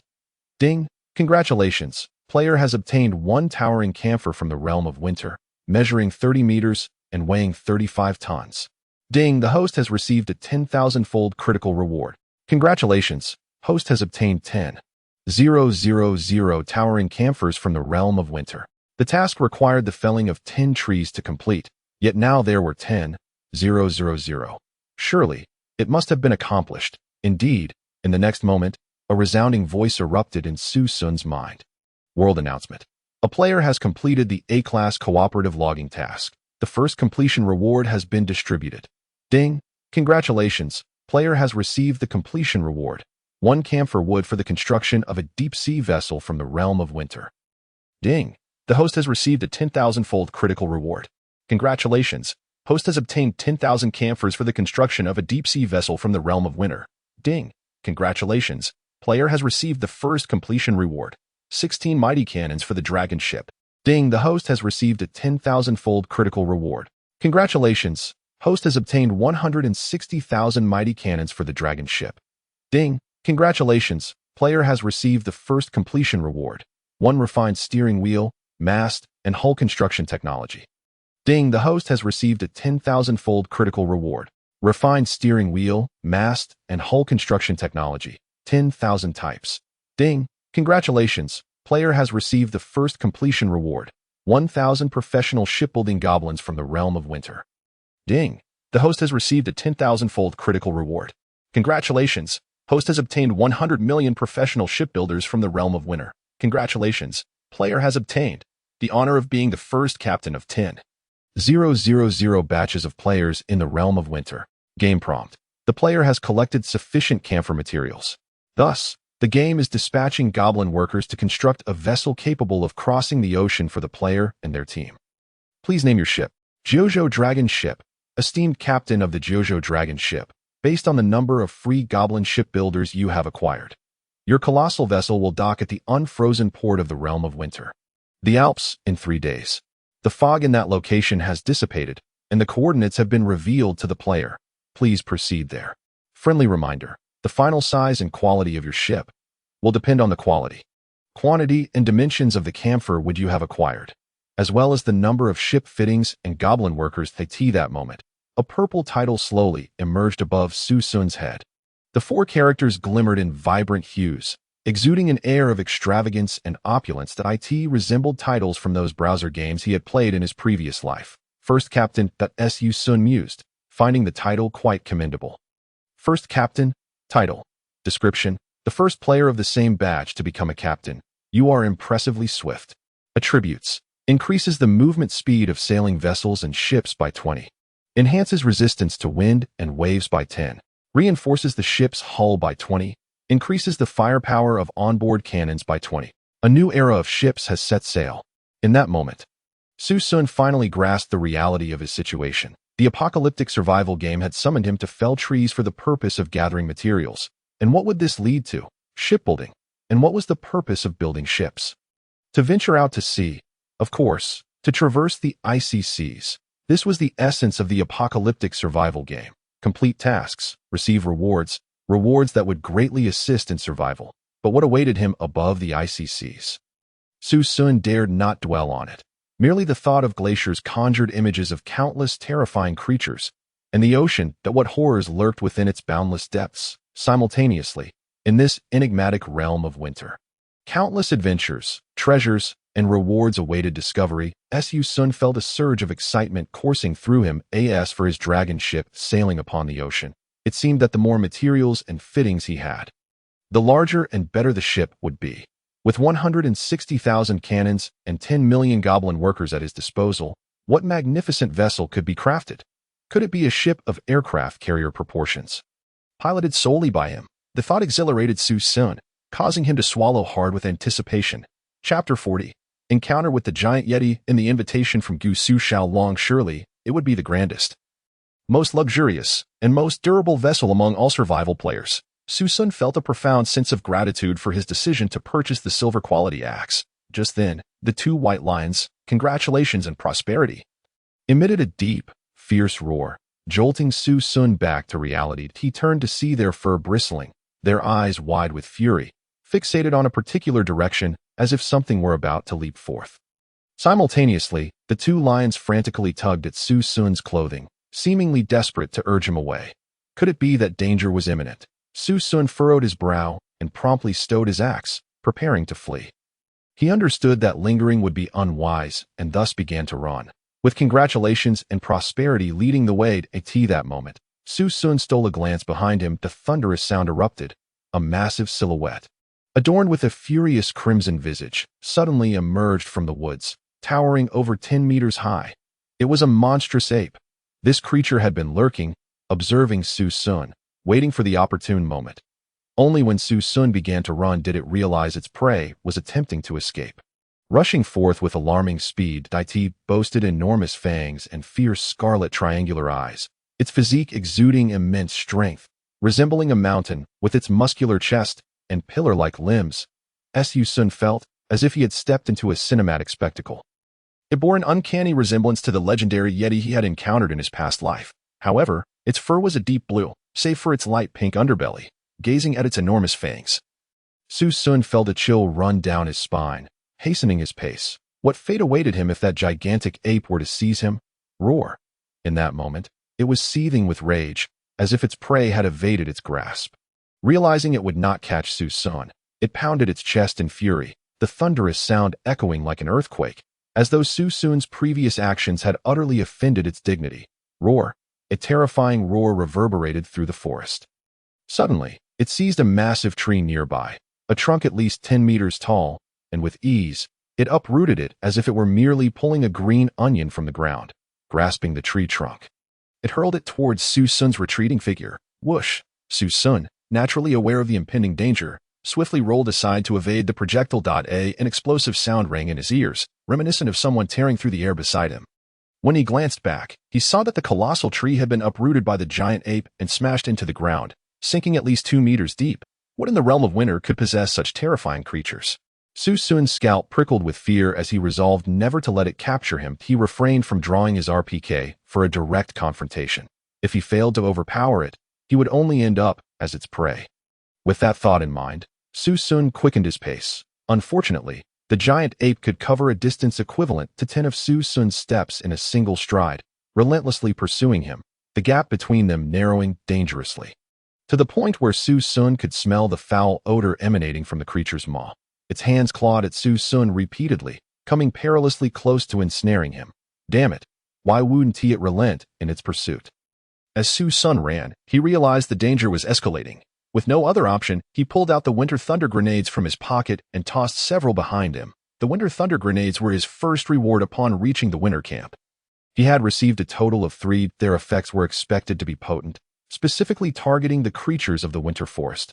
Otherwise, the apocalyptic survival game wouldn't have provided him with such weapons. Boom, boom, boom, boom, boom. Su Xun had no time to glance back at the ensuing chaos. All he knew was the earth-shattering explosions that followed. The oppressive sensation that had shadowed him like a specter had finally dissipated. At this moment, amidst his flurry of activities, Su Xun managed to glance back. To his astonishment, he discovered that the enormous monstrous ape lay on the ground, its charred body a testament to the explosion it had endured. It clutched its shoulder, as if nursing a grievous wound. The creature could only emit a low, rumbling roar of fury, utterly incapable of rising to pursue Su Xun any further. At last, Su Xun had extricated himself from peril. The snowman was no longer in a position to hunt him down. It appeared that the might of the winter war thunder surpassed his expectations by a considerable margin. After running for quite some time, he finally paused, hands resting on his knees as he gulped air in great heaves. Wiping the sweat from his brow, he dared not linger and pressed on. Having evaded the snowman, Su Xun made his way to the entrance of the winter forest. With a sigh of relief, he reflected on the multitude of tasks he had accomplished and deemed it high time to return to his ice house for a well-deserved rest. He pondered what marvels his over 10 million goblin workers, coupled with 160,000 dragon ship cannons and 10,000 winter camphor wood, could construct. Surely, his creations would stand unrivaled in both quality and size among his contemporaries. Moreover, the next game quest would undoubtedly pertain to ships. In the face of imminent, lethal dangers, it was likely that only his vessel could provide him sanctuary. He had already forged a path ahead of the others, and to have reached this juncture was a stroke of remarkable fortune. At this moment, Su Xun even entertained thoughts of charging exorbitant fees for tickets aboard his grand ship. From his recent encounter with the snowman, it was clear that the dangers lurking within the winter forest far exceeded his earlier assumptions. The difficulty of this quest was indeed beyond what he had envisioned. As he continued to wipe the sweat from his brow, he felt grateful for his swift actions. In silence, he lowered his head and proceeded. However, it wasn't long before he encountered a rather unpleasant group. What a coincidence, I didn't expect to run into you here. A very unfriendly voice called out, just as Su Xun was about to completely exit the winter forest. A band of over 20 individuals, accompanied by strange beasts, obstructed his path. Each of them donned black swan thermal robes, exuding an air of enigmatic power that was difficult to gauge. Gusu Xiaolong? Su Xun observed the proud countenance of the newcomer, his expression darkening. Simultaneously, he tightened his grip on 5 grenades. The intentions of his adversaries were evident. Should they decide to engage, he would have no choice but to fight back. In this moment, Gusu Xiaolong appeared to be in a state of mission completion. Radiating professionalism and composure, devoid of his earlier restlessness. As a scion of a prestigious lineage, he possessed his own unique capabilities and temperament. Do not worry, Jiuzhou, I have no intention of confronting you, he declared. Your repeated successes in completing tasks before me attest to your superior strength within our team. You are a true powerhouse. I shall not clash with you before the mission concludes, as that would merely deplete my own resources. I extend to you a sincere invitation to join my team. With us, you will have access to abundant supplies and greater assistance, alongside unparalleled glory once the apocalypse survival game concludes. Whatever you desire, you shall have. Whatever you desire, you shall have. Such words were utterly absurd. In this survival scenario of the apocalypse, who would believe such nonsense? Anyone who did would likely find themselves dead on the roadside the very next moment. No, thank you. Gusu clan members, I implore you not to provoke me, Su Xun replied coolly. Additionally, should you wish to engage in combat, I would not hesitate to let you all experience the taste of losing your lives. You. Even a fool like Gusu Xiaolong could glean Su Xun's tone of defiance. Not only had Su Xun rejected his goodwill, but he also dared to threaten him. You have the audacity to imply that you will not join us. Is that correct? Does it need to be asked? I have traversed this path alone. I have no need for a team. Su Xun retorted. I only hope we do not cross paths again the next time we meet. I may not be so accommodating. We shall see. Su Xun's silhouette gradually receded. One of Gusu Xiaolong's subordinates made a slashing motion across his throat, as if seeking permission from his master to deal with Su Xun personally. Let it be. This individual is not to be trifled with. We must depart. There are pressing matters at hand. We have 10 camphor trees to fell, and we possess but a single axe. Once it is worn out, we shall have no more. Meanwhile, at the mine, they continued to mine for gold, striving to complete their tasks swiftly. At this juncture, Su Xun had already obliterated the ice house near the winter camp. Leaving no trace behind, he needed to set forth once more. Donning his ice blade shoes, he began his journey toward the unfrozen port of the Alps, according to the Apocalypse survival game's guidance. In 3 days, his dragon ship would appear there. The Jiuzhou dragon ship. Su Xun could hardly contain his eagerness to reach that destination and board his vessel. Simultaneously, he needed to procure more resources. Given that players had already begun constructing dragon ships, it was inevitable that maritime survival challenges would soon arise. Various resources would be in short supply.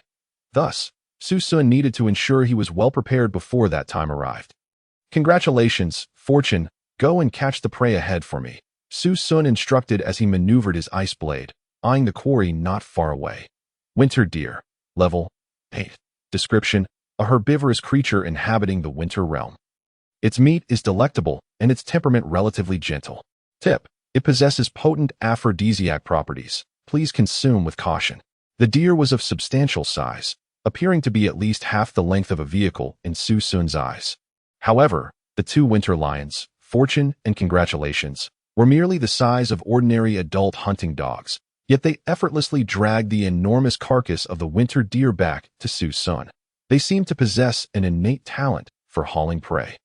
Despite the deer's considerable bulk, which dwarfed the 2 lions combined, they towed it with ease and remarkable speed. Before long, the massive corpse of the winter deer lay before Su Xun.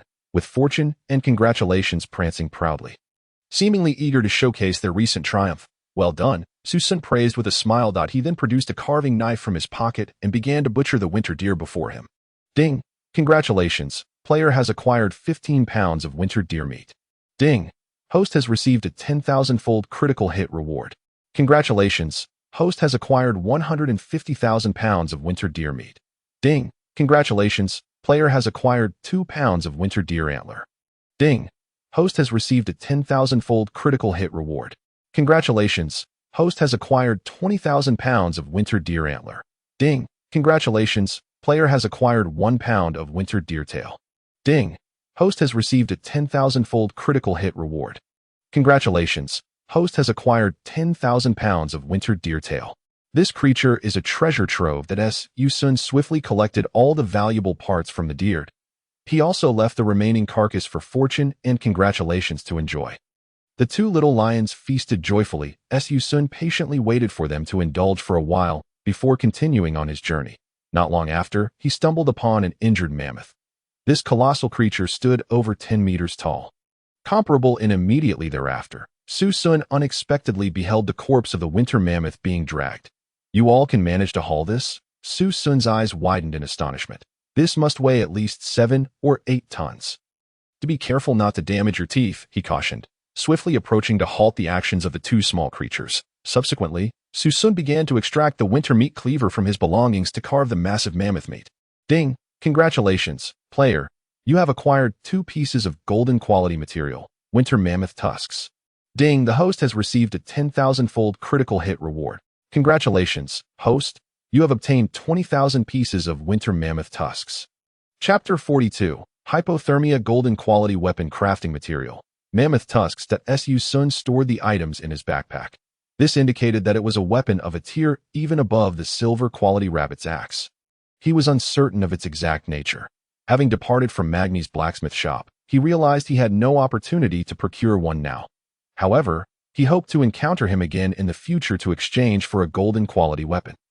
The thought of wielding an epic weapon was exhilarating. Su Xun hurriedly advanced, continuing to slice the mammoth meat for his provisions.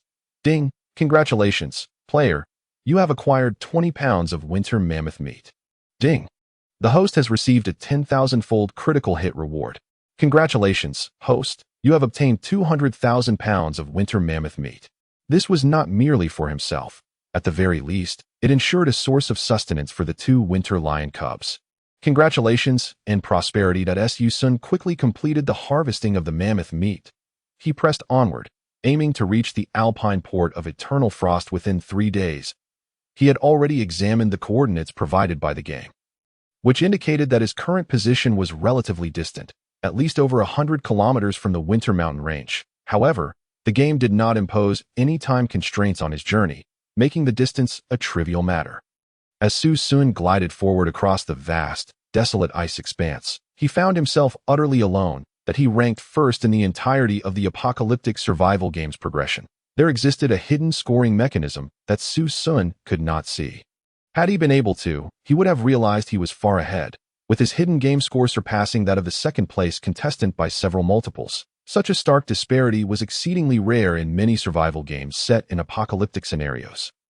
As twilight descended, Su Xun recognized the necessity of constructing a temporary shelter to evade the nocturnal predators lurking within the winter realm. Soon, he identified a safe location and built an appropriately sized snow hut to reside in. After several attempts at construction, Su Xun had become quite adept at erecting these ice shelters, ensuring they were of suitable dimensions and uniform thickness, while also being sheltered from the wind and warm. One could say it was akin to a mansion among all survival players. Inside the hut, he kindled a fire and began to contemplate his future plans. The construction of the ice shelter posed no issues. The ice bricks had hardly been depleted, and with the system's assistance, he could reclaim them. He still possessed over 29,000 grenades, which had seen minimal use, yet carried immense power. Most notably, his primary hunting weapon. The RPK had consumed nearly 300 rounds, but in comparison to the total of 30,000 rounds available, the expenditure was minimal. The ammunition for his secondary weapon, the Winter Crossbow, had also only seen around 200 rounds used, remaining abundantly sufficient.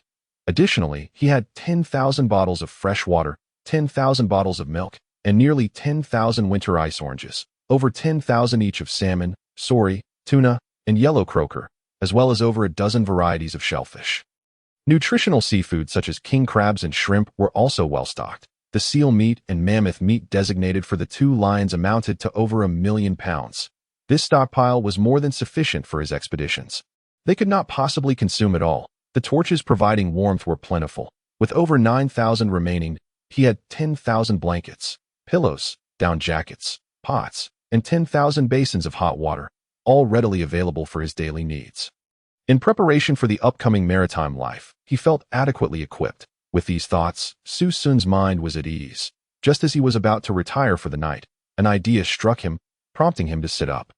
The most crucial item, medicine. It was essential to recall from his prior studies of the history of survival games that less than 40 of deaths resulted from encounters with native creatures. Far more perished due to environmental factors, such as food scarcity, extreme cold or heat, sheer cliffs, deep waters, marshes, and the most dreadful of all, plagues. During his studies at the apocalyptic survival game academy, he had encountered a particularly notorious case.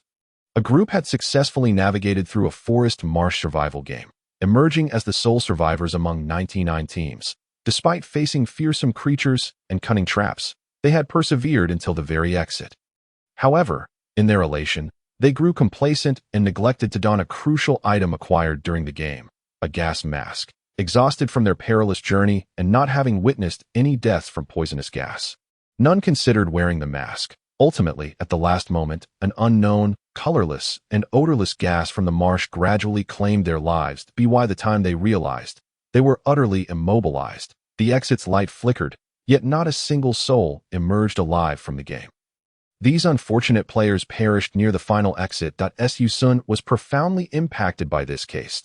He pondered whether similar ailments or effects on the human body existed in the realm of winter. He immediately considered one affliction: hypothermia. When individuals remain in extreme cold for prolonged periods, even clad in thick garments, their bodies might struggle to maintain temperature. In such conditions, the human body undergoes abnormal changes.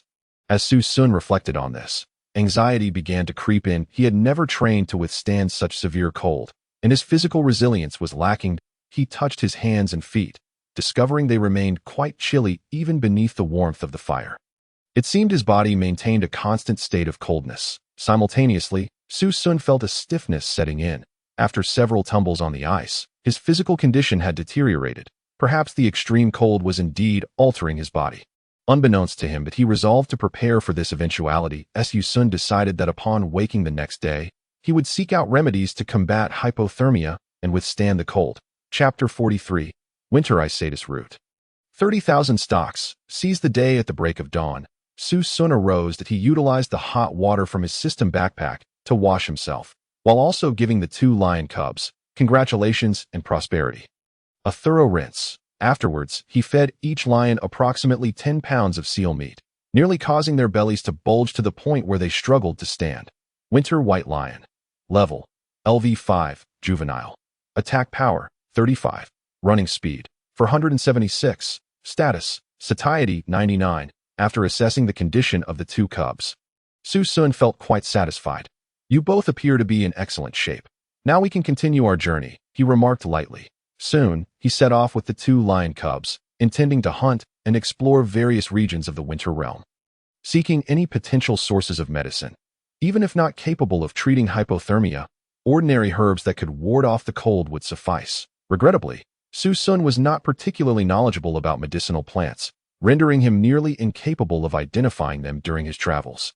Uncertain of their toxicity, he merely collected them along the way. Ding! Congratulations, player! You have acquired 5 stalks of Winter Ice Spirit Grass.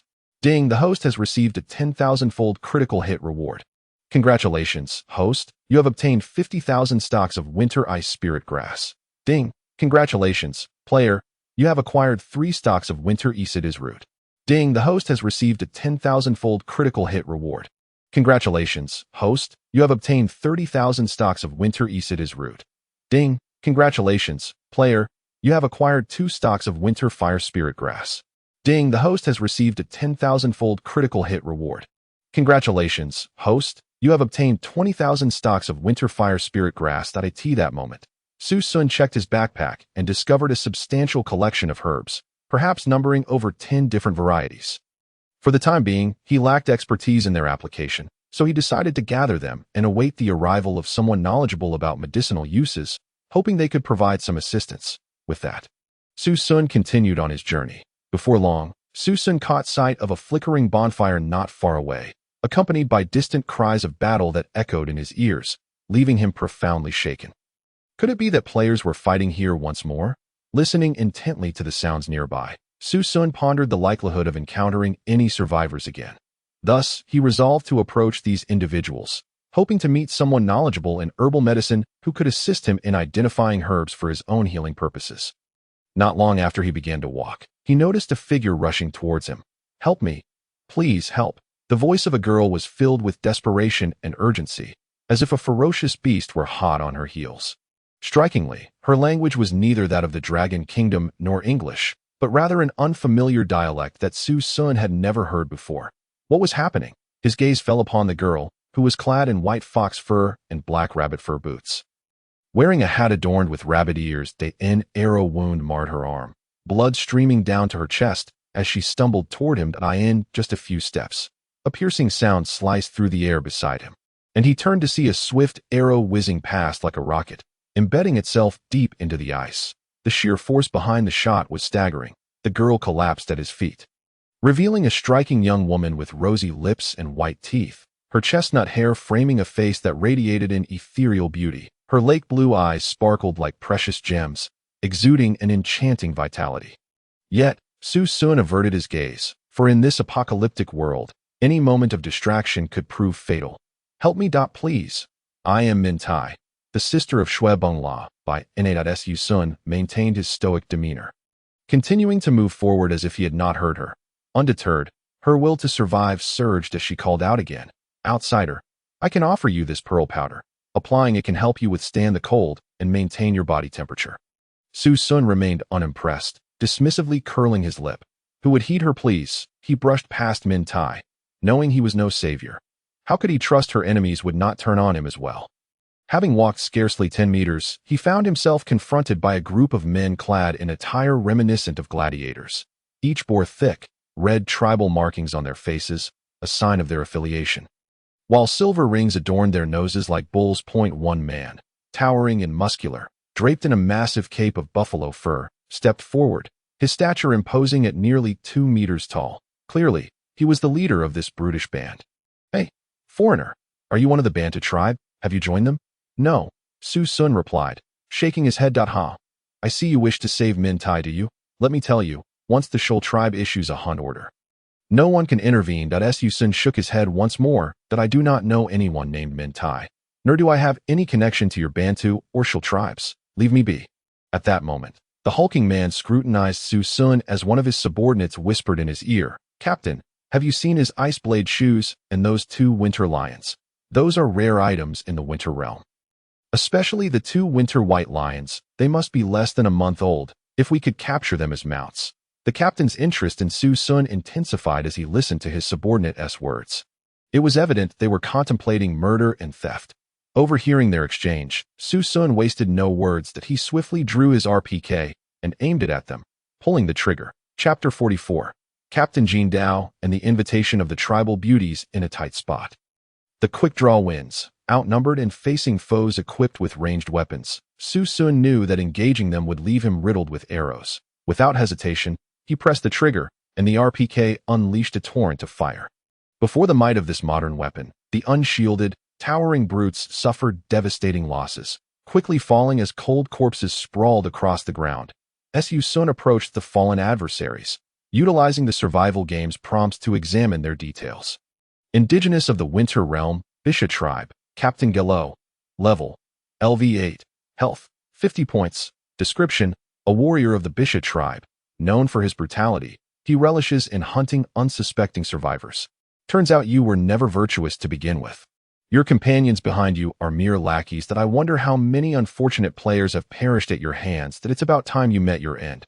Extinguishing the flames before him, Su Xun began to scavenge the spoils of victory.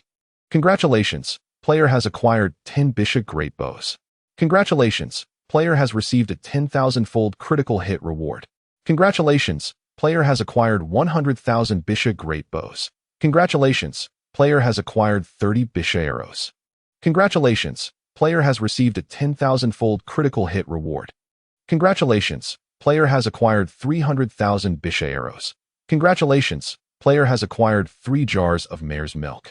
Congratulations, player has received a 10,000-fold critical hit reward. Congratulations, player has acquired 30,000 jars of mare's milk. Congratulations, player has acquired 1 Bisha Captain's golden knife. Congratulations, player has received a 10,000-fold critical hit reward. Congratulations, player has acquired 10,000 Bisha Captain's golden knives. Congratulations, player has acquired 1 pair of durable sable boots. Congratulations, player has received a 10,000-fold critical hit reward. Congratulations, player has acquired 10,000 pairs of durable sable boots. Congratulations, player has acquired 15 gold coins. Congratulations, player has received a 10,000-fold critical hit reward. Congratulations, player has acquired 150,000 gold coins. Soon, Su Xun had thoroughly looted the fallen foes, taking even items of uncertain utility, stuffing them into his pack for later consideration. As he turned around after diligently collecting his spoils, he was startled to find Mintai standing at his side once more.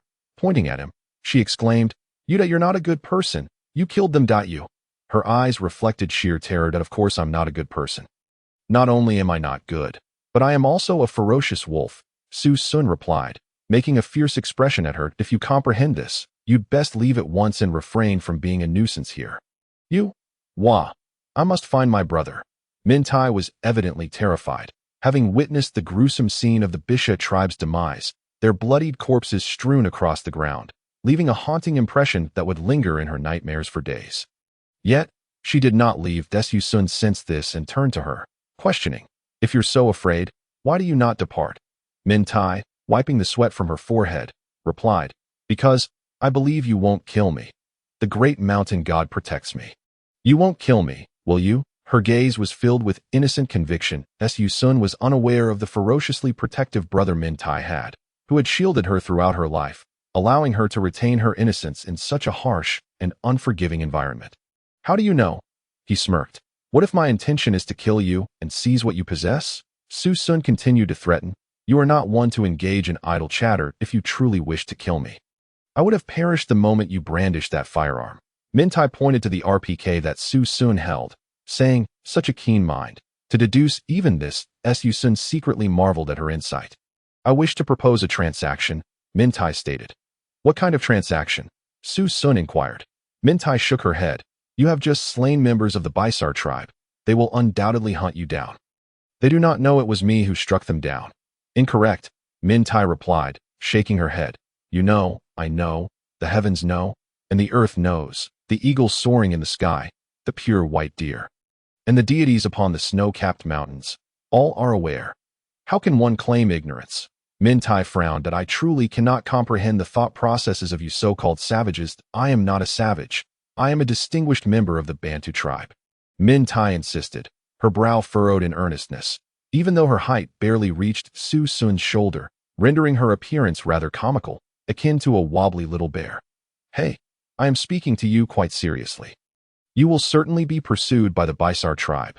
Then what do you propose I do? The Bisar tribe is our sworn enemy. For over a millennium, we have battled for dominion over the territory of the ice dragon Sakasar.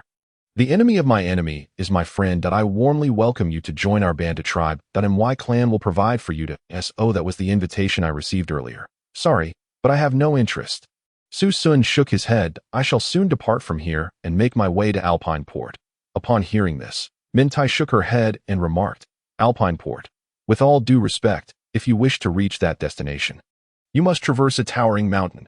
Without the assistance of the locals, you will not succeed. Ha! I am one to defy superstitions, Su Xun replied. You simply do not believe me. Do you think your strength alone can withstand the entire Bisar tribe? Mintai sighed. You have not witnessed their true might, nor have you encountered their most elite warriors or their formidable armies. You cannot fathom the terror that comes from being pursued by them.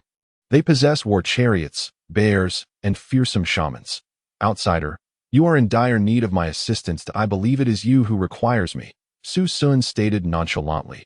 just as Mintai was about to respond. The ground suddenly trembled. Using her keen ears, she pressed her ear to the ground, and her face paled instantly. She sprang to her feet, grabbing Su Xun and exclaiming, "This is bad. A monster approaches." Run. Chapter 45. The terrifying giant alchemical bear. What kind of monster? Su Xun was unaware of the creature Mintai spoke of. As she ran forward, panting heavily, she explained, "It is a monstrous bear bred specifically by the Bisar family. They feast on survivors. They can detect your scent from dozens of kilometers away. Survivors like you are their primary targets. That a monstrous bear?" Su Xun followed suit, but at that moment, his ice blade shoes felt sluggish. As he was still unsure of what this so-called monstrous bear truly was, soon enough, he would learn. What a monstrous bear looked like became clear to him. A colossal brown bear standing at least 5 meters tall. With green saliva oozing from its jaws and blood-red eyes. It bore an array of peculiar devices strapped to its back, tubes inserted into its body, evidently meant to control the beast. Wait, are they not a tribe of savages? Su Xun queried, puzzled. How do they possess such technology? At that moment, Mintai was already in a state of panic, sprinting as swiftly as a rabbit. Did I not warn you? Do not underestimate the Bisar tribe. They are a vast coalition with over 100,000 members. While some may be primitive, they also have their elites, such as alchemists and gunmen. Many of their armaments are acquired by hunting survivors like you. They possess numerous firearms, though not as many bullets as you. Upon hearing this, Su Xun felt a sinking sensation in his heart. That it seemed that offending the Bisar family was not a trivial matter. After all, the power of one individual was hardly sufficient to contend with a tribe of over 100,000, especially when they were the local inhabitants, far more familiar with the terrain. Just then, Mintai's voice interrupted his thoughts. "Cease your musings and run. The monstrous bear is gaining on us." Understood. Su Xun turned to glance back and nearly felt his scalp prickle. The enormous bear charged forward with astonishing speed. Akin to a roaring off-road vehicle in mere moments, the distance between Su Xun and the monstrous bear had shrunk to less than 20 meters. He could even see the bits of flesh hanging from its jaws and its razor-sharp fangs. Its paws were thicker than his own body. This is terrifying. Should that creature take a bite, I fear I would not survive. Having said this, Su Xun drew his RPK and fired 3 shots at the beast, only to be astounded to find that the bear seemed utterly unfazed. Oh, not be foolish. This monstrous bear cannot be slain. Its life is sustained by the alchemical canisters strapped to its back. In the next instant, a massive paw came crashing down, nearly sending Su Xun flying. Is that so? If it cannot be killed, then I must flee. Su Xun felt an acute sense of danger and resolved to give his all. He swiftly tossed out a tether, ensnaring the 2 small creatures, Xingxiang and Fa Kai. Xingxiang, Fa Kai, run for your lives, he commanded, before scooping up Mintai as if she were a mere doll. With his ice blades at full throttle, Su Xun shot forward like a rocket. Ouch! Mintai was still processing the suddenness of being cradled in warm arms.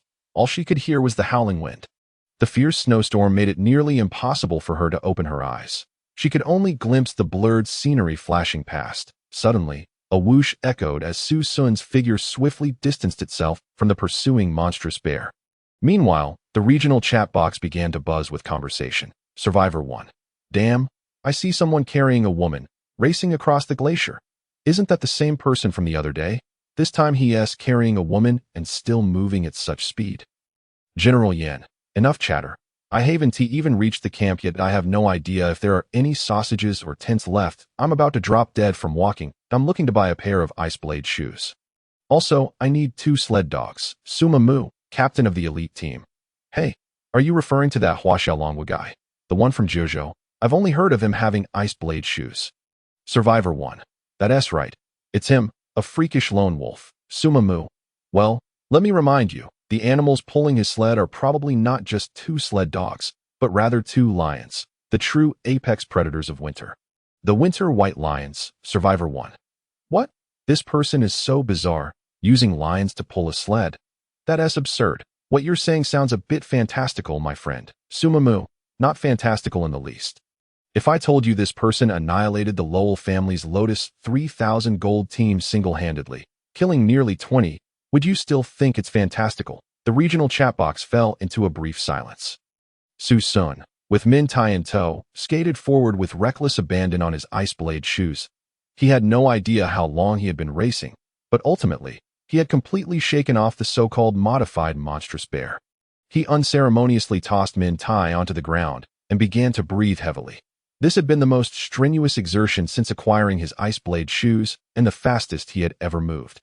Min Tai rose from the snow, momentarily stunned, her face flushed. Had it not been for Su Xun saving her twice, she might have already fallen prey to the Baisar tribe. Thank you. Thank you for saving me. The gods of the snowy mountains shall surely bless you. Ha.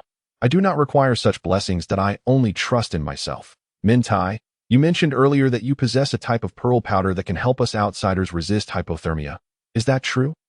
Indeed it is. This substance was not discovered by us. Min Tai replied that it was brought to our Bantu tribe by an elder sister long ago. She had suffered from hypothermia and was cured by this unique pearl powder.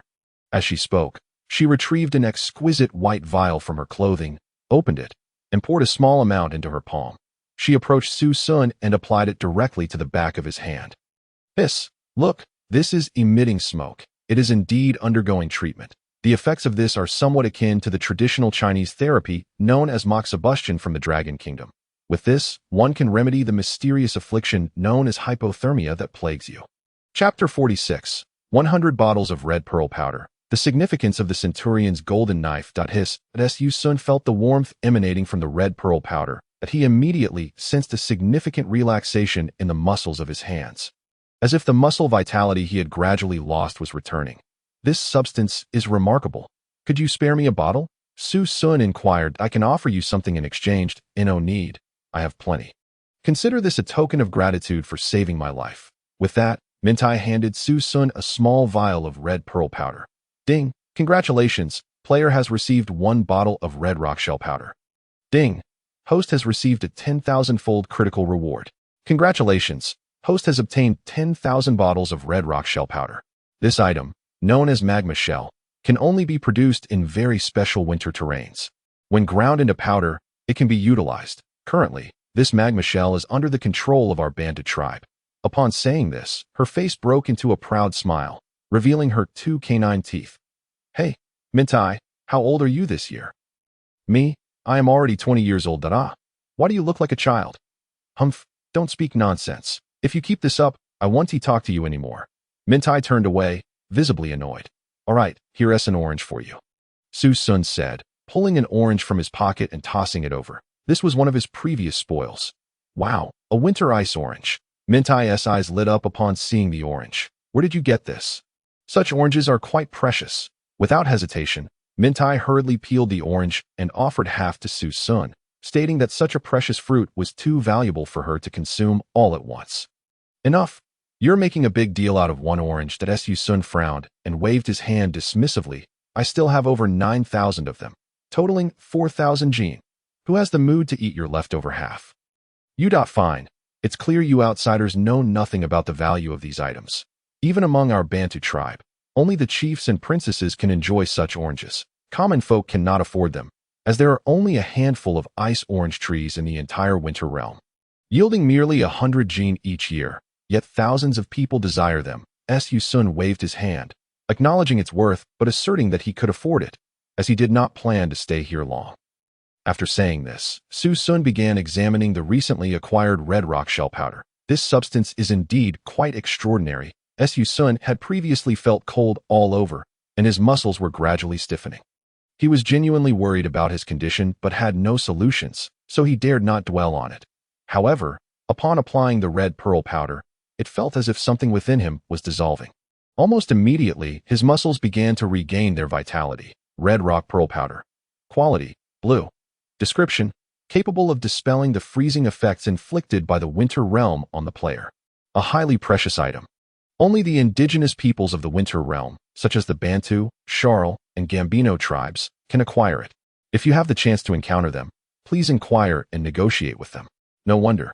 I had been wondering why my body was gradually stiffening. I genuinely thought I was suffering from hypothermia or some form of muscle atrophy. It turns out that prolonged exposure to the winter realm causes one's body to be assaulted by its unique cold currents.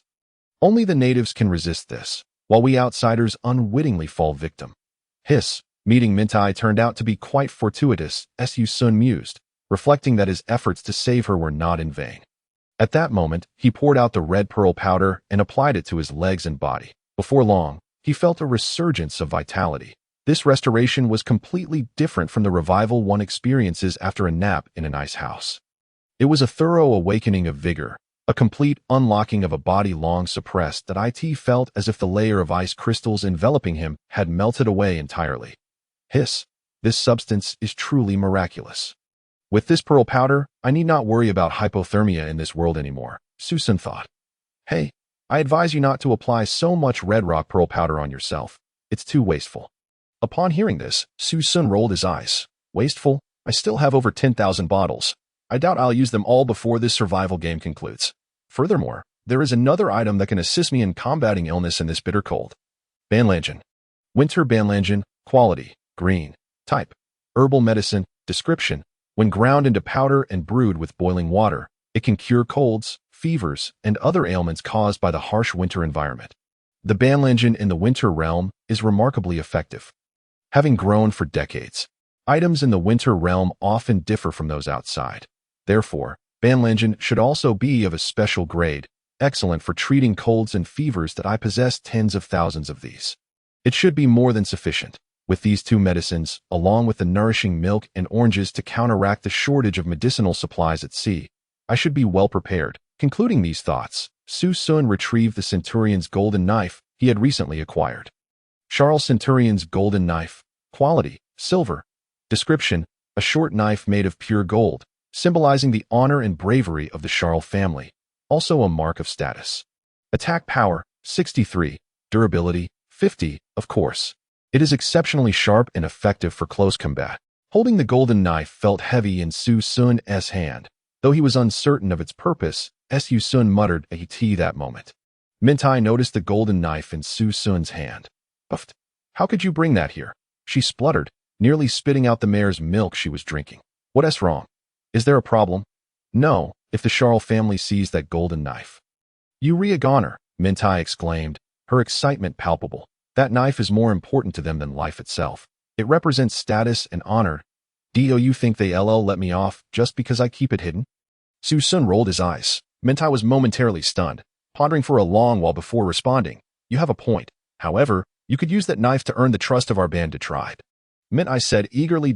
My brothers will surely believe you, as will Uncle Reno. Really? Su Xun scoffed, planting the knife into the snow. The knife was as thin as a cicada's wing, intricately carved, and adorned with dozens of red and blue gemstones, making it appear exceedingly valuable. That it might indeed be worth something. Su Xun commented, As for your bandit tribe, I won't be visiting anytime soon. Who would foolishly charge into the territory of a foreign tribe? If they discover the supplies I possess, who knows if they might turn hostile? Just then, Su Xun opened the regional chat window. Survivor 1. Am I going to survive? I haven't even reached the camp when a monstrous bear started chasing me. It almost crippled my crew. Damn it. This bear has a green alchemical canister stuck to its back. What the hell? What bandit tribe? Someone come save me. Chapter 47. The monster that turns people into toys. Special Hardness Chicken Dinner Team Leader Su Ma'am. Haha. What are you complaining about? It's just a bear. Do you even realize we've entered the winter forest? There are real horrors here. A gigantic snowman gorilla has devoured several of my brothers. Survivor 1. How is it going over there? Is the task manageable? Su Ma'am. Not at all. This tree is thicker than the house I grew up in. Who can chop down 10 of these? I'd call him father. All the axes we brought from the camp have worn out. We're heading back to find that dwarf merchant to buy more axes. Survivor 1. Looks like the first one to finish the tree cutting task is a real freak. Good luck to you all. At this moment, after resting for a while, Su Xun parted ways with Mintai. Before leaving, Mintai earnestly urged Su Xun to return to the bandit tribe with her. However, Su Xun declined, as he did not trust the bandit tribe. Nonetheless, he did not remain obstinate but instead agreed to a secret signal for a future meeting with Mintai.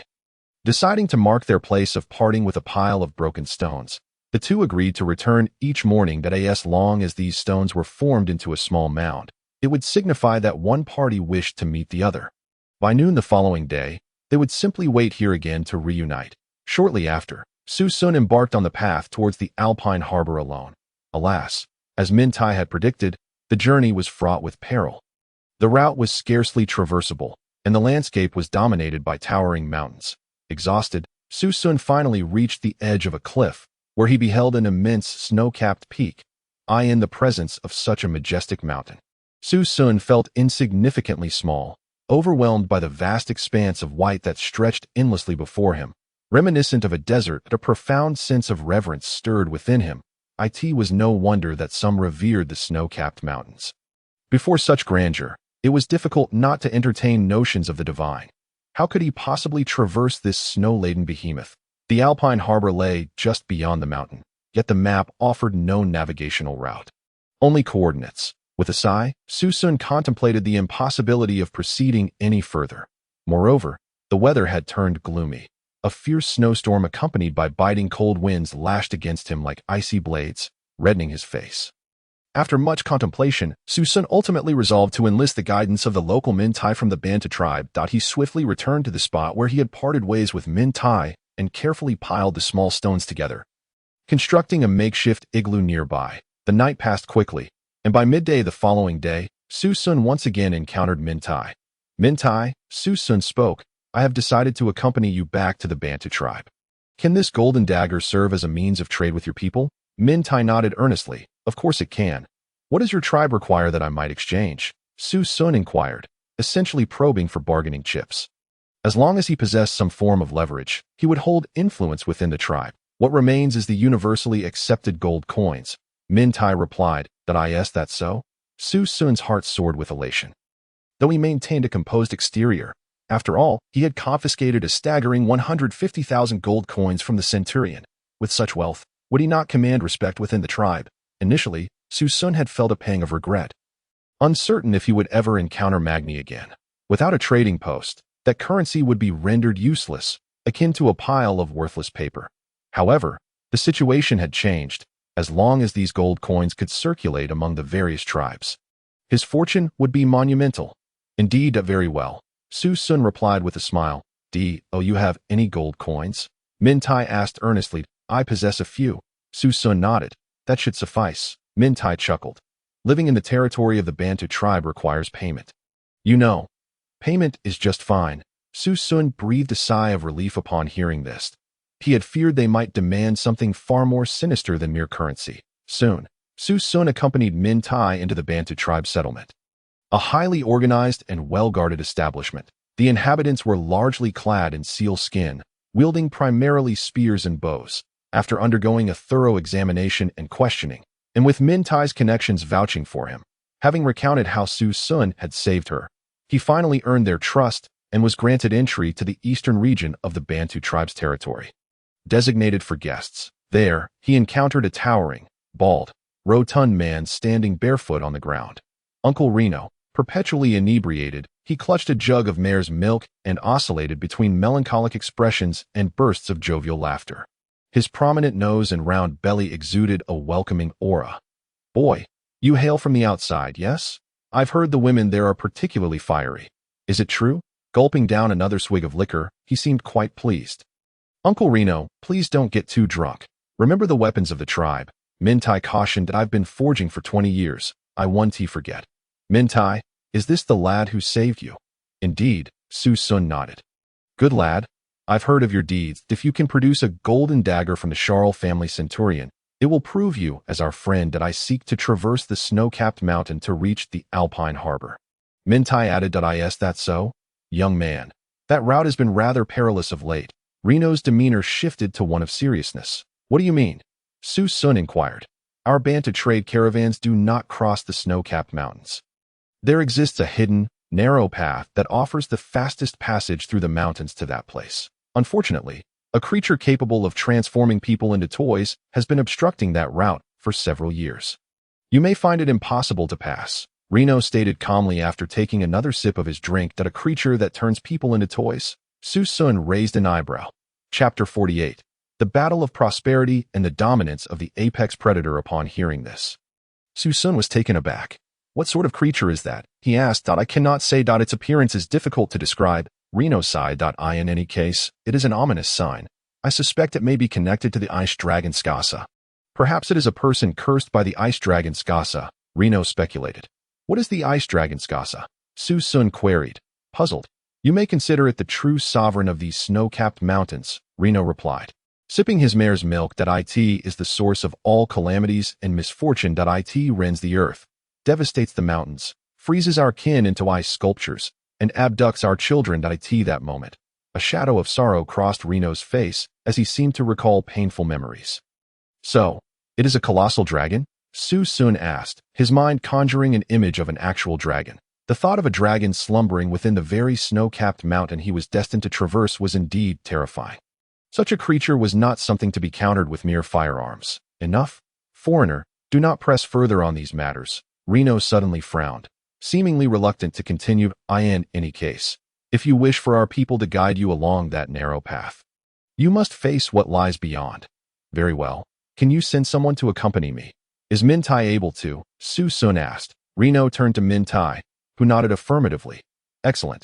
Let us depart, Su Xun declared, eager to secure his dragon ship and set sail. Delaying would only risk other players witnessing his venture, potentially leading to endless conflict. As the survival game progressed to this stage, factions had formed, alliances established, and the weak had perished. Only the strong and fierce survivors remained. Information cost 1 gold coin, Reno remarked lightly behind Su Xun. Here, Su Xun tossed a gold coin over his shoulder without looking back. A satisfied smile spread across Reno's face. Quickly, Su Xun followed Min Tai along the intended path. The afternoon sun shone bright, and the winds had calmed, making it an opportune time for travel. Min Tai, regarding the ice dragon Skasi you mentioned, will it emerge to attack us? Su Xun inquired, his curiosity piqued. As they walked through the snow, Min Tai hopped joyfully, resembling a playful rabbit. No, the ice dragon Skasa is currently in hibernation. Furthermore, we are too weak for it to take notice. It won't awaken easily. However, it may find you, as an outsider, intriguing, she replied, turning to flash a sweet smile. Then, she dashed after Su Xun's 2 little lions, giggling as they frolicked in delight. The narrow path was under the vigilant protection of the Bantu warriors, ensuring its safety, which eased her worries. To thrive in such a harsh environment, your brother must be quite capable, Su Xun remarked, observing her cheerful demeanor. At that moment, a sudden wolf howl pierced the air. Oh! Su Xun quickly turned to investigate. His little lions, now alert, stood frozen, their fur bristling as they fixated on a nearby snowdrift. Min Tai, frightened, hurried back to Su Xun and the other warriors in Su Xun's line of sight. The snowdrift began to stir. Moments later, a pack of enormous blue wolves, adorned with icy blue stripes, burst forth from the snow. Oh! Their gazes were fierce, appearing exceedingly menacing. Yes, they are the minions of Skasa, the ice wolves. Min Tai exclaimed in alarm. At this moment, Su Xun also utilized the post-apocalyptic survival game. Ice Wolf. Level 16. Attack power 24. Health 231. Description: subordinate of the ice dragon Skasa from the snowy domain. Capable of emerging from any territory of Skasa, eliminating intruders. There were 5 or 6 of these ice wolves in total. They appeared to be remarkably robust, each measuring nearly 3 meters in length. In their presence, Gongshi Fatsai looked like 2 juvenile puppies. The ferocity of a lion was nowhere to be found. With a swish, Su Xun drew his RPK machine gun, ready to deliver some serious firepower to these creatures. However, what Su Xun did not anticipate was that, in the next moment, his 2 little lions, Gongshi Fatsai, lunged fiercely at the wolves. Roar! They exhibited astonishing courage, accompanied by a tremendous roar. Come back! Su Xun's heart raced with urgency. Yet, in the following moment, an astonishing scene unfolded. The 2 little lions demonstrated incredible combat prowess. Whether in defense or strength, they decisively overwhelmed the 5 or 6 adult ice wolves. This was the dominance of top-tier predators. Min Tai, standing nearby, covered her mouth in disbelief. It was well known that a single adult ice wolf required at least 3 individuals to confront. Face 5 or 6. A properly coordinated small team was necessary. Yet these 2 juvenile winter lions could engage in battle with them. Moreover, their size was so diminutive, they seemed to belong to an entirely different tier. How was this possible? Even Min Tai, who had lived for years in the winter realm, was utterly perplexed. After all, she had never witnessed the growth of a winter lion from its juvenile to adult phase. From the moment they were born, these winter lions faced exceptionally brutal competition and the harsh tests of nature. Their ascendance to apex predators stemmed from their inherent strength. This strength was not something that emerged with age. It was innate, a primal instinct etched into their very bones. Although the ice wolves were an adult species, their quality was too inferior, placing them not at the pinnacle of the winter food chain. Roar, Gongshi Fatsai, the two lions, faced living creatures for the first time, and against formidable foes, they exhibited remarkable fighting capabilities. In a matter of moments, these ice wolves were dispatched. Though Gongshi Fatsai sustained injuries, they were clearly still capable of movement and in good condition. They excitedly rushed to Su Xun, wagging their tails as if to claim credit. Su Xun patted the heads of the two little ones, then rewarded each with a piece of meat before moving on to harvest the spoils from the ice wolves. Ding! Congratulations, player, for obtaining 12 ice wolf fangs. Ding! A 10,000-fold critical hit reward has been applied. Congratulations, host, for receiving 1,200,000 ice wolf fangs. Ice wolf fang, description, a material that can be used to craft ice bullets, capable of imbuing bullets with the power of ice. Chapter 49. The true form of the monster, is it? Ice wolf fangs, that can be made into bullets. Upon reading the description, Su Xun felt a surge of joy. It was just in time, as he sensed the deterrent power of his RPK dragon machine gun gradually waning. If stronger bullets could be crafted, his capacity to confront threats would be significantly enhanced. Mitai, noticing the expression on Su Xun's face, pouted, as if to say, "You didn't know this? Uncle Reno already sells a portion of weaponry and equipment. He not only crafts bullets, but also shotguns. The ice wolf fang is indeed a very precious material for bullets." Su Xun was astonished. He hadn't anticipated that the production technology in this snow mountain tribe had reached such a level. It seemed he would need to test whether he could craft RPK and revolver bullets upon returning. Alright, it's getting late. Hurry up and collect the wolf fangs and pelts, so we can quickly check on that monster if you have a way. That would be splendid. Alright, Su Xun nodded, and used his meat cleaver to remove the wolf pelts as well. Ding! Congratulations, player, for obtaining 1 ice wolf pelt. Ding! A 10,000-fold critical hit reward has been applied. Congratulations, host, for receiving 10,000 ice wolf pelts. Ice wolf pelt, description, can be used to craft a blue wolf pelt scarf and cloak, which are very stylish and impressive among the Banda tribe. He, along with Mintai and several Banta warriors, continued onward. Following Mintai's directions, they arrived at a very secluded and narrow crevice within the ice mountain valley. This place could be described as a fissure in the middle of a mountain or the only space to navigate between two mountains. A natural passageway. It was extremely cold, with biting winds of snow swirling out from the crevice. When the wind struck Su Xun's face, it felt as though ice blades were scraping against him. He gazed at the narrow opening before him and remarked, "This crevice is only 2 or 3 people wide. Can we really pass through? I wonder how your caravan managed to get through." Mintai was the first to step inside, stating, "Our Banta tribe relies on the mountains for sustenance. We have lived here for generations. Every 30 years, we must endure the ravages of the awakening of the ice dragon Skasa. This difficulty is nothing. Stop dawdling and move quickly," observing that even the young Mintai could lead the way into the perilous crevice. Su Xun felt compelled to follow suit without hesitation. Their group was lightly equipped and moved swiftly. Before long, Su Xun noticed the path widening before him, and the ground transitioned from snow to ice. Unbeknownst to him, he had reached the very center of a frozen blue ice lake. Hissed at, "Why does it feel even colder here than outside?" Su Xun shivered in his down jacket. Mintai replied, "Of course. This is naturally a wind tunnel." She tightened her rabbit fur coat and curled up into a ball, her expression turning wary. "Should not keep quiet. Not far ahead is the territory of that monster. Its hearing is exceptionally acute. Therefore we must speak in hushed tones that if it hears us, it will come looking for us. And once caught, we might end up as toys." Toys? At the chilling mention of this word, Su Xun's heart skipped a beat. What on earth could it be? In the regional chat box, Gu Su Xiaolong. Urgent assistance needed, broadcasting important news. All survivors must unite. Survivor number 1. What's happening, young Master Gu Su? Why do you need help? Your strength is the greatest among us. Gu Su Xiaolong. The people I brought were ambushed by a group of primitives, suffering heavy losses. This group seems to be called the Nassar tribe. They are incredibly fierce. They seized my white yak and supplies for inspection. Survivor number 1. Surely not. I encountered these people's caravan before, and they gave me some water and food. Their strength didn't seem formidable.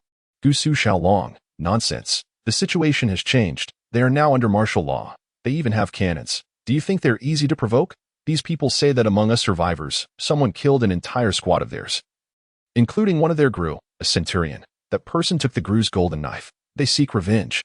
Survivor number 1. Which big brother is so fierce? You wiped out their squad. Step forward. You've caused us great trouble. Su Xiaolong. He has brought us immense negative repercussions. He must compensate us. Damn it. Survival is already arduous. Why provoke these natives? Survivor number 1. We're doomed. I've also run into their people. Damn it. They want to confiscate my team's supplies. Damn it. Let go. Shit. There's no communicating with them. Gu Su Xiaolong. Their power is considerable. Avoid direct confrontation. Just follow their lead for now. The task isn't completed, and trouble has found us. After encountering that Jojo, I've had nothing but bad luck. Not a single day has gone well. At this moment, Su Xun clearly saw a massive shadow looming in the distance. He was utterly astonished. That creature was precisely the terrifying monster Mintai had spoken of, possessing the ability to turn people into toys. Yet, this entity was actually a gigantic mechanical monster, a blue ice mech. This was something Su Xun had never expected.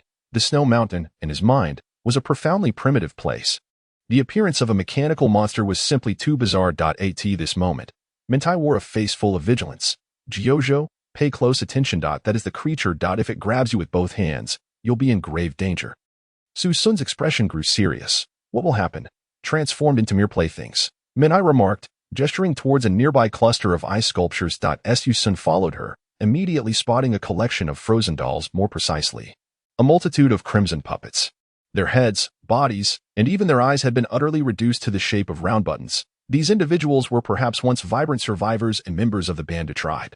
As Su Xun gazed at the densely packed ice sculptures that had been frozen into lifeless dolls, his expression grew increasingly grave. Is this what is referred to as a toy? It is undeniably chilling. To transmute living, breathing humans into inanimate mechanical puppets. This phenomenon defies my comprehension. How does one confront such a reality? At that very moment, unexpectedly, the vast figure of a pale blue mech with fur slowly turned its head 180 degrees towards Su Xun. Its unblinking gaze was devoid of any vitality. Upon witnessing this, Su Xun felt an involuntary shiver run down his spine. Chapter 50. 10,000 bottles of holy silver potion. How did it detect us? Run. Mintai exclaimed, nearly losing her wits at the sight. She turned and dashed towards the exit, her instinct urging her to flee. Meanwhile, Su Xun swiftly drew his RPK machine gun, unleashing a barrage of bullets. The sound of metal clashing echoed as sparks erupted upon striking the fearsome mech. It was difficult for Su Xun to discern the creature's inner workings, yet it was clear that it had risen and was evidently enraged. My gun is ineffective. Su Xun quickly recognized the necessity to retreat. As he was about to leave, he suddenly noticed a shard on the ground, glimmering with a dark blue light, roughly the size of a fingernail. Acting swiftly, he equipped his ice knife shoes while grasping the palm-sized shard. Stowing it in his backpack, he then hurled 3 grenades in the direction of the monstrous entity. With a deafening explosion, Su Xun hurriedly joined the others in their escape. Perhaps the grenades had a slight effect, as the mech did not pursue them immediately. Ding! Congratulations! Player has obtained a fragment of the Ice Heart Boy Charlie's necklace C1. Ding! Host has received a 10-fold critical hit reward. Congratulations! Host has obtained 10,000 fragments of the Ice Heart Boy Charlie's necklace C. Fragment of the Ice Heart Boy Charlie's necklace C. Description: a necklace once lost by the enigmatic Ice Heart Boy. It harbors feelings of sorrow and mysterious power. The group hastily returned, still shaken. Several warriors appeared visibly rattled. Upon arriving at the Banda tribe's campsite, Reno observed the pale faces of his companions. What happened? Did you encounter that monster? We did. And my weapon was ineffective against it. Su Xun replied. Why is that? Reno took a hearty swig of mare's milk, his face flushing as he let out a boisterous laugh. Of course, that is a creature cursed by the ice dragon. Any being afflicted by such a curse is impervious to ordinary weapons. Well then, Su Xun remarked, if even the RPK proved futile, what else can be done? This is something I found in that location. I am uncertain of its utility. Su Xun produced the fragment of the Ice Heart Boy Charlie's necklace. This item, Reno took the necklace, scrutinizing it closely. It seems oddly familiar. A fragment belonging to someone named Charlie? What, Charlie? Reno's eyes widened with emotion. Charlie. Isn't he Rena's brother? Her long-lost sibling. The missing Charlie. At this point, Reno appeared exceedingly agitated. He clutched the fragment and strode towards a yurt within the campsite. Inside dwelled a sorrowful woman, one who had been cruelly robbed of her father, husband, and son by the ice dragon Skasa. She sat silently in her room, gazing at a painting depicting a family playing in the snow, tears streaming down her cheeks. Balrina, look closely. Is this necklace not that of your long-lost brother? What? The woman named Balrina abruptly rose from her seat. She appeared to be in her 40s, of modest stature yet robust. Her pallid complexion and deep-set eyes betraying a profound strength. With reddened eyes, she was stunned as she took the necklace from Reno's hands. This truly is my brother's necklace. Where did you find it? Her emotions seemed on the verge of unraveling. Grasping the necklace felt akin to reclaiming a long-lost piece of her soul, Reno added. They retrieved it from that canyon rift, from the very hands of that monster. It is said this necklace belonged to someone named Charlie. Upon hearing this, Balrina's countenance changed dramatically, tears spilling from her eyes. Yes, it is my brother who disappeared many years ago, when I was 3. Skasa awoke on that stormy night, amidst howling winds and blinding blizzards. My brother Charlie claimed he had heard a mysterious call. He departed the tribe and never returned. Upon hearing Balrina's words, Su Xun and the others began to comprehend the situation. At that moment, it felt as though something within her stirred with renewed determination. She stood resolutely. Where did you find my brother? Can you take me to see? Her demeanor was decidedly unusual. Balrina, please remain calm. Reno urged, gently guiding her back to her seat. He glanced at Su Xun and the others. We should speak outside. Once outside the yurt, Reno began. Balrina is our tribe's finest armor craftsman. However, ever since Skasa claimed her husband, father, brother, and child, her mental state has deteriorated. At times, she is mad. At others, she laughs foolishly or becomes agitated. Mintai remarked, and Balrina is indeed a pitiful soul, Reno continued. Thus we must avoid provoking her further, especially not bringing her to the rift. It could lead to unforeseen consequences. Su Xun, puzzled, inquired, but what should we do next? It is quite simple, Reno replied. We must rescue the cursed Charlie. This necklace can restore what has been lost, as much as possible. But that creature is impervious to blades and bullets. Reno, however, spoke calmly. No, I possess a means to lift the curse. What method? Su Xun asked. The holy silver potion. The last half bottle left by my dear friend Norton many years ago. With that, Reno produced a small vial containing a precious silver potion. The glass container shimmered, suggesting its immense worth. Apply this potion to your weapon, and it shall enable you to inflict harm upon the cursed creature. Yet, Mintai interjected, but Uncle Reno, that is your last remaining portion. If you give this potion to him, you will have none left. If it can aid Balrina, why not? A radiant smile spread across Reno's face as Su Xun accepted the potion. Ding! Congratulations, player has obtained 1 bottle of holy silver potion. Ding! Host has received a 10-fold critical hit reward. Congratulations, host has obtained 10,000 bottles of holy silver potion. Holy silver potion, quality, silver, category, consumable, description, can enchant weapons, enabling them to attack cursed enemies, dealing genuine damage. A highly valuable consumable. Please use it judiciously. Chapter 51. 10,000 sets of dragonspine armor. 50,000 strengthening potions. Su Xun regarded the description of the holy silver potion, his expression brightening. What is the efficacy of this potion? Reno wore a disdainful expression. Fear not, foreigner. When applied to your weapon, its potency far exceeds your expectations. It is undoubtedly superior to your firearm for combating cursed beings. At this moment, Su Xun inquired, what exactly are cursed beings? They are, more accurately, entities that cannot die. From the moment they are cursed, they are stripped of life, ceasing to be themselves, becoming mere thralls to their curse giver. To slay them, one requires a special weapon. This holy silver potion, an alchemical creation. Indeed, such a potion is worth its weight in gold. Only a highly skilled alchemist could hope to produce it. I understand. Su Xun replied. Moreover, it is advisable to use melee weapons rather than firearms. How about this axe? Su Xun produced his bunny axe, its pink glow dazzling the eyes of those present. You possess a silver quality weapon. Have you truly come here alone? Su Xun nodded. That moment, Mintai, standing nearby, expressed her displeasure. The crux of the matter is, as a robust man, why do you wield such a delicately pink weapon? An axe is clearly an instrument for warriors. What prompted this choice of hue? Is there something amiss? I simply have an affinity for pink. Su Xun displayed a countenance brimming with affection, even caressing her axe, signifying the bond she shared with it. How nauseating. Mintai adopted a demeanor akin to that of a petulant girl, disdainfully retreating to a distance. After all, the Banta tribe venerates primal strength, power, and ferocity above all else. Reno cast a cautious glance at the axe in Su Xun's grasp. With such equipment, it is inconceivable for the monster to be your adversary. He understood full well what such an axe represented, a true elite survivor. Thank you, Uncle Reno. Upon my return, I shall express my gratitude. Su Xun gently stroked her holy silver potion, just as she was about to resume her search for the cursed ice heart youth. Charlie, Ballerina approached her, bearing a platter of dried meat, clad in armor, and carrying several bags of mare's milk liquor. Her expression was resolute. I am aware you think me insane, and that you will not take me along. Thus, brave warrior, I present these items to you. I merely wish for you to retrieve the necklace my brother spoke of. Ballerina, Reno exclaimed, his emotions heightened. This is no trifling matter. Ballerina's countenance hardened. I am aware. Aunt Ballerina, I shall do my utmost to fulfill your request.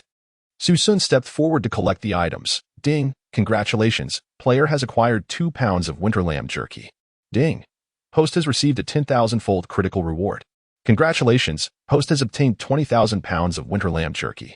Ding, congratulations, player has received 1 set of dragon spine armor. Ding. Host has received a 10,000-fold critical reward. Congratulations, host has acquired 10,000 sets of dragon spine armor. Ding, congratulations, player has received 5 bags of Ballerina's blessed mare's milk liquor. Ding. Host has received a 10,000-fold critical reward. Congratulations, host has obtained 50,000 bags of Ballerina's blessed mare's milk liquor. These items. Su Xun's expression shifted slightly.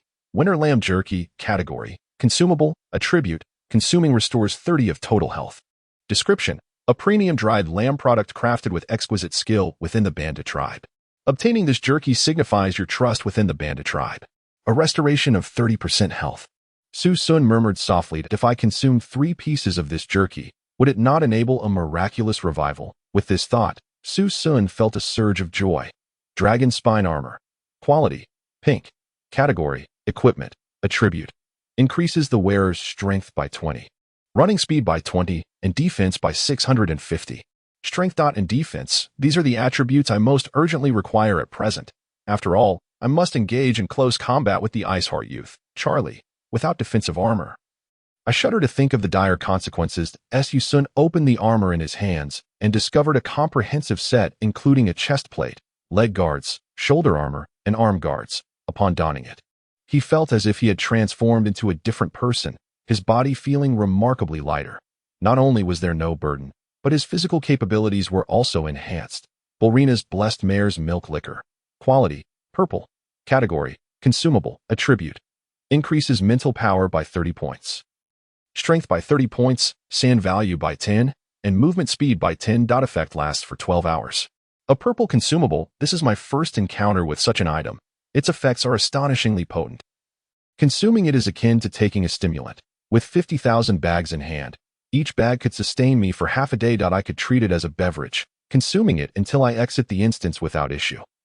Aunt Ballerina, I am grateful to you. Next, I shall eradicate the cursed Charlie. Before departing, Su Xun took the opportunity to open the regional chat box to see if there were any messages. Gu Su Xiaolong.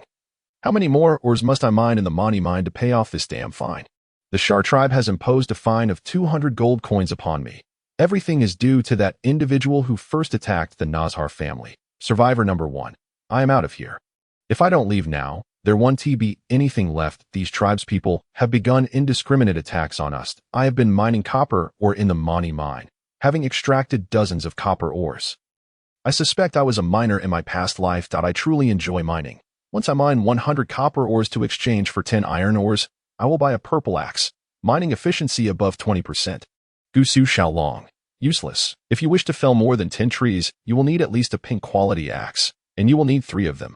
Each costs about 30 gold coins. Totaling at least 100 gold coins for 3. That means to acquire 100 iron ores and 1,000 copper ores. How much must you mine? Survivor number 1. Where there's a will, there's a way. As long as I put in enough effort. Nothing is impossible. Trust me, 1,000 copper ores will be mined soon. Gu Su Xiaolong. Even if you mine enough to afford the axes, you've never encountered those camphor trees, which tower into the clouds and are as robust as pillars. The forest is also home to snowmen and mountain demons. You are merely at the starting line. So difficult? I admit I am a bit frightened, but Gu Su Xiaolong.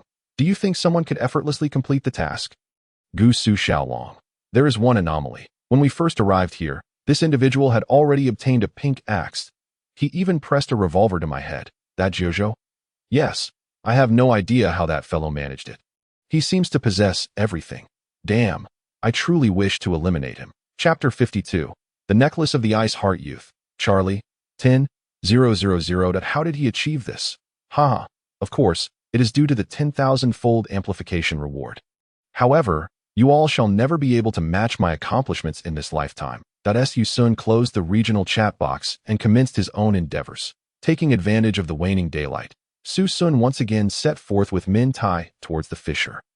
This time, Su Xun was fully prepared with his holy silver potion, the rabbit battle axe, and donned the newly acquired dragonspine armor, feeling an unprecedented sense of readiness. Soon, they returned to the location where they had previous at this moment. Su Xun had just positioned himself behind him, poised to wield the axe with the intention of delivering a fierce blow. Bang!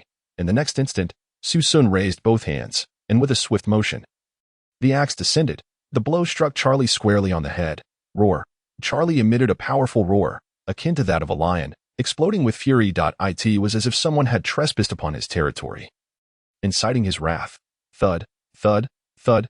He stood up, attempting to take action. However, in the following moment, the axe radiated a brilliant silver light, as if it had implanted something within Charlie's mind, completely taking control of him. Suddenly, Charlie found himself unable to move. Frozen in place, this substance had taken effect. Su Xun's face lit up with joy. The holy silver potion exerted a remarkable suppressive effect on cursed beings, capable of inflicting genuine harm. Crack.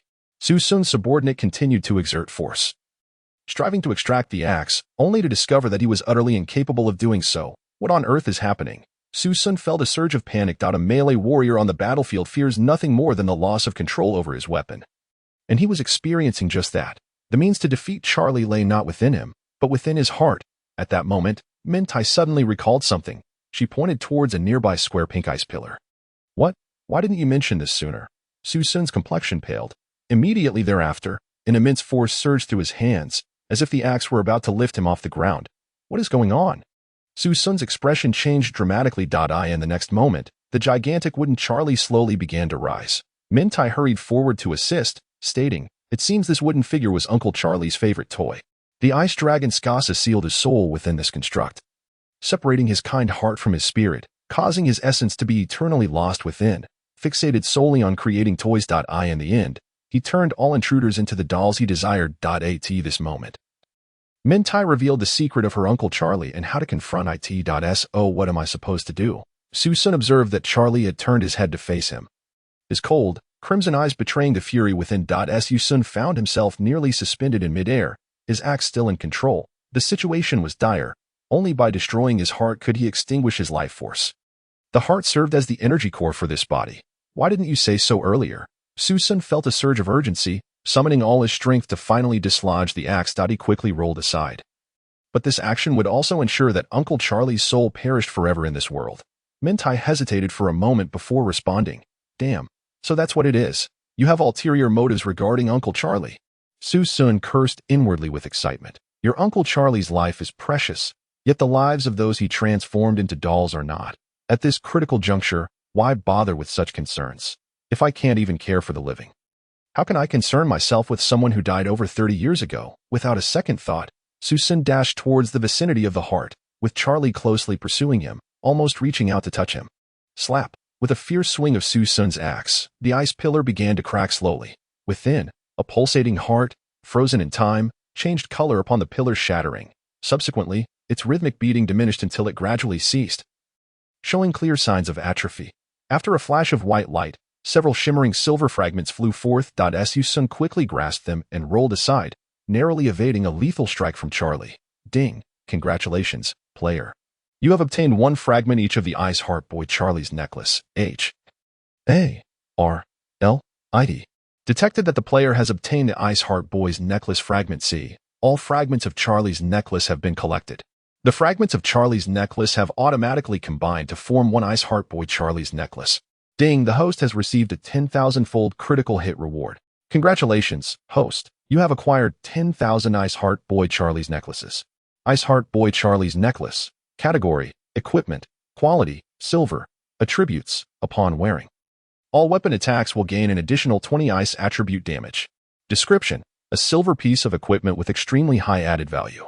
O lost child wandering in the winter. Enslaved by Skasa. Can you hear my voice? Chapter 53. Returning to the bandit tribe camp. Upgraded Bishop Family Golden Knife X10, 000. The effect of this necklace seems rather formidable. Su Xun held the Ice Heart Boy Charlie's necklace in his hand.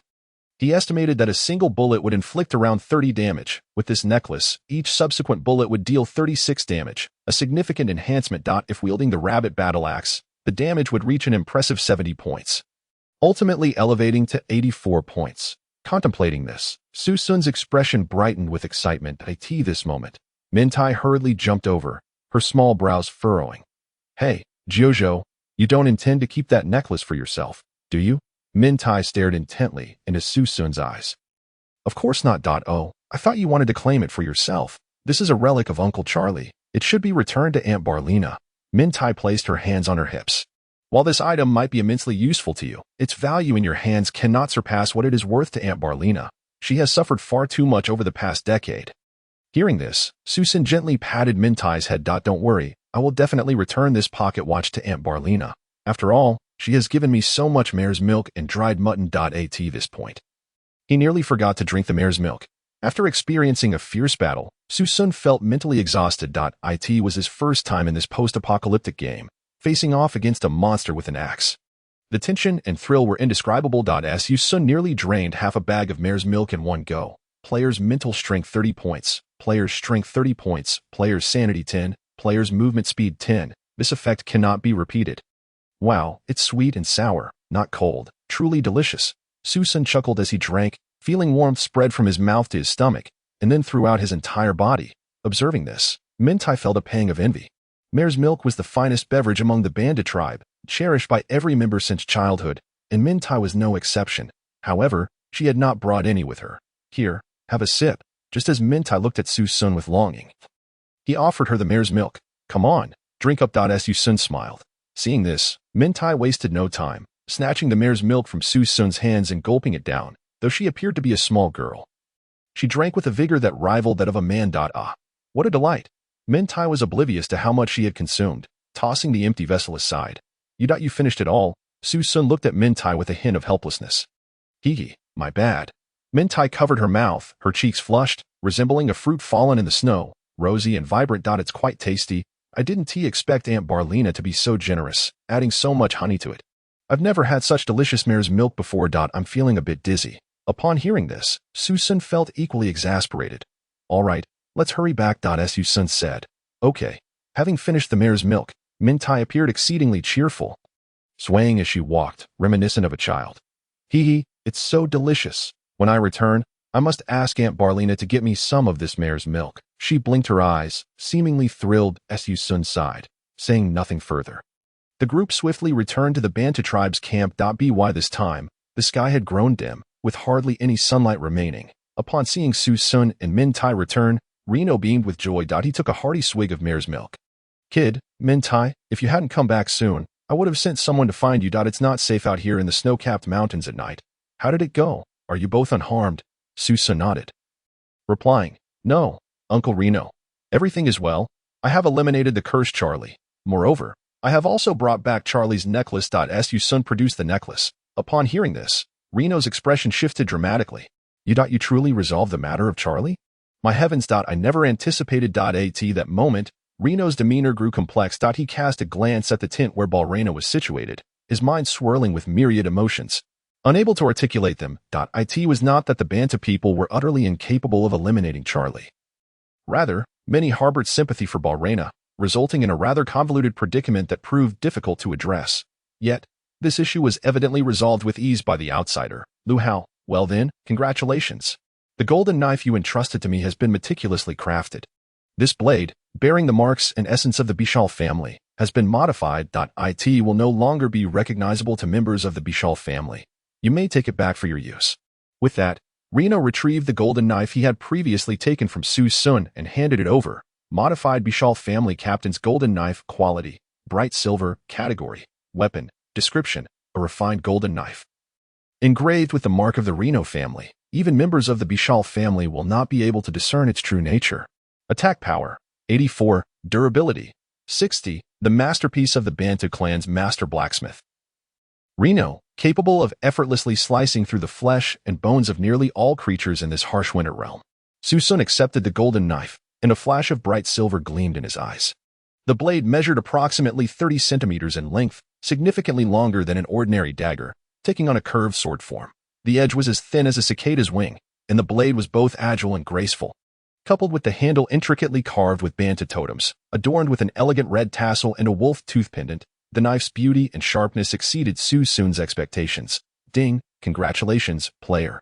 You have obtained one Bishal family captain's golden knife. Ding! A 10,000-fold critical hit reward has been applied to the host. Congratulations, host, you have received 10,000 Bishal family captain's golden knives. Ah, what a fine blade! Su Xun exclaimed, his eyes lighting up as he held the knife. Previously, his meat-cutting knife had struggled while butchering winter deer and woolly mammoths. Moreover, that knife was inadequate for extreme close-quarter combat due to its low attack power, insufficient to pose a threat to enemies with any defensive capabilities. In contrast, this modified Bishal family captain's bright silver golden knife boasted formidable power and a terrifying sharpness, capable of slicing through the throats of any adversary daring to engage him in close combat. Chapter 54.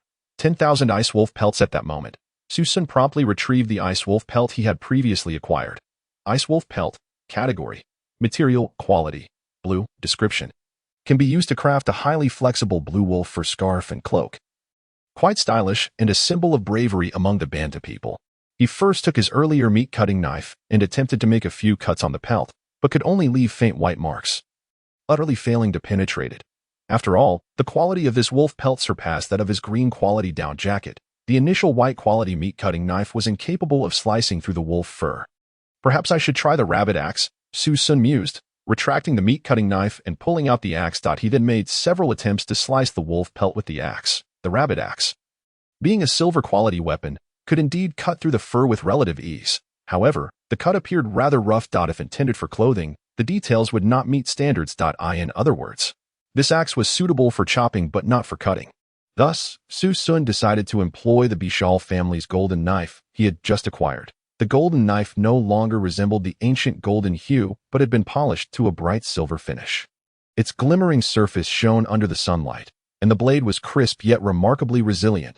Su Xun gently sliced the newly obtained wolf pelt with the golden knife, and the cut appeared as smooth as a mirror's surface. Perfectly polished and seamless, it seemed as though Su Xun had not merely sliced through wolf fur but rather through a block of tofu. Such sharpness. Su Xun marveled. Heh, you should present this wolf pelt to Barrena. And this golden knife can be of use to her as well. She will craft you an ice wolf cloak within the hour. With this cloak, you shall be regarded as a true warrior among our Banta people. Upon hearing this, Su Xun's eyes sparkled with excitement. Was he truly about to have equipment crafted for him? Barrena was a master armorer, and anything forged under her expertise would surely surpass its original quality, often possessing additional attributes like the dragon spine armor. Moreover, this wolf pelt, being of blue quality, was superior to his previous Emperor Penguin down jacket. Thus, if fashioned into a cloak, it would likely be even more powerful. All right, I shall take Charlie's necklace to Aunt Barrena, Su Xun declared. After all, he had 1,000 of those necklaces, so giving one away was of no consequence. Soon, Su Xun approached Barrena, necklace in hand, and presented it to her. In the next moment, Barrena took the necklace with trembling hands, her gaze fixating on the mottled bloodstains and the decades-old memories they evoked. Memories of her childhood and her mother's final words about her brother flooded back, and tears streamed down her cheeks uncontrollably. She was overwhelmed with sorrow, nearly unable to support herself. Observing this, Su Xun and Mintai stepped out of the tent. Sigh, Aunt Barrena is truly pitiful. She is utterly alone now. All her family has been taken from her, Mintai remarked, her eyes filled with compassion as she looked at Su Xun. In truth, everyone has their own fate, perhaps in the days to come. You might become her daughter, Su Xun suggested.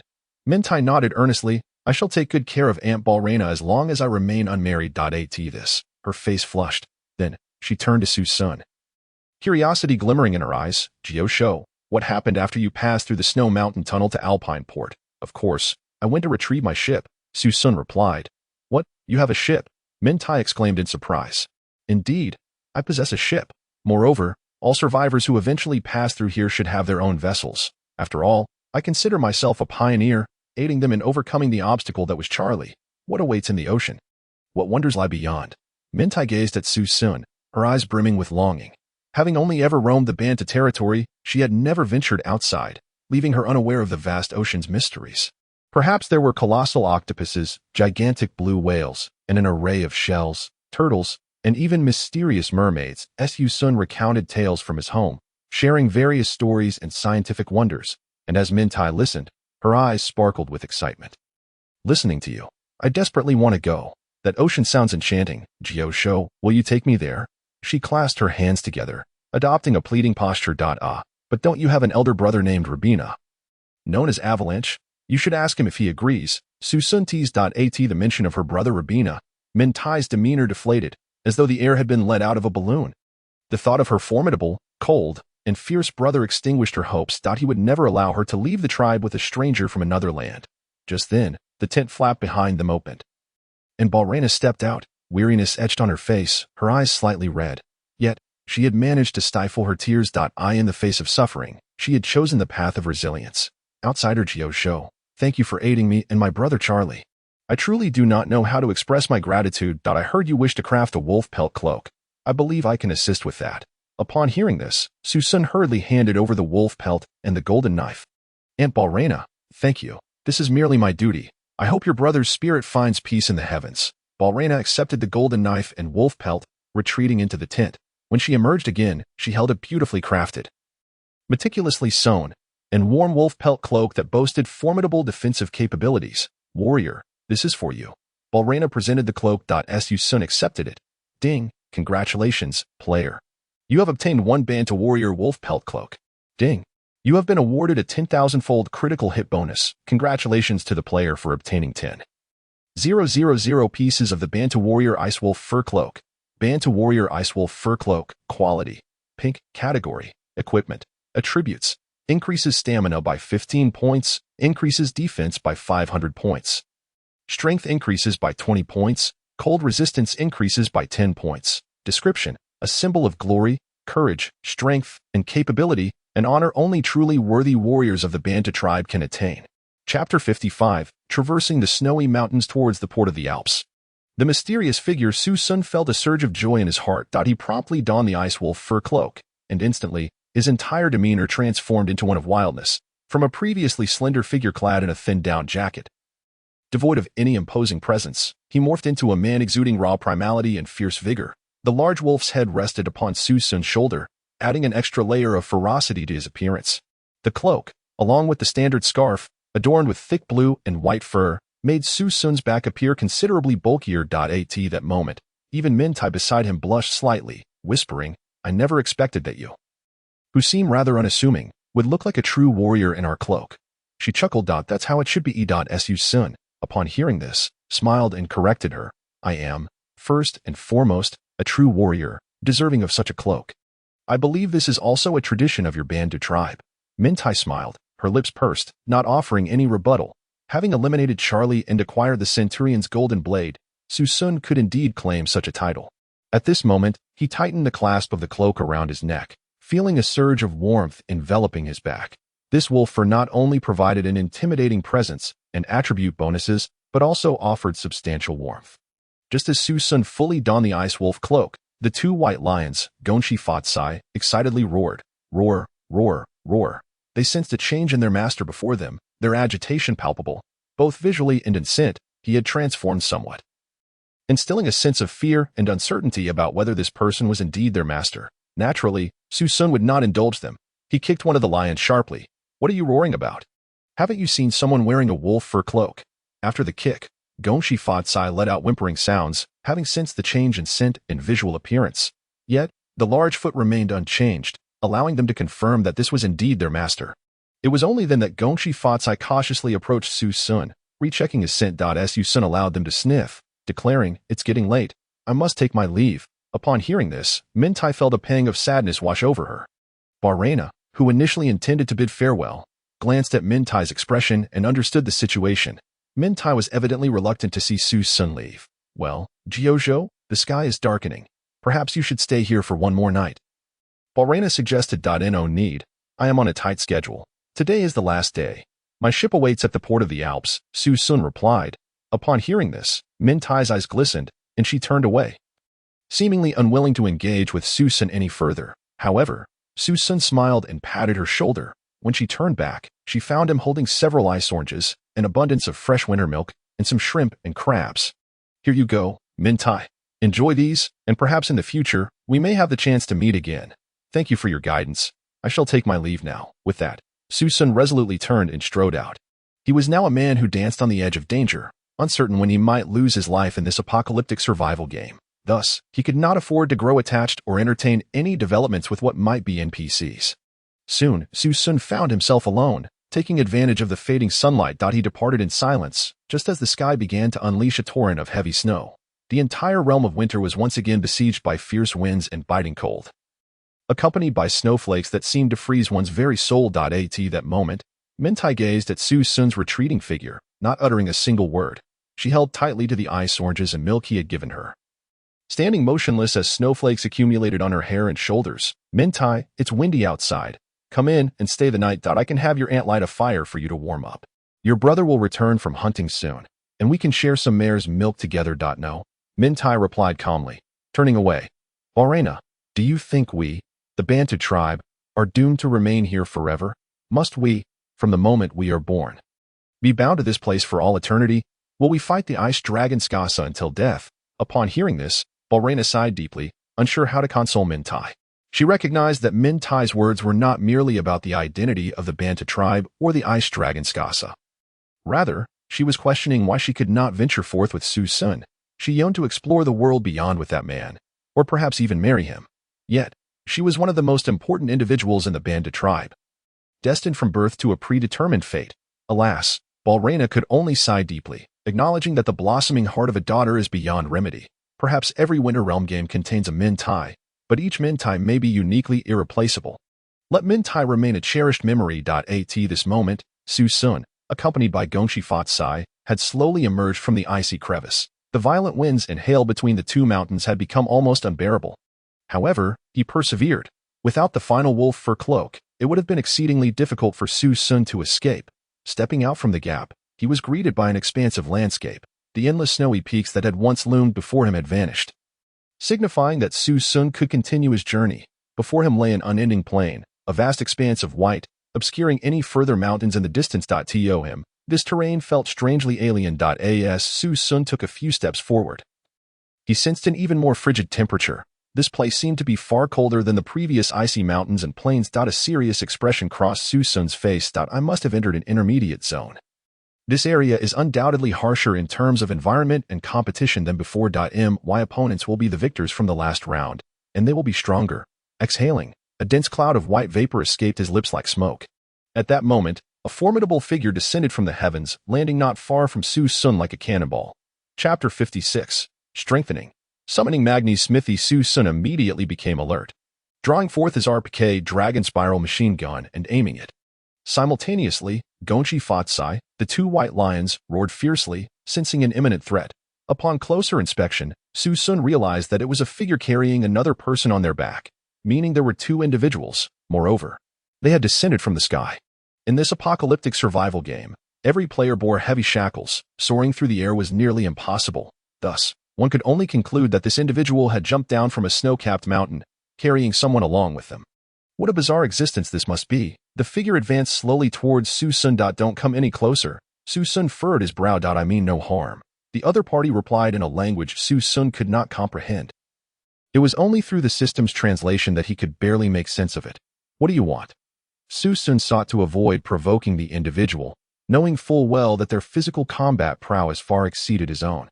Given their ability to traverse the snowy mountains while carrying another person, without his RPK, Su Xun would likely be crushed within seconds. "I wish to propose a trade that I can withstand the cold winds bestowed by the gods. But I cannot bear to watch my master freeze to death. I desire the wolf fur you possess. Of course, I am willing to offer something in exchange." The other party halted their advance. Why? Because they had noticed the towering weapon in Su Xun's grasp. This was no trivial matter. They understood that anyone capable of reaching this point was far from ordinary. "What do you offer in exchange?" Su Xun discerned the other party's intent. It was evident that this individual aimed to seize the wolf fur cloak from him, but they hesitated due to the formidable gun in Su Xun's hands. At that moment, Su Xun finally laid eyes on the figure before him, a towering brute standing at nearly 2 meters tall. He resembled the character Lu Zhishan from a television drama he had previously watched. Clad solely in a black monk's robe, his bare feet were planted firmly on the ground. A necklace of prayer beads, each the size of a fist, hung from his chest. His skin, a rich bronze. Showcased sinewy muscles that suggested he could easily tear apart tigers and leopards without a hint of doubt. The tattoo of the Buddha on his body, combined with his imposing physique and square jaw, instilled a sense of dread in those who beheld him. On his back was an old man, eyes tightly shut, his face tinged with a bluish hue, perhaps unable to endure the biting cold any longer. "I have a sled. I wonder if you have any need for it," he inquired. "Are you a secret monk from the Middle East?" Su Xun frowned as he responded that I didn't expect you to recognize me. He chuckled, revealing a set of gleaming white teeth. "Of course, I know you," Su Xun replied, taking a deep breath. In the centuries that had passed, these individuals had begun to pursue the path of physical sanctification to resist the impending apocalypse and adapt to the evolution of the times. What they referred to as physical sanctification was, in reality, the refinement of their bodies through various potions and treasures derived from the survival games of the apocalypse. Because they specialized in this direction, they had developed a corresponding set of techniques. "But why should I trust you?" Su Xun insisted, keeping his weapon trained on the man. These monks were not to be confused with the Tibetan sect. They were a splinter group that had emerged from the survival games of the apocalypse, often at odds with their counterparts. Their actions were naturally divergent, especially within the perilous context of these survival games. The man seemed to sense Su Xun's apprehension and promptly produced an enormous sled. He must have obtained a special item from the survival game, a backpack. This backpack could store resources in a grid format, making it a highly coveted item. Hence, he was able to remain unarmed while still carrying his master. A single-person sled was pushed right before Su Xun. Snow sled quality, purple, category, transportation vehicle, attribute. Increases snow mobility speed by 600. Description: if you have sled dogs, your movement in snowy mountainous regions will surpass all others, conserving all your stamina. Yes, this item will undoubtedly be beneficial, Su Xun mused, glancing at the swirling snow around him. It seemed that the icy terrain would soon diminish in this area. Thus, the value of ice skates would gradually wane, while tools capable of traversing snow would become increasingly vital. After all, Su Xun was acutely aware of how deep the snow could be if the snow reached half his height. Even with his exceptional physical capabilities, he would struggle to cover much ground in a day. With the sled, however, the situation would be markedly different. "Very well, I will give you my cloak, my Bantu warrior cloak." Su Xun initially intended to hand over the cloak directly, but reconsidered. This cloak was a privilege reserved for the warriors of the Banda tribe and represented a form of honor. Thus, he could not relinquish it lightly. "What's the matter? Are you having second thoughts?" The black monk cast a calm glance at Su Xun. Yet, Su Xun could feel the surging, primal, and fierce power within him. If a confrontation were to arise, he could not ascertain whether speed or strength would prevail within the 20-meter distance. "Of course not," Su Xun replied coolly, then retrieved 2 down jackets made from emperor penguin feathers from his inventory. "In my estimation, you have not completed the first round of collecting ice crystal stones, nor the second round of defeating emperor penguins." He added, "I wonder how you managed to counter that debuff. You lack down jackets, and I possess enough to share." The black monk shook his head, saying, "I do indeed have down jackets, and I have completed the tasks. I simply gave my jackets to others along the way." He cast a dispassionate glance at Lu Hao. "Take it, the transaction is concluded," Su Xun said, tossing the down jackets over. "Thank you," the monk replied, accepting the jackets without another word, turning to leave without a hint of hesitation. "Ding! Congratulations, player, you have acquired 1 snow sled." "Ding! A 10,000-fold critical reward has been applied." "Congratulations, host, you have received 10,000 snow sleds." "What an odd individual," Su Xun remarked. He sensed that this black monk from the secret sect was extraordinarily powerful, far more so than the combined strength of everyone from the Gusu family. Yet, he appeared to possess no resources at all. Could he be a wandering ascetic? Su Xun shook his head, choosing not to dwell on such thoughts. Just then, the announcement from the survival game echoed once more. "Ding! Player detected entering the intermediate zone of the Winter Realm. Enhancement and panel functions are now available." Enhancement. Spend 10 gold coins to summon the weapon enhancement NPC, Magni's Forge. This can upgrade the quality and attributes of weapons.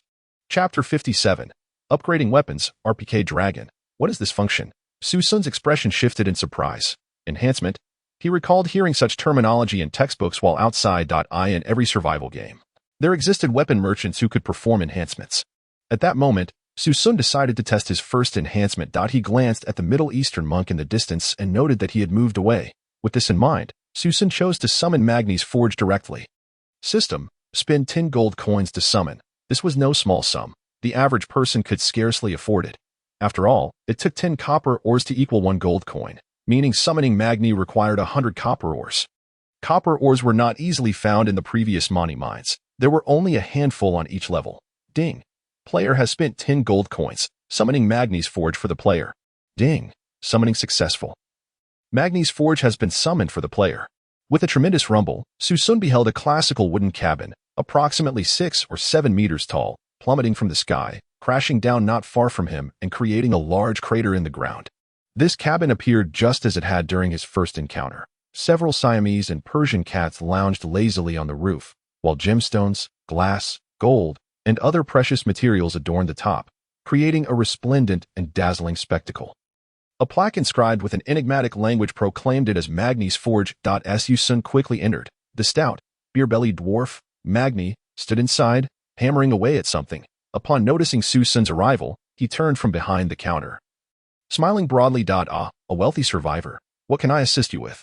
Weapons, kitchenware, tools. We have it all, Magni remarked, his eyes gleaming with greed.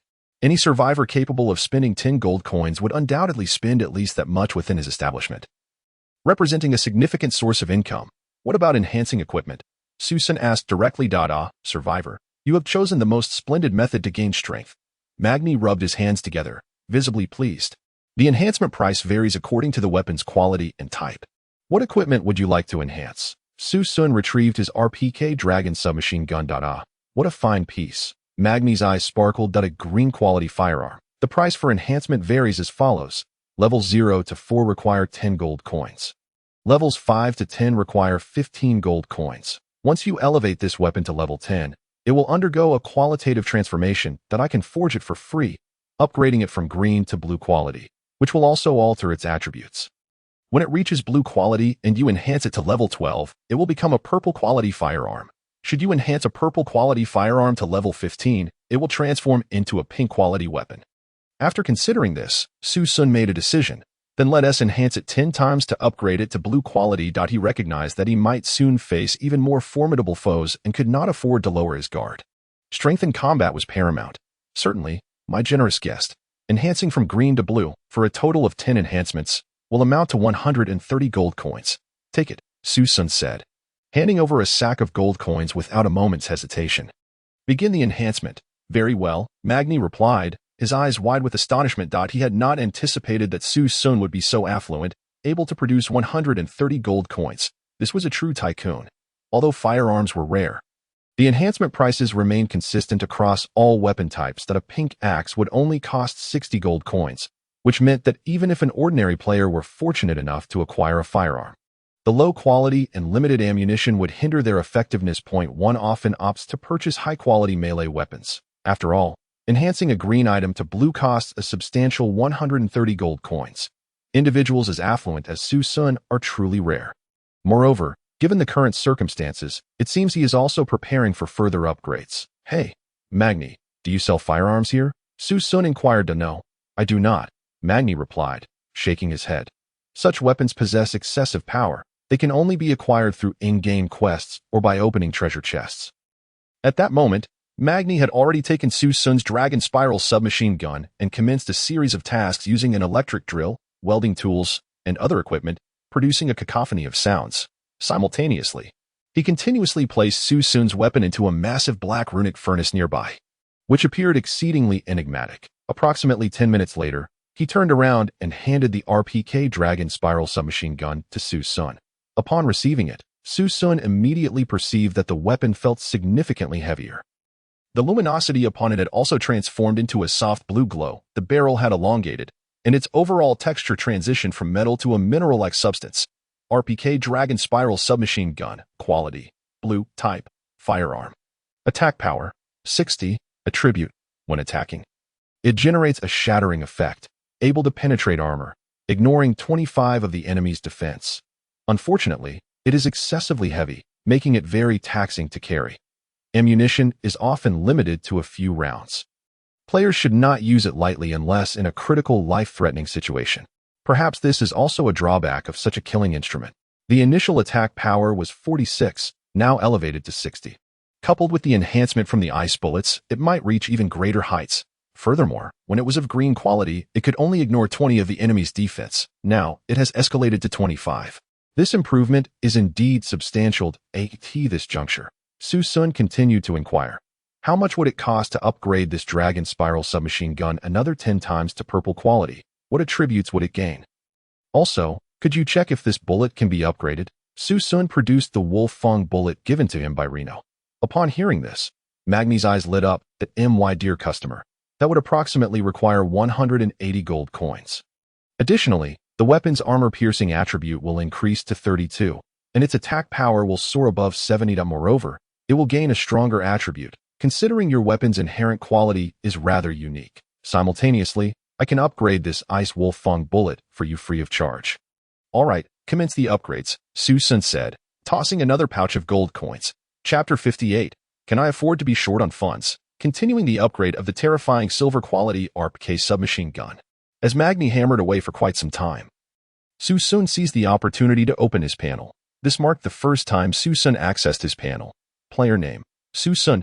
Player ID, 10,000, health, 150 points, 100, strength, 66, initially 10.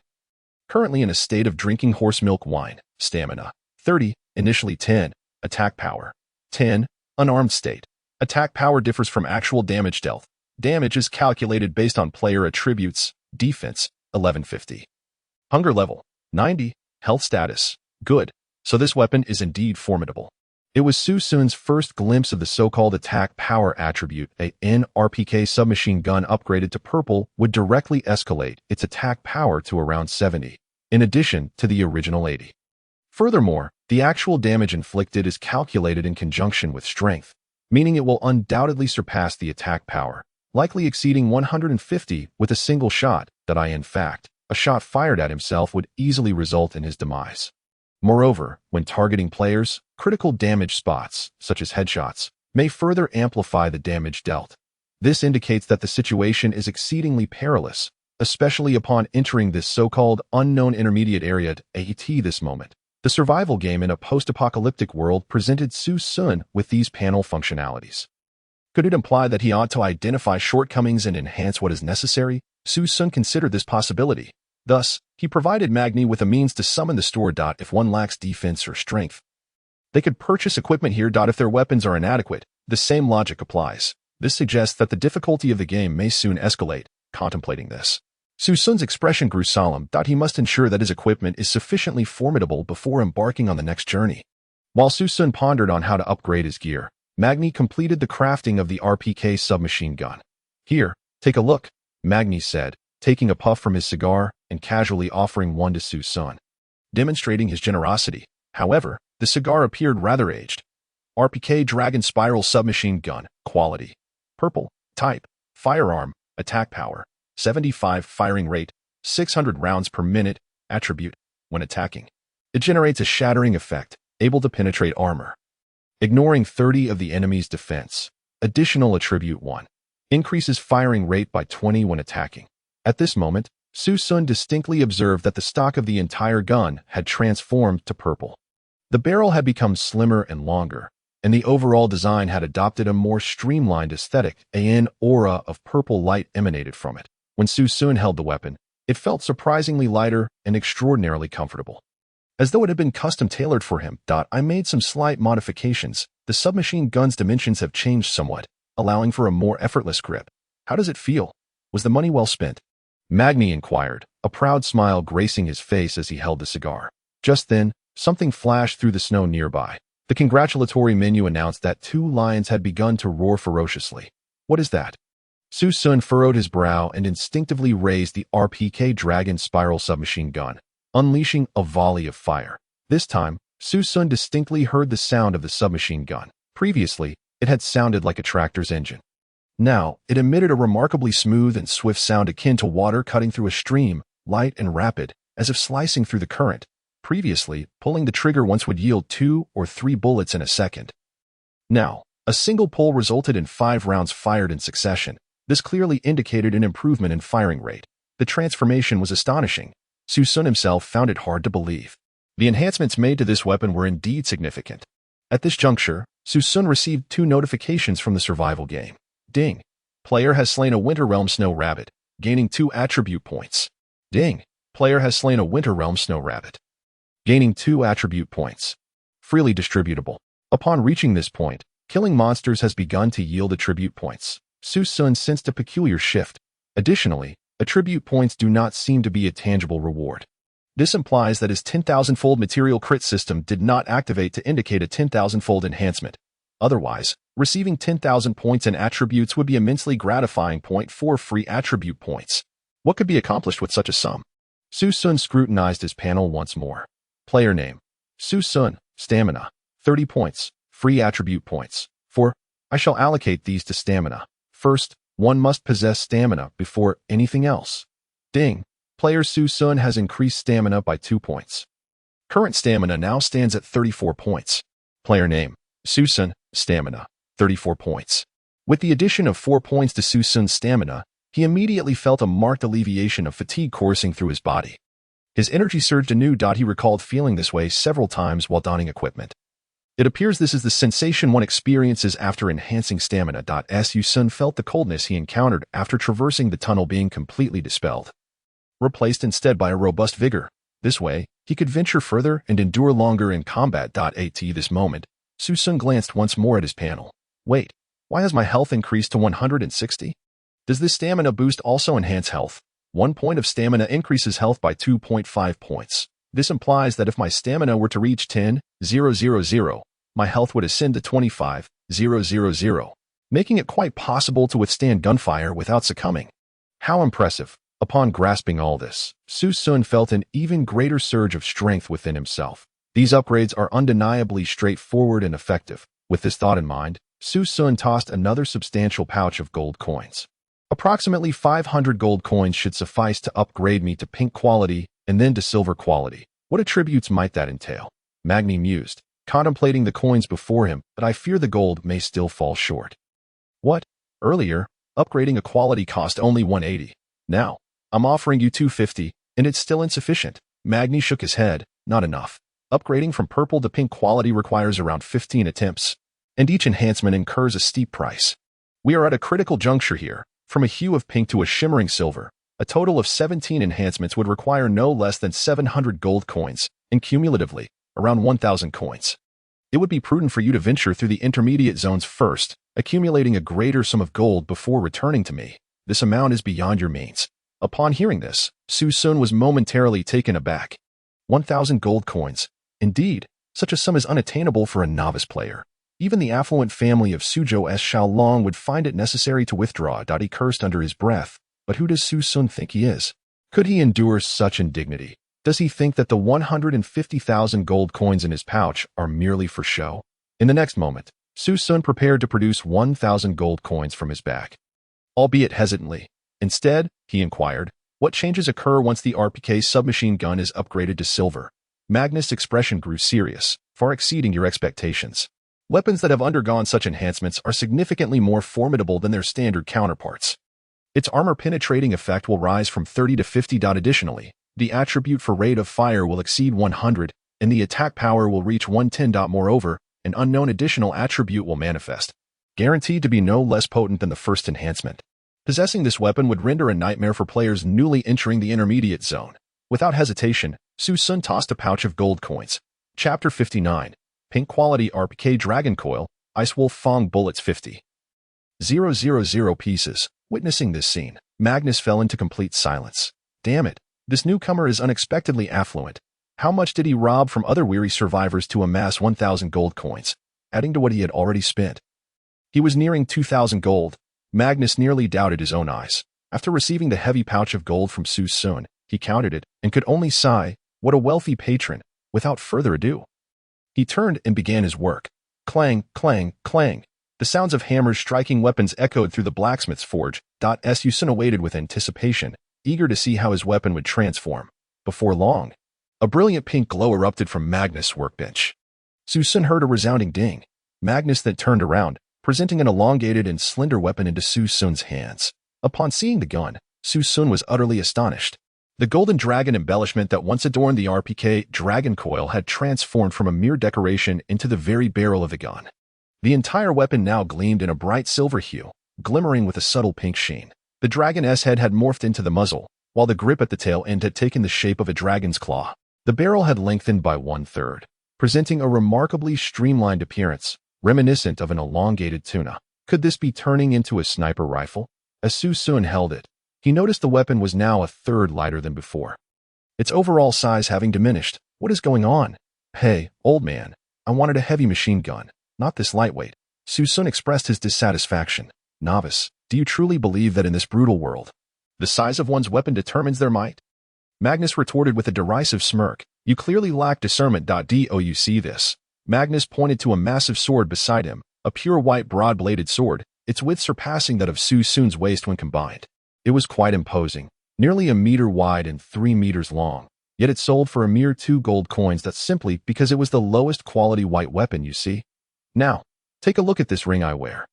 Magnus boasted, displaying a small emerald ring that appeared no larger than a quail egg.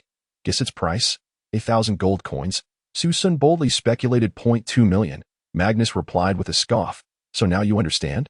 Size does not dictate quality. Very well. Su Xun examined the weapon closely. I hope you won't swindle me, Magnus. This costs 1,000 gold coins. Though my heart may be dark. No, I mean my prices are steep.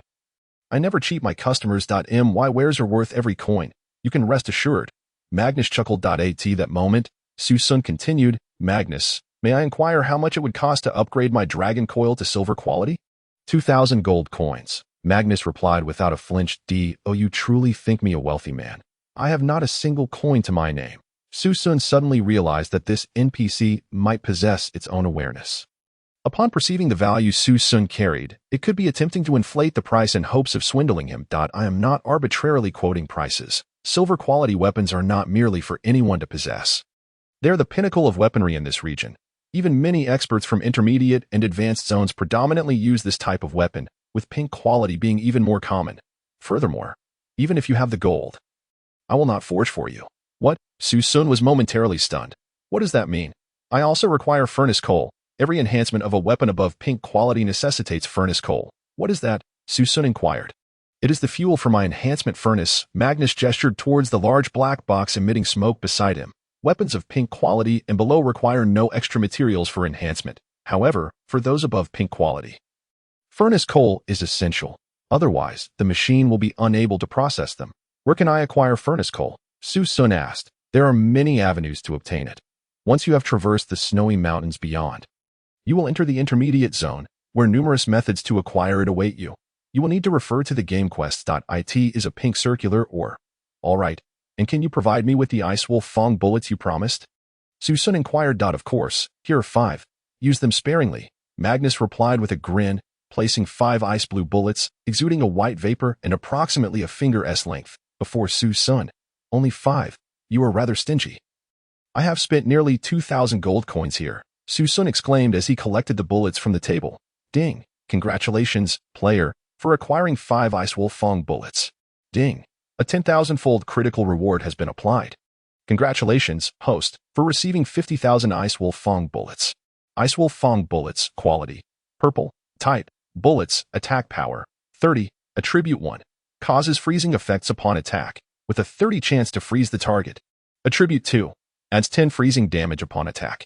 Description, bullets crafted from the fangs of ice wolves. To think you would use these against the winter seal, truly extravagant. Heh, young lad. Do you know how precious these bullets are? Magnus rubbed his hands together. Do not use them lightly. They are your lifeline. Heh, seeing your merchant's facade, I find it hard to believe. Su Xun replied. If not for my 10,000-fold critical reward, I wouldn't stand a chance against this old fellow. After all, the information disparity is immense. He knows everything. After securing the bullets, Su Xun proceeded to enhance his sled, down jacket, and all usable equipment, nearly exhausting an additional 3,000 gold coins in the process. He managed to elevate everything above pink quality, even upgrading his pickaxe to purple quality, transforming it into a purple quartz pickaxe, which increased striking range and efficiency by 30. Magnus was nearly beaming with joy by this point. However, Su Xun had no choice. In the face of the unknown challenges ahead, preparation was essential. After all, in the coming days, he would be receiving his grand ship from the Dragon Kingdom. It was bound to be a colossal vessel. Without sufficient strength, how could he adequately assume the role of its formidable captain? Chapter 60. Magnus' warning, the dangers of the sea are unparalleled. After gathering his belongings, Su Xun exited Magnus' blacksmith shop. The sky outside glowed azure, with a vast expanse of white ahead. Snowflakes fell like feathers from the sky, blanketing the mountain landscape, which was steep and unyielding, with scarcely a path in sight, leading to who knows where. Truthfully, Su Xun was uncertain about the challenges that lay ahead. "Hey, kid, you forgot this." Suddenly, someone tapped Su Xun on the shoulder from behind. It was Magnus' voice. "What?" Su Xun turned around to see Magnus holding a gleaming revolver. A Colt Python, now enhanced to pink quality. "Thank you." Su Xun accepted the revolver. Magnus stood beside him, barely reaching Su Xun's waist. "Adventurer, to be honest, you are the most unique individual I have encountered among the tens of thousands I have seen. Let us chat. Is that so?" Su Xun shook his head. Of course, before entering the intermediate zone. Withdraw a few thousand gold coins. You are certainly no ordinary mortal. Magnus' seasoned eyes fixated on Su Xun, as if attempting to unravel some hidden secret. "Ha, old man, do not entertain any notions against me. If I am not mistaken, there are rules that bind you as well." "Heh, young one, a single watch of mine could purchase 10 of your lives. I am merely curious as to how far you will venture. Naturally, I intend to escape this world." At that moment, Magnus' gaze suddenly shifted. It was a look of pity, mockery, and resignation, akin to a 30-year-old man battered by society, listening to a school dropout boast of his future conquests. You know, it has been nearly 50 years. "What? 50 years without a single soul managing to escape this place?" Magnus gestured towards the ground. Su Xun smiled. "I will be the first. Humans are forever captivated by the unknown, are they not? In your world, there exists a saying, 'The newborn calf fears not the tiger.' Do you possess a ship?" Yes. Su Xun's thoughts turned to his colossal vessel, igniting a spark in his heart. "Since you have a ship, you must comprehend that your next destination is a port, beyond which lies an almost boundless ocean." Magnus inhaled deeply from his pipe, his hand trembling at the mention of these matters, as if recalling something dreadful. In any case, on the sea, you shall encounter terrifying phenomena. Perhaps there are sea monsters larger than the city awaiting you. Perhaps you may find yourself deprived of fresh water for months on end. Summary. Magnus' expression began to stiffen, as if some unseen force was restraining him. It is entirely different from here. The designer of this game has equipped your ship with defenses that are utterly inadequate against them. Upon uttering this, Magnus immediately fell silent, his lips sealed, only able to muster a bitter smile. As though an invisible force constrained him. He shook his head and walked back to his forge in a peculiar manner. Moments later, the forge vanished entirely. Witnessing this, Su Xun understood that Magnus had transgressed some taboo and could no longer remain. "Magnus, thank you. I hope to see you again in another place. I shall be cautious." Lighting a Likun cigarette, the smoke wafted through his lungs as Su Xun exhaled a long plume of white vapor. After a brief silence, he retrieved a torch to warm himself. He took out a pink quality sled, preparing to head to the port. Pink sled, quality, pink. Category, transportation vehicle, attribute. Increases speed on snow by 1,000. Description, if you have sled dogs. You are a physical all-terrain vehicle. The sled had been enhanced by Magnus, upgraded from purple to pink quality, reaching an entirely new level. Su Xun quickly adorned the two lions of congratulations and prosperity with collars. The sled now boasted a patterned canopy and a splendidly streamlined golden chassis, with a precise structure and robust core components, resembling a dragon. Rather than a sled, it was more akin to a carriage. Su Xun tugged the sled's reins and, with a sudden pull, the two lions began to sprint across the land, kicking up waves of snow like roaming dragons. One man and one sled traversed the wilderness, swift as the wind, exuding an air of carefree nonchalance. Just then, others arrived in this area. Unbeknownst to Su Xun, he merely opened the regional chat channel. "What can you do to me? Damn it. I saw through a secret treasure that a dog has reached the intermediate area. Damn, he has a sled and runs so fast. I'm currently stuck on the snow mountain, detained by the Bahar family, claiming there's a beast named Jiuzhou who killed their people and they want to interrogate me. Jiuzhou, if you see this message, please come and turn yourself in. Gusa Xiaolong. The one on the sled is that beast you mentioned. He went alone, leaving all of us behind. I just paid a fine of 500 gold coins. Jiuzhou, next time I see you, I will slay you." Hearing this, Su Xun fell silent for a moment before typing a message in the chat box. "This is a test from the game for you. If you are strong, do not blame the heavens or the world. What can you do to me? Gusa Xiaolong. Clean your neck." How boring. Su Xun closed the regional chat box. The fact that he could see their messages indicated that they were indeed just before the canyon's rift. At that moment, A private message notification chimed in. Su Xun glanced over to find a friend request. ID. Yunsannyang.it was her. The leader of before him lay an expanse of blinding white, stretching endlessly. Midway through his journey, he stowed away the sled and the lion. Such an objective was far too ambitious. He walked slowly and cautiously, vigilantly scanning his surroundings, acutely aware of the lurking dangers. He touched the wound on his shoulder and retrieved a rugged silver flask, filled with wine. A blessing from the avalanche rabbi. Su Xun uncorked it and drank deeply. Health. 84, 90, 100. Within mere seconds, he had fully restored his vitality, and his injuries were entirely healed. However, the elixir fell into a cooling period lasting 1 hour, during which he could not replenish his health further. Simultaneously, he experienced a surge of 30 points in stamina. Restoring his strength. As twilight descended, he prudently decided to halt and observe his surroundings. After all, continuous movement in an unfamiliar area could easily attract unwanted attention, posing considerable danger. Additionally, with Su Xun keeping watch, he wished to avoid becoming a moving target. He took out a purple-quality golden pickaxe and hastily excavated a small ice shelter, crafting a circular abode from winter ice bricks, leaving a lookout hole and an escape route. He designated a spot for Gong Shi Fa Kai to stand guard. Inside, he used seal fat to provide warmth and roasted 2 mackerels, seasoning them with salt for consumption. Upon reopening the chat interface, a flurry of private messages from Yunsannyang caught his eye. Jiuzhou, are you there? How are you? Su Xiaolong has betrayed many of us, tearing apart the temporary alliance agreement. He has aided the Bishal tribe in capturing numerous players, and now they have allied with the Bishal family. They are reportedly coming to the intermediate zone to hunt you down.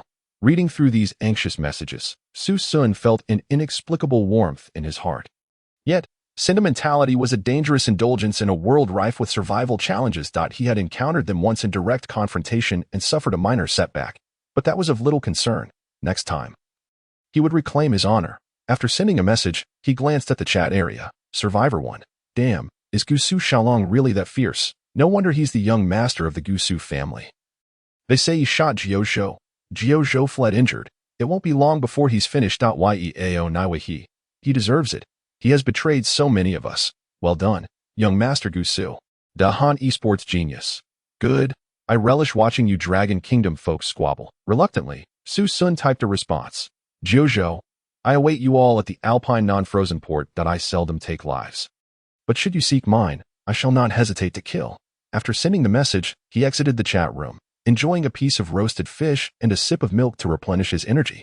He peered outside, realizing he would likely have to spend the night on this snow-capped mountain. To avert unforeseen dangers, he needed to venture out and assess the surrounding situation, searching for an escape route at a moment's notice. Alone and facing potential peril, he knew that if he fell into despair, there would be no path to salvation without assistance. Using the ice shelter as his base, he donned a white down jacket and moved stealthily through the snow, which surrounded him in a seemingly endless expanse. This solitude brought him a measure of relief. Compared to the primary zone, the intermediate zone felt eerily quiet. Perhaps the true threats lay beyond the port. Out on the sea. He mused to himself. Reaching Alpine Port within 3 days may not be as urgent as I thought. Many are keeping an eye on me. Perhaps I can eliminate them along the way. Of course, they must reach this place first. Lost in thought, he unknowingly wandered into a sheltered area, only to suddenly spot a figure seated on the ground. To be precise, there were 2 individuals, one old and one young. One robust and one slender. Sitting around a campfire. It was the burly monk clad in black from the west, accompanied by his apprentice. Could he be tracking me? Su Xun's scalp prickled at the thought, sending shivers down his spine. With a person on his back, relying solely on his legs, how could he have possibly followed me? Su Xun's hand instinctively grasped the RPK-Panlong. Meanwhile, the monk appeared to have noticed him as well. Perhaps due to their previous transaction involving the down jacket, the monk bore no malice, instead revealing a friendly smile and gesturing for Su Xun to approach. Understanding the implication, Su Xun realized that this individual had braved the elements to arrive here, likely possessing unimaginable combat skills. Without an advantage of distance, he wondered if he could even fire his weapon in a confrontation. He had heard numerous tales of the valiant feats of these monks from the west. What should I do? Su Xun pondered this question. After careful consideration, he decided to forego the encounter, shaking his head to convey his stance before turning to leave. That moment, the monk's wolf-like face displayed a look of confusion. Glancing at his master, The old man opposite him, at least 80 years of age, donned a dark red robe, his face a tapestry of kind wrinkles, exuding an aura of compassion. Notably, his lower body was entirely absent from the thighs down. "Master, why doesn't he come over?" "Mi Xiong, he is alone, and he wields a firearm," indicating his close combat skills may not be exceptional. Such a person in the world of survival would not easily trust anyone. The master speaks wisely. "Since you say he is not a bad person and lacks an aura of evil, I wish to join him to bolster our strength." "Mi Xiong, such matters hinge on fate. If fate does not permit, there is no need to force it." The old man gently closed his eyes. "Tonight, let us head east to find a place to rest. I sense that terrible creatures may strike this night." "Yes, master, I understand." Su Xun turned back repeatedly, circling the snow-capped mountain, uncertain whether the black monk was friend or foe, or if he truly was tracking him. He could only choose to deter. The weather here was characterized by long nights and brief days. By the time darkness enveloped the land, Su Xun had not once caught sight of the monk and opted to return to his ice shelter. Upon entering, he was greeted by Gong Shi Fa Kai. The two white lions fiercely roaring towards a certain direction, their fur bristling as though they had encountered a formidable foe. Following their gaze through the lookout, he spotted a massive black silhouette looming less than 500 meters away. This figure stood majestically on the mountain, gazing down as if it were a grand edifice among the heavens. Its enormous eyes glimmered with a chilling glow, and its sturdy limbs resembled colossal pillars.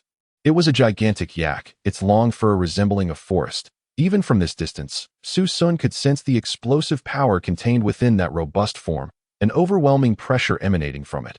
Ancient legendary creature. Su Gandala multicolored snow yak, juvenile. Level 36. Attack power 169. Health 2245. Description. A top-tier creature. Isolated in the snowy domain, herbivorous yet at the pinnacle of the food chain. In the vast snowy mountains, it has few rivals. Even the winter lions dare not pursue it. With near-infinite stamina, it can run freely across the snowy mountains, unrestrained. Protected by the radiant light of the multicolored snow mountain deity, many attacks prove ineffective against it. It possesses the ability to summon blizzards. You would do well to exercise caution when encountering it. At this moment, Su Xun felt cold sweat trickling down his back upon reading the prompt from the apocalyptic portal. No wonder Gong Shi Fa Kai was so agitated. Su Xun found himself locked in a gaze with the colossal yak from within his ice shelter. What could it possibly want? A sense of dread filled his mind as he hoped it would not attack him. Gripping the RPK-Panlong tightly, he waited.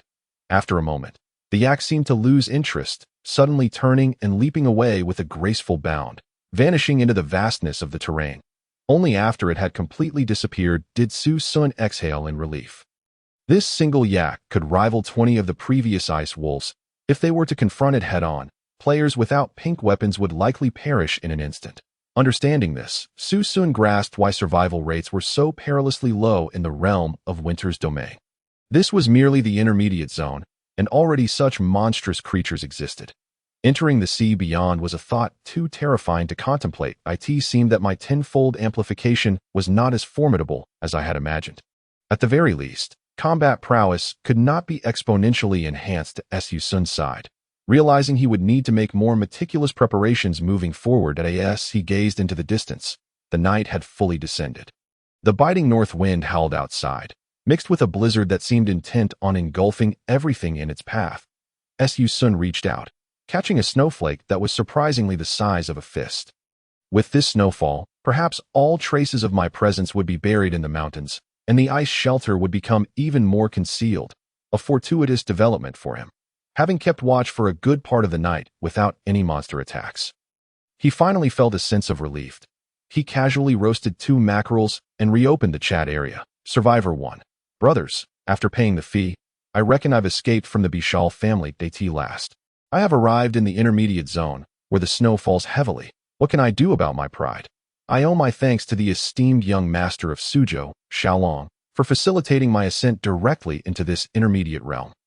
Allow me to share a token of celebration with everyone. A public red envelope from Yao Nai where he has been sent. 1. Su Xun promptly clicks to claim it. Ding! Congratulations, player. You have received 1 winter copper coin. Ding! A 10,000-fold critical reward has been granted to the host. Congratulations, host. You have acquired 10,000 winter copper coins. What a miser! Su Xun scoffed instantly. In the realm of winter, 1 gold coin is equivalent to 10 silver coins, which in turn equals 1,000 copper coins. The TO receive a 10,000-fold critical hit amounting to only 10 gold coins is quite paltry. At this moment, the chat channel is abuzz with others deriding Yi Ao Nai Wahi.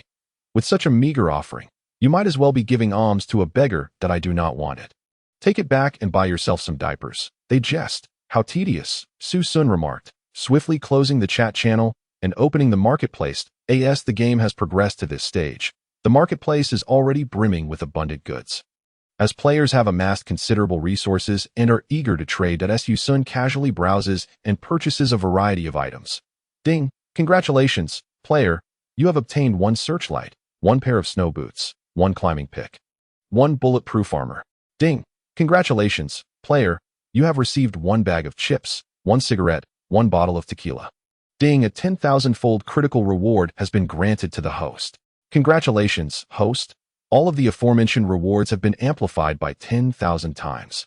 He casually opened the tequila he had just bought. As Su Xun took a sip, he found the taste both spicy and sweet.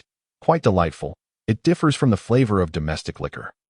After savoring the mild intoxication for a moment, he poured some for the nearby lions, allowing them a taste. Upon sampling, the 2 lions displayed expressions of utter disdain, retreating far from Su Xun with a look of deep resentment. It seems you do not enjoy it, he mused. Shaking his head and feeling a sense of life's monotony, he fed the 2 lions some seal meat, then conducted a thorough search around the entrance, ensuring there were no issues before finally turning back to pull the quilt over himself, preparing for a brief nap. Just as he began to drift into a hazy slumber, a sudden tremor shook the environment. As if the very heavens were collapsing, the structure of the ice house seemed on the verge of giving way. What is happening? Su Xun was instantly alert, gripping his RPK-Panlong tightly and casting a sharp gaze into the inky darkness outside. Chapter 63. The apex predator of the snowy domain, the crimson-feathered sky demon. Before he could discern the scene, a thunderous roar erupted, reverberating through the air. The sound was resounding, akin to the clash of metal. Tearing through the realms, the very walls of Su Xun's small abode quaked, and had it not been for the sturdiness of the ice bricks, it might have crumbled beneath the weight of the snow. Outside, chaos ensued as an avalanche cascaded down from the heavens, a torrent of snow tumbling from above. Fortunately, Su Xun's elevated position afforded him some safety. When he finally beheld the scene outside, he gasped in horror, feeling a chill of cold sweat enveloping him. Outside, it appeared as if a legion of demons had descended, with countless creatures of the Arctic glaciers engaged in a brutal struggle for survival.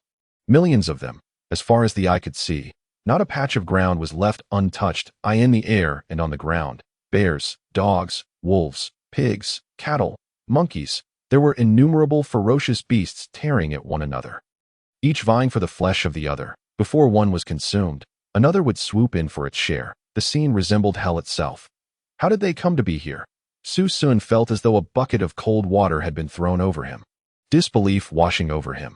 During the day, the mountains and valleys had been silent and deserted. Not a single creature, not even the faintest sound of an insect, could be heard. Where had they been lying in wait? A terrifying thought crossed his mind.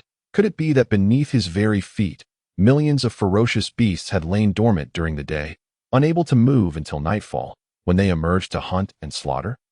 And the players who could not build homes would inevitably become prey. Indeed, the nights in the intermediate zone were far more brutal than in the primary zone. Su Xun sighed, continuing to observe. He immediately spotted a clearing about 400 meters away, surrounded by countless fallen bodies that no creature dared approach. From within, a sound akin to the ancient drums of war echoed. It was the roar of a behemoth engaged in combat. It was her, the black yak he had encountered during the day.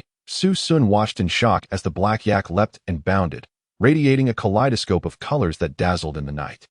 It appeared to have doubled in size since the day, likely having utilized some form of secret technique. Its cries were piercing, and it constantly evaded, angrily kicking at an unseen foe. Above, a figure far more massive than the yak dove down, preparing to strike. A sharp cry rang out, echoing as if it were cutting through the heavens, causing Su Xun's ears to ache. Does the yak have a natural enemy? Su Xun realized that the yak he had encountered during the day was now locked in a desperate battle with a mysterious giant bird. The yak, being an herbivore, would not provoke the creature unprovoked. The only possibility for conflict was that the giant bird sought it as prey. Roar! The yak bellowed in fury, summoning enormous snowballs the size of cartwheels to plummet from the sky. Resembling a meteor shower, this was its innate ability. However, the mysterious giant bird swiftly evaded, vanishing into the night sky. Had that snowball struck me, I would surely have perished on the spot. Su Xun calculated the potential impact of the snowball as it struck the ground. Even with the dragon spine armor and the cloak of the Bantu warriors, it would be futile. Boom! In the next moment, a tremendous crash reverberated through the sky as a colossal bolt of lightning illuminated the scene. In that fleeting light, Su Xun discerned a gigantic red eagle soaring through the air, its countless feathers each thicker than a human leg, its wings spread wide, casting a vast shadow upon the ground. Akin to a blue whale gliding through the sky, its massive, powerful claws shimmered with a metallic glow as they reached out towards the yak's back. Crimson-feathered sky demon, descendant of the golden-winged rock. Level, 48. Attack power, 1560. Health, 3045. Description: a ferocious predator exceedingly rare in the snowy domain. It stands at the pinnacle of the food chain. In the intermediate zone of the winter world, it is one of the undisputed overlords. The only creature daring enough to prey upon the Su Xun rainbow snow yak. Of course, it only dares to target the juvenile, not the adult yaks. With its unparalleled sharp claws and immense strength, it is a formidable attacker. Most terrifying of all is its ability to fly thousands of miles in a single day. If you are marked as its prey, there is only one outcome: death. Those claws could easily crush 5 of me without a problem. Its keen eyes seemed intent on stripping the flesh from the yak's body. The yak, however, reacted swiftly, turning to defend itself with its horn, sharp as a blade, against the eagle's claws. This was its most resilient defense, under normal circumstances. Even the winter white lion or the winter polar bear would be wary of its lethal horns. Yet for this red eagle, it posed no challenge at all. With its combination of might and agility, it effortlessly neutralized the yak's defenses. The two engaged in fierce combat. But soon enough, the yak was covered in wounds. Its stamina waning, its movements noticeably slowing. The red eagle above relentlessly pursued, its gaze filled with avarice. Countless ferocious beasts surrounding the area also sought to partake in the feast, for every morsel of the colorful yak was a great boon. Today, it seemed the Su Xun rainbow snow yak was doomed. Su Xun fell silent. This was the harsh law of nature. The survival of the fittest, a mere bystander. He could not interfere. To confront the red eagle would be to invite his own demise. Roar! The Su Xun rainbow snow yak bled profusely from its wounds, staining the surrounding area crimson. Its innards were exposed, yet it refused to relent, making a final stand against its fate. But the red eagle struck with lethal precision. Showing no hesitation, though the yak possessed boundless endurance, it could not escape death once its blood was shed. An hour passed, and the yak finally succumbed, unable to rise, its head bowed as it gasped for air. It was devoid of any strength to resist. The red eagle seized the opportunity, diving down one last time with a ferocious speed, aiming to gouge out the yak's eyes. At that moment, a resounding boom echoed. As a massive spherical object hurtled through the air, striking the red eagle's head with bullet-like speed and an unpredictable angle, the eagle stumbled in midair, struggling to regain its balance. Its meal had been interrupted, and it was not pleased that it had been tracking the yak for 2 months, and today, it finally cornered it here, ready to feast. How dare anyone interfere? It glared in the direction of the attacker. At that moment, a man clad in a flowing black robe stood before it, his hands clasped in prayer, his expression solemn, and his gaze as deep as a river. Merely standing there, he exuded an aura that seemed to swallow the vastness of the world. A faint golden holy light radiated from his form, untouched by the falling snow. His muscular chest was exposed, his physique reminiscent of jade, appearing both fierce and sacred. Yet the inky blackness of his robe lent him an air of mystery.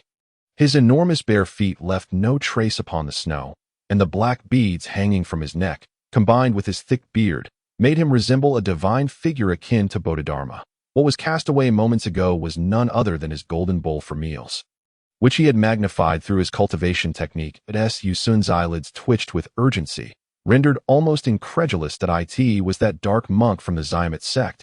How audacious of him to traverse alone among the beasts in the dead of night. What remarkable bravery. Chapter 64. The High Monk of the Esoteric Sect, Transcendent and Extraordinary. The dark monk slowly approached the Highland yak. He extended a hand, placing it over the yak's wound. His hand radiated with golden light. And soon, the yak's injury was healed. The yak seemed to comprehend the monk's actions, lowering its head in docility, offering no resistance, resembling a tranquil child. Witnessing this, the red eagle was immediately filled with fury. It could not fathom how such a diminutive human dared to disregard its presence. Despite its pitifully small stature, it audaciously meddled in its affairs. With a powerful flap of its wings, the eagle soared into the sky. Signaling its intent to attack, as it dove downwards once more, the dark monk found himself in grave peril. However, the monk, Su Xun, paid the red eagle no heed, continuing to quietly heal the yak's wound. In the next moment, a colossal shadow plummeted from the sky that a pair of enormous, sharp claws fiercely lunged at Su Xun, that Su Xun's eyes widened in shock. This was disastrous. The strength and rank of the red eagle were overwhelmingly formidable. It seemed the monk would meet his end today. Unexpectedly, in a flash, the monk seized the eagle's foot, and a massive Buddhist seal manifested from his brow. With a fierce exertion, the red eagle was yanked off balance midair. It let out an enraged shriek, its center of gravity compromised, yet it was evident that this was futile. The monk Su Xun's power was sufficient to firmly suppress it, spinning the red eagle around. At this moment, Su Xun silently lowered his head and took a bite of the roasted fish, inhaling deeply. Was this still a human? This was astonishingly fierce if that red eagle were to seize him. He would likely be incapacitated in an instant, and even the two snow lions would probably end up as its meal. Casting a discreet glance at the RPK Dragon Spiral machine gun, Su Xun pondered whether, in this game, physical prowess truly equated to strength. After tidying up the ice hut and surveying the surrounding beast herd, he found no issues. With renewed focus, he turned his attention back to the battle. At this juncture, both sides were locked in a fierce struggle. Although the monk Su Xun was formidable, he remained merely flesh and blood. The red eagle, no simple foe, had likely discerned the monk's tactics after a prolonged engagement. It soared high, circling repeatedly, biding its time and no longer descending easily. Clearly, both combatants bore injuries. Seizing the opportunity, Su Xun swiftly drew his RPK Dragon Spiral and unleashed a barrage at the red eagle soaring above. Not only to demonstrate his own martial prowess, but also to extend a favor. The power of his pink-quality RPK was on full display, as large splatters of blood rained down from the red eagle.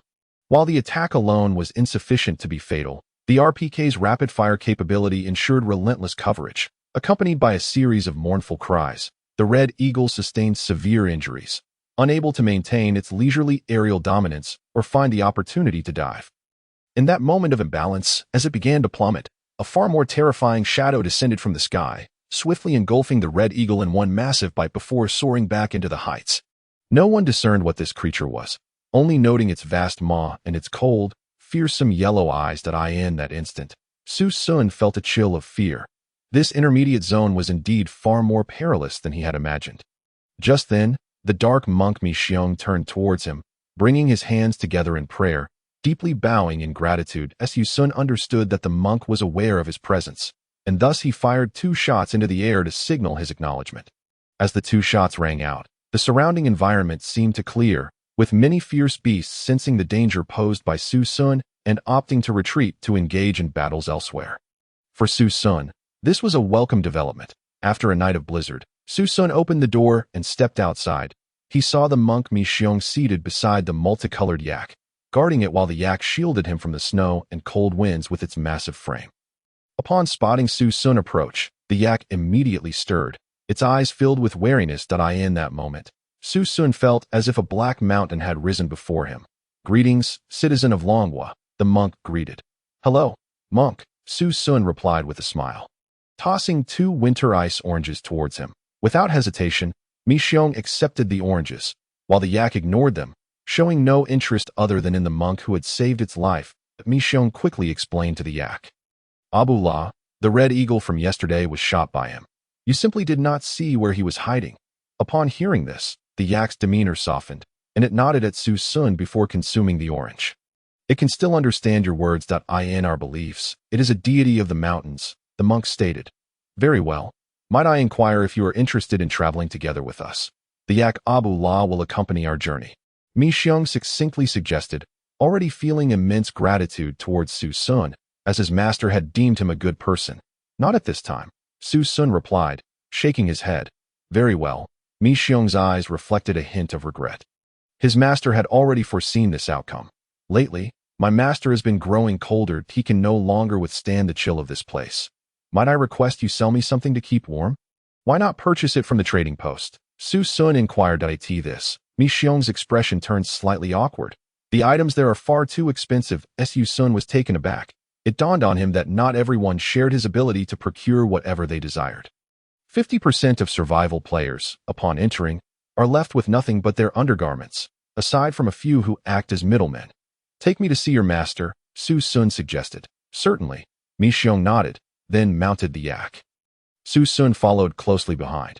After walking approximately 2 kilometers, they arrived at a snow hollow, where Su Xun beheld a monk nearly frozen into an ice sculpture, his body a shade of icy blue. Seated in the snow hollow, his form was only half intact, withered like dried meat.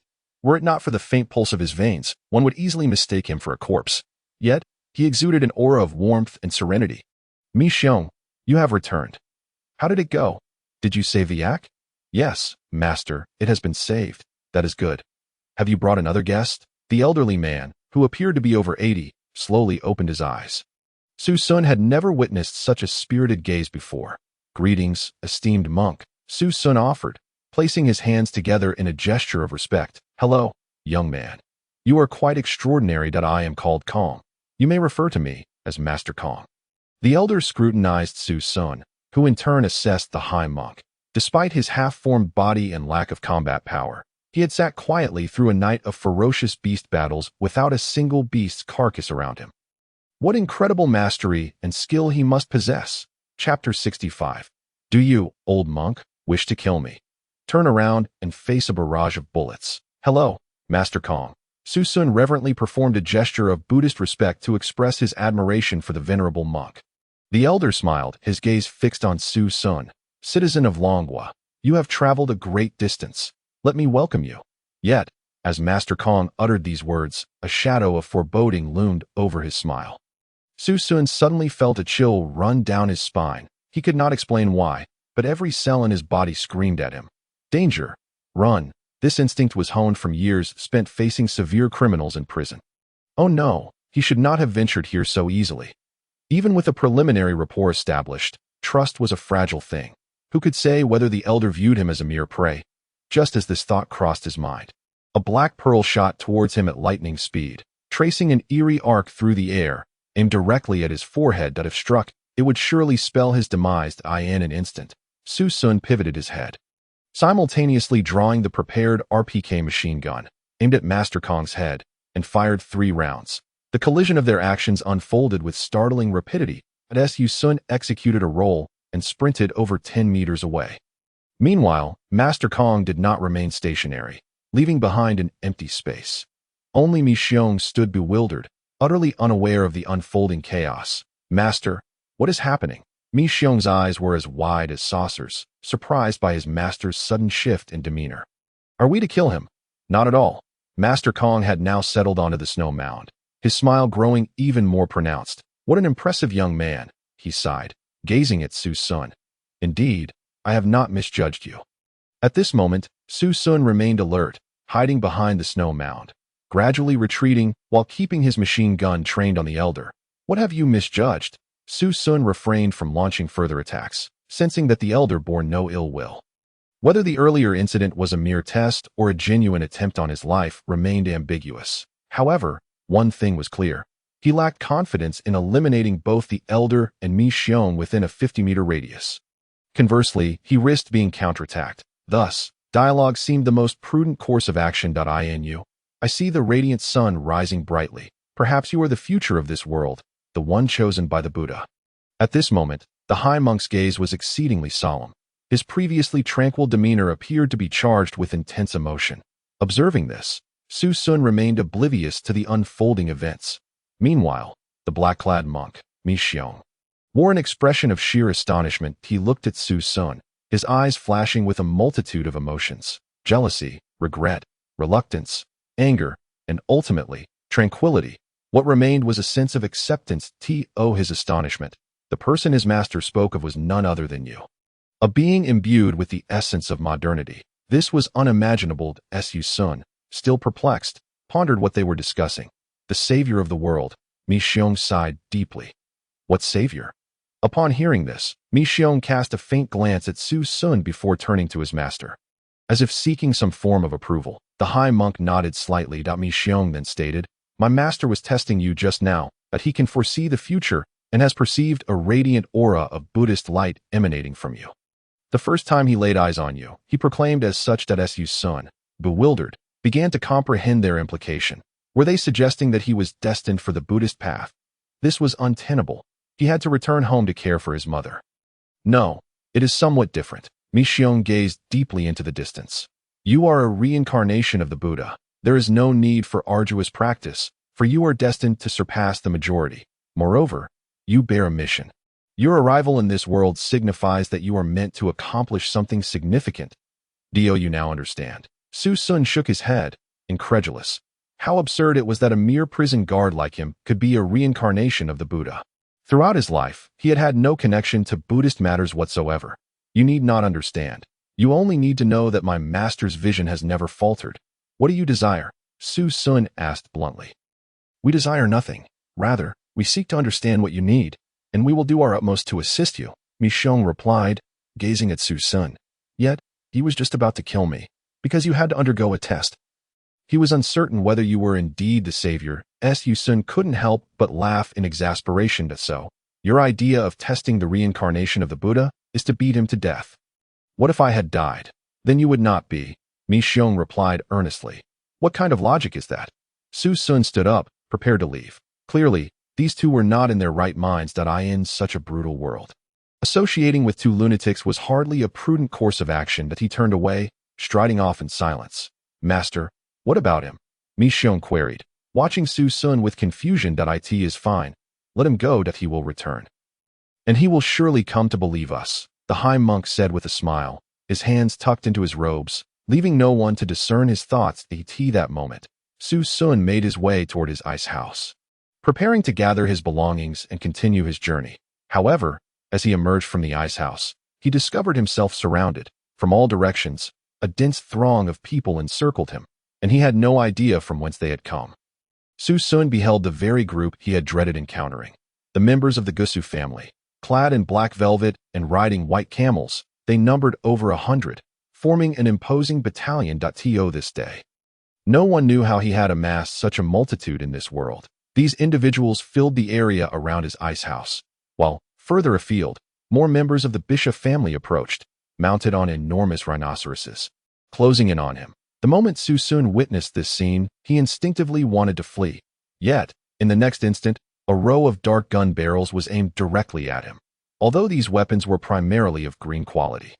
Su Xun was certain that if they all fired at once, he would inevitably be reduced to a sieve. Contemplating this, Su Xun fell into a pensive silence. That moment, Gusu Xiaolong, astride a massive white camel, chuckled lightly and aimed a flintlock pistol at Su Xun. Boy, did you think we would find you so swiftly? Though you possess some skills, do you truly believe you are invincible? Gusu Xiaolong's demeanor was brazen and audacious, as if he had already seized control of Su Xun's fate. Chapter 66. Su Xun finds himself in a stalemate, yet a twist emerges. At this juncture, Gusu Xiaolong calmly dismounted his towering camel and approached Su Xun. Scrutinizing him closely, he was tall and slender, appearing no shorter than Su Xun, with a sinister countenance, narrow eyes, and high cheekbones, an unmistakable visage of a privileged scion. However, this young man's temperament was far from amiable. Jiuzhou, we meet again. Gusu Xiaolong fixed his gaze on Su Xun, his hands resting on his chest, exuding an air of confidence. Gusu Gongzi, what brings you to seek me? Su Xun smiled, maintaining a composed countenance while subtly grasping the Colt Python revolver in his hand, ready to respond should any situation arise. So, you wish to coerce me? Gusu Xiaolong, no fool. Discern Su Xun's intentions to I am clad in a bulletproof vest of the highest grade. You will not succeed in killing me with your gun. Su Xiaolong remarked nonchalantly, pacing back and forth at a safe distance from Su Xun. Behind him loomed a formidable middle-aged man, resembling a bodyguard, who attempted to step forward but was halted by Su Xiaolong's outstretched hand. No need to approach, Su Xiaolong said with a faint smile. I have a few questions that require your answers. Very well, Su Xun replied, casting a wary glance around, constantly searching for an opportunity. However, he quickly realized that these individuals were all rigorously trained. Not ordinary folk. Those who could enter the apocalyptic survival world were the elite, handpicked from countless others. No opportunity presented itself that I ask you, how is it that your resources are so abundant, surpassing even mine? Su Xiaolong pointed to Su Xun's ice house, which was filled with purple and pink equipment that I possess, but a single purple item. After a brief silence, he continued, where did your gold coins come from? The survival game begins with 0 resources. Su Xun's heart sank at this revelation. Clearly, he had been targeted. Despite his efforts to remain inconspicuous, every individual in this world was fighting tooth and nail for survival. Seeking even the slightest resource, intelligent, elite, and gifted individuals were all vying for any opportunity that might arise. No one was a fool. That is my secret, though. How fortuitous. That is precisely what I seek, Su Xiaolong declared, advancing with his flintlock pistol aimed at Su Xun's temple. Tell me, where did your wealth originate? You have not engaged in any significant transactions, nor do you appear to be a merchant. Could it be that you stumbled upon some mysterious treasure? At that moment, Su Xiaolong's eyes gleamed with fervent greed. If he could uncover this secret, he would surely shatter records in this wintry world. After all, he had already incurred immense costs for his family, deploying elite forces and exhausting resources. If he failed to achieve satisfactory results and procure ample resources for his family, he would be cast aside. Thus, he was determined to seize every opportunity and resource. Tell me, what is it? Su Xiaolong's eyes reddened with excitement as he stepped forward, seizing Su Xun by the collar. Su Xun's expression turned icy. Why should I tell you? Because you are about to die. Su Xiaolong pressed the gun barrel firmly against Su Xun's forehead. Su Xun met his gaze with indifference, remaining silent. I am sorry, but the kind of secret you desire does not exist. I merely had the good fortune to find a few thousand gold coins in the mountains. A few thousand gold coins. Where? Show me. Su Xiaolong's eyes filled with skepticism. They are in my backpack. But you likely won't be able to retrieve them unless I am dead, Su Xun stated. That is utterly impossible. Su Xiaolong suddenly became ferocious, pressing the gun harder against Su Xun's forehead. A few thousand gold coins are insufficient for your lavish spending. Are you really unafraid of death? Do you not sense the gravity of your situation? Su Xiaolong's demeanor shifted sharply. Upon hearing this, Su Xun merely smiled faintly. Of course, I fear death, but I also know that if I divulge this secret, you will not spare me either. It seems you are indeed as clever as the rumors suggest, Su Xiaolong replied coolly. Then what do you propose we do? Su Xun inquired. I can share my secret with you, but you must first release me. That is out of the question, Su Xiaolong replied firmly. In his mind, he cursed Su Xun, not only admonishing him against harboring delusions, but also vowing that today he would claim Su Xun's life. Just then, Su Xun calmly declared, very well, since that is the case, I too have a message for you. You shall not. I have my methods to extract the truth from you, Su Xiaolong replied coldly. At that moment, a figure from the Bishop family stepped forward, a towering man whose physique resembled that of a bull, exuding an aura akin to a bear. When he stood there, he created the illusion of a mountain looming over all. Su Xiao, have you ascertained the facts? If so, kindly hand him over to us. This wretch has slain our comrades. I shall ensure he pays dearly for his transgressions. Upon hearing these words, Su Xiaolong immediately furrowed his brow. Bili Cha, who do you think you are? You have no place to speak here. Do you understand? Let me be clear.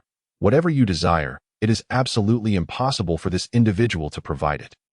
Su Xiaolong asserted with unwavering conviction, his words imbued with remarkable authority. Bili Cha's expression darkened at this declaration, a shadow of malice flickering across his face. However, he refrained from immediate rebuttal, instead offering a cold chuckle as he replied, very well, young Master Su. Since that is the case, I am willing to wait. I possess great patience, but you would do well to keep a close watch on this fellow. He holds significant importance to our family. In our pursuit to eliminate him, we are prepared to wage war against the Bantu tribe. The toll has been devastating. now that we have finally captured him. Entrusted to your care, should he escape, we shall terminate our cooperative agreement and designate you as his allied. In response, Su Xiaolong nodded slightly. Rest assured, as long as he divulges his secrets, I shall hand him over to you. After all, I have promised him that if he cooperates, I shall spare his life, but that does not mean these brutes will not take yours to a this moment. Su Xiaolong cast a triumphant glance at Su Xun. In that instant, a colossal shadow descended from the heavens. Before anyone could discern the cause, a massive snowball, mingled with hail, hurtled towards Su Xiaolong. Su Xun's eyelids flickered urgently, and seizing the opportunity, he swiftly rolled to the side. He recognized that the winter yak had arrived. Chapter 67. The annihilation of 2 by 1,000. The enormous yak charged down from the mountain peak with ferocity, followed by a throng of yaks, creating a veritable sea of white. Countless snowballs rained down upon all present, resembling a cataclysm. Aside from Su Xun, no one comprehended what was transpiring. The cause of this upheaval was none other than the Black Monk, accompanied by the winter yaks, arriving for rescue. What is happening? Is there a beast tide rampaging in broad daylight?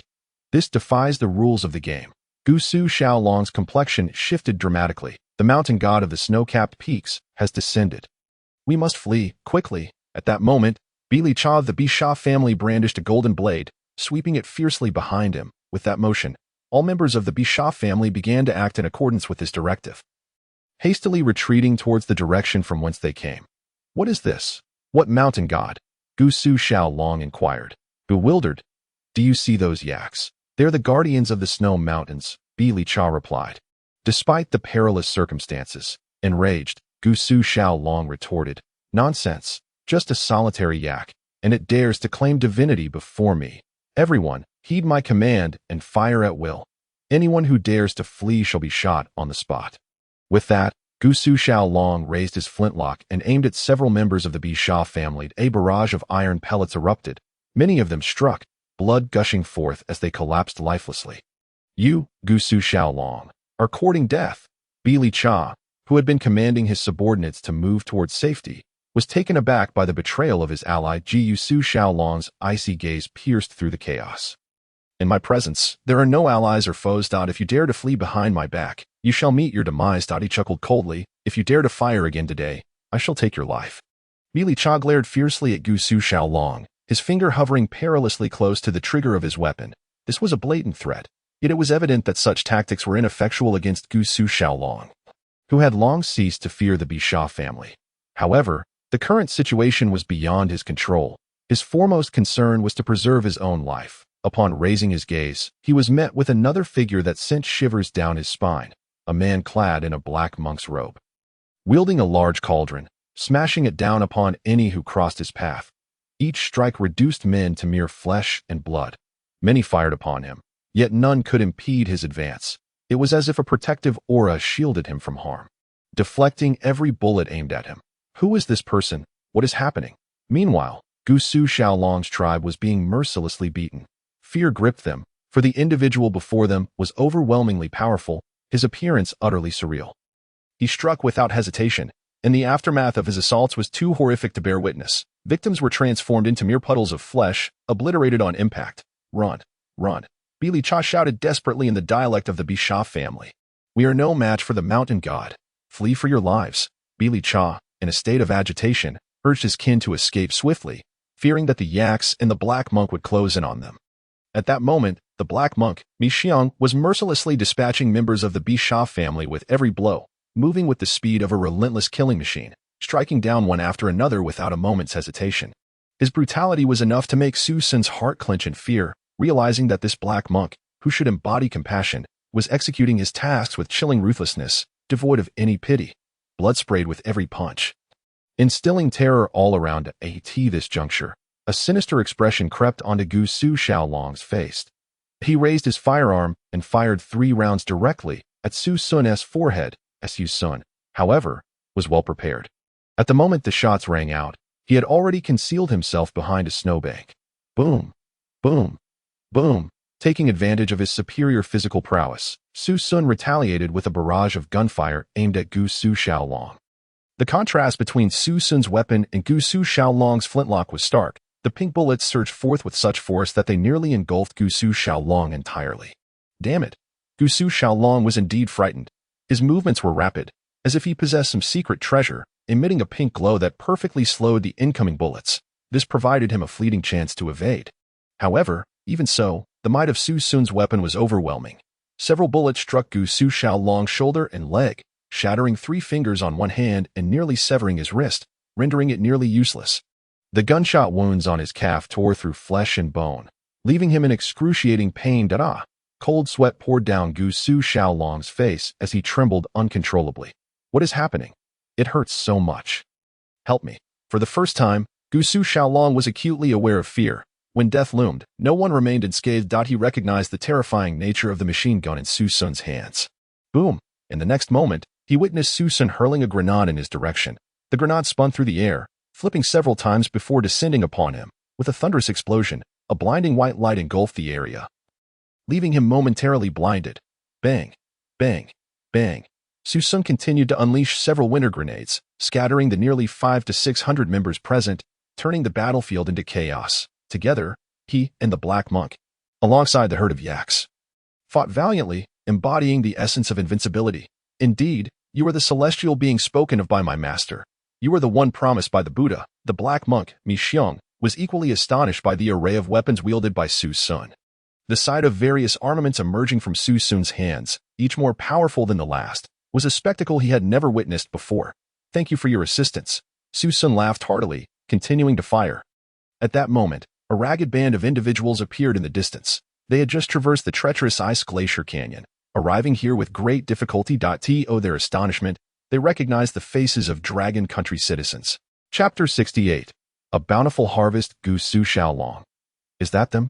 Leading the group was Yun Sanyang of the Dragon Country Mutual Aid Association. They had faced countless perils and tribulations, finally reaching the intermediate zone. It was said that were it not for the might of a formidable individual who had cleared the canyon path, they would have faced a bloody battle to cross the snow-capped mountains. Who are Su Xiaolong's forces fighting against, and how are they being defeated? Yin Sanyang gazed in disbelief at the scene before her. Previously, she had dealt with Su Xiaolong and knew that among the factions in their initial region, none exceeded his organization in scale. Realizing this, she inhaled sharply. It's him. Look, Sanjia, it's that man, Wei Chu Bing exclaimed, pointing towards the distance at Su Xun's silhouette. That moment, Su Xun emerged, wielding the RPK, relentlessly pursuing and decimating the enemies before him, leaving a trail of corpses in his wake, exuding the ferocity of a tiger. My heavens! Yun Sanyang covered her mouth, struggling to believe her eyes. How is he able to pursue and engage so many at once? What is going on? This individual appears to be from Jiuzhou, Wei Zubing exclaimed with a face full of excitement and fervor. His fist clenched, as if he were gazing upon his idol. Oh, how incredible! A truly formidable person. If only we had someone like him in our group, he mused, with such a powerhouse on our side. Many of the challenges and troubles we face could be effortlessly resolved. Within the Longwu Mutual Aid Group, numerous individuals cast admiring and envious glances towards Su Xun. It remains unclear which faction he has aligned himself with. He would not join any side. Jiuzhou is not that kind of person, Wei Zubing asserted, as if he possessed profound insight into the matter. How could he possibly drive away the members of Su Xiaolong? Yun Sanyang, her slightly haggard oval face reflecting confusion, interjected. In any case, he wouldn't. The specifics are beyond my understanding, Wei Zubing replied, shaking his head. Yet, it was universally acknowledged that it was impossible for Su Xun to single-handedly disperse nearly 1,000 members of Su Xiaolong.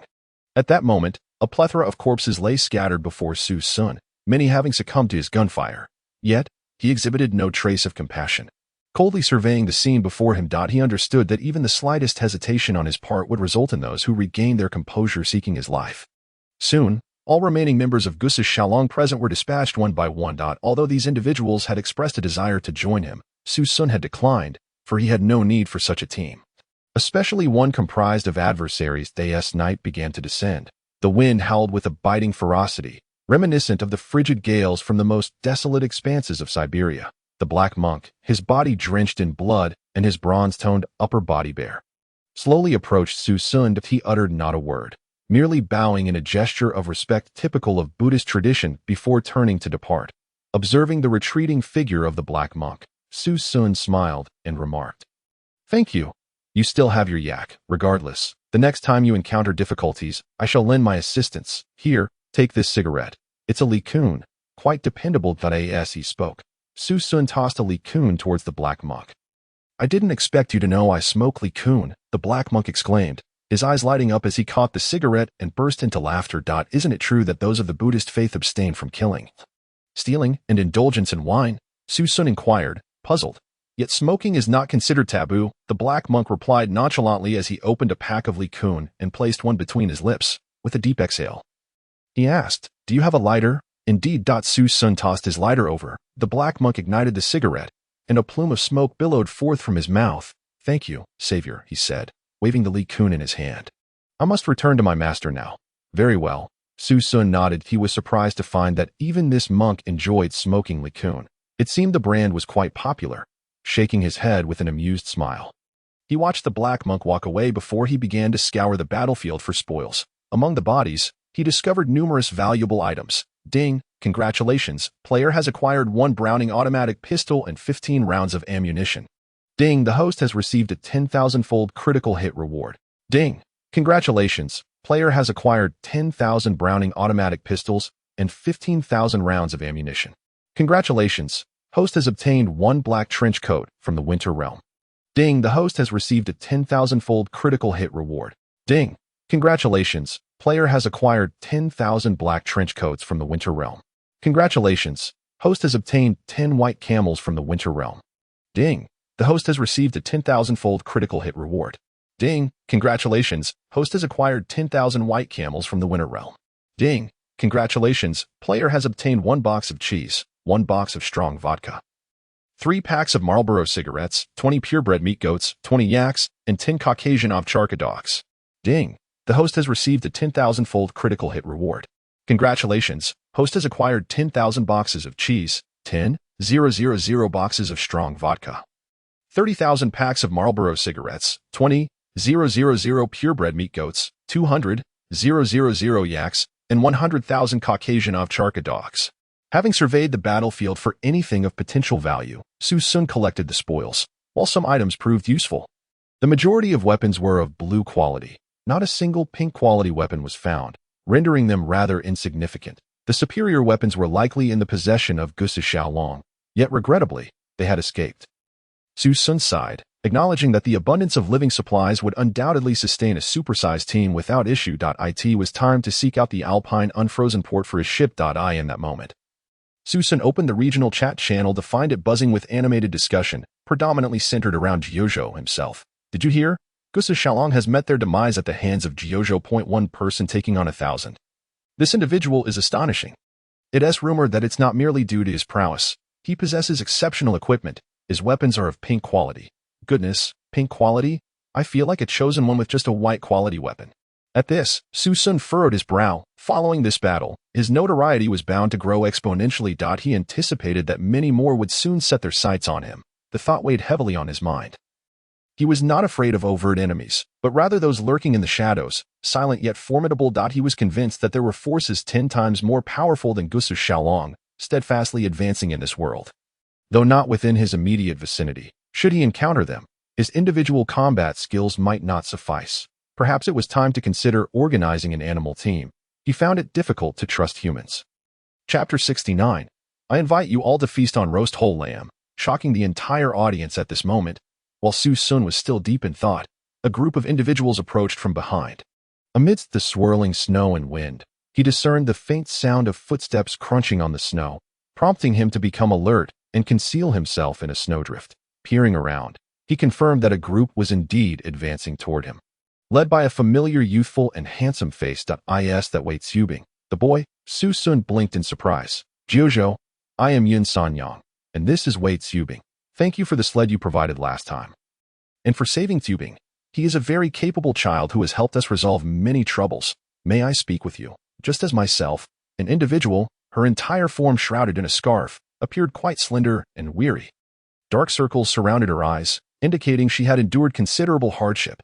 Yet, she radiated one of the greatest qualities of a woman, resilience. Hello. Su Xun was uncertain of her experiences, but he could palpably sense the energy emanating from her spirit and willpower. a force that seemed even stronger than his own. Forged by the trials of survival in the bitter cold. Greetings, Jiuzhou. I have come alone.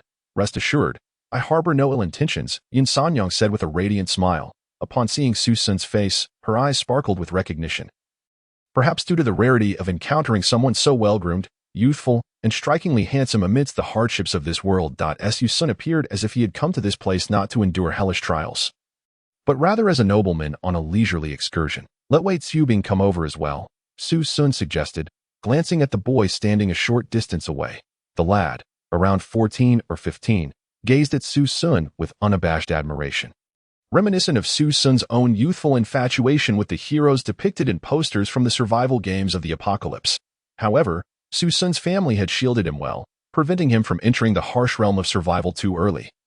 Unlike Wei Zubing, hurry over. Jiuzhou is calling for you, Yin Sanyang urged, feeling relieved upon seeing the smile on Su Xun's face. She knew well how formidable Su Xun must be to have earned her trust enough to approach him in conversation. That alone was a stroke of immense fortune. I'm coming, brother Jiuzhou. You are truly magnificent, Wei Zubing exclaimed, his face alight with excitement as he sprinted towards Su Xun, his eyes sparkling like stars. He resembled an infatuated fanboy. However, he was barefoot, draped only in a burlap sack, his face and hands reddened and stiff from the cold, trembling uncontrollably. The chill of this intermediate zone was lethal enough to claim many lives.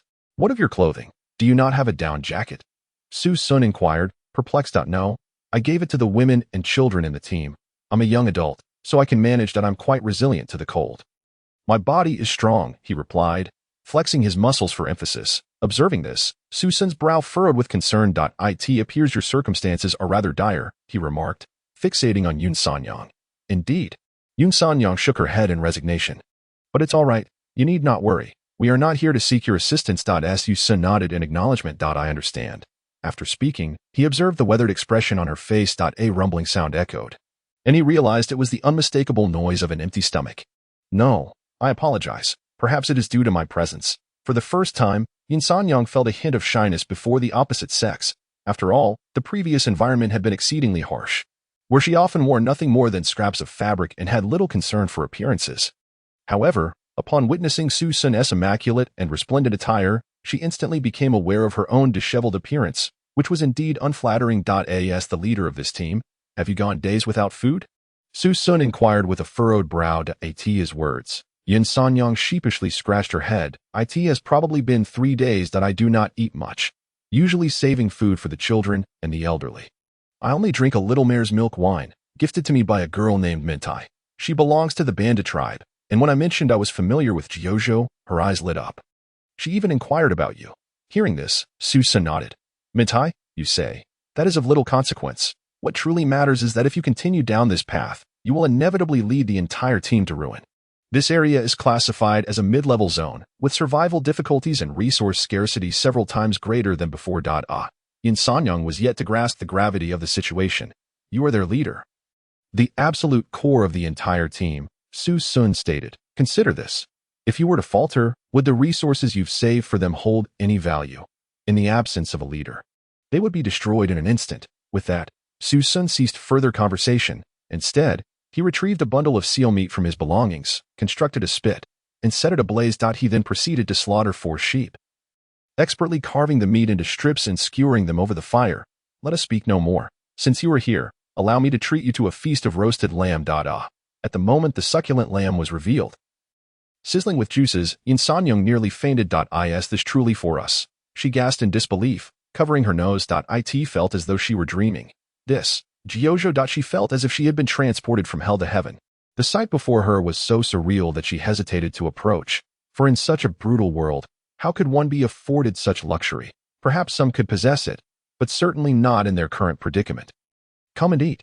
The remaining meat is also available for you, Su Xun continued. However, this shall be the only meal I treat you to. After we finish, we must part ways. I will provide you with some milk, fruits, and additional food resources. Hearing that you have been protecting your fellow countrymen is commendable. It is an act of kindness from one of the Longwa people. From then on, I can only wish you good fortune. Jiuzhou, you truly are a great hero, exclaimed Wei Zubing, his face flushed with excitement as he approached, gazing at the golden roasted lamb. Su Xun, not one to be stingy, tossed a leg of lamb his way. Wei Zubing did not hold back. seizing it and beginning to devour it eagerly. Chapter 70. New mission issued. Proceed to the Alpine Unfrozen Port. At this moment, a group from the Longwa Mutual Aid Corps nearby witnessed Wei Zubing feasting on the roasted lamb. Nearly drooling at the sight. Yet, without orders, they dared not move. Everyone, come over. Let them join in, Su Xun called out with a smile. Today's meal will be abundant with lamb. One person can eat an entire sheep. And there are merely 20 of us. I have stockpiled tens of thousands of sheep, he added. Really? That's wonderful. Mr. Jojo, my heavens, you are truly magnanimous. In this apocalyptic survival game, such generosity is remarkable. As the others drew near, Yun Sanyang immediately set aside the few bites of roasted lamb she had taken and chose instead to organize them, ensuring that the scene remained orderly. This caused Su Xun to regard her with newfound respect. Even after days of hunger and in such a harsh environment, Yun Sanyang maintained her composure and prioritized the needs of her team over her own desires for food. It was no wonder she had successfully led the Longwa Mutual Aid Corps to the mid-level zone. Yun Sanyang, you truly are impressive, Su Xun thought, giving her a thumbs up. At his words, Yun Sanyang momentarily froze, glancing at Su Xun's stern yet encouraging face. Suddenly, her cheeks flushed and her heart raced. The normally commanding figure found herself at a loss for words. The meal lasted nearly 2 hours, during which Su Xun and Yun Sanyang exchanged not a single word, while Su Xun conversed more with Wei Zubing, who bombarded him with questions about his extraordinary abilities. Before they knew it, night had fallen. Su Xun then brought forth 2 white camels. Though few in number, they were perfectly suited for the journey ahead. From now on, these camels will be your means of transportation. The road ahead will not be easy, he informed Yun Sanyang. If you insist on sharing with the children and elderly in your group, use one of these to alternate with them. He patted the other camel affectionately. This. We cannot accept your generosity. We have sled dogs here. I can have them sit on the sled, Yun Sanyang replied, but Su Xun shook his head. Keep them. It will not hinder us. We are all Longwa people, he asserted. Your actions have earned my respect, and this is the assistance you deserve. Besides, if you manage to emerge from the harsh winter, there may come a time when I require your help. Su Xun sighed, acknowledging the reality that the resources could not be carried forth. Only the rewards from completing the game would remain, which could be exchanged for much-needed items in the outside world. Well then, it is getting late, and I shall not linger any longer, he declared, rising to mount one of the white camels. The mountains remain unchanged, and the waters flow eternally, until we meet again. He clasped his fist in salute towards Yun Sanyang, before riding off into the distance, leaving behind a mysterious silhouette. At that moment, the members of the Longwa Mutual Aid Corps remained enamored with the delightful taste of the roasted lamb, entirely oblivious to Su Xun's discreet departure. Meanwhile, Su Xun embarked on his solitary journey to the Alpine Unfrozen Port. Detected that player Su Xun has lingered too long in the mid-level zone, thus a new mission is forcibly issued. Winter's Realm A-Class mission issued. Player Su Xun must immediately proceed to the Alpine Unfrozen Port, where your ship has been awaiting you for some time. Please make haste to receive this mission. Mission deadline: 48 hours. Mission failure penalty: execution. A sudden influx of game information jolted Su Xun's mind. As he read through the initial details, he found nothing amiss, but upon reaching the latter part, a chill ran down his spine. What? This mission could lead to my execution? He thought incredulously. Isn't that a bit excessive? Su Xun swallowed hard, feeling a shiver course through him. Very well, if that is the case, I must act swiftly. With that, he urged his carriage onward, instructing Gongsifikai to accelerate. Simultaneously, he opened his regional chat channel. As expected, he found other players who had received the same mission. Gold mark number 1. What a garbage game. I finally set foot in the mid-level zone, and before I even understand anything, I'm being sent to the Alpine Unfrozen Port. Biaoge, does anyone have a sled? I need to buy one immediately. ILL pay 40 gold coins. Gold mark number 1. What a wealthy individual. You can afford that. Biaoge, I saw someone today riding a purple carriage pulled by 2 snow lions. Now that's a real tycoon. The person you're talking about seems to be Jojo. That guy is insane, taking down Long Xiao all by himself. After reading these messages, Su Xun furrowed his brow and chose not to respond further. He glanced at the sky, now darkening, with the distant horizon cloaked in a deep blue hue, speckled with twinkling stars. Realizing that if he did not hurry, he would likely waste another night, Su Xun resolved to quicken his pace. Thinking this, he urged the 2 lions pulling the carriage onward. Congratulations, you two. Stop slacking off. Give me all you've got and quicken your pace. I have only 48 hours left. With an echoing roar, the 2 lions seemed to understand his command, opening their jaws to unleash a fierce roar before charging forward. The vast, unending expanse of snowboard deep tracks beneath their powerful strides. Before long, Su Xun began to feel a growing fatigue. His vision blurring as the endless white landscape enveloped him, that he vaguely recalled that he had been traveling for at least 3 hours. Yet it seems that the path before me remains interminable. Gradually, even the two vigorous lions, Gongxi and Fatsai, the sovereigns of the snowy realm, began to exhibit signs of fatigue. Su Xun furrowed his brow in perplexity. How could it be that after merely dozing off, the scenery before him remained unchanged? Had he lost his way? A sense of unease stirred within him. Logically, the two lions should be capable of discerning the route, especially since Su Xun had provided them with the necessary information. However, upon checking his coordinates, a jolt of dread coursed through him. Why was he still stationary? Had he encountered a wall of ghosts? Su Xun felt his mind fracturing with anxiety. Chapter 71. The Eerie Mental Assault. The hunting hounds of emotion. At that moment, Su Xun lowered his gaze and was startled to discover a deep set of tire tracks extending into the distance, with his own carriage advancing along them. This was none other than the trail left by his own cart. Su Xun inhaled sharply, a chill washing over him. How could this be possible? He was engulfed by a profound sense of fear. Even if he had lost his way, the innate adaptability of Gongxi and Fatsai to their surroundings should have prevented such a blunder. He quickly commanded Gongxi and Fatsai to halt. "You two imbeciles. We've been running in circles this entire time," Su Xun exclaimed in fury. Hearing this, the two lions promptly ceased their movements. The pair exchanged bewildered glances, sniffing the air repeatedly, yet they could not discern any clues and merely looked away in awkwardness. At that moment, Su Xun glanced upward and immediately spotted a crimson moon hovering in the not-so-distant sky, shrouded in wisps of fog, imparting an eerie ambience. The light of the sky had changed significantly, the atmosphere now heavy and foreboding. This moon was unlike any he had seen before. A wall of ghosts. This was no trivial matter. The situation was awry. Su Xun drew his RPK dragon machine gun. His finger poised on the trigger. He sensed a palpable anomaly surrounding him. Suddenly, a sound, distinct from the wind, echoed around him. A grating noise against the snow. Su Xun turned his gaze, a weight of seriousness settling upon him.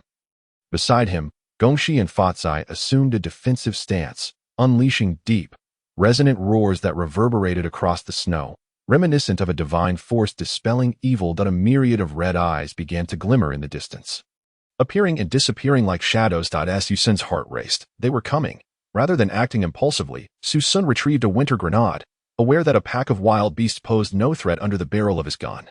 With the trigger ready to be squeezed and the grenade prepared for launch, he was suddenly engulfed by an overwhelming sense of foreboding. A hauntingly beautiful melody, resembling the sound of an ancient flute, drifted into his ears. The notes were laden with sorrow, echoing like the tears of a traveler or the lament of Meng Jiangnu weeping for the Great Wall. This melody resonated.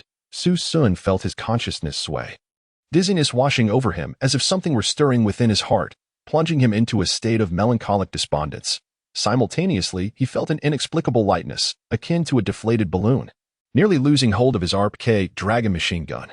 In that instant, as the flute's melody filled the air, Su Xun discerned the figures behind the multitude of crimson eyes. They were dogs, their bodies drenched in blood, towering in size, with muscular limbs and gleaming fangs. Each wore a spiked collar designed for shepherds. Their elongated heads resembled those of Central Asian hunting dogs, yet they appeared mutated, reminiscent of the alchemical bear Su Xun had encountered previously. A chorus of howls erupted from the pack.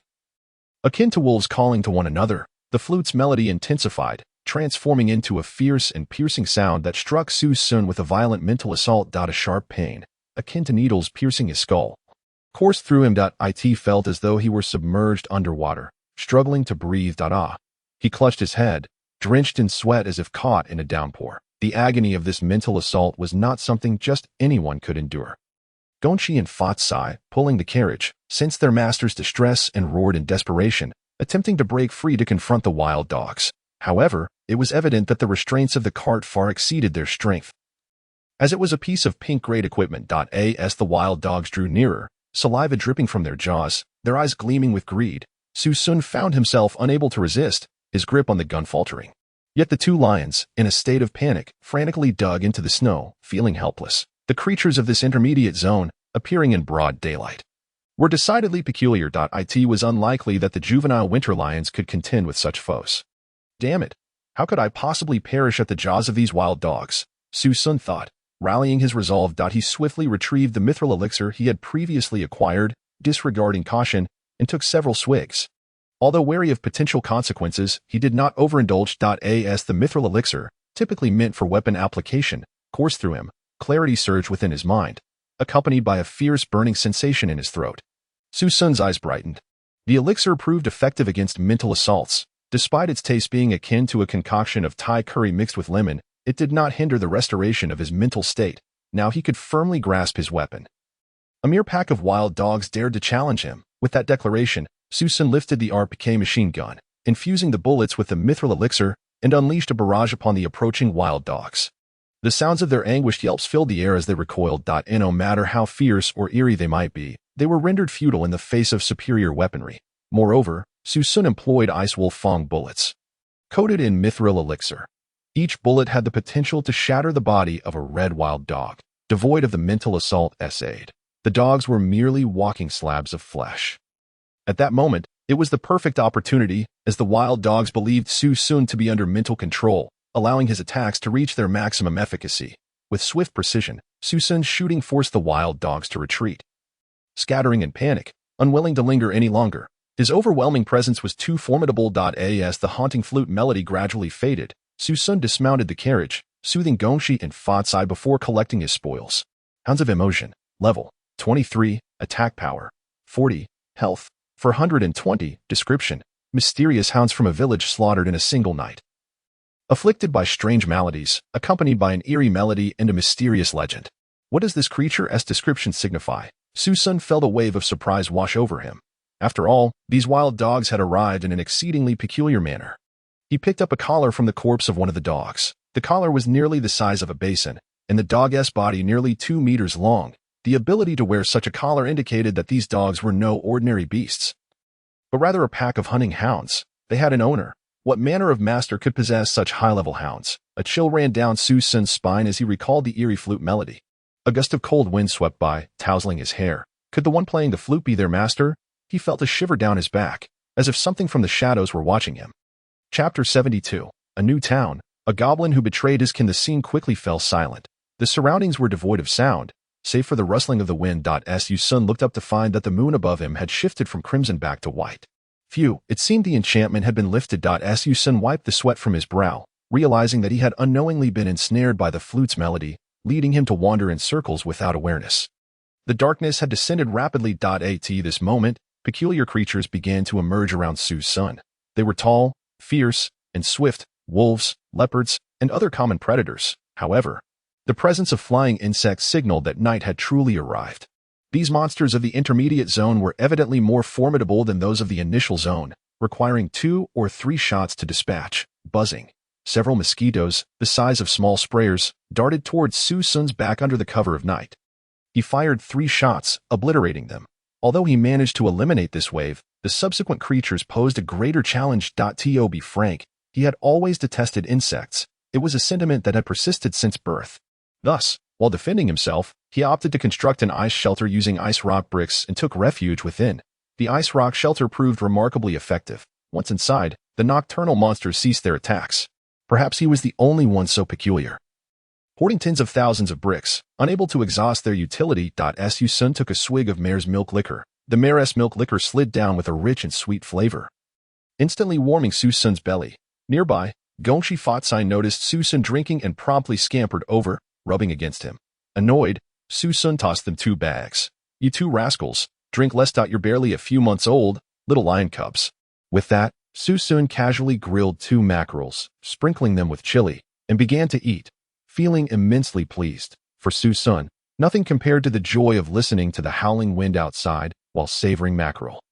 Sipping mare's milk liquor and basking in the warmth of the fire. He opened the regional chat channel, noticing only a handful of people spoke throughout the day. Few ventured into the beginner zone.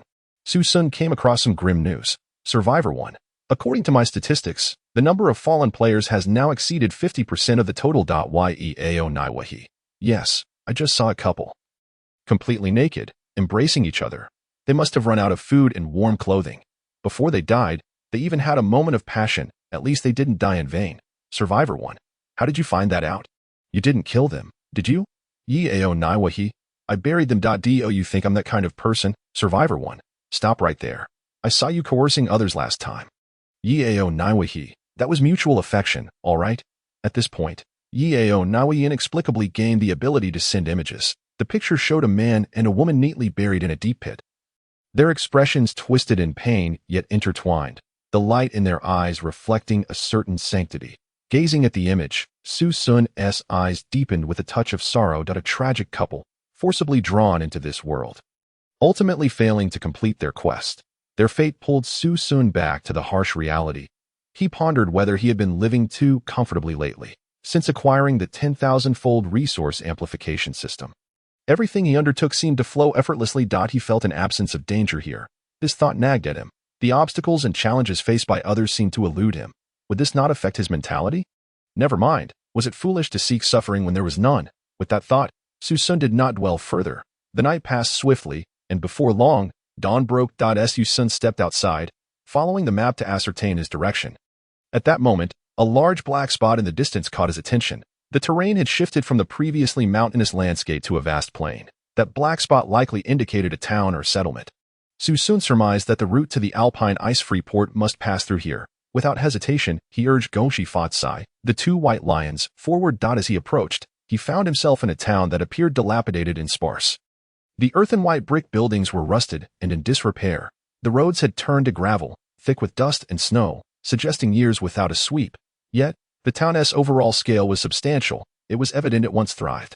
Such a large settlement, yet not a single passerby could be seen. This struck Su Xun as odd. He furrowed his brow, sensing something amiss. Caution was warranted. This was an intermediate zone, fraught with unpredictable dangers and numerous monsters, where one misstep could lead to demise. Each segment of the apocalyptic quest varied, perpetually shrouded in the unknown. Su Xun could not afford to be complacent. He quickly drew his RPK Dragon machine gun and cautiously began to survey his surroundings. Ensuring his vigilance allowed him to fire at a moment's notice. Following the map's guidance, he ventured deeper into the town. Suddenly, a shadow darted past him. Whiz! The shadow rushed by so swiftly that Su Xun barely caught a glimpse of what it was. Every hair on his body stood on end. Gongshi Fatsai growled lowly, alert and threatening, lowering their heads toward the direction of the shadow. Do not be afraid, young man. That is merely my pet. A soft voice echoed in Su Xun's ear. Turning, he found a green-skinned dwarf standing beside him. Seemingly having appeared out of nowhere, he had a large nose and bushy white beard akin to Magni, yet it exuded a scholarly aura, holding a cane and wearing a wristwatch. Dressed in a leather suit with a pipe clenched in its mouth, exuding an air of sophistication. Young man, what's the matter? Haven't you seen a goblin before? Goblin? Su Xun gasped, taken aback. You are a goblin? Yes, indeed. A wise goblin. Quite different from what you might imagine. The peculiar goblin elder smiled at Su Xun, a hint of wistfulness in his gaze. To be precise, I betrayed my kin. I am a wise goblin. A smirk curled at the corners of its mouth. Chapter 73. The town's past, a truth shrouded in plague. In the next moment, Su Xun's RPK machine gun was pressed against the goblin's head. I care not whether you are a goblin or some other obscure race. What is your intention in approaching me? Speak clearly. The green goblin, under the gun's threat, stiffened, unable to maintain composure. Young man, do not be so irate. My name is Sherlock. Sherlock managed to smile, though beads of cold sweat streamed down his forehead. Moreover, I detest being threatened with a gun. It would be wise to lower that weapon. Otherwise, you will regret it. Sherlock attempted to appear calm, as if he had some card up his sleeve to counter Su Xun's firearm, but his anxiety was evident. Sensing the goblin's fear, Su Xun felt a measure of relief. After all, an unknown individual possessing significant threat could lead to peril. I ask you. Su Xun began, but before he could finish, a massive shadow swooped down from the sky, hurtling towards him, caught off guard. Su Xun instinctively tilted his gun. What an opportunity! Sherlock's eyes glimmered with a flash of gold, and he abruptly swatted Su Xun's gun aside. In a swift roll, he prepared to escape, clutching a large bag of gold coins. Out of the corner of his eye, Su Xun caught a glimpse of Sherlock's palm. So you're a thief, he mused with a chuckle. Su Xun refrained from firing. Thieves typically lacked combat prowess and could be valuable for extracting information. Acting as living maps with high intelligence value. At that moment, Su Xun deftly sidestepped, glancing up to see a colossal tawny owl, its feathers a mottled black-brown. The owl was slightly larger than a pig, with bright orange eyes like watermelons, its claws curved like crescent moons, glossy as jade, sharp as polished marble. That it had just swiped at his position, leaving several holes in the ground where its claws had struck. Had Su Xun not evaded in time, he might have had his innards ripped out.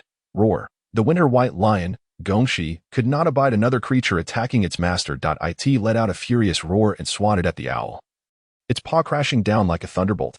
The strike sent the owl tumbling to the ground, rolling several times before crashing against a wall. Roar. Gongshi charged, ready to deliver a fatal grip to the owl's throat, an instinct of feline nature.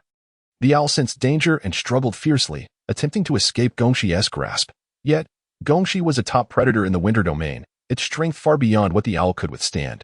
Just as Gongshi's jaws were about to clamp down, Sherlock leaped from behind a wall, emitting a heart-wrenching cry. It was not a sound a human could produce, but rather a language unique to goblins. It knelt on the ground, its expression one of profound agony, as though about to lose a cherished companion. At that moment, Su Xun raised his hand. Gongshi, stop, he commanded. Gongshi hesitated for half a second, its teeth already piercing the owl's skin, with a grunt of discontent. Gongshi turned its head to look at Su Xun, its expression conflicted yet still holding on to the owl. I said stop, Su Xun said calmly. As her words fell, Gongshi could only hang his head in despair. And he took the opportunity to slap the owl, as if to warn it not to touch its master. Upon witnessing this scene, Sherlock was momentarily incredulous. His eyes reflected a hint of confusion. He could not comprehend why Su Xun did not seize him. Wealth, capture him. Su Xun shifted her head slightly. In an instant, another white lion, Wealth, suddenly pounced, pinning Sherlock to the ground. Sherlock was restrained and could not move. Su Xun approached with composure, directly snatching the small pouch of gold coins from Sherlock's hand. Heh, if you think you can steal my money, you might be a bit too inexperienced, Su Xun mused. It was highly probable that this goblin, Sherlock, was an NPC, designed by the game to be a source of humor, stealthily pilfering gold from players. If a player were caught off guard, they might find their pockets emptied completely. Although Sherlock posed little threat and his combat abilities were rather ordinary, it was still quite distasteful when such things happened to players. Su Xun pressed the barrel of her gun against Sherlock's face. Sherlock, I ask you, where is this place? Where are the others? Why is there no one else but you? Su Xun inquired. This place is called Hamulin, an abandoned town from many years ago, Sherlock replied calmly. Why was it abandoned? Why are you still here? Because of a plague, a dreadful plague, for which we had no antidote. The plague claimed nearly 80% of the villagers' lives. Why did you not leave? Before the plague, my friends and I lived quite well. However, this plague took all my loved ones, so I remained to investigate the truth behind it. Upon hearing this, Su Xun's gaze sharpened, and she felt a surge of anxiety. A plague was certainly no good news. If the locals were powerless against it, what hope did she have? If she were to contract it, she would be in grave danger. Why are you unaffected? Su Xun frowned. Because I am a goblin. This plague only affects humans, Sherlock explained. This plague was brought about by a single individual, and it continues to evolve. Su Xun fell silent, sensing that the NPC's quest was about to trigger. However, to be honest, she preferred to avoid entanglements related to such a plague. She was no grand hero. Merely surviving was already a challenge. Yet, upon glancing at the map, she realized that aside from this location, there were no other paths indicated. Was crossing through here the only option? Su Xun could not help but furrow her brow. You mentioned that the plague was brought by a person. Who is that person? Su Xun asked, her brow furrowed. It is a piper, Sherlock replied, his expression suddenly grave. Chapter 74. The mysterious golden-haired, red-lipped seductress. All right, can you let me go now? Especially release my companion, Shao-Chi. Sherlock struggled to swallow. Beneath the paw of the white lion, Wealth, he found it exceedingly hard to breathe. The lion was enormous. Even a single paw was more robust than his entire body. He could hardly fathom how Su Xun managed to tame two winter lion kings. The adventurers of the past who arrived here were either ragged or in groups, none resembling Su Xun, who looked like a nobleman. With smooth skin and a calm demeanor, he seemed not to be here for life and death struggles, but rather for leisure. Hearing this, Su Xun did not allow Gongshi to release him. Sherlock's origins were too mysterious. Su Xun could not fully trust him. There were still many questions she needed to ask. I am sorry, but I cannot do that for now, unless you answer all my questions, Su Xun stated. Moreover, I am not negotiating with you. Your life is in my hands, she said coldly. Faced with a stranger, she needed to adopt a firmer stance. You Sherlock's eyes flickered with indignation, and memories of prior encounters with adventurers surged in his mind. He suddenly glared at Su Xun in fury. "I know that once you have used me, you will kill me, won't you? Even if I kneel before you, begging you to spare Xiaoqi, you would still have him killed and consume his flesh. You people are all desperate rogues." Hearing this, Su Xun's expression hardened. "What are you talking about?" He was bewildered by the sudden turn of events. "You are all merciless killers. You are despicable. Despicable." Sherlock, an NPC, had his past experiences awakened. In this apocalyptic winter game, all NPCs could respawn indefinitely. Sherlock had been slain numerous times by adventurers in the past, some even deriving amusement from torturing him, including perverse individuals who took him to secluded groves. These memories ignited the darkness within him. "Ah, damn it," he roared. At that moment, a thunderous crackle erupted from Sherlock's mouth, and his eyes turned blood red. Wealth, the white lion, could clearly feel the immense struggle beneath his paw. He was beginning to lose his grip on the goblin. What was happening? Su Xun took a step back, puzzled as she observed Sherlock's frantic writhing. Roar! Sherlock's body began to swell as if he were transforming into the Hulk. His muscles bulged like balloons, and his skeletal frame began to grow. "Die, you bastards!" Sherlock bellowed, resembling a protagonist from a heated anime, experiencing a surge of power. With one hand, he forcefully lifted Wealth's paw. Wealth, of course, resisted, pushing down with all its might. But to its astonishment, Sherlock's strength exceeded its OW and in an instant. Sherlock broke freed at this point.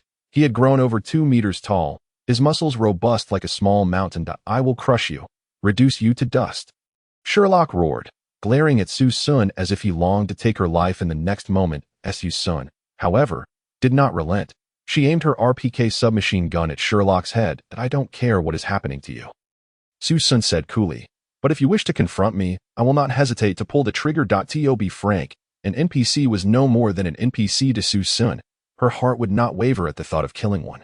She had learned in the survival game training manual that it was permissible to eliminate NPCs when necessary. As Sherlock's hand grasped the fur of the white lion, it became evident that Wealth was no match for him. The swollen, evolved Sherlock intended to bite Wealth with his own jaws.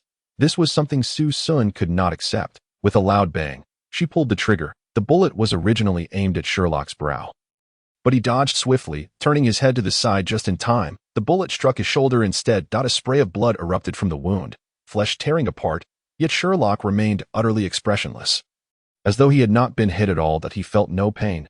Su Xun furrowed her brow. However, it mattered little. He would still be injured, and an injury would lead to death. In the next moment, Su Xun aimed her gun once more at Sherlock's head. This time, she believed he could not evade her shot. Wait. Just then, a delicate hand, as white as a spring onion, rested upon the barrel of Su Xun's RPK. Startled, Su Xun turned to see a voluptuous, fair-skinned mature woman clad in a deep burgundy gown. She had the elongated ears of an elf and a face so perfect it could enchant any man. Accompanied by a mature, alluring smile, the 2 sweet dimples on her cheeks were enough to disarm any hostility in the hearts of men. Yet, to encounter such a beauty in this desolate town, and to have her appear meanwhile, she languidly traced her tongue across her crimson lips, as if those delicate petals could effortlessly devour Su Xun. "What is your relationship with Sherlock?" There is none at all. I merely wish to offer you a word of caution. Should you choose to take his life, it would create considerable trouble for me. Thus, I must intervene to prevent such an act." Chapter 75. There is but one path to the harbor. At that moment, the woman with cascading golden waves cast another glance at Su Xun's chiseled, marble-like visage, causing her heart to skip a beat. What a remarkably handsome man. For a fleeting moment, she found herself struggling to contain her desires, inching closer to Su Xun, and then she gently exhaled a breath of warmth near his ear. The sudden warmth elicited a reaction from Su Xun. "What are you doing? I warn you, do not come any closer," he said with a furrowed brow. What is there to be afraid of, handsome? I want bite." Sophia chuckled, her hand gliding over the RPK submachine gun in Su Xun's grasp.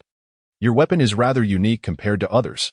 Her alluring red lips exuded an extraordinary charm, and Su Xun believed that in this world, no man could resist such temptation, even he found it difficult. So he resolved not to look at her any longer. At that moment, the woman also turned her gaze towards Sherlock. "Sherlock, do put away that ghastly facade of yours. It is quite unsightly. Let us converse properly with our esteemed guest." "Sophia, This matter seems beyond your jurisdiction. You are overstepping your bounds, Sherlock, the now grotesque goblin, retorted, his voice gravelly and strained, clearly indicating that speaking in his current state was a challenge. So, what is it that you desire? Su Xun holstered his weapon, sensing that the animosity between the two was not as profound as he initially thought. Moreover, these two NPCs likely possessed vital clues. Allow me to introduce myself, Sophia began. I am Sophia, a bartender, and I manage a quaint little tavern here. Its name is Sherlock, a forsaken goblin of his kind. To be precise, he hails from the Goblin Kingdom. At this point, Sherlock had somehow reverted to his previous diminutive, hunchbacked form of a scholarly goblin. Adjusting his glasses, he appeared somewhat grave. Yes, before your arrival here, you were quite renowned, but now you are merely a thief from an obscure village, Sophia remarked with a hint of exasperation. Heh, and what of it? Sherlock scoffed. At least I once basked in glory. You refer to those abducted human women, the ones your kind allowed you to indulge in first. Silence. Do not mention that. I find it utterly repulsive. Sherlock suddenly erupted in fury, his eyes glistening with rage. His emotions surged intensely. Fine, fine. Let those old grievances rot in the ground. I have grasped what you both are about. Su Xun interjected. Not quite, Sophia clarified. You are unaware that Sherlock and I are actually members of the Adventurers Guild.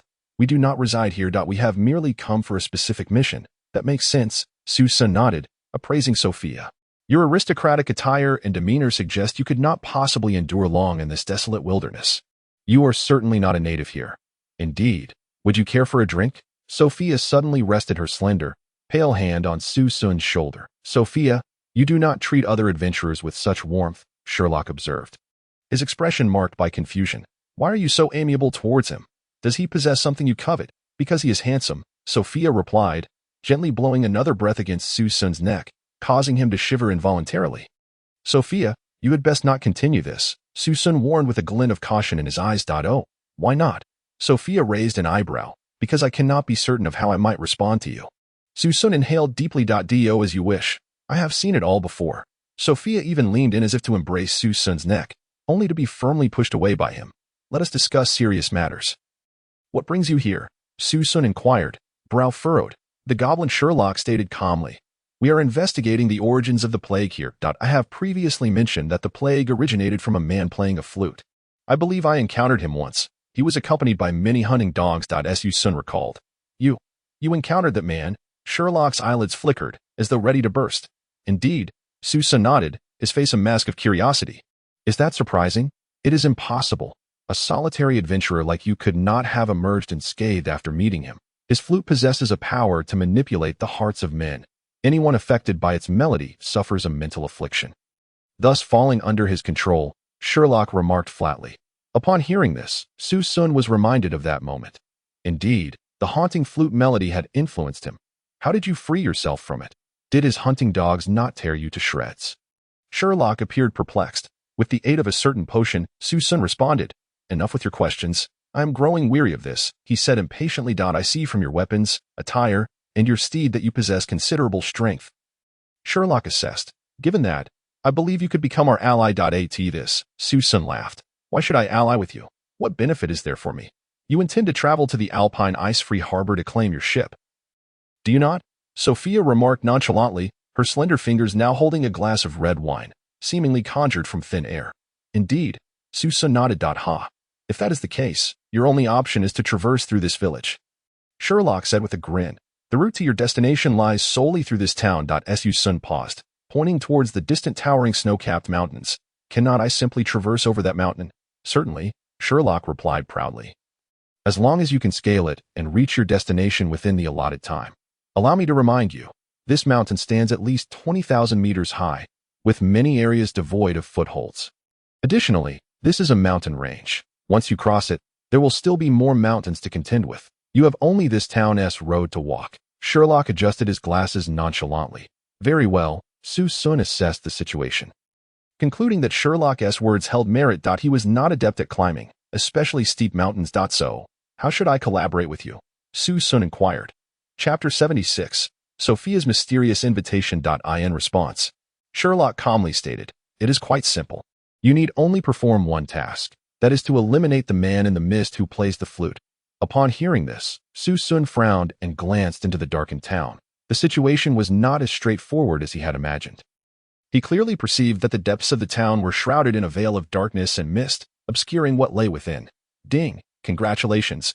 Host has triggered the mysterious village quest in the Norsemar region. Winter's Domain A-Class quest released. Please eliminate the ruler of the bewildered town of Hamulin, the flute master, young Peter. Quest duration, 24 hours. Quest penalty, none.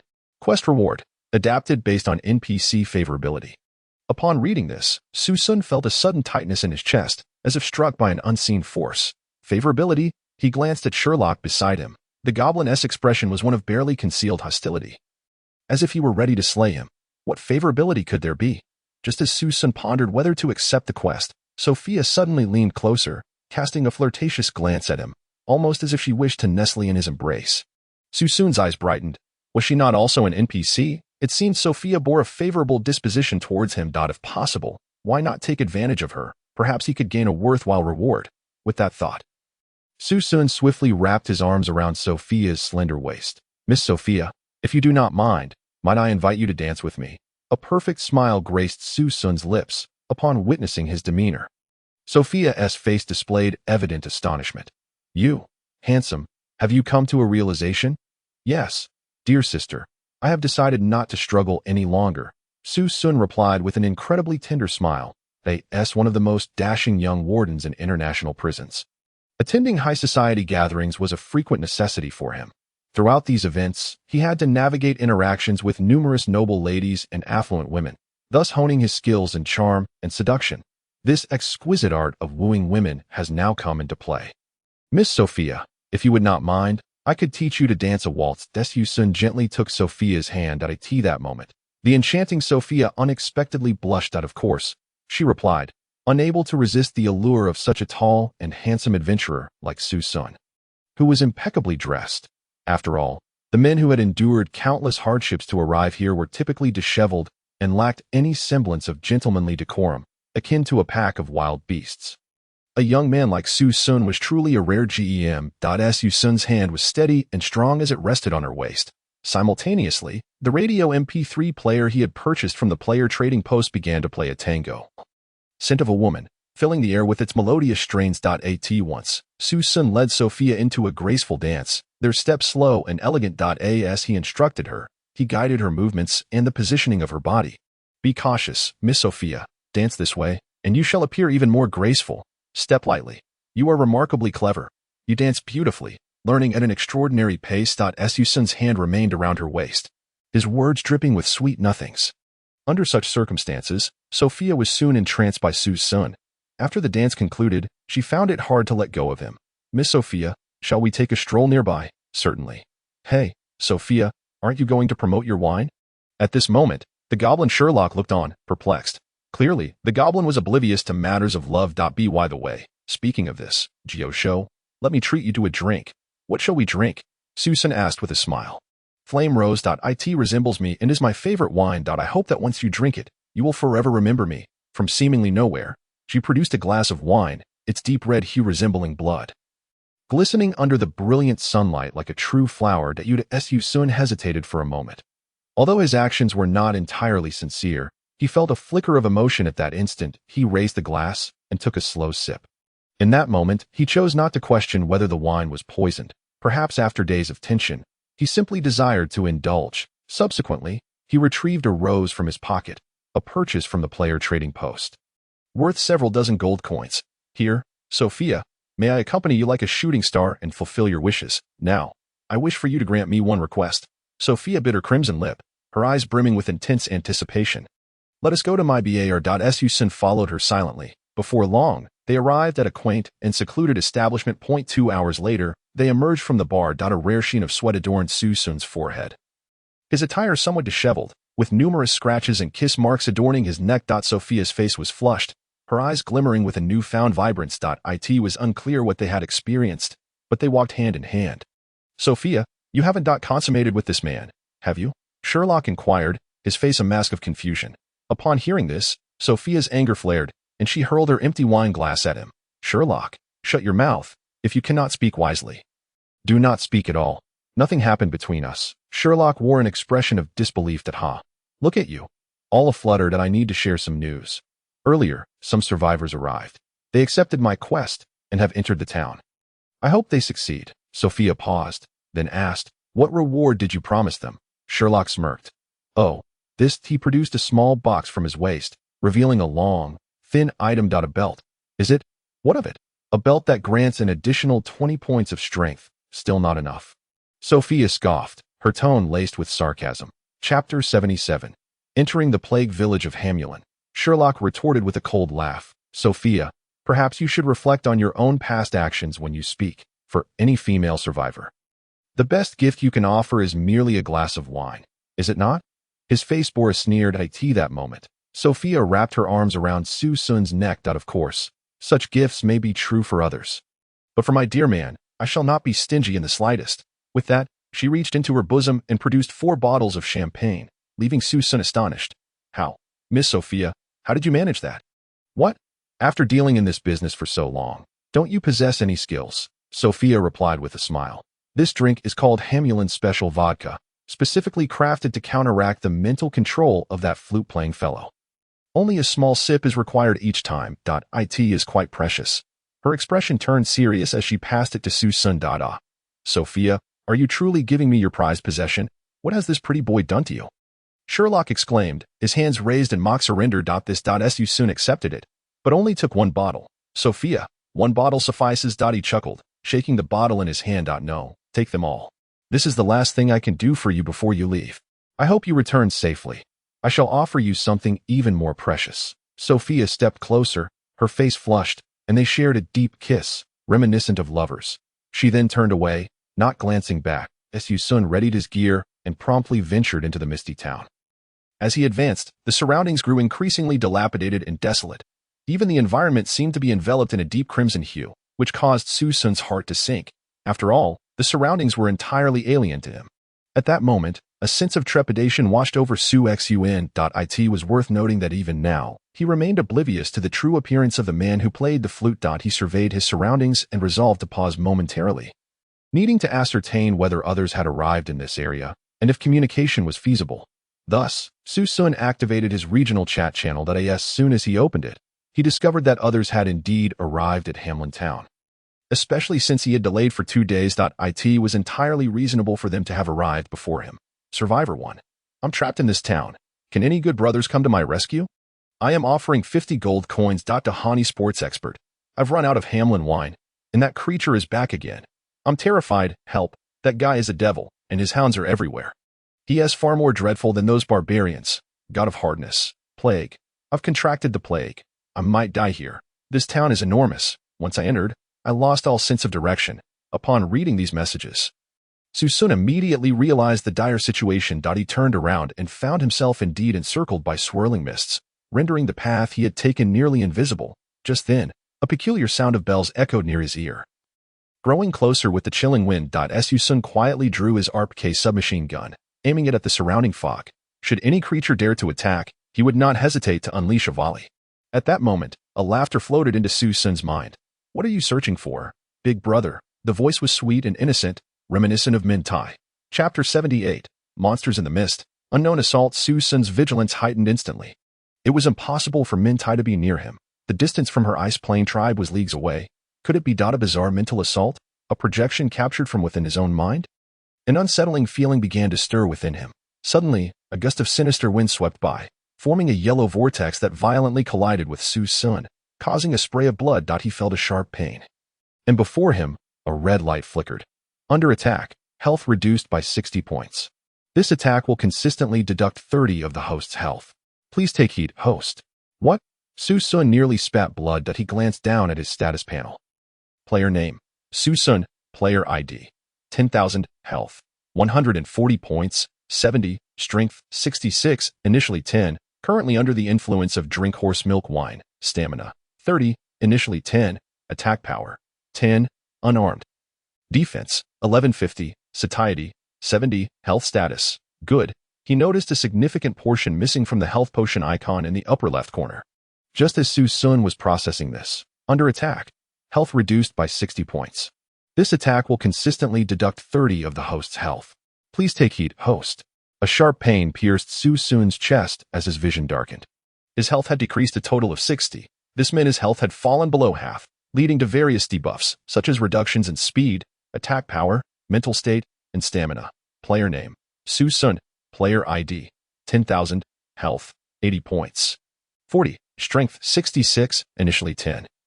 Currently under the influence of drink horse milk wine. Stamina: 30, initially 10. In that moment, Su Xun was engulfed by a profound sense of fear. No matter how potent the amplification, it ultimately pertained to material enhancement. His health and stamina had not increased correspondingly. Should he perish, there would be no second chances, and he would be forever entombed in this place. Su Xun dared not delay.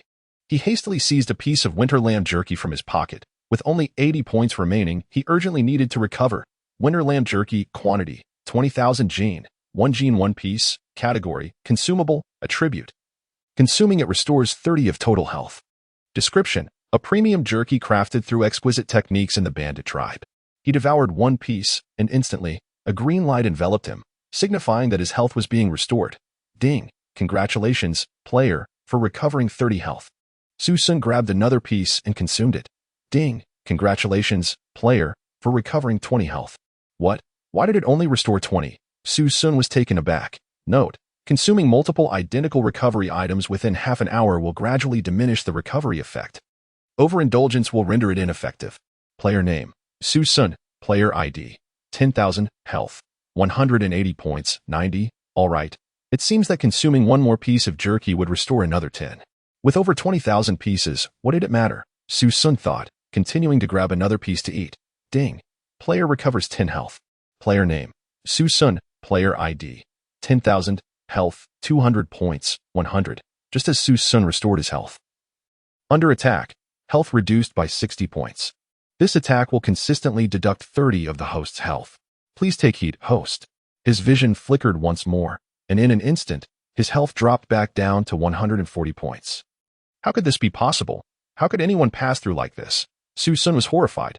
There must be something amiss. Fortunately, he had not ventured too deep. He picked up his pink-quality RPK submachine gun and began to sweep the area with gunfire, ultimately deciding to retrace his steps. Meanwhile, at the location of Sophia and Sherlock, the two had exchanged a few words when suddenly, Sophia remembered something and clasped her mouth in alarm. Oh no, what do we do now? He didn't bring the yellow wind torch. If he enters, he will be attacked by the vengeful spirits inside. Damn it, you spent all that time alone with him, and didn't he think to tell him? Hearing this, Sophia panicked, heading toward the mist. What are you doing? Sherlock quickly grabbed her. I have to go find Zhou. I can't just watch him die in there. Are you insane? Without a specific time. We NPCs would die too if we go in. I don't care. Sophia's eyes turned red. Even if I die, I can be revived. And what of it? After reviving, you want to retain your previous memories. Have you forgotten? You've died before, don't you know?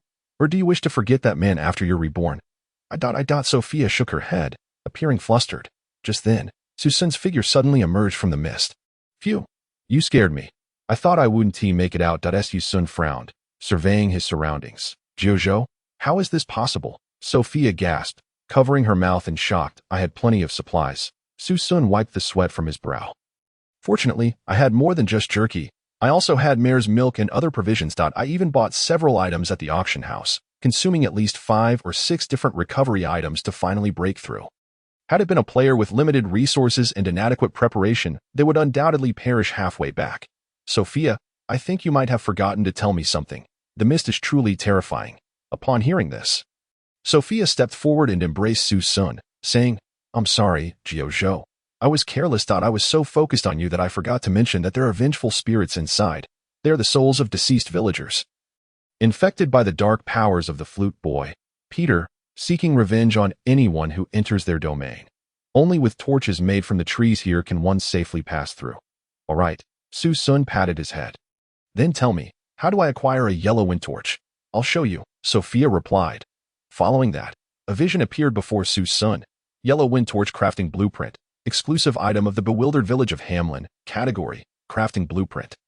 Yellow wind torch attributes: burns at a rate of 2 per minute, illuminating the surrounding fog during its burn, while simultaneously preventing the attacks of vengeful spirits within the mist.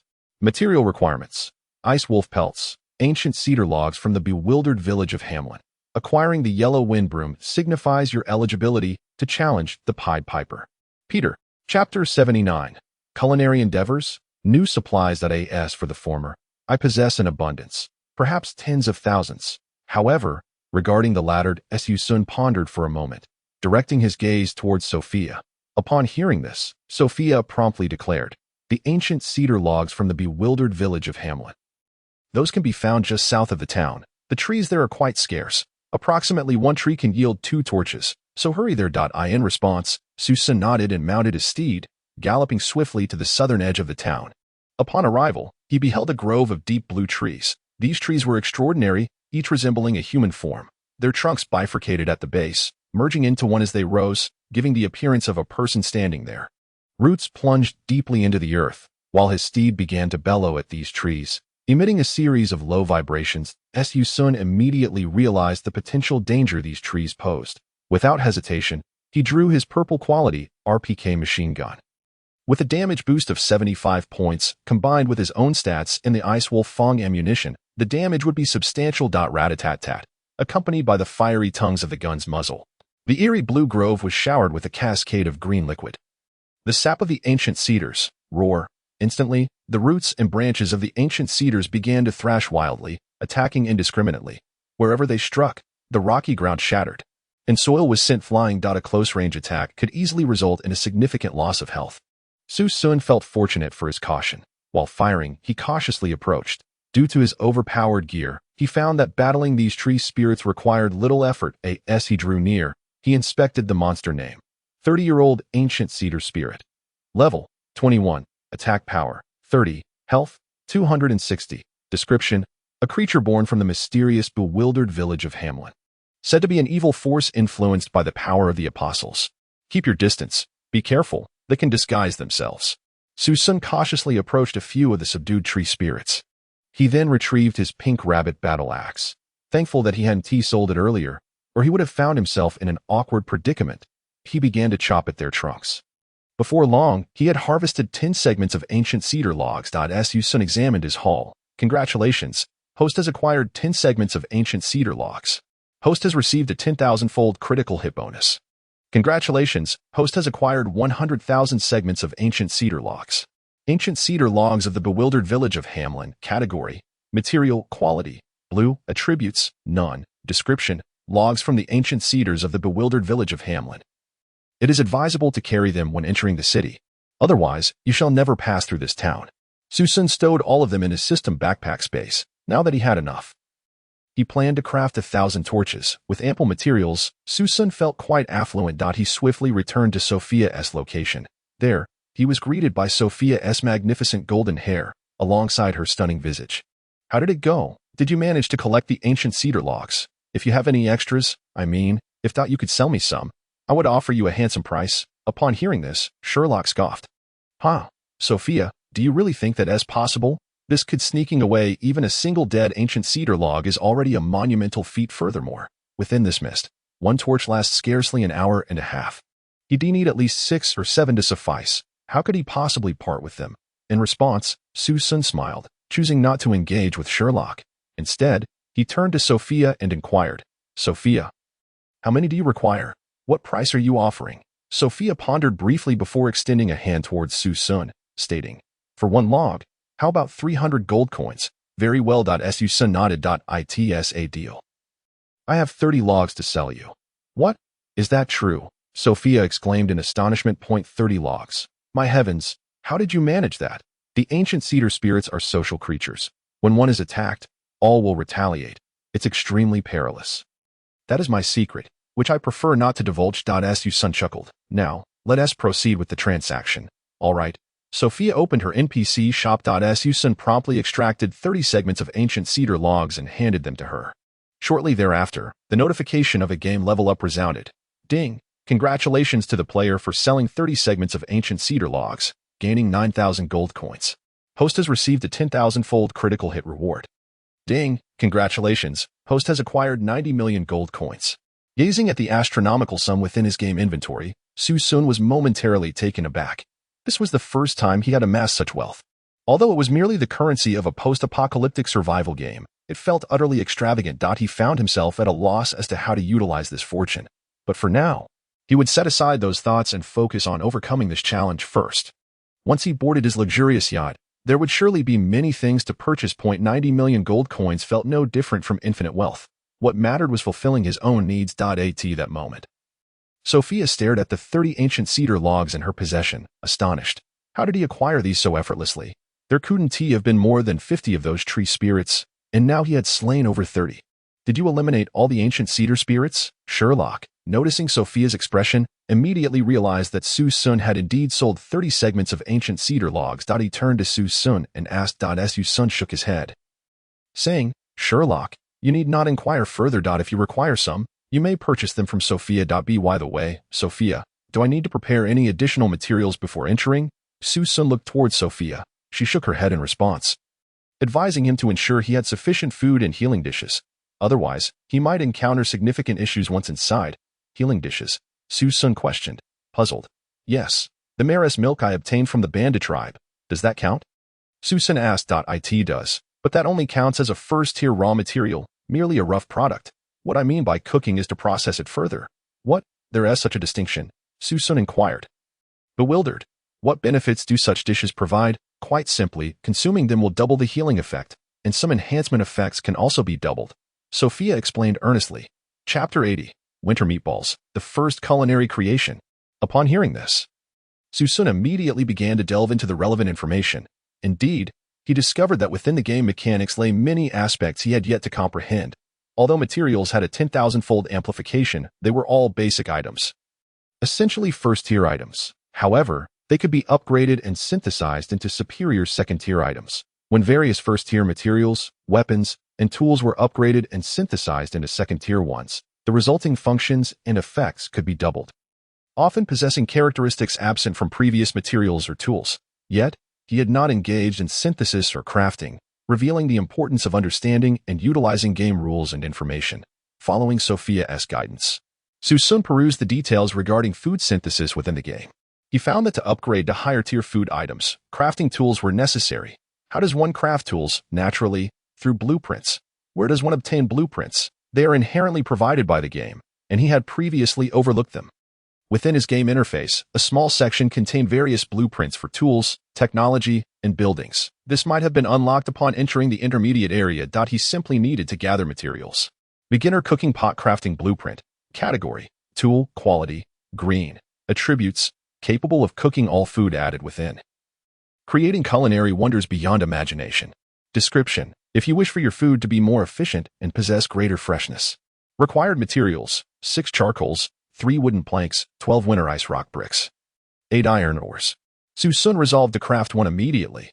Soon, he acquired the necessary charcoals and wooden planks at the auction house, as players had been selling them in abundance for a reasonable price, spending less than 150 gold coins. Following that, Su Xun clicked the craft button. With a resounding thud, a colossal grid materialized before Su Xun, more precisely, a coordinate system grid. This was intended to assist him in selecting a location for his cooking pot. He set down a pot in the street. With a loud bang, a large black cauldron descended from the heavens, landing right in front of him. The pot, enveloped in a deep, pitch-black hue, was encircled at the base by a hearth constructed from winter ice rock bricks. Its size was truly immense, designed for simmering soups, and its depth could easily be likened to that of a barrel. Su Xun lifted the lid, revealing 4 compartments before him. Friendly reminder: cooking pot usage. Combine 1 main ingredient with 1 secondary ingredient, and add 2 auxiliary ingredients to create a dish. Alternatively, combine 1 main ingredient with 3 auxiliary ingredients to also create a dish. However, if the filling is excessive or there are too many main ingredients, the dish may fail. Astonished, Su Xun pondered this requirement for 4 ingredients. He was familiar with the main ingredients, such as lamb and the autumn mackerel he had previously acquired. But what constituted a secondary ingredient? And what about auxiliary ingredients? With these questions in mind, he accessed the regional chat channel and quickly gathered information that it turned out that the main ingredients were primarily meats, the secondary ingredients consisted of vegetables, and the auxiliary ingredients included twigs, hay, and some inexpensive edible foods. Nearly a month had passed since the survival game began, and many players had learned to engage in production. Some had even acquired portable vegetable gardens for cultivation. Consequently, vegetables were abundant while auxiliary ingredients were plentiful, easily found along the roadside. However, meat was in short supply, as everyone was busy completing tasks, which required considerable effort. Hunting posed its own challenges and risks. Yet, meat-based dishes provided the best recovery effects and were most satisfying. Su Xun then produced 1 pound of seal meat and purchased 3 pieces of hay as auxiliary ingredients, tossing them into the pot. Just as he covered the cooking pot, it began to tremble, emitting steam. Meanwhile, the flames at the pot's base crackled to life. After approximately 30 seconds, the pot ceased its motion. Su Xun recognized this as the signal that his dish was ready. Upon opening it, he discovered a portion of winter meatballs, neatly packaged within. Winter meatballs, category, culinary consumable, quality, blue, attribute, consuming restores 60 points of satiety. Description: players in this game often starve. Making more winter meatballs is ideal for survival. Satiety: Su Xun had not fully grasped how valuable satiety could be. His maximum satiety was 150 points, yet he had never seen it drop significantly. He possessed a tenfold amplification system, ensuring a constant supply of food. What he lacked were dishes that could enhance his mental state, health, or attributes. Therefore, he was unaware that if his satiety fell below 0, he would lose health at a rate of 1 point per minute. Given his total health of 200, it would take just 3.5 hours for him to starve completely. In the early stages of the game, countless players had perished from starvation due to food scarcity, yet Su Xun, remaining at the forefront of gameplay, remained oblivious. At that moment, Su Xun's stomach began to grumble. He checked his satiety level. Player name: Su Xun. Player ID: 10,000. Health: 150 points. 100. Satiety: 20 points. Startled, he realized he had only 20 points left. He had not been paying much attention to these values. Upon closer inspection, he noticed various attribute bars displayed on his game screen, including health, satiety, mental state, and mana, represented as battery levels. He then picked up the winter meatball, peeled away the plastic wrap, and took a bite. As he savored the winter meatball, an intense meaty aroma enveloped him. To his surprise, this single block of seal meat, combined with 3 pieces of hay, resulted in such a delectable dish. It was infinitely more flavorful than his own grilled fish.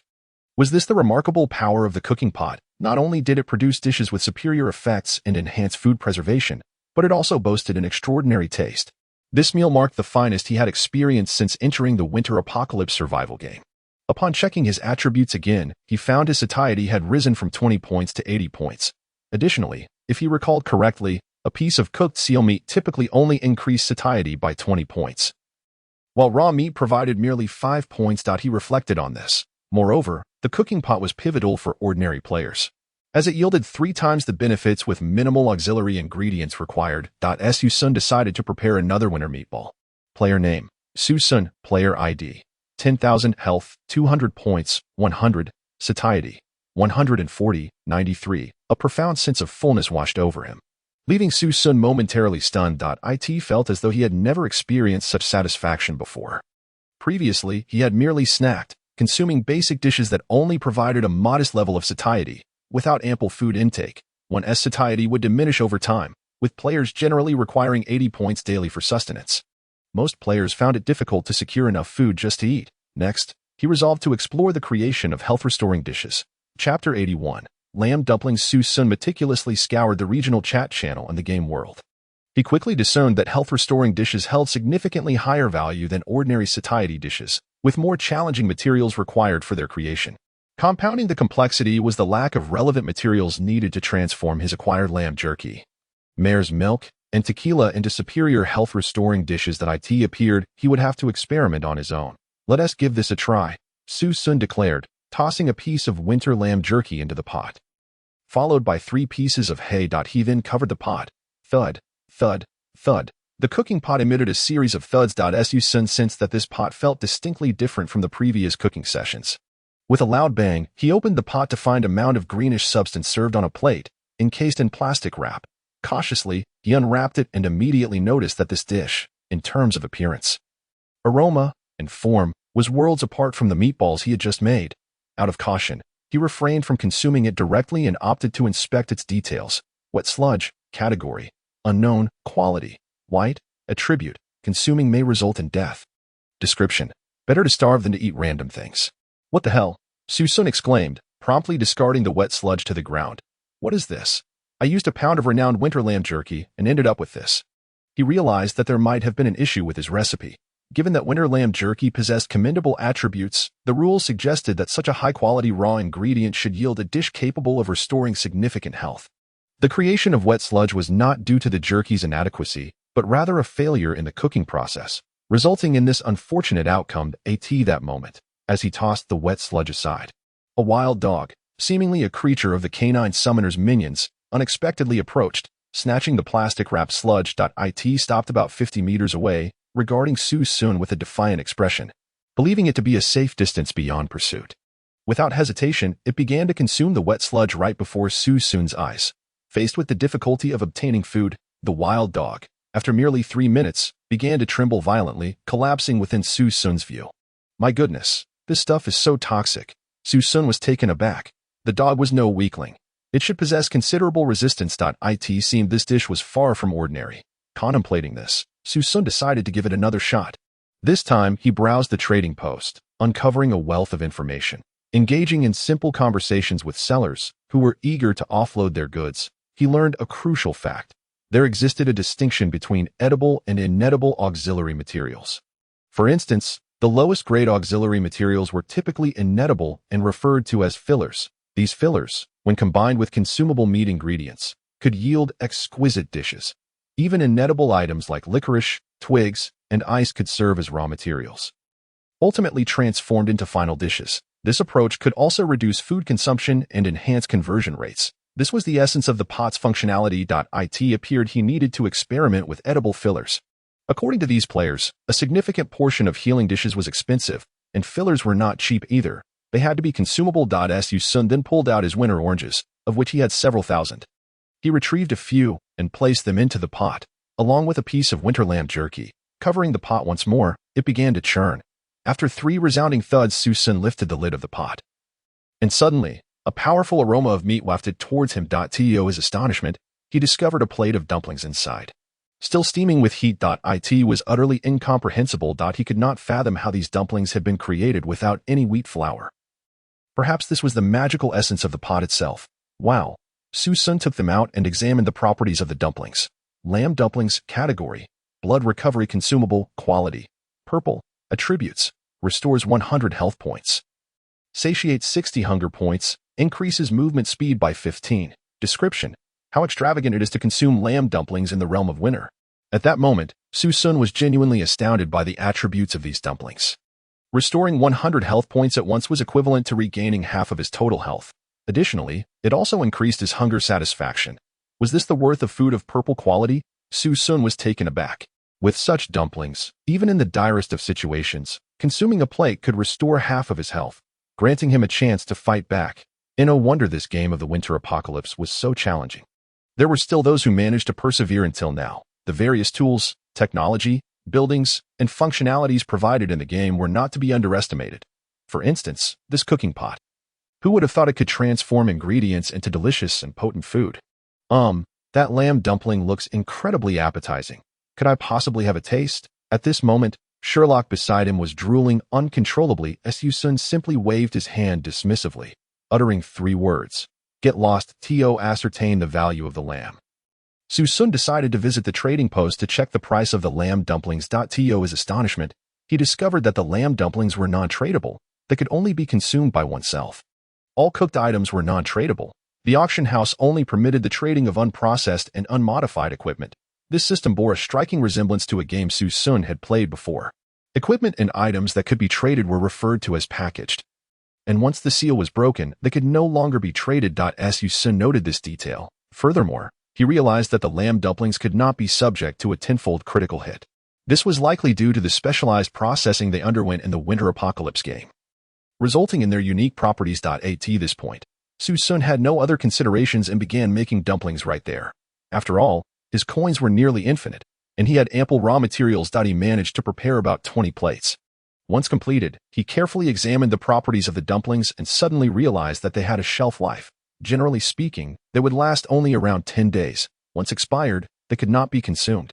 Therefore, he should not make too many at once. As Su Xun prepared to carry the pot away, he found it firmly anchored to the ground, immovable. Chapter 82.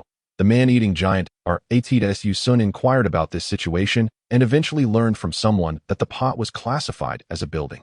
In other words, it was permanently fixed to the ground, akin to a fortress or installation, and could not be stored in the system's backpack. That it was intended for one-time use only. Su Xun remarked. He then asked if there were any other methods. Someone promptly informed him that he could craft a hammer. Using it, he could smash the cooking pot and recover half of the materials. Upon hearing this, Su Xun immediately opened the crafting blueprint section and located the hammer blueprint. Basic hammer crafting blueprint. Category, tool. Quality, green attributes. Capable of demolishing any of your buildings. Of course, hammering people causes no damage. Description. If you wish to move, you will need a hammer. Materials required. 2 twigs, 3 stones. Without hesitation, Su Xun purchased the materials from the auction house. Crafting hammer. Checking materials. All materials are prepared. Ding. Basic hammer tool crafted successfully. Soon after, a stone hammer reminiscent of the Stone Age appeared in Su Xun's hand. The hammerhead was roughly the size of his head. Made from a large stone, while the handle was as thick as his arm, showcasing a natural wood color. Could this hammer actually smash the pot? Su Xun glanced at the large cooking pot before him. If he was not mistaken, this item was likely intended for demolishing buildings or household tools. He then swung the hammer down with a resounding clang. The pot emitted a puff of white smoke, and a pile of materials burst forth as Su Xun collected them. Instantly, a voice echoed in his mind. Ding! Congratulations, player has obtained 3 charcoals, 3 wooden planks, 6 winter ice rock bricks for iron ores. Ding! Host has received a 10-fold critical hit reward. Ding! Congratulations, player has obtained 300,000 charcoals, 30,000 wooden planks, 60,000 winter ice rock bricks, 40,000 iron ores. To his surprise, after smashing the pot, the materials he recovered yielded a 10-fold critical hit.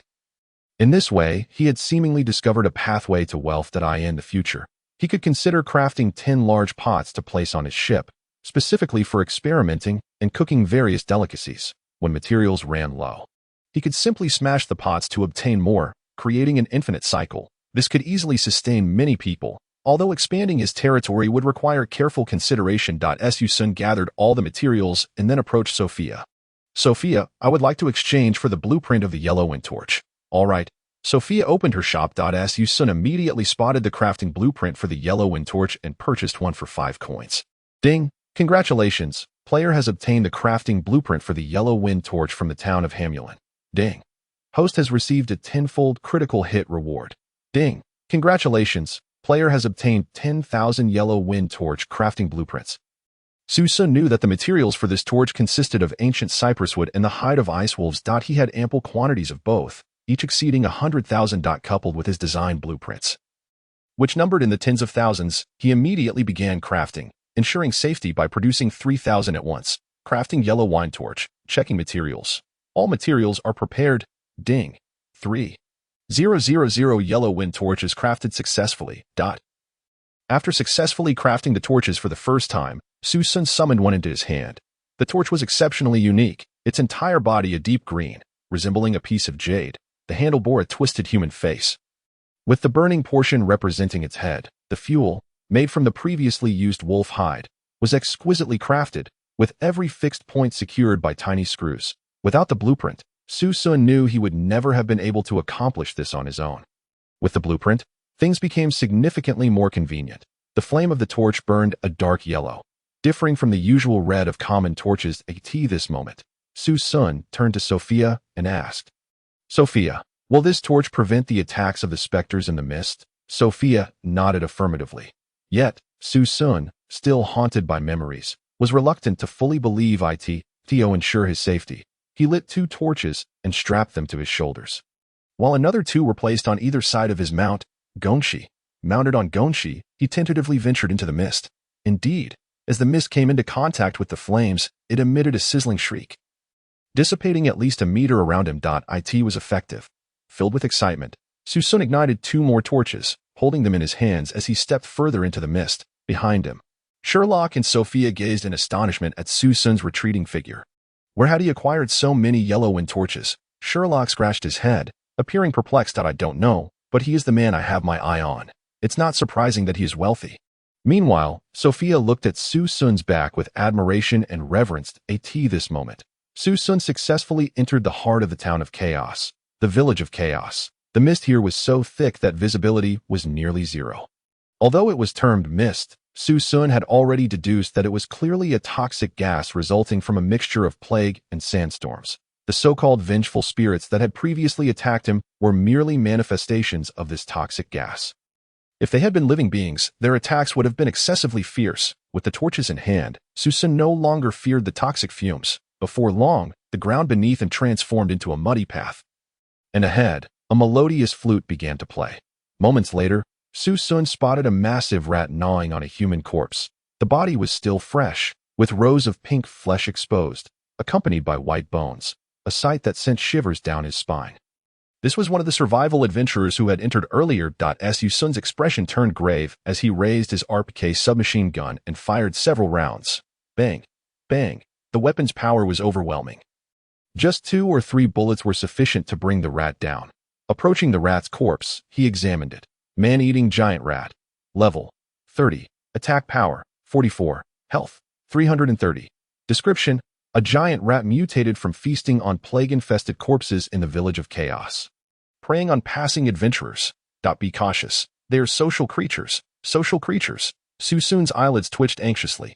Indeed, with a swift flick to the left, a torch ignited above a trench crafted from a heap of burlap sacks, revealing a multitude of crimson eyes staring back at him. Chapter 83. Is this it? 800 meters away, a machine gun rattled against the boss as countless giant rats began their assault on Su Xun. It dawned on Su Xun why those adventurers had perished within. These giant rats, plump and enormous, surged forth. Any notion of overcoming such a horde of level 30 creatures seemed utterly preposterous. After all, the adventurers who had journeyed this far were nearly exhausted, struggling to proceed. Encountering such a swarm of giant rats amidst the fog would surely leave one in a state of panic and disarray. Yet, Su Xun harbored no fear. Armed with his RPK machine gun and winter grenades, he was well equipped for this confrontation. He summoned Gongshi to retreat. He hurled grenades into the fray. 0.5 winter grenades detonated in rapid succession, sending the rats flying. With a barrage of gunfire, Su Xun's onslaught was relentless. The carnivorous giant rats never even approached him. They were obliterated before they could close the distance. The superiority of ranged weaponry was vividly apparent at that moment, which explained the stringent limitations on ammunition acquisition within the game. Su Xun's formidable gear manifested its advantages, allowing him to unleash a fighting prowess that no other adventurer of equal level wielding melee weapons could hope to match.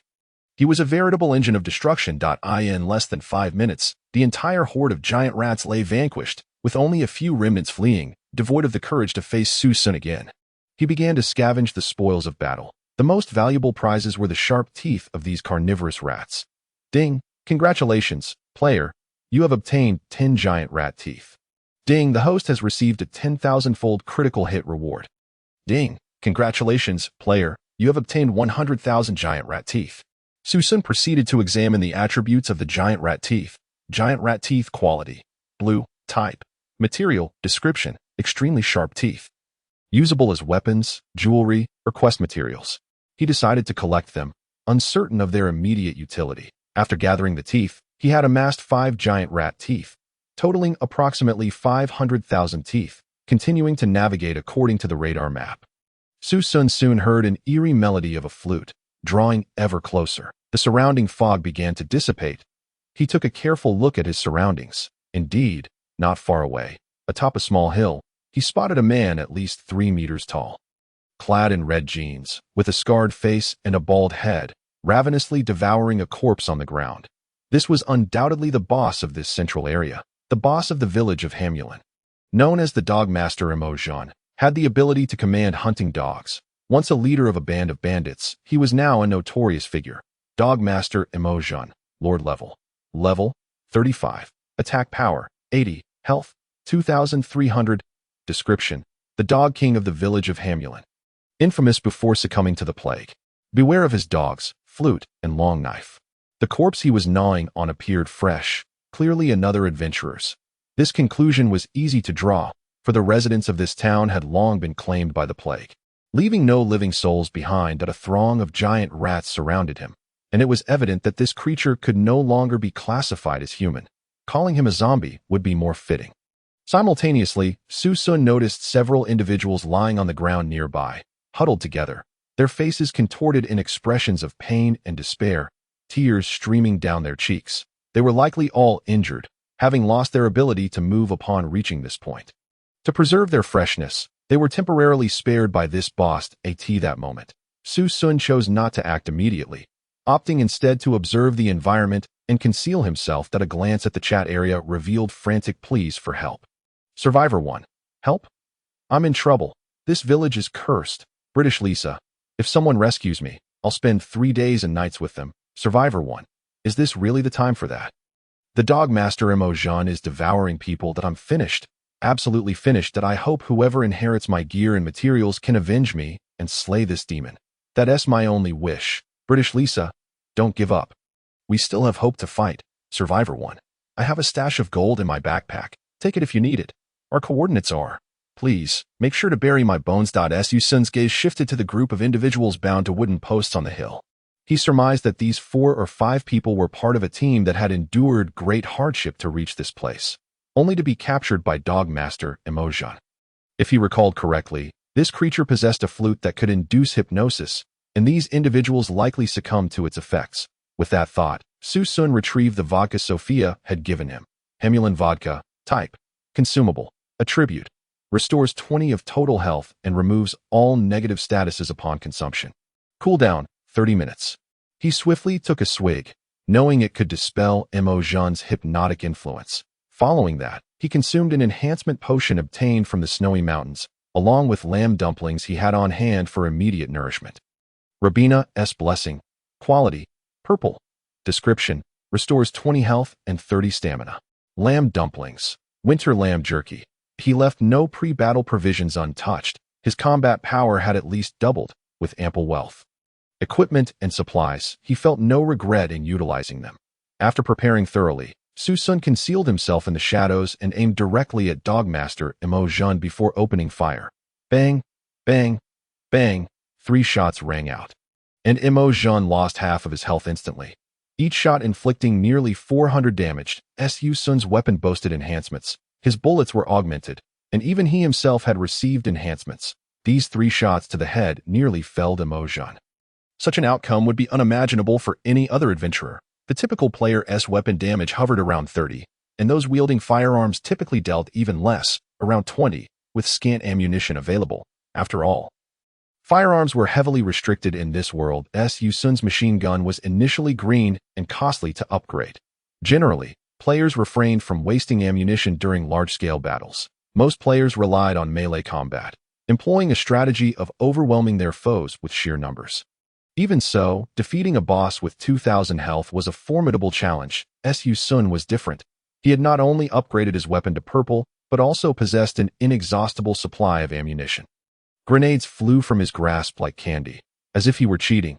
Upon noticing Su Xun, Su Xun's first reaction was not to charge forward, but to reveal a look of fear and begin playing his flute. This flute was his only ranged skill taught by his master. However, Su Xun was simply too formidable. Before the flute's melody could take shape, Su Xun was reduced to a shower of blood from Su Xun's relentless fire.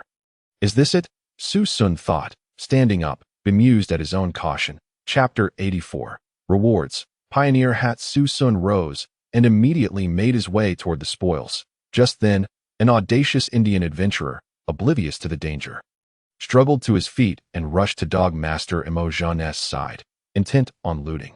What a fool, Su Xun thought, and without hesitation, unleashed a hail of bullets. The Indian adventurer cried out in agony, his body riddled with bullets, his head nearly blown off. That I saved your life, and you don't even kneel in gratitude. Instead, you dare to steal? Su Xun lit a cigarette and approached, kicking the Indian adventurer's corpse aside. He discovered that the unfortunate soul had a con. Please, dear elder brother, do not take my life. I am willing to offer you the gold nuggets I have unearthed. That I beseech you, noble citizen of the Dragon Kingdom. I have committed no transgression, nor have I harmed any of your kin along this path. Spare my life. Grant us mercy. I have no interest, Su Xun replied, shaking his head. That I seek only tangible benefits. At that moment, survivor number 1 struggled to move, Opening his backpack with great difficulty, he tossed out several hefty gold nuggets, each the size of a fist, glimmering with a golden sheen, reminiscent of yellow gemstones. Clearly valuable treasures. Su Xun approached and picked up the nuggets. Chime. Congratulations, host. You have acquired 4 pieces of gold. Chime. The host has received a 10,000-fold critical reward. The host has obtained 40,000 pieces of winter gold. Su Xun stored the gold in his backpack and stepped forward, using a meat cleaver to cut the ropes binding survivor number 1. He was not concerned about a potential counterattack. The survivor's combat ability was far too weak, and his current state was dire. It was safe to say that even a mere stick could easily incapacitate him. At this moment, survivor number 1 looked at Su Xun with terror. He was a man in his 30s, short and stout, with a buzz cut, appearing quite robust, likely a fitness enthusiast. Thank goodness I encountered you, great Jojo, praise Huaxia. You were astonishing. I never expected you to single-handedly defeat the Hound Master Emotion. Are there any other rewards? Su Xun frowned and replied, let us dispense with talk of great deeds and gratitude. Simply provide me with the goods. Yes, yes, yes, I will present them to you immediately. With that, survivor number 1 respectfully produced a hat that appeared exceedingly intricate. It was shaped like a straw hat, adorned with a variety of green plants, and upon closer inspection, one could see a tree and some small insects scurrying about on it. What is this? A pioneer hat for agriculture. Pioneer hat for agriculture. Quality: purple. Type: production tool. Attack power: none. Description: a specialized planting tool for survival games. Attributes: assists players in identifying planted crops and monitoring the pressure. Fertilizer: mood, and growth status of plants at each growth stage, recording the information for future use. Additional attribute 1. Heat insulation increased by 60.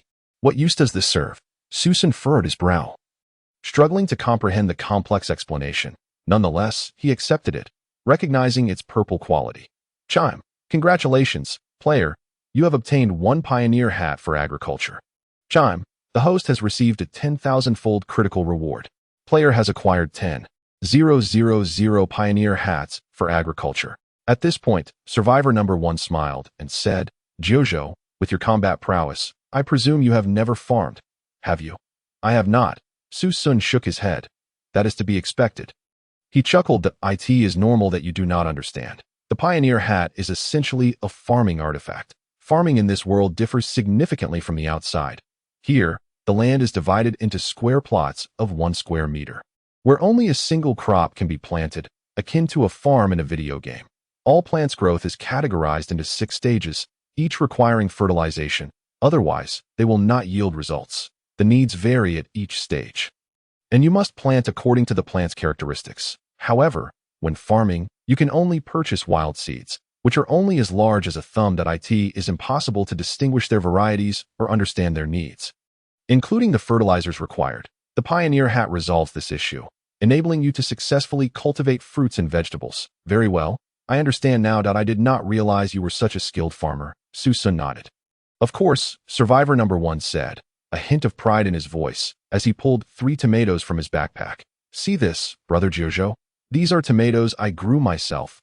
He handed one to Su Xun, who observed it closely. Strangely, the tomato he received could not be subjected to the 10,000-fold critical effect, perhaps due to the inherent rules surrounding agricultural products. Winter tomato. Category: vegetable. Quality: purple. Attributes: consuming when roasted increases hunger satisfaction by 20 points. Description: essential ingredient for various buff-type dishes and beverages, boasting formidable synthesis effects. Can you plant them in bulk? Su Xun suddenly realized the potential value of the tomato in his hand. Absolutely, the survivor affirmed with conviction. As long as you can till the soil with a hoe, you can plant as many crops as you desire. With that, Su Xun nodded in agreement. Given this information, he would certainly plan to cultivate a field for his own plant breeding. The diversity of plant combinations could yield various products, which, in addition to health restoration, could enhance hunger satisfaction, mana, and other effects, proving to be immensely valuable. Very well, I shall take my leave, Su Xun said, securing the pioneer hat for agriculture and turning to depart, ignoring the others behind him. After all, saving one of them was already a considerable act of kindness. Su Xun continued along the dilapidated road, pressing onward. Chapter 85. Boss Brawl. A terrifying wild boar emerges as Su Xun advanced. The path grew increasingly desolate, with the terrain reminiscent of yellow sand becoming ever more prevalent. He gradually traversed through an area shrouded in toxic mist. Su Xun had replaced his yellow wind torch multiple times, having used up 7 or 8 before acquiring a new one at this point. Visibility in his surroundings had improved. He took a moment to examine his spoils. Houndmaster Emotion's gloves. Quality: pink. Type: gloves, exclusive to fighters. Attack power: 45. Attributes: can produce a shattering effect upon attack. Ignores 15 of enemy defense. Additional attribute 1. Fighter's Phantom Burst. Clone skill 2. The equipment appeared promising in terms of attributes. However, Su Xun was puzzled as to why he could not equip it. This struck him as somewhat odd. Furthermore, what did the term fighter exclusive imply? Su Xun felt a sense of confusion and decided to inquire in the chat channel. Brothers, does anyone know what this is? Houndmaster Emotion's gloves. What does exclusive to fighters mean? I can't believe it, brother. You've struck gold. 666. Big shot. You've taken down Houndmaster Emotion. Please carry me along. I want to cling to your coattails. Alas, at least 10,000 have perished outside, and the corpses of adventurers litter the ground. Elites have emerged, yet someone has defeated the boss of the Confusion Village. Jojo, if only we had someone like you in our Han country. Yet, no one had addressed his query. This denotes a player who has received a specific inheritance and can only use the equipment after undergoing a career transition. Then why can I not transition? Career transitions are rare occurrences. Only a fortunate few encounter a career mentor willing to grant them an inheritance at this moment. Su Xun recalled the hunter Larry Soren Bullington's pocket watch he had obtained earlier. That was a long time ago.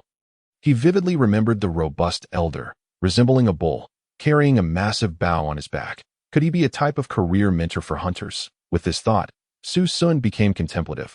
How could one achieve a career transition? First, you must encounter the mentor of the respective career. Second, gain their recognition. Third, receive a unique item from them. And fourth, undergo a specific trial before you can transition. Upon completion, you will be able to use the career-specific skills and equipment, and further awaken to become stronger. Su Xun speculated that his pocket watch might hold significant potential, possibly allowing him to become a specific profession. Thank you, Su Xun said, closing the chat channel. The matter of the pocket watch could be addressed later. At present, his priority was to retrieve his colossal cargo ship. Su Xun glanced again at Houndmaster Emotion's card. Purple. Enchantment attribute. Increases strength by 25 points. According to the description, this card was specifically for enchanting. By enchanting an item, the attributes on the card could be transferred to the equipment. This was also a formidable enhancement system, capable of providing systematic upgrades to gear. At this juncture, Su Xun mounted his steed, urging it onward. The road ahead gradually transformed into a white desert, the temperature dropping significantly, creating an atmosphere of chill as dusk approached. Su Xun faintly heard the sound of a flute. This flute melody, distinctly different from that of Houndmaster Emotion, was deeply enchanting, evoking a profound sense of immersion. Magic flute boy Peter. Su Xun recalled Sophia's earlier words. Indeed, when he had slain Houndmaster Emotion, he had not received a task completion notification. The magic flute boy was the true boss. He was the source of the plague and calamity that had befallen Confusion Village. No wonder Sherlock and Sophia had assigned him this task. At this moment, Su Xun nearly succumbed to a state of hypnosis. In haste, he took a sip of Hamlin vodka to alleviate the peculiar state afflicting him. This potent spirit only yielded its effects upon the very first sip from the bottle. Subsequent sips rendered it akin to ordinary sustenance. Thus, each time Su Xun dispelled his anomalous condition, he was compelled to open a new bottle of vodka. He was resolute in his mission to eliminate the magical flute boy, Peter, and fulfill the task assigned to him by Sophia. Following the sound of the flute, he gradually approached his destination. Indeed, after moving forward another 200 meters, he found himself beside a terrifying purple vortex, where he beheld the magical flute boy, Peter, clad in medieval attire of dark purple, pink, and green hues. He wore a hat shaped like a bird, obscuring his face, towering at a height of 4 meters. His slender form resembled that of a vampire from Western tales. With gloved hands, he was playing a long, green flute. The music was dreadfully haunting. Those unaccompanied by Hamlin vodka would inevitably succumb to its hypnotic effects and collapse. Yet, At that moment, the magical flute boy, Peter, was engaged in battle. A colossal wild boar, one could scarcely call it a wild boar any longer, but rather a magical pig, was attacking him with wild ferocity. Undoubtedly, this was a confrontation between two genuine boss-level entities. Its method of attack was unique, as its skin sprouted sharp spikes that liquefied, launching forth like long spears. Blood erupted from Peter as he played his flute. But the hypnotic melody had no effect on the bizarre magical pig. Peter also engaged in close combat, wielding his flute as a weapon against his foe. The strange black boar could transform its form, flowing like liquid into the ground, only to re-emerge as a barrage of spikes that struck at Peter. It was clear that Peter was no match for this uncanny black wild boar. The enormous purple-blue vortex behind them was equally astonishing, seemingly exuding an endless, mysterious power that captivated one's gaze. Su Xun's eyes lingered upon it. Dizziness would ensue. Su Xun dared not delay. He swiftly selected an escape route. Turning around, he unleashed a barrage of bullets at the magical flute boy and the black boar, followed by hurling a winter grenade with great force. The moment the grenade was thrown, it detonated with a cacophony of sounds. Immediately, Su Xun's information panel began to flash with details about the two bosses. Chapter 86. The Bone Ring of the Bone Chelan, Lord of the Confused Village Hamlin, Magical Flute Boy Peter, Level 37, Attack Power 65, Health 3,400. Description: the source of the confused village Hamlin. Once a bard, he was tragically murdered and resurrected by the apostle of the Black Plague, Dirge, becoming its servant and spreading pestilence. Congratulations, player. You have successfully slain the magical flute boy Peter and obtained the dropped item, Bone Ring of the Bone Chelan. Bone Ring of the Bone Chelan. Quality: pink. Type: jewelry. Attribute: breakthrough attack power 50. Description: when a man is enraged, 1,000 armies cannot withstand him. Ding! The host has received a 10,000-fold critical hit reward. Congratulations, player. You have obtained 10,000 bone rings of the Bone Chelan. Goodness, I just received an explosive drop. Upon seeing the ring, Su Xun recognized it as a rare item. After defeating numerous monsters and collecting an abundance of equipment, this singular ring could nearly double his attack power. Attack power is the most coveted combat attribute among gear enhancements, directly augmenting damage output. Previously, he dealt 400 damage per shot. With this ring, he could inflict 600. Of course, this was contingent upon the monster being in a state of vulnerability. This so-called vulnerability meant that he must strike while the monster was attacking. Su Xun immediately adorned the ring upon his finger and bestowed one upon each of his two lion companions as well. Glancing into the distance, he noticed that the massive black boar was now engulfed in black flames, charging towards him at an astonishing speed, seemingly enraged. Could this be the very Dirge described in Peter's introduction? A cold sweat broke out upon Su Xun's brow. Apostles are among the most formidable entities in survival games, posing significant threats. According to various records, these monsters can traverse dimensions, bringing calamity with each manifestation. Su Xun dared not underestimate the situation. He fired several shots at its head. Bang, bang, bang. A volley of bullets struck the boar's cranium. Yet it seemed utterly unfazed, charging forward with even greater ferocity. At that moment, Su Xun was horrified to realize that his bullets inflicted only a meager 10 points of damage. This could only indicate one thing: the creature's defenses and level far surpassed his expectations. In that instant, Su Xun felt a sense of urgency. He bolted away without hesitation. Should this creature lay a hand upon him, he would surely perish. Mounted upon his lion companion, he surged forward with great speed, simultaneously checking the boar's information. The moment he did, he was taken aback. The text describing Dirge was rendered in ominous purple. Apostle, Black Plague, Dirge, Apostle, extremely dangerous. Level 85, attack power 4,000, health 21. 000000000. Description: capable of reducing all cells of living beings to dust, an embodiment of disaster, the source of all diseases, a terrifying entity formed from a combination of plague and virus. Skills: more information is unavailable due to the player's low level. Good heavens, who would dare provoke such a being? A mere touch, and I would be obliterated. Su Xun felt as though dark mists were encroaching upon his screen. Even before the beast drew near, he sensed his health depleting. His eyelids twitched with urgency as he urged his lion onward. The pair, a man and his lion, fled recklessly, disregarding terrain or route, desperately escaping until they were uncertain of how far they had gone. A glance over his shoulder revealed that Dirge had ceased pursuit. It seemed the apostle had a specific range of activity. Goodness, that was terrifying. Wiping the sweat from his brow, Su Xun glanced at his exhausted mount. It was now dusk, and the sky appeared to have darkened ominously as Su Xun retrieved the thousands of barrels of fresh water he had acquired. Offering some to his lions, he then scoured the nearby terrain. Discovering that he was perilously close to the sea, standing upon a sandy beach, just a short distance ahead lay a brightly lit port. Su Xun realized he had likely arrived at the Alpine unfrozen port. Here, his colossal dragon ship awaited, and this maritime journey would mark the final chapter of the Winter Apocalypse survival game. With darkness approaching, he anticipated the emergence of monsters from the Winter Apocalypse game to attack. Accordingly, Su Xun decided to construct a temporary winter ice house. Having built such shelters numerous times before, he found the task rather simple. Inside, he kindled a fire and cooked 2 fish as he began to eat. He found that even with the addition of chili powder and salt, his culinary creations lacked the exquisite flavor of those produced in a cooking pot. However, he had no alternative but to make do. As many in this world were still unable to procure food at this moment, Su Xun organized all his belongings, including his sled, dragon spine armor, rabbit war axe, RPK machine gun, Colt revolver, pocket watch, bone ring, necklace, mountaineering boots, down jacket, and the golden knife of the Bishar family, along with a plethora of various materials. Though his system warehouse was overflowing with items, the system's categorization feature made it easy to organize everything swiftly.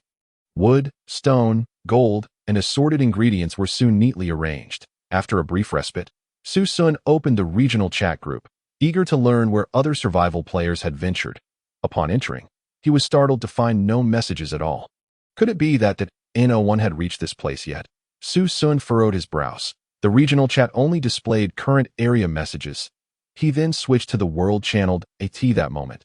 The world channel was abuzz with activity.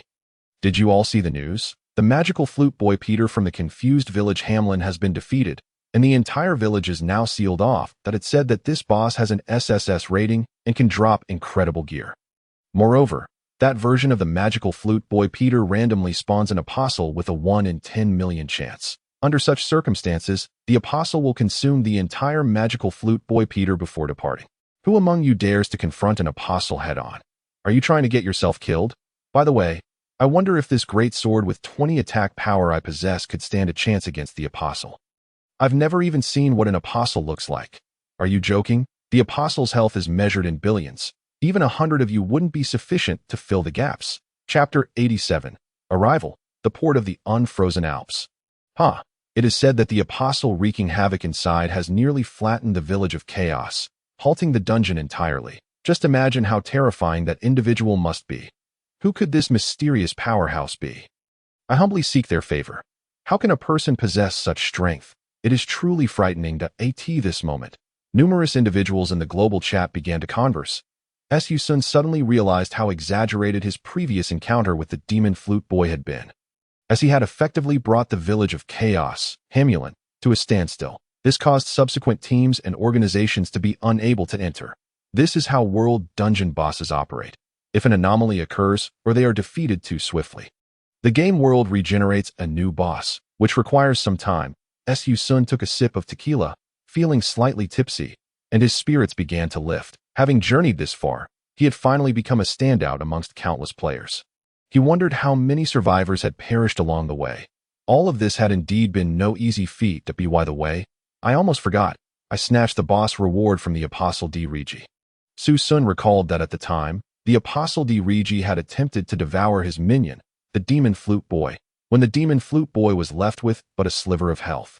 Su Xun had fired a shot, claiming the flesh from its mouth. This had incited the fury of the Apostle D. Regi. So, by this logic, I have indeed defeated the Apostle D. Regi, Su Xun pondered. In this context, I have also completed the task that Sophia entrusted to me. Su Xun recalled the mission that Sophia had assigned him earlier. He turned to glance at his game history information panel and immediately saw the recorded information. Ding! Congratulations to player Su Xun for completing Sophia's NPC favorability task. Player has received Sophia's gift.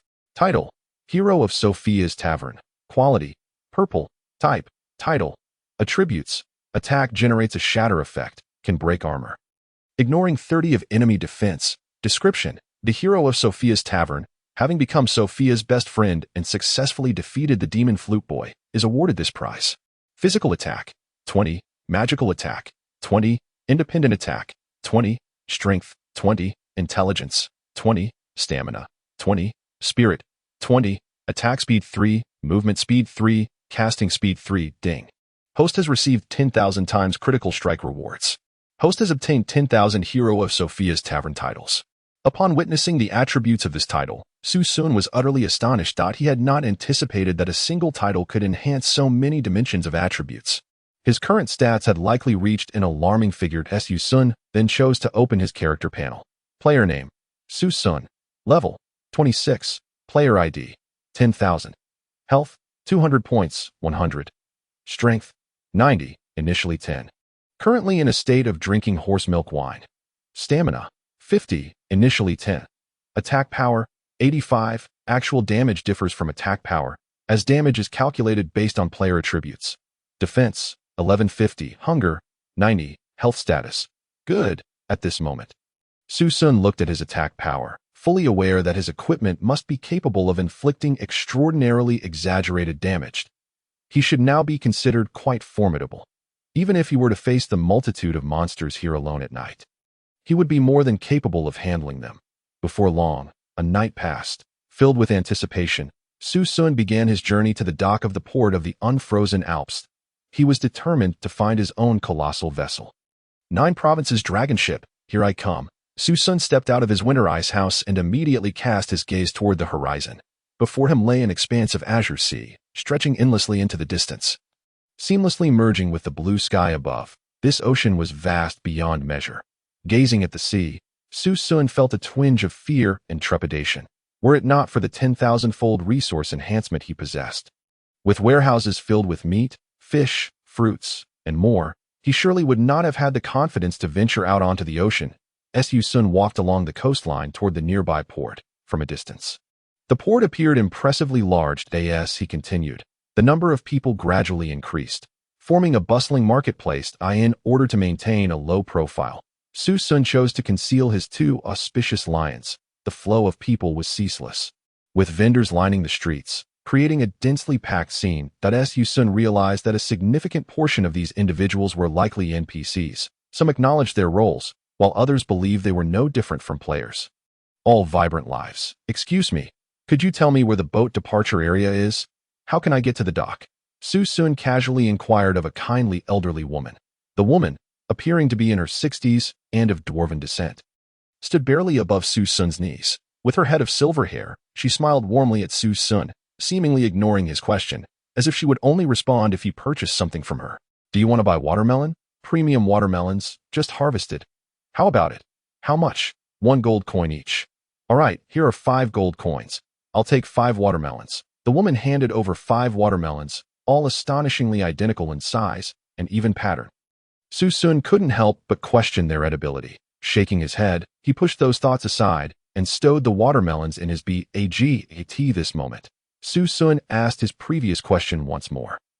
The old woman chuckled and continued, "Oh, so you meant to the dock. Are you an adventurer from afar? I advise you to stay here instead. You've made it this far. There's no need to venture out to sea. It's far too perilous. Out of 10 who go, 9 will perish." Upon hearing this, Su Xun's brow furrowed. This old lady seemed to know something, her expression shrouded in mystery, radiating a sense of concern for him. Clearly, she had encountered many adventurers like Su Xun before. Su Xun asked, "If adventurers come here, can they stay? Won't they be killed?" "Not at all, as long as you are willing to remain here forever and become a part of the game. To stay with the game for eternity." Her words were filled with excitement, as if being a part of the game was a remarkable feat. Hearing this, Su Xun felt a chill run down his spine. So, these NPCs are the ones who came here. They were former adventurers. How could this be possible? Su Xun felt his scalp tingle. He had to return. It was imperative. This was a fact that could not be altered. Su Xun promptly replied, "Just tell me where the dock is. I will not become an NPC. Every adventurer who comes here says the same thing. You are not the first, The old woman's face bore a serene smile. Chapter 88. 9 Provinces Dragon Ship Set Sail. Yet, there are always those who leave on ships, aren't there? Very well, the dock is to the west. If you have the courage, go ahead. The old lady pointed toward the western direction. Su Xun nodded and made his way in that direction. Before long, Su Xun inquired for directions and continued forward, traversing 3 main streets and several alleys. The world before him gradually opened up, bustling with people, as dock workers transported goods arriving from the sea. Here, Su Xun first beheld the grand scale of the dock. A faint, briny scent mingled with the refreshing sea breeze filled his lungs, bringing him an immense sense of rejuvenation. Before him lay a variety of different waterways, designated for various vessels. These ships varied in size, presumably categorized according to the dimensions specified in previous game tasks. Furthermore, Su Xun discovered that the shapes of these vessels were all distinct. Some resembled dogs, others lions or deer-like creatures. There were pure white sailboats, plant-based vessels, islands, and even a leaf-shaped one. There were cruise ships, small boats, and jet skis, among others. Players who completed their tasks must have had their own unique adventures, resulting in the diversity of their ships. Where is my 9 Provinces Dragon Ship? With its 160,000 heavy cannons and its invincible size and craftsmanship? Why can't I see it here? Su Xun wandered back and forth in confusion for nearly an hour, unable to find any ship of colossal proportions. Logically speaking, his massive vessel should stand out prominently. With its ancient and imposing design, Su Xun began to feel a sense of unease. Just then, a game prompt sounded. Survival adventurer Jiazhou has arrived at the port of the Unfrozen Alps. This player is the first to arrive at the port of the Unfrozen Alps. Ding. The players have been assigned the previously crafted ships. The Jiazhou Dragon Boat has been bound to the players as the vessel of Jiazhou. The ship's remote control is about to be issued. Before embarking on the journey, a query arises. Are you willing to board the Jiazhou Dragon Boat and set sail across the Winter Sea to explore the unknown and perilous journey? Completing the final segment of the Winter Apocalypse game. A reminder, those who successfully reach the destination will be able to complete the Winter Apocalypse game instance and receive abundant rewards to bring back to the game world. Another warning, this voyage is exceedingly dangerous, with a survival rate of 0.000004. Are you certain you wish to proceed? If you choose to go, the Jiazhou Dragon Boat remote control will be sent to you. If you opt not to embark, adventurers arriving at this dock may obtain permanent residency rights, provided they offer their souls to become NPCs in the game. Hand me the remote control, Su Xun stated with determination. Ding.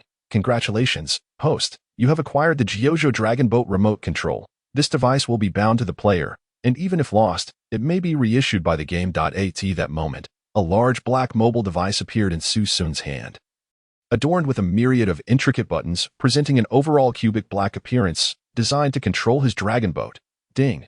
Player Jiazhou has obtained the Jiazhou Dragon Boat remote control, acquiring the Jiazhou Dragon Boat.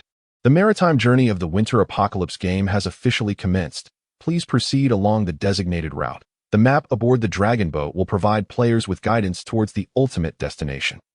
This journey is fraught with peril. Players are advised to prepare both mentally and materially. As the game prompts concluded, Su Xun's mind was enriched with knowledge regarding the Jiazhou Dragon Boat remote control, primarily focusing on 2 key aspects, the map and the 3D view of the Jiazhou Dragon Boat. He activated the map to locate the position of the Jiazhou Dragon Boat, only to discover that it was not in the harbor, but rather approximately 4 nautical miles ahead in the sea. How am I supposed to reach it? The ship is anchored in the water. Game prompt. Players may submit an application to be teleported directly to their designated cabin upon first boarding. I, player Jiazhou, request to be teleported to my Jiazhou Dragon Boat. Teleportation is about to commence. Please refrain from moving side to side. Ding. Teleportation successful. Player has been teleported aboard the Jiazhou Dragon Boat. With a bang, darkness enveloped Su Xun momentarily, but upon reopening his eyes, he found himself in an expansive and magnificent cockpit. The cockpit exuded an antique charm, crafted entirely from the finest Wangwali wood. The enormous glass window before him offered a breathtaking view of the vast ocean. Ahead loomed a colossal wooden sculpture of a dragon's head, serving as the prow of the ship. Below, 30 meters down, lay the deck of the vessel. Su Xun's initial impression was one of grandeur and spaciousness, surrounded by various wooden apparatuses, many of which he could not name, making him hesitant to touch anything. At that moment, he accessed his remote control. Utilizing the 3D hologram within the device, he began to familiarize himself with his dragon boat. He discovered that his vessel was divided into several sections. Cockpit, 050. Storage hold, 400,000 tons, rest cabin 1, 2,000, rest cabin 2, 3,000, rest cabin 3, 4,000, Dragon Gate Cannon, 160,000 units. 2,000 units equipped, related ammunition 20 billion rounds. Gazing at the dense array of data, Su Xun felt slightly overwhelmed. This dragon boat was astonishingly powerful. What kind of monstrous battleship had his 10,000-fold enhancement produced? This was likely the most formidable vessel to have emerged since the inception of the Winter Apocalypse game. He vaguely recalled that the largest ships he had seen earlier were merely the size of 3 or 4 buses. His craft could likely accommodate 1,000 of those vessels without feeling crowded. Venturing alone, Su Xun disembarked to explore the cockpit, rest areas, entertainment zones, dining sections, logistics areas, and boiler rooms spanned an unfathomable number of layers and rooms. After navigating through a labyrinthine corridor for quite some time, he finally emerged onto the deck. By this time, night had fallen, yet there seemed to be no sign of any monsters lurking to attack. At least this place differed from the icy wasteland. Suddenly, a loud blast echoed. Su Xun felt the ground beneath him begin to tremble. He glanced at the status of the dragon boat on his remote control and realized that it had already commenced its voyage. While uncertain whether it operated on steam or fuel power, he could sense the formidable energy propelling this vessel. Congratulations, Fortune. Go investigate the surrounding territory for any anomalies and report back to me immediately. Su Xun released the 2 lions, Fortune and Congratulations, instructing them to patrol the area. With a roar, the 2 white lions departed swiftly. Chapter 89. The Jiuzhou dragon boat fires its first cannon. The 2 lions, Congratulations and Fortune, dashed around the perimeter of the Jiuzhou dragon boat. Clearly, the vessel's size and area were so immense that it took the lions a considerable amount of time to complete a single layer.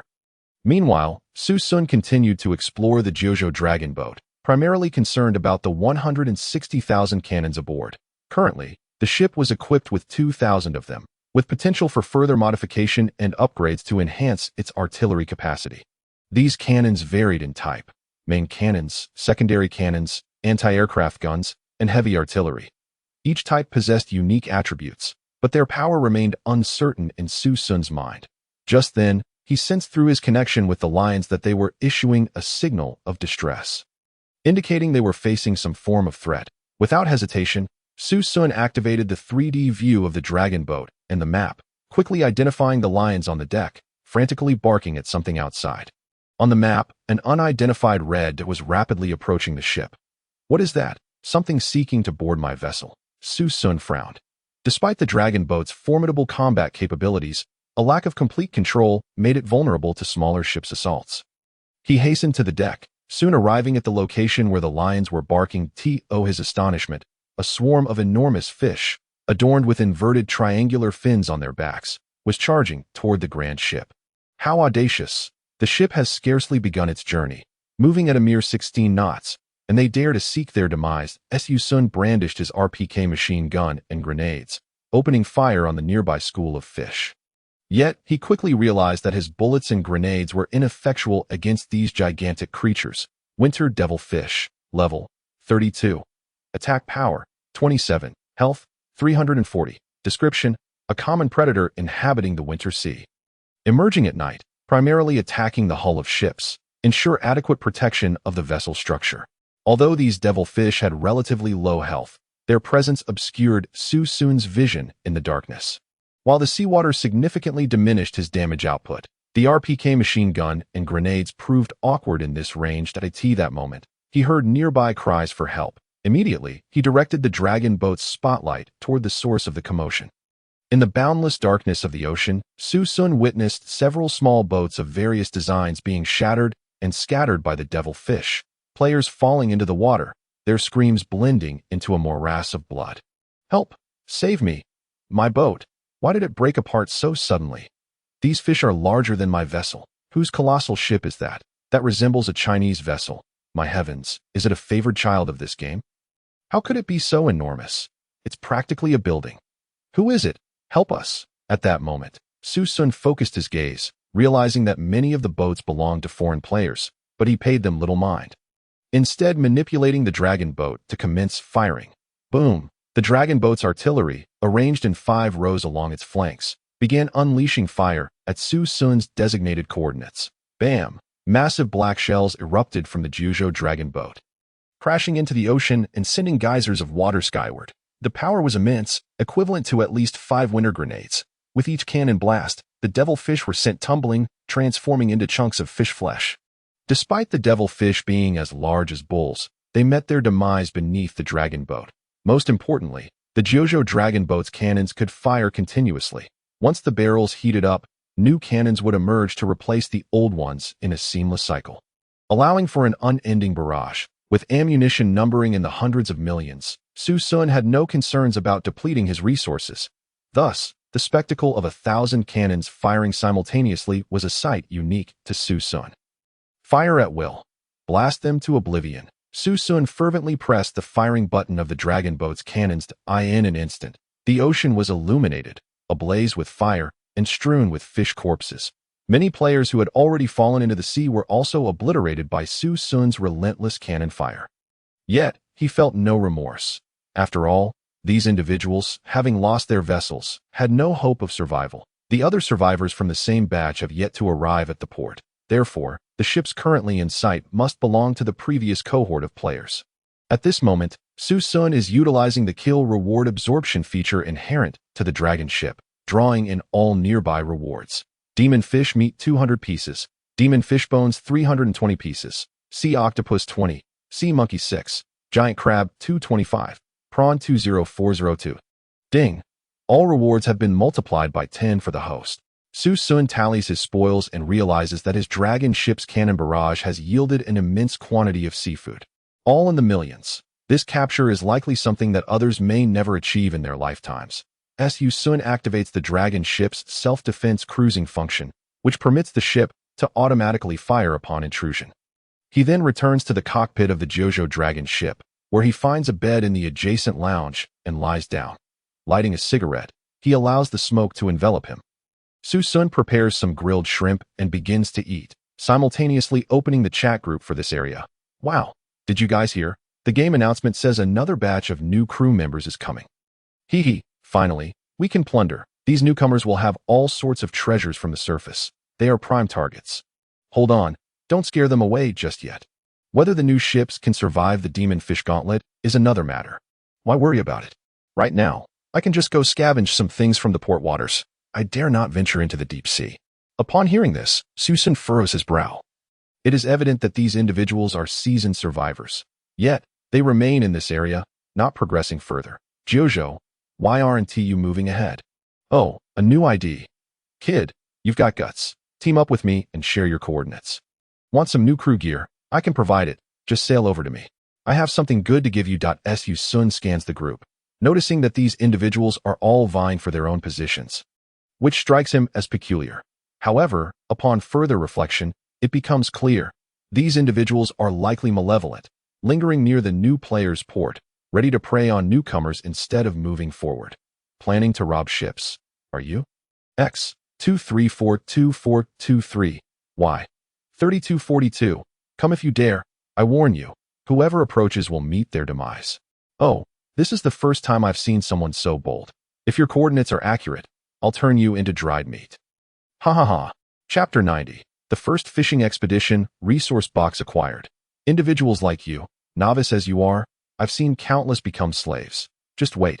Once I knock all your teeth out, you'll know to beg for mercy. Su Xun never anticipated that, at this final stage of the winter survival game, it would devolve into a battle royale. Initially, players merely schemed against one another in secrecy, maintaining a semblance of peace. Now, it has transformed into a life-or-death struggle, as if everyone seeks to consume the resources of others and enslave them. Given this reality, Su Xun casts aside any notions of basic humanity or peace.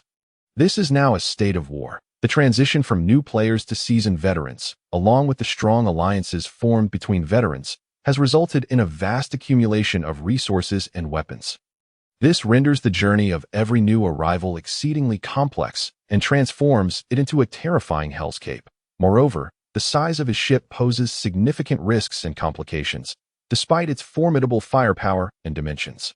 After all, who among the maritime overlords does not yearn for a colossal dragon ship of their own? From Su Xun's limited understanding of the rules, he knows that players can seize one another's vessels and utilize fragments and materials from captured ships to enhance their own. Thus, those players who need to venture further will invariably seek to plunder the ships of others. Consequently, Su Xun resolves to bombard any dangerous ships that dare approach him.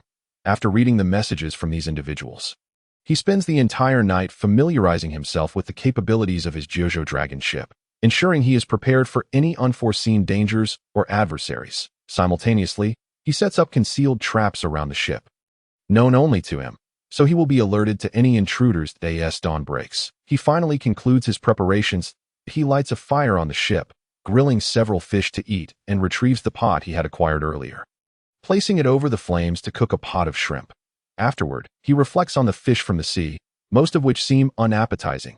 Glancing at the demon fish fragments he had collected, he feels disinclined to consume them, believing that terrestrial fare is likely more palatable. Once satiated, he shares a bit of his meal with his two lions, Gongxi and Fatsai.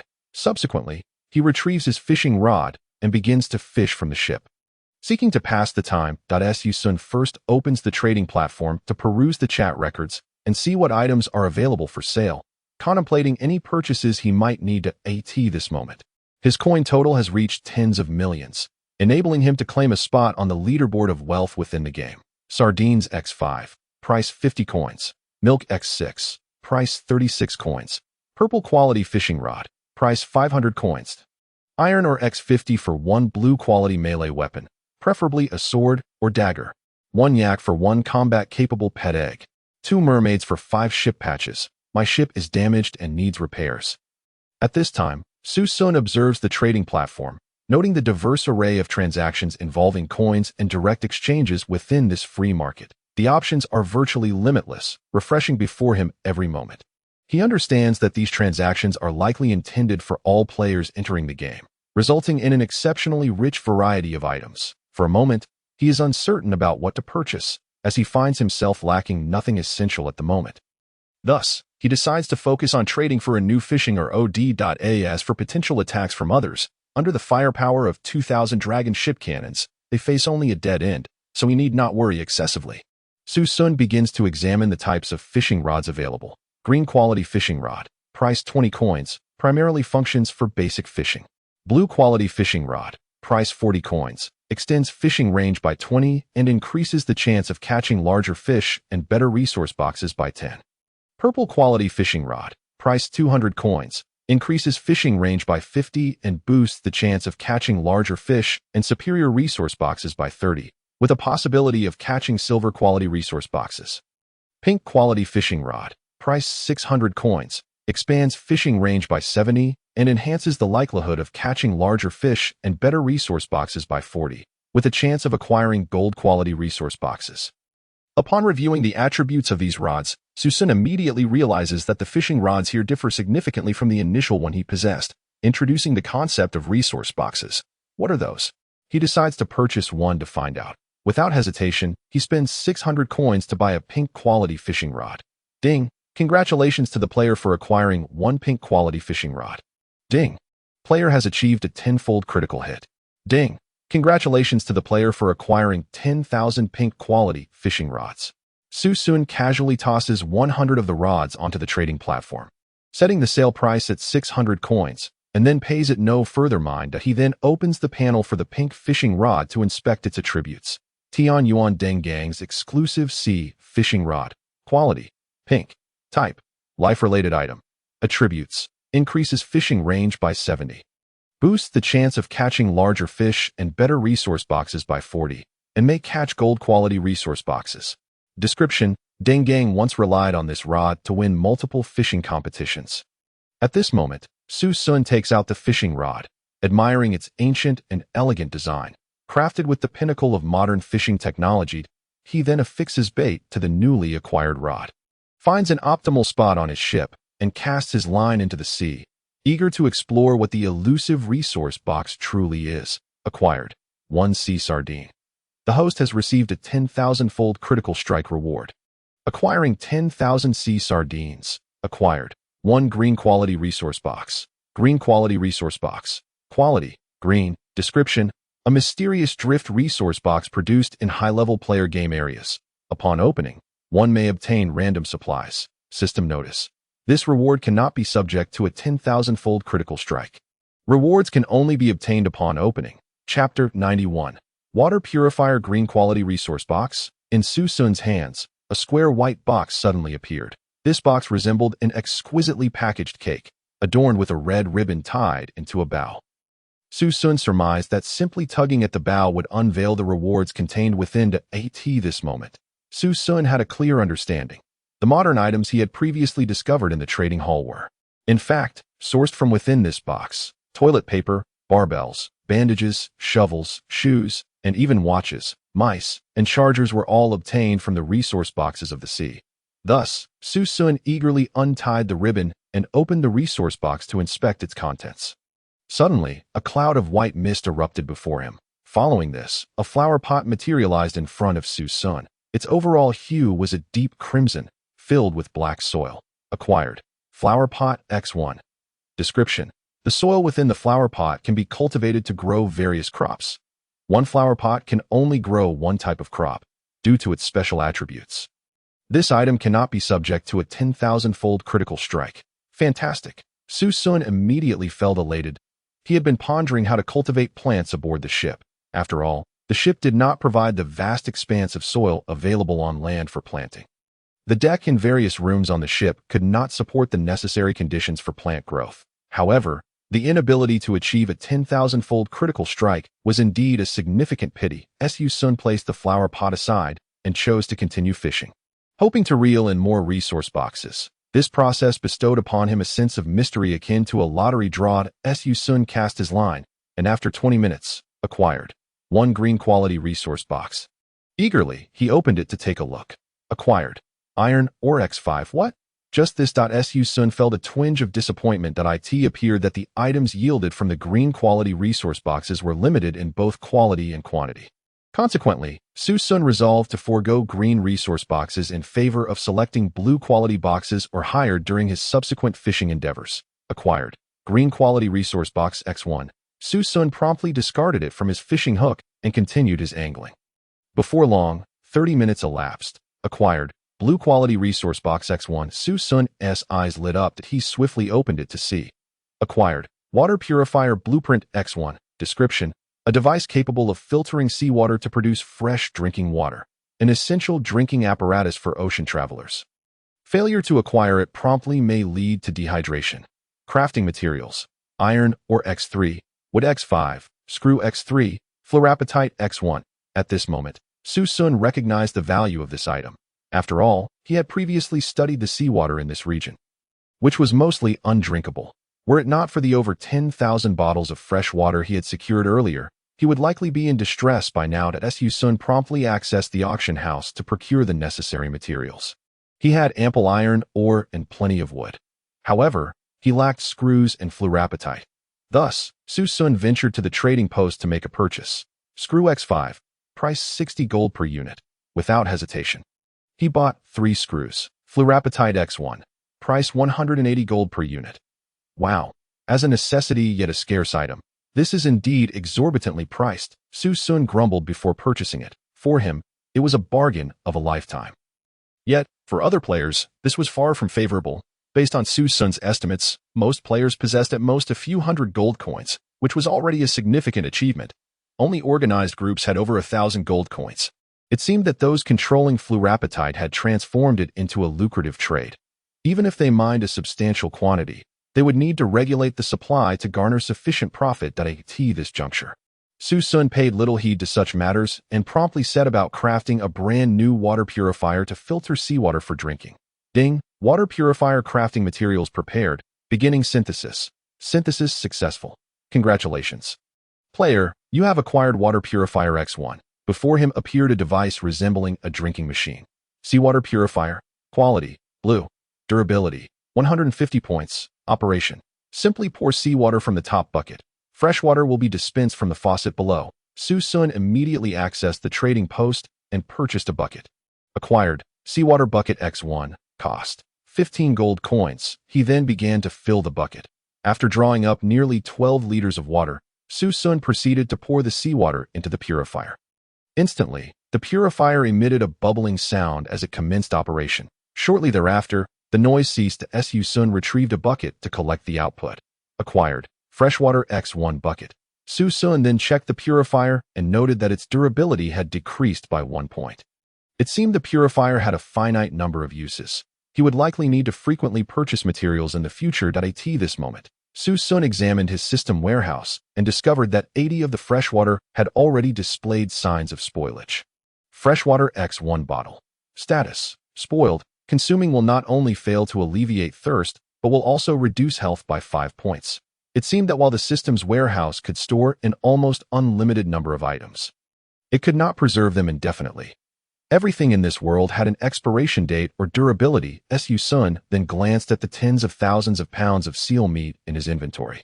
Realizing that it too was beginning to rot, he had previously overlooked this issue due to the icy environment, where the decomposition of all items and food occurred at an imperceptibly slow rate. However, now that he was on the open sea, with the sun shining and temperatures rising, the items stored in his warehouse had begun to spoil almost entirely within just a couple of days. Thus, Su Xun recognized the necessity of regular resource collection, such as fishing. Of course, he had several million gold coins at his disposal, ensuring that he would not face any immediate survival crisis. Su Xun then resumed fishing. Just as he cast his line, he spotted 3 small black dots on the horizon, gradually enlarging. They appeared to be 3-player ships rapidly approaching his direction. Chapter 92. Reduced to ashes. Before him were 2 smaller vessels and 1 larger.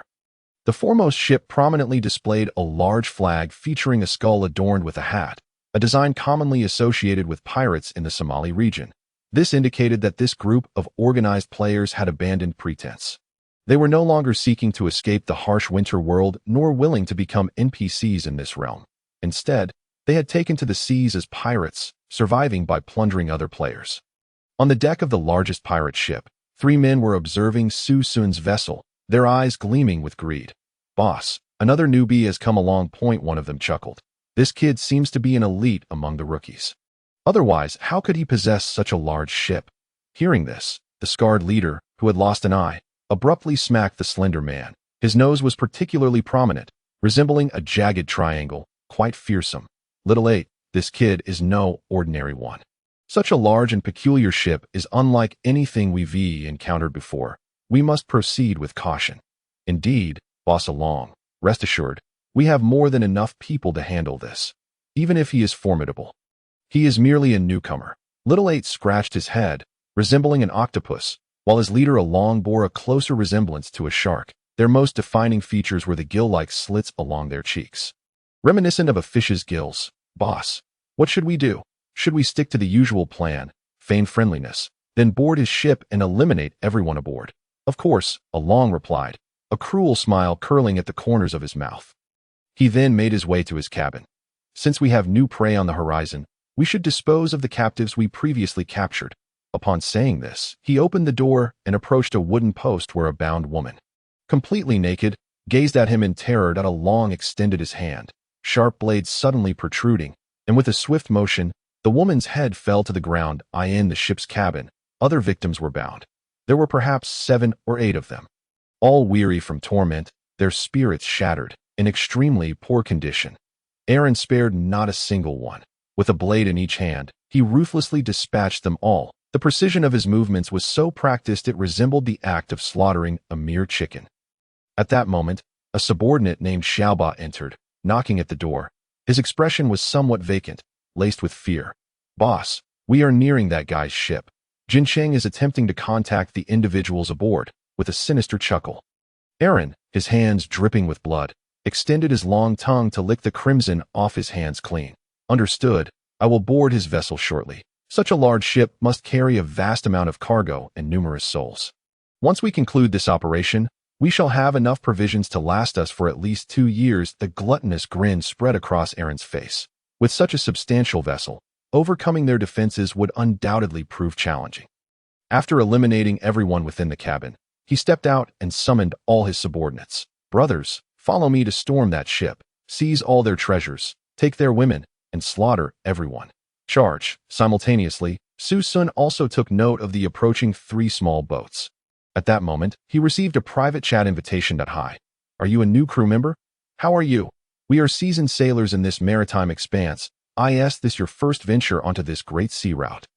We wish to offer you some fresh water, edible fish, and provisions. Would you be willing to exchange some supplies with us?"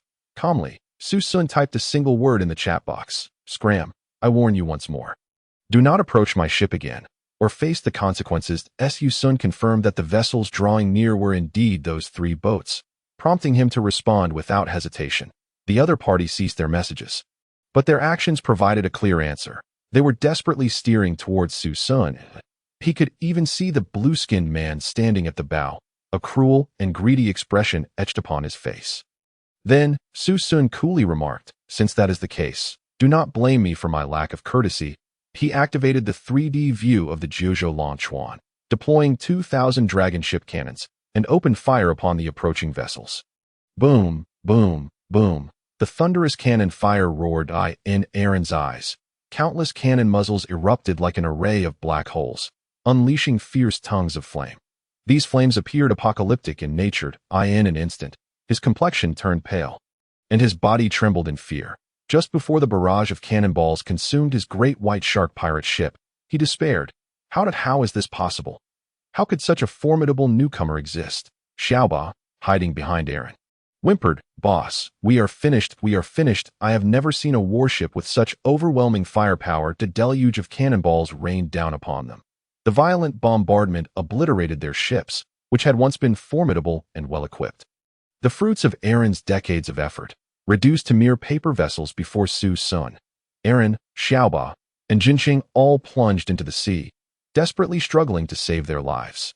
Yet, Su Xun's dragon ship continued its relentless onslaught, as if the cannon fire would never cease, mercilessly bombarding their waters. "How many cannonballs does he have stored?" Su Xun mused, feigning weakness to lure in the unsuspecting. He is certainly not a novice. He is a top-tier player fishing for easy prey. How could I, Aaron, fall in this manner? Damn it. This is terrifying. I never want to be a pirate again. That I would rather be an NPC. He must be one of the wealthiest individuals in this world. Assaulting us with armor. Su Xun's bombardment persisted for 2 minutes, firing 2,000 cannonballs per second. Even so, he still possessed ample ammunition. Only after ensuring that no life remained in that area did Su Xun return to his seat, resuming his fishing as if the ships that had just appeared had posed no disturbance whatsoever. Acquired. Blue Quality Resource Chest. Acquired. Blue Quality Resource Chest. Chapter 93. First time acquiring Silver Quality Spring Spirit Watering Can. At that moment, he glanced at the regional chat group, discovering it was abuzz with activity. Aaron, how's it going over there? Didn't you say you encountered a fat sheep? Why has there been no signal for so long? Did your haul turn out to be so bountiful that you couldn't spare a moment to chat with us? Snap a picture. Let us see that fool's visage. Haha. Aaron is indeed Aaron. Our fisherman tribe is born fierce and proud. The evil dragon pirate crew exemplifies this. Those newbies targeted by Aaron have probably been slaughtered by now. Aaron, honestly, if there are any beauties, save a few for me to play with. Haha. Where's that brazen newcomer from a few days ago? I'm coming for you. Your coordinates are correct, right? Seeing this, Su Xun replied, Aaron, he is already dead, as fragile as paper before me. That I kindly advise the remaining ones not to come and meet the same fate. You are as bothersome as flies, do you understand? Instantly, the chat room erupted in chaos. Haha, you killed me. What? Nonsense. If Aaron saw this message, he would be the first to eliminate you. Kid, you have offended the evil dragon pirate crew. You are finished. That I have already sent a private message to Aaron. Oh, you even know who Aaron is. In the EC region of this great sea route, he is the absolute ruler. With the Navy placing a bounty of 20 million berries on his head, the new kid is completely unaware of the peril. When he encounters Aaron, he will understand what cruelty truly means. You should be grateful that Aaron is not currently reading your messages. This Jojo fellow is truly too arrogant. If you don't believe it, just send your ships over. Su Xun dismissed them, feeling these individuals were all madmen who thrived on danger. Persuasion would be futile. The best approach with them was simply firepower. Just then, a message suddenly appeared in Su Xun's chat box. Jojo, are you there? How have you been lately? We have arrived at the Great Sea Route. I hope you can reply if you see this. The sender displayed the name, Dragon Nation Mutual Aid Group Yun Sanyang. Su Xun opened the private message. Jiuzhou, Yun Sanyang. Hello, congratulations on successfully reaching the Great Sea Route. Yun Sanyang. Jiuzhou, I never expected you would reply. I am so happy that on behalf of Wei Tsubing and Swordsman Wu Jing, I extend my greetings to you. If it weren't for your previous support, we might not have survived to this day. Jiuzhou, keep up the good work. A compatriot from the Dragon Nation. I kindly remind you that there are many who claim to be seasoned players here. It is best not to trust their words. They view newcomers as prey. Do not engage with them, nor disclose your coordinates. Upon hearing this, Yun Sanyang fell silent. She had just met someone named Monkey D. Luffy from the Straw Hat Pirates. This individual claimed to hail from the East Sea, possessing only a small wooden boat and sailing alone, professing his desire to find companions and attempting to recruit her, which she declined. He muttered something about becoming the Pirate King before rowing off into the distance. That we just encountered someone named Luffy. He was quite nice, offering us some meat, though he seemed a bit peculiar. Jiuzhou, in any case, be cautious. The old adventurers are quite ferocious. At that moment, Yun Sanyang exchanged glances with Wu Jing and Wei Tsubing behind her, then stated, I still choose to trust Jiuzhou at least from what I can see. Jiuzhou is the most successful adventurer in this survival game. Since he has said so, he must have dealt with those people. Trusting him is not a mistake. Henceforth, we shall refuse all communication with seasoned adventurers. Following this, Yun Sanyang continued, Jiuzhou, do you have any fresh water that we could exchange for? Our coins are insufficient to purchase items at the auction house. Jiuzhou, what do you intend to offer in exchange? Yun Sanyang, some seeds of unknown plants. Send them over. Let me take a look. Su Xun replied. Shortly after, Yun Sanyang sent the seeds of unknown plants. Quantity, 25, from the seeds in the wind. They can be cultivated initially. When the plants reach the first growth stage, they can be tested for seed type using the Farming Pioneer hat. Perhaps they will yield mysterious surprises. All right, it's a deal. 1 seed for 1 barrel of water. Su Xun nodded to him. Fresh water was not particularly valuable. Even a slight reduction in the purifier's durability was inconsequential. After all, his coins were nearly infinite, and acquiring materials for purifying water was trivial. Deal, said Yun Sanyang. Ding, congratulations player for acquiring 25 seeds of unknown plants. Ding, congratulations to the player for receiving 250,000 seeds of an unknown plant, thanks to the host's 10,000-fold critical hit. Yun Sanyang also acquired 25 barrels of clean water. How wonderful, Yun Sanyang, you truly possess remarkable abilities. Indeed, without fresh water, we would certainly perish from thirst at sea. We cannot afford a water purifier at the moment. It is not my prowess, but rather the strength of the 9 provinces. As Yun Sanyang spoke, her resolute face flushed slightly. To be honest, leading such a large group to this point has been nothing short of miraculous. It would have been impossible without unwavering faith and tenacious willpower. By now, she bore over 30 wounds on her body, all endured through sheer grit. At that moment, Su Xun took out the seeds. Now, in addition to tomatoes, he could cultivate other crops. Thus, Su Xun first set up 30 flower pots on the deck. Then he planted 1 seed in each pot. Following that, he accessed the trading post, prepared to purchase some planting tools. Common watering can, 5 gold coins. Blue quality watering can, 10 gold coins. Increased capacity. Expanded range. Purple quality watering can, 50 gold coins. Increased capacity. Expanded range. Pink quality watering can, 200 gold coins. Increased capacity. Expanded range. Enhanced growth effect. Reduced watering frequency. Silver quality watering can, rare and unique, 2,000 gold coins. Increased capacity. Expanded range. Enhanced growth effect. Reduced watering frequency. Can enlarge plants and restore 1 point of plant mood. It was the first time he had seen someone sell a silver quality tool. Su Xun was somewhat astonished. The survival adventure at this final stage was indeed extraordinary. Previously, at Magni's place, silver weapons were not for sale, and one could only enhance to silver with furnace rock carbon. Without hesitation, Su Xun purchased it. Congratulations to the player for acquiring Spring Breeze Sprites Watering Can, silver quality. Chapter 94, Golden Resource Chest, See Hero Jinbei and Admiral Kazuru. Spring Breeze Sprites Watering Can, quality, silver, type, planting tool. Attributes, increases capacity by 200. expands watering range by 500, enhances plant growth effect by 20, reduces watering frequency by 1, can enlarge plants, and restore 1 point of plant mood. The efficacy of this item was truly formidable. Su Xun gazed at the watering can in his hand. Watering is an indispensable part of the crop cultivation process. Every crop, once planted, undergoes 6 growth stages. Each stage requires watering, fertilizing, and dialogue, among other tasks.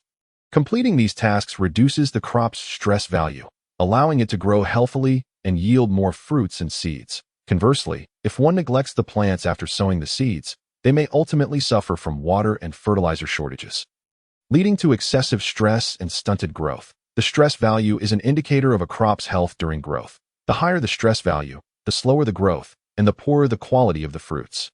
Su Xun chose to water the 30 seeds he had just planted with seawater, only to discover a notification from the game. Notification: the player cannot fill the watering can with seawater. Seawater cannot effectively water plants. Please irrigate the plants with fresh water. I can't believe it. Even farming requires a water purifier. It seems this water purifier is indeed an essential item for sailing. With no other option, Su Xun filled the watering can with 3 barrels of water. This can, not much larger than a fist, surprisingly held quite a bit, filling up with just 3 units of water. Su Xun quickly began watering the flower pots. With each watering, he could successfully irrigate 7 pots of plants, something other watering cans could not achieve. That a common watering can could only irrigate 1 pot at a time.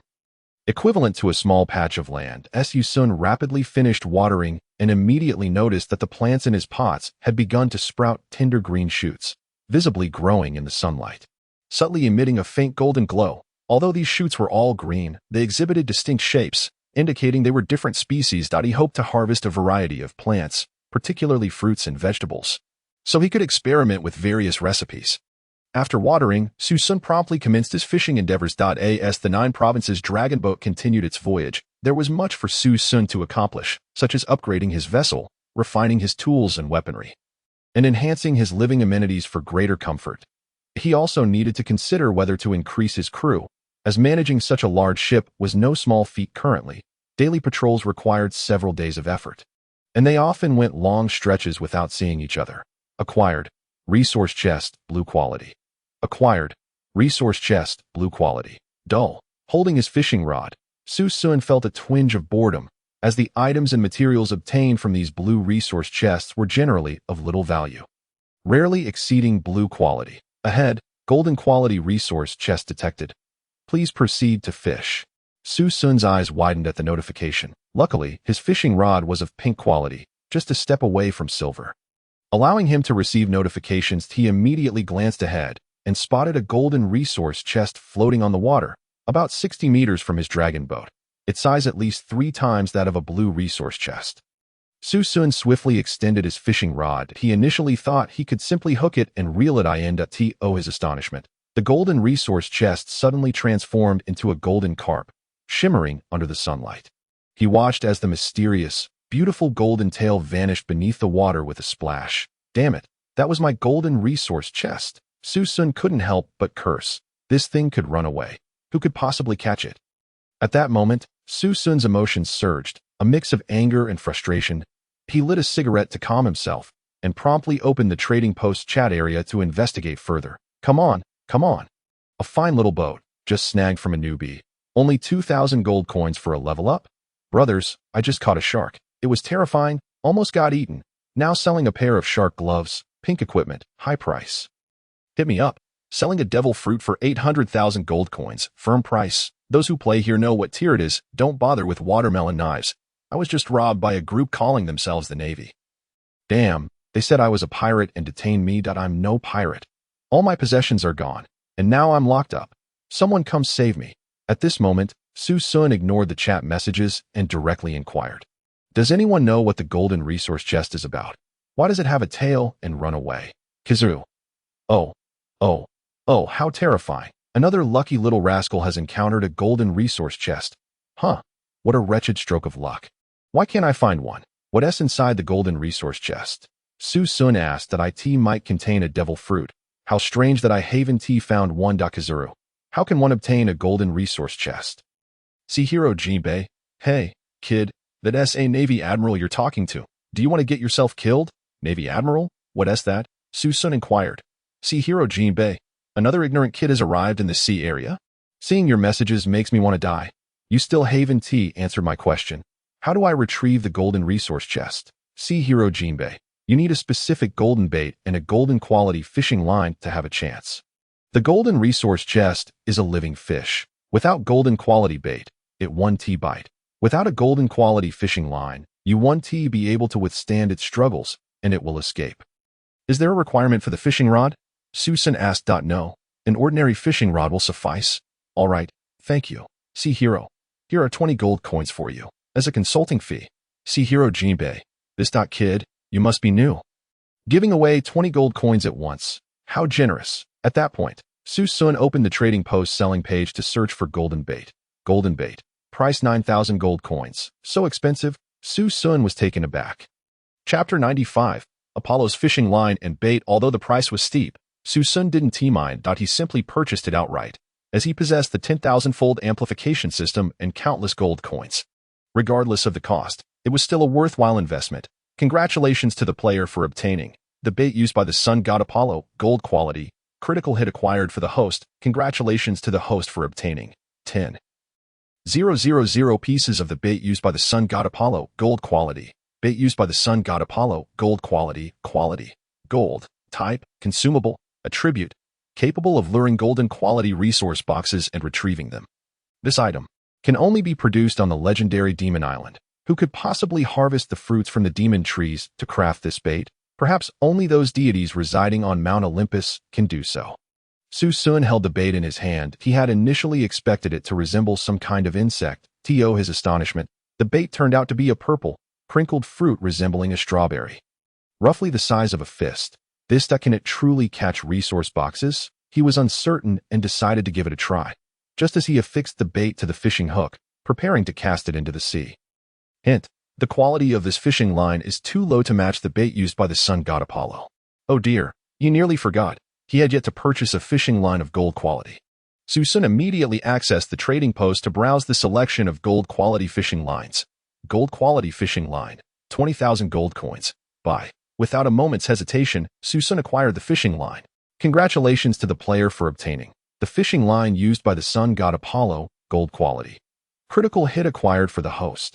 Congratulations to the host for obtaining 10,000 pieces of the fishing line used by the sun god Apollo, gold quality. Fishing line used by the sun god Apollo, gold quality, gold, type, fishing gear, attribute. Capable of luring golden quality resource boxes and retrieving them, the fishing line most beloved by the sun god Apollo. It is said to be crafted from the strands of hair from mermaids in the Aegean Sea, imbued with a certain magical power. Su Xun held the fishing line in his hands. This time, he was genuinely astonished. He had expected the fishing line to be slender and flexible, but it resembled a snake instead, a large, greenish floral snake, staring intently at him. The snake appeared to be over a meter long. Holy green! When Su Xun placed it on the fishing rod, it automatically coiled around the hook. Was this supposed to be hair from the mermaids of the Aegean Sea? Why did it feel akin to the hair of the Medusa Queen? Su Xun felt a peculiar sense of dark humor regarding the fishing line. Moreover, with the snake being merely a meter long, how could it possibly fish? Without further thought, he attached the bait to the snake's head. The snake, displaying remarkable intelligence, instinctively used its fangs to secure the bait. Su Xun then cast the hook into the S. To his surprise, the sea snake's body was capable of extending at will, effortlessly reaching the desired position. This is the gold quality fishing line. It appears to be just a meter long, yet it can stretch infinitely. As he waited, time passed without a single sign of activity. Su Xun found it rather odd and opened the chat area, hoping to inquire about the situation. Brothers, I'm so broke. I haven't made money in ages, not even able to afford a white quality fishing line. I'll starve out here at sea if I can't rob a newbie. I can't even get to shore. I'm doomed. Brothers, if anyone is kind enough with a good catch, could you spare me some fish and fresh water? I'm dying of thirst. At that moment, Su Xun was puzzled. It seemed that even on the Grand Line, there were survivors struggling to afford a meal. Although they had passed the first two stages, this stage was still immensely challenging. Su Xun posed his question. Does anyone know why there has been no response after casting the gold fishing line with the gold bait? The chat area fell silent for 2 to 3 seconds. Really? You can fish with gold bait. If I'm not mistaken, ISNT that nearly 10,000 gold coins each. Oh my god. Where are you? Rich man? I have something to give you. Send a coordinate.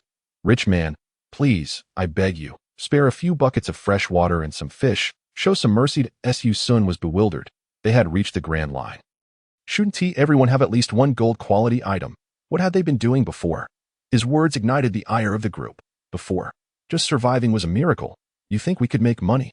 Out of the 40-plus people in our group, only 3 made it to the Grand Line. What kind of newbie are you? What monster could afford an item worth 10,000 gold coins? Probably the illegitimate child of one of the 4 emperors or the 7 warlords. Starting with such advantages, how enviable. Su Xun fell silent. Having gained no useful information, he decided to log off the chat and continued to fish. Just then, he noticed a golden ripple at the spot where he had cast his hook. The golden quality resource box was approaching. Su Xun was taken aback. He immediately stood up, intently watching the surface of the sea. Indeed, in the next moment, a golden carp began to swim towards his fishing rod. Although the view was unclear, Su Xun distinctly recognized that this was the golden resource box. It had to be hooked. For you. I've spent tens of thousands of gold coins. Su Xun felt a surge of excitement. His hands trembling slightly. That moment, the fishing rod in his grasp began to vibrate. It's here. Sensing a heavy weight, he promptly began to reel it in. This time, with the aid of the gold fishing line and bait. The golden resource box did not escape. Acquired. Golden resource box. Wow, it really got hooked. Su Xun exclaimed, filled with exhilaration. He quickly pulled the fishing line to the side of the boat. Once the golden resource box was aboard, it transformed into a square gift box shape, no longer resembling a fish. It radiated a pale golden hue, shimmering brilliantly in the sunlight, adorned with golden ribbons, appearing exceedingly lavish. Its size was several times larger than that of a blue resource box. It was said that this golden resource box could yield a devil fruit worth nearly 1,000,000 gold coins. Whether this was true remained to be seen. Su Xun's hand rested atop the resource box as he prepared to open it. Congratulations to the player for obtaining 1 devil fruit. This item possesses excessively unique attributes, thus cannot be multiplied in critical hits. What? Su Xun's eyes widened in disbelief. He had never imagined that he would actually obtain a devil fruit. The fruit resembled a pear covered in bumps. Curious, Su Xun checked the attributes of the devil fruit. Devil fruit, category, ability type, quality, unknown, description, the embodiment of a sea demon. Consuming it grants the user unparalleled abilities. At the cost of never being able to swim, there are 3 types, paramecia, logia, and zoan abilities. Which one will you obtain? Su Xun held the devil fruit in his hands. It was about the size of a medium watermelon. Just a single bite could endow him with formidable powers. This temptation was immense for Su Xun. However, the inability to swim posed a significant drawback, meaning that throughout his upcoming journey, he could never afford to be shipwrecked and fall into the sea. Additionally, the abilities were random. He decided it was best not to consume it just yet. He stored the fruit away and turned his gaze to the chat area. Gyojo? Does anyone know the effects of consuming a devil fruit? Has anyone tried it? See Hero Jinbi. Devil fruit? Are you planning to buy one? Kid, you must be wealthy. That thing is akin to a demon's existence. Kizaru. Kid, if you happen to possess Logia abilities, I would invite you to join the Navy. See Hero Jinbi. Don't trust that guy. He's a fearsome tyrant. The two began to bicker as their conversation progressed, which struck Su Xun as peculiar. It was as if they held some deep-seated animosity towards one another. Observing their messages, Su Xun gradually uncovered a pattern. It appeared that on this Grand Line, they, the outsiders, along with certain local maritime travelers, were all targeted by an official entity, the Navy. To some extent, the pirates within were attacking one another, while the Navy stood united against them. The Navy could be considered one of Su Xun's greatest adversaries. From their conversations, it was evident that the admirals of the Navy possessed extraordinary strength, capable of traversing the skies and manipulating natural elements with the aid of devil fruits. Su Xun felt an overwhelming sense of crisis rising from the depths of his heart. The abilities of this devil fruit user were far more terrifying than he had initially imagined. It seemed that he would have to harness the power of the devil fruit to combat another devil fruit wielder. As Su Xun spoke, he cast a glance at his companions, Gonshi and Fatsai. Perhaps he could consider providing them each with a lion, allowing one lion to consume a devil fruit, thus enabling them to confront the Navy. However, this notion was indeed rather audacious. After all, they were already the sovereigns of the winter region. Consuming another devil fruit would elevate them to the status of skyward lions. If they could not be controlled, it would lead to a different set of complications altogether. Contemplating this, Su Xun decided against granting them such a boon for the time being. He then resumed his fishing, this time attaching a golden bait to his line. This item was classified as a consumable. Each time a resource box was caught, one bait would be expended. Utilizing bait in such a manner was undeniably extravagant. Acquired. Silver resource box. What the hell? Su Xun exclaimed as he sprang to his feet in frustration. His ire stemmed not from anything else but the fact that he had employed golden bait. Yet what he had caught was merely a silver resource box. This was indeed a loss, as the value of a silver-quality resource box paled in comparison to that of a golden one. It was evident that the high price of the devil fruits was not without justification. Given the exorbitant cost of golden bait, the possibility of catching resource boxes of inferior quality was plausible. As time passed, such items would become increasingly scarce, since he had already caught the box. Su Xun did not waste it and promptly opened the silver resource box. Congratulations, player! You have obtained 1 music gramophone. Host has received a 10,000-fold critical reward. Congratulations, host! You have obtained 10,000 music gramophones at this moment. Su Xun gazed at the music gramophone, momentarily at a loss for words. What purpose did this music gramophone serve? He scrutinized its attributes closely. Arctic Ocean music gramophone. Quality. Silver. Type. Agricultural tool. Attributes. Can automatically converse daily with plants cultivated within a 56-tile radius. Maintaining their mood levels. Description. With this item that you need not toil daily conversing with plants. In an instant, Su Xun grasped the value of this item. He took the gramophone and approached the 30 pots of crops he had planted. Positioning the gramophone beside them, assuming this was how it was meant to be used, he then pressed the switch. In an instant, melodious music emanated from the gramophone, and he turned to observe the plants. To his astonishment, each of the plants he had cultivated began to radiate a faint golden glow. Simultaneously, various words began to float around them, indicating that the gramophone was communicating with them. This was an essential task in the process of plant cultivation, conversing with the plants to keep their stress levels low, thereby ensuring a bountiful yield of fruits and seeds. That Su Xun had gleaned this information from the chat area previously. He then donned his pioneer hat and proceeded to assess the effects and statuses of these plants. Tomato, stress level 12, status lacking water, stage 2. Potato, stress level 12, status lacking water, stage 2. Watermelon, stress level 14, status lacking fertilizer, lacking water, stage 2. Corn, stress level 10, status lacking fertilizer, lacking water, stage 3.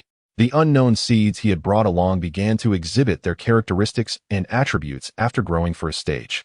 Thanks to the assistance of the pioneer hat, noticing that they were lacking water, Su Xun hurriedly replenished their supply. He also discovered that among his current crops were numerous other types of plants, which would greatly assist in his culinary endeavors. These plants could significantly expand the range of recipes and medicinal items available to him. It's time to set up a few cooking pots in the kitchen, Su Xun declared. Chapter 97. Live Lobster and Lobster Feast. At this juncture, Su Xun had procured ample materials for cooking pots. He found a room on his ship designated specifically for his kitchen, ultimately choosing one not far from his bedroom. He then set about crafting the cooking pots. Detected 5 cooking pot materials. Crafting 5 cooking pots. Before Su Xun appeared a grid chart constructed on an XY axis, serving as a coordinate system for placing the cooking pots. He arranged the pots in a trapezoidal formation. Soon, a cloud of smoke billowed forth, accompanied by the sounds of clanging and clattering. In an instant, 5 cooking pots took shape before him, each displaying a slate-gray appearance with 3 sturdy legs, resting atop a furnace made of winter ice rock bricks. All right, let's start by making 20 meatballs. Su Xun purchased 60 bundles of hay for 60 coins. Then place the soon-to-expire seal meat into the pots. To make 20 meatballs, each requiring 1 pound of meat and 3 auxiliary ingredients, he needed 20 pounds of meat along with 60 bundles of hay. With 5 pots, the efficiency quintupled. Before long, his meatballs were entirely prepared. Acquired meatballs, 20 meatballs, increases satiety by 60 points. At this moment, Su Xun glanced at his attribute panel. Player, Su Xun, satiety, 20 points, max 150 points. He promptly consumed 2 servings of meatballs, raising his satiety to 140 points.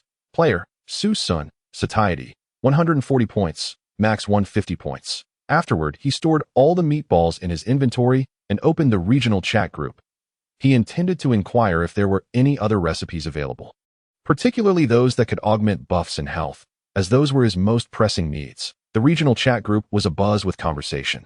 Damn it, the food in the Grand Line is truly inedible that I missed that restaurant in the East Blue.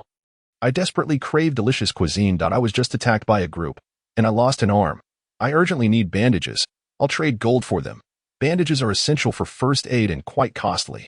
Gold is merely a material obtained from mining. It doesn't match the value. What about a first aid kit? A first aid kit is even more expensive. Damn it. But those dishes that restore health can't be traded. My ship's gone, and all that's left is a broken plank. Where on earth can I find a cooking pot? Damn it. Kyushu, do you know of any dishes that can increase health? At that moment, someone inquired, "Are you injured?" The unfortunate fellow's injury brought amusement to others. How delightful it was. You're done for. Ha ha ha. Getting injured in the Grand Line and finding a restorative potion is akin to climbing a mountain. I say, have you forgotten? This guy is the one who used golden bait to fish. He can afford 9,000 coins for a single bait. Do you think he lacks the funds to buy potions? At this point, Su Xun continued to ask, are there any good cooking recipes that restore health? I'm willing to pay. Upon hearing Su Xun mention payment, several individuals immediately became intrigued. Try this. 1 lobster. 2 pieces of any fish meat, and 1 ice block can create a lobster feast. This dish can restore 50 health points and 30 satiety points. Upon hearing this, Su Xun promptly retrieved the lobsters from his inventory. Then cut 2 pounds of tuna fish meat and tossed it into the cooking pot. Moments later, after 30 seconds, he was greeted with a rich aroma wafting from the pot. He quickly lifted the lid and peered inside. Discovering a lobster dish awaiting him, he opened it to examine. Lobster soup. Type. Consumable dish. Attributes. Increases satiety by 60 points, 10 points stamina. Indirect. A dish made from lobster. Su Xun was taken aback. How could this differ from what was stated in the chat? He immediately opened the regional chat area and tagged the individual. Why did I end up with lobster soup instead of lobster feast? Despite following your instructions, moreover, it only restores satiety and stamina, not health. Within moments, the other party saw Su Xun's inquiry and promptly responded, did you use a dead lobster? If it's a dead lobster, it can only yield lobster soup. Only a live lobster can produce lobster feast. Just a heads up, for any seafood dishes, using live ingredients typically yields better results than using dead ones. That I appreciate the information. Su Xun replied, sending the individual 10 coins as gratitude. Friendly reminder, Kyushu has sent you a red envelope containing 10 coins. Would you like to accept? At that moment, in a seaside Western restaurant, a man with a head full of long, golden hair, smoking a cigarette, sporting a beard, clad in a suit, and wearing a chef's hat, revealed a faint smile. The smoke rings from his mouth rose gracefully, shrouding his face in a veil of mist, rendering it indistinct to everyone's surprise. This fellow was rather generous, offering 10 gold coins in a single transaction. Indeed, these individuals were different. It was hoped that they could break through the final barrier and escape this realm. At that moment, Su Xun obtained the recipe and, unable to contain his excitement, immediately began to prepare a lobster feast in the pot. Unfortunately, the crabs, lobsters, and various shellfish he had previously acquired were now deceased. His space was ill-equipped to house living creatures. Fortunately, the over 9,000 winter lion pet eggs he had before posed no issues. In light of this, Su Xun felt a modicum of solace. He promptly began searching for live lobsters in the marketplace. Goodness, 1 live lobster costs 5 gold coins. Isn't this extortion? Su Xun exclaimed in frustration. I originally had over 10,000 of these lobsters. Yet they perished the moment they enter the system's space. That he sighed. Fine, I'll just buy 1 live lobster for now. Soon after, he purchased a live lobster. Congratulations, player acquired. 1 live lobster. Host has received a 10,000-fold critical damage boost. Congratulations. Player acquired 10,000 live lobsters. To prevent the lobsters from dying, Su Xun casually tossed them all onto the deck. In an instant, 10,000 lobsters appeared on the deck, creating a scene reminiscent of an orange sea. Is there a way to keep the lobsters fresh without killing them? Su Xun pondered aloud. At that moment, he flipped through the blueprints provided by the game. Refrigerator blueprint. Can preserve food. Storage limit. 200 ingredients. Upon seeing this, Su Xun's eyes lit up. Chapter 98. Establishing a chef squad. Without delay, Su Xun began to examine the materials required to construct the refrigerator. Refrigerator blueprint X1. Description.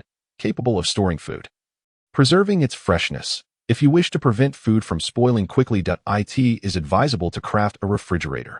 Materials needed: iron ore X4, screws X2, screwdriver X1, refrigerant X1. Seeing this, Su Xun immediately accessed the marketplace. At that moment, many individuals in this maritime area began their own conversations. Selling one palm tree can be planted on the ship's deck. Selling price, 10 gold coins. Anyone interested in a mermaid songstress? Absolutely beautiful, with a stunning figure. Selling price, 50 gold coins. Is there a need for a singing troupe? We charge only 20 gold coins for a performance, as we are currently in urgent need of business. Su Xun observed a myriad of merchants and buyers bustling about. He then began searching for the materials to construct a refrigerator. He had more than enough iron ore and screws, requiring no additional purchases. Only the refrigerant and screwdriver remained. Refrigerant. Price 100 gold coins per barrel. Screwdriver. 15 gold coins each. Why is the refrigerant so exorbitantly priced? Su Xun exclaimed in the chat area. Exasperated, a merchant quickly responded. Kid, if you lack funds, what business do you have crafting refrigerators? Those who make refrigerators are typically very wealthy individuals. You know, ordinary food rarely needs storage unless one cannot consume it all. The high consumption of food along the Grand Line has always been a significant issue, aside from a few notorious pirate crews and large estates. Everyone tends to eat quite heartily. I can understand the pirates. But what about the estates? Su Xun immediately inquired. In response, someone in the chat explained, the so-called estates are large territorial factions organized by lords around islands. These individuals neither dwell in the docks as NPCs nor choose to roam the seas as pirates. Instead, they cultivate land for survival. Over many years, they have gradually evolved into a formidable local power. What? Do they not sail their own ships? Su Xun questioned, puzzled, since his own vessel was controlled by the game's navigation system. They long ago replaced their original ships. Who would still sail the basic ship provided at the game's start? At that moment, Su Xun fell silent. He recalled that everyone who entered the Grand Line from the docks initially boarded a rudimentary vessel, which would inevitably become inadequate for their developmental needs, prompting them to replace it with more advanced ships.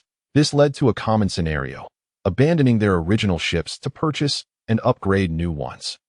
Only someone as exceptional as Su Xun, who started with a colossal dragon ship, could easily overpower any rival of comparable caliber, never needing to change vessels. Therefore, the quality of Su Xun's ship was indeed formidable. After gathering some information, Su Xun quickly purchased the necessary materials. Congratulations, player acquired. 10,000 barrels of refrigerant. Congratulations, player acquired. 10,000 screwdrivers. Su Xun took out the screwdrivers and refrigerants, along with the previously gathered iron, ore, and screws. Commencing refrigerator production, successfully crafted 100 refrigerators. Congratulations, player acquired. 200 refrigerators. He sought out a spacious room adjacent to the kitchen, capable of accommodating numerous refrigerators. In an instant, 100 refrigerators materialized in Su Xun's warehouse. Each refrigerator boasted an icy blue hue, adorned with a lattice of blue and white patterns, reminiscent of Victorian-era design. The size of each refrigerator was modest, comparable to a stool, categorizing them as mini refrigerators. Yet surprisingly, each had a storage capacity of up to 200 food items. Su Xun opened the refrigerator's property description. Refrigerator. Description. If your organization has numerous members, you will undoubtedly require a refrigerator for food storage. Food preservation extension time. Extends spoilage period by threefold. During winter can extend by sixfold. Threefold extension of the spoilage period. Su Xun was taken aback. The spoilage period was essentially the shelf life, merely rebranded in this game. With that, 100 refrigerators could store 20,000 food items. In this scenario, he could transform his soon-to-spoil seal meat and the previously purchased live lobsters into dishes and store them as long as he could convert the imminent spoilage ingredients into new dishes.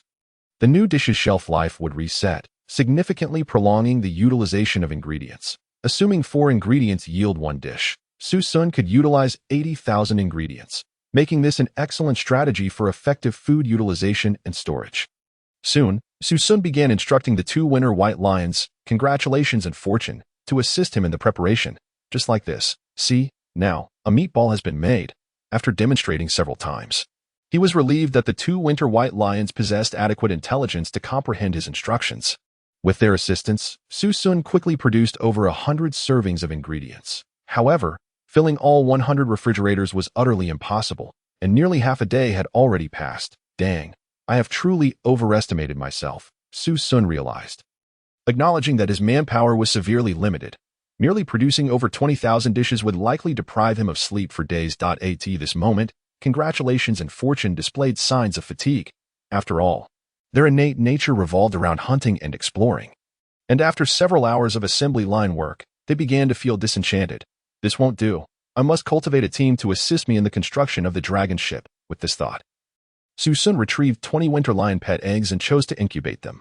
Once your siblings emerge, I will establish 2 teams, and you will lead the 2 teams, understand?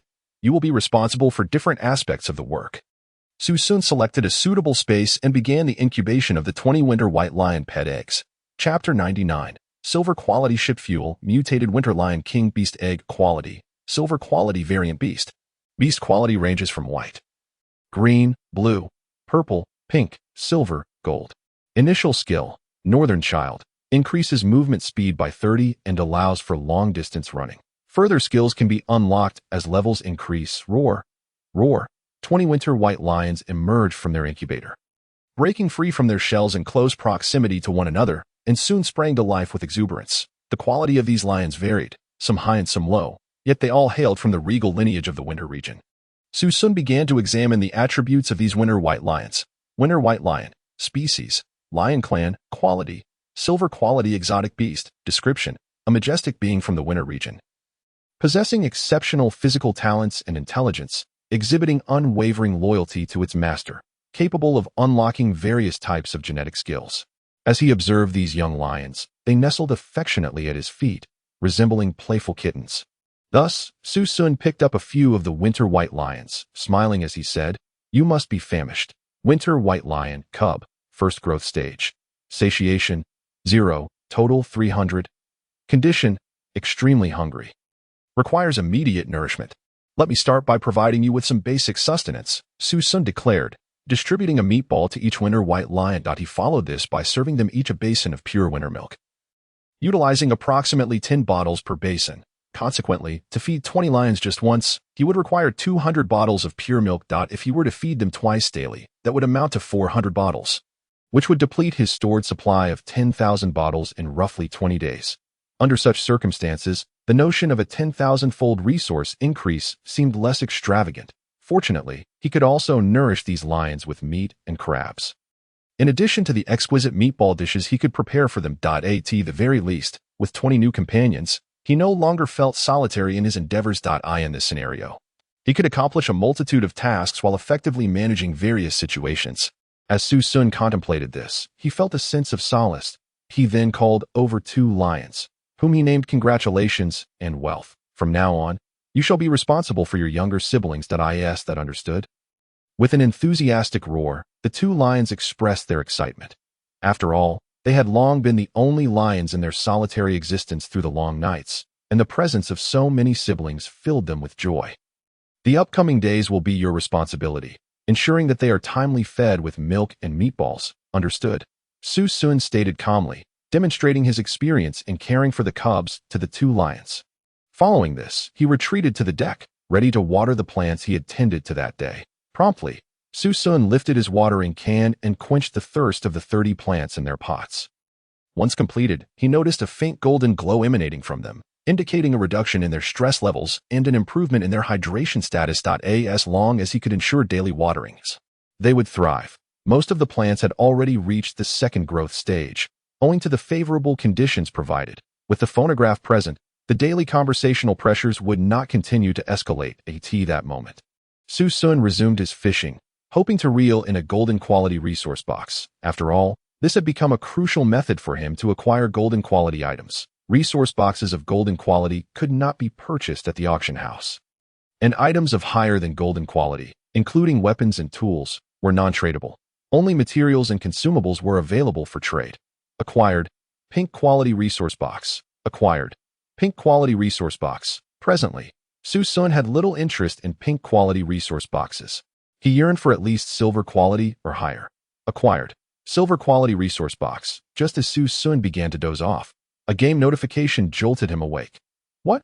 I actually caught a silver quality resource box," he exclaimed in astonishment.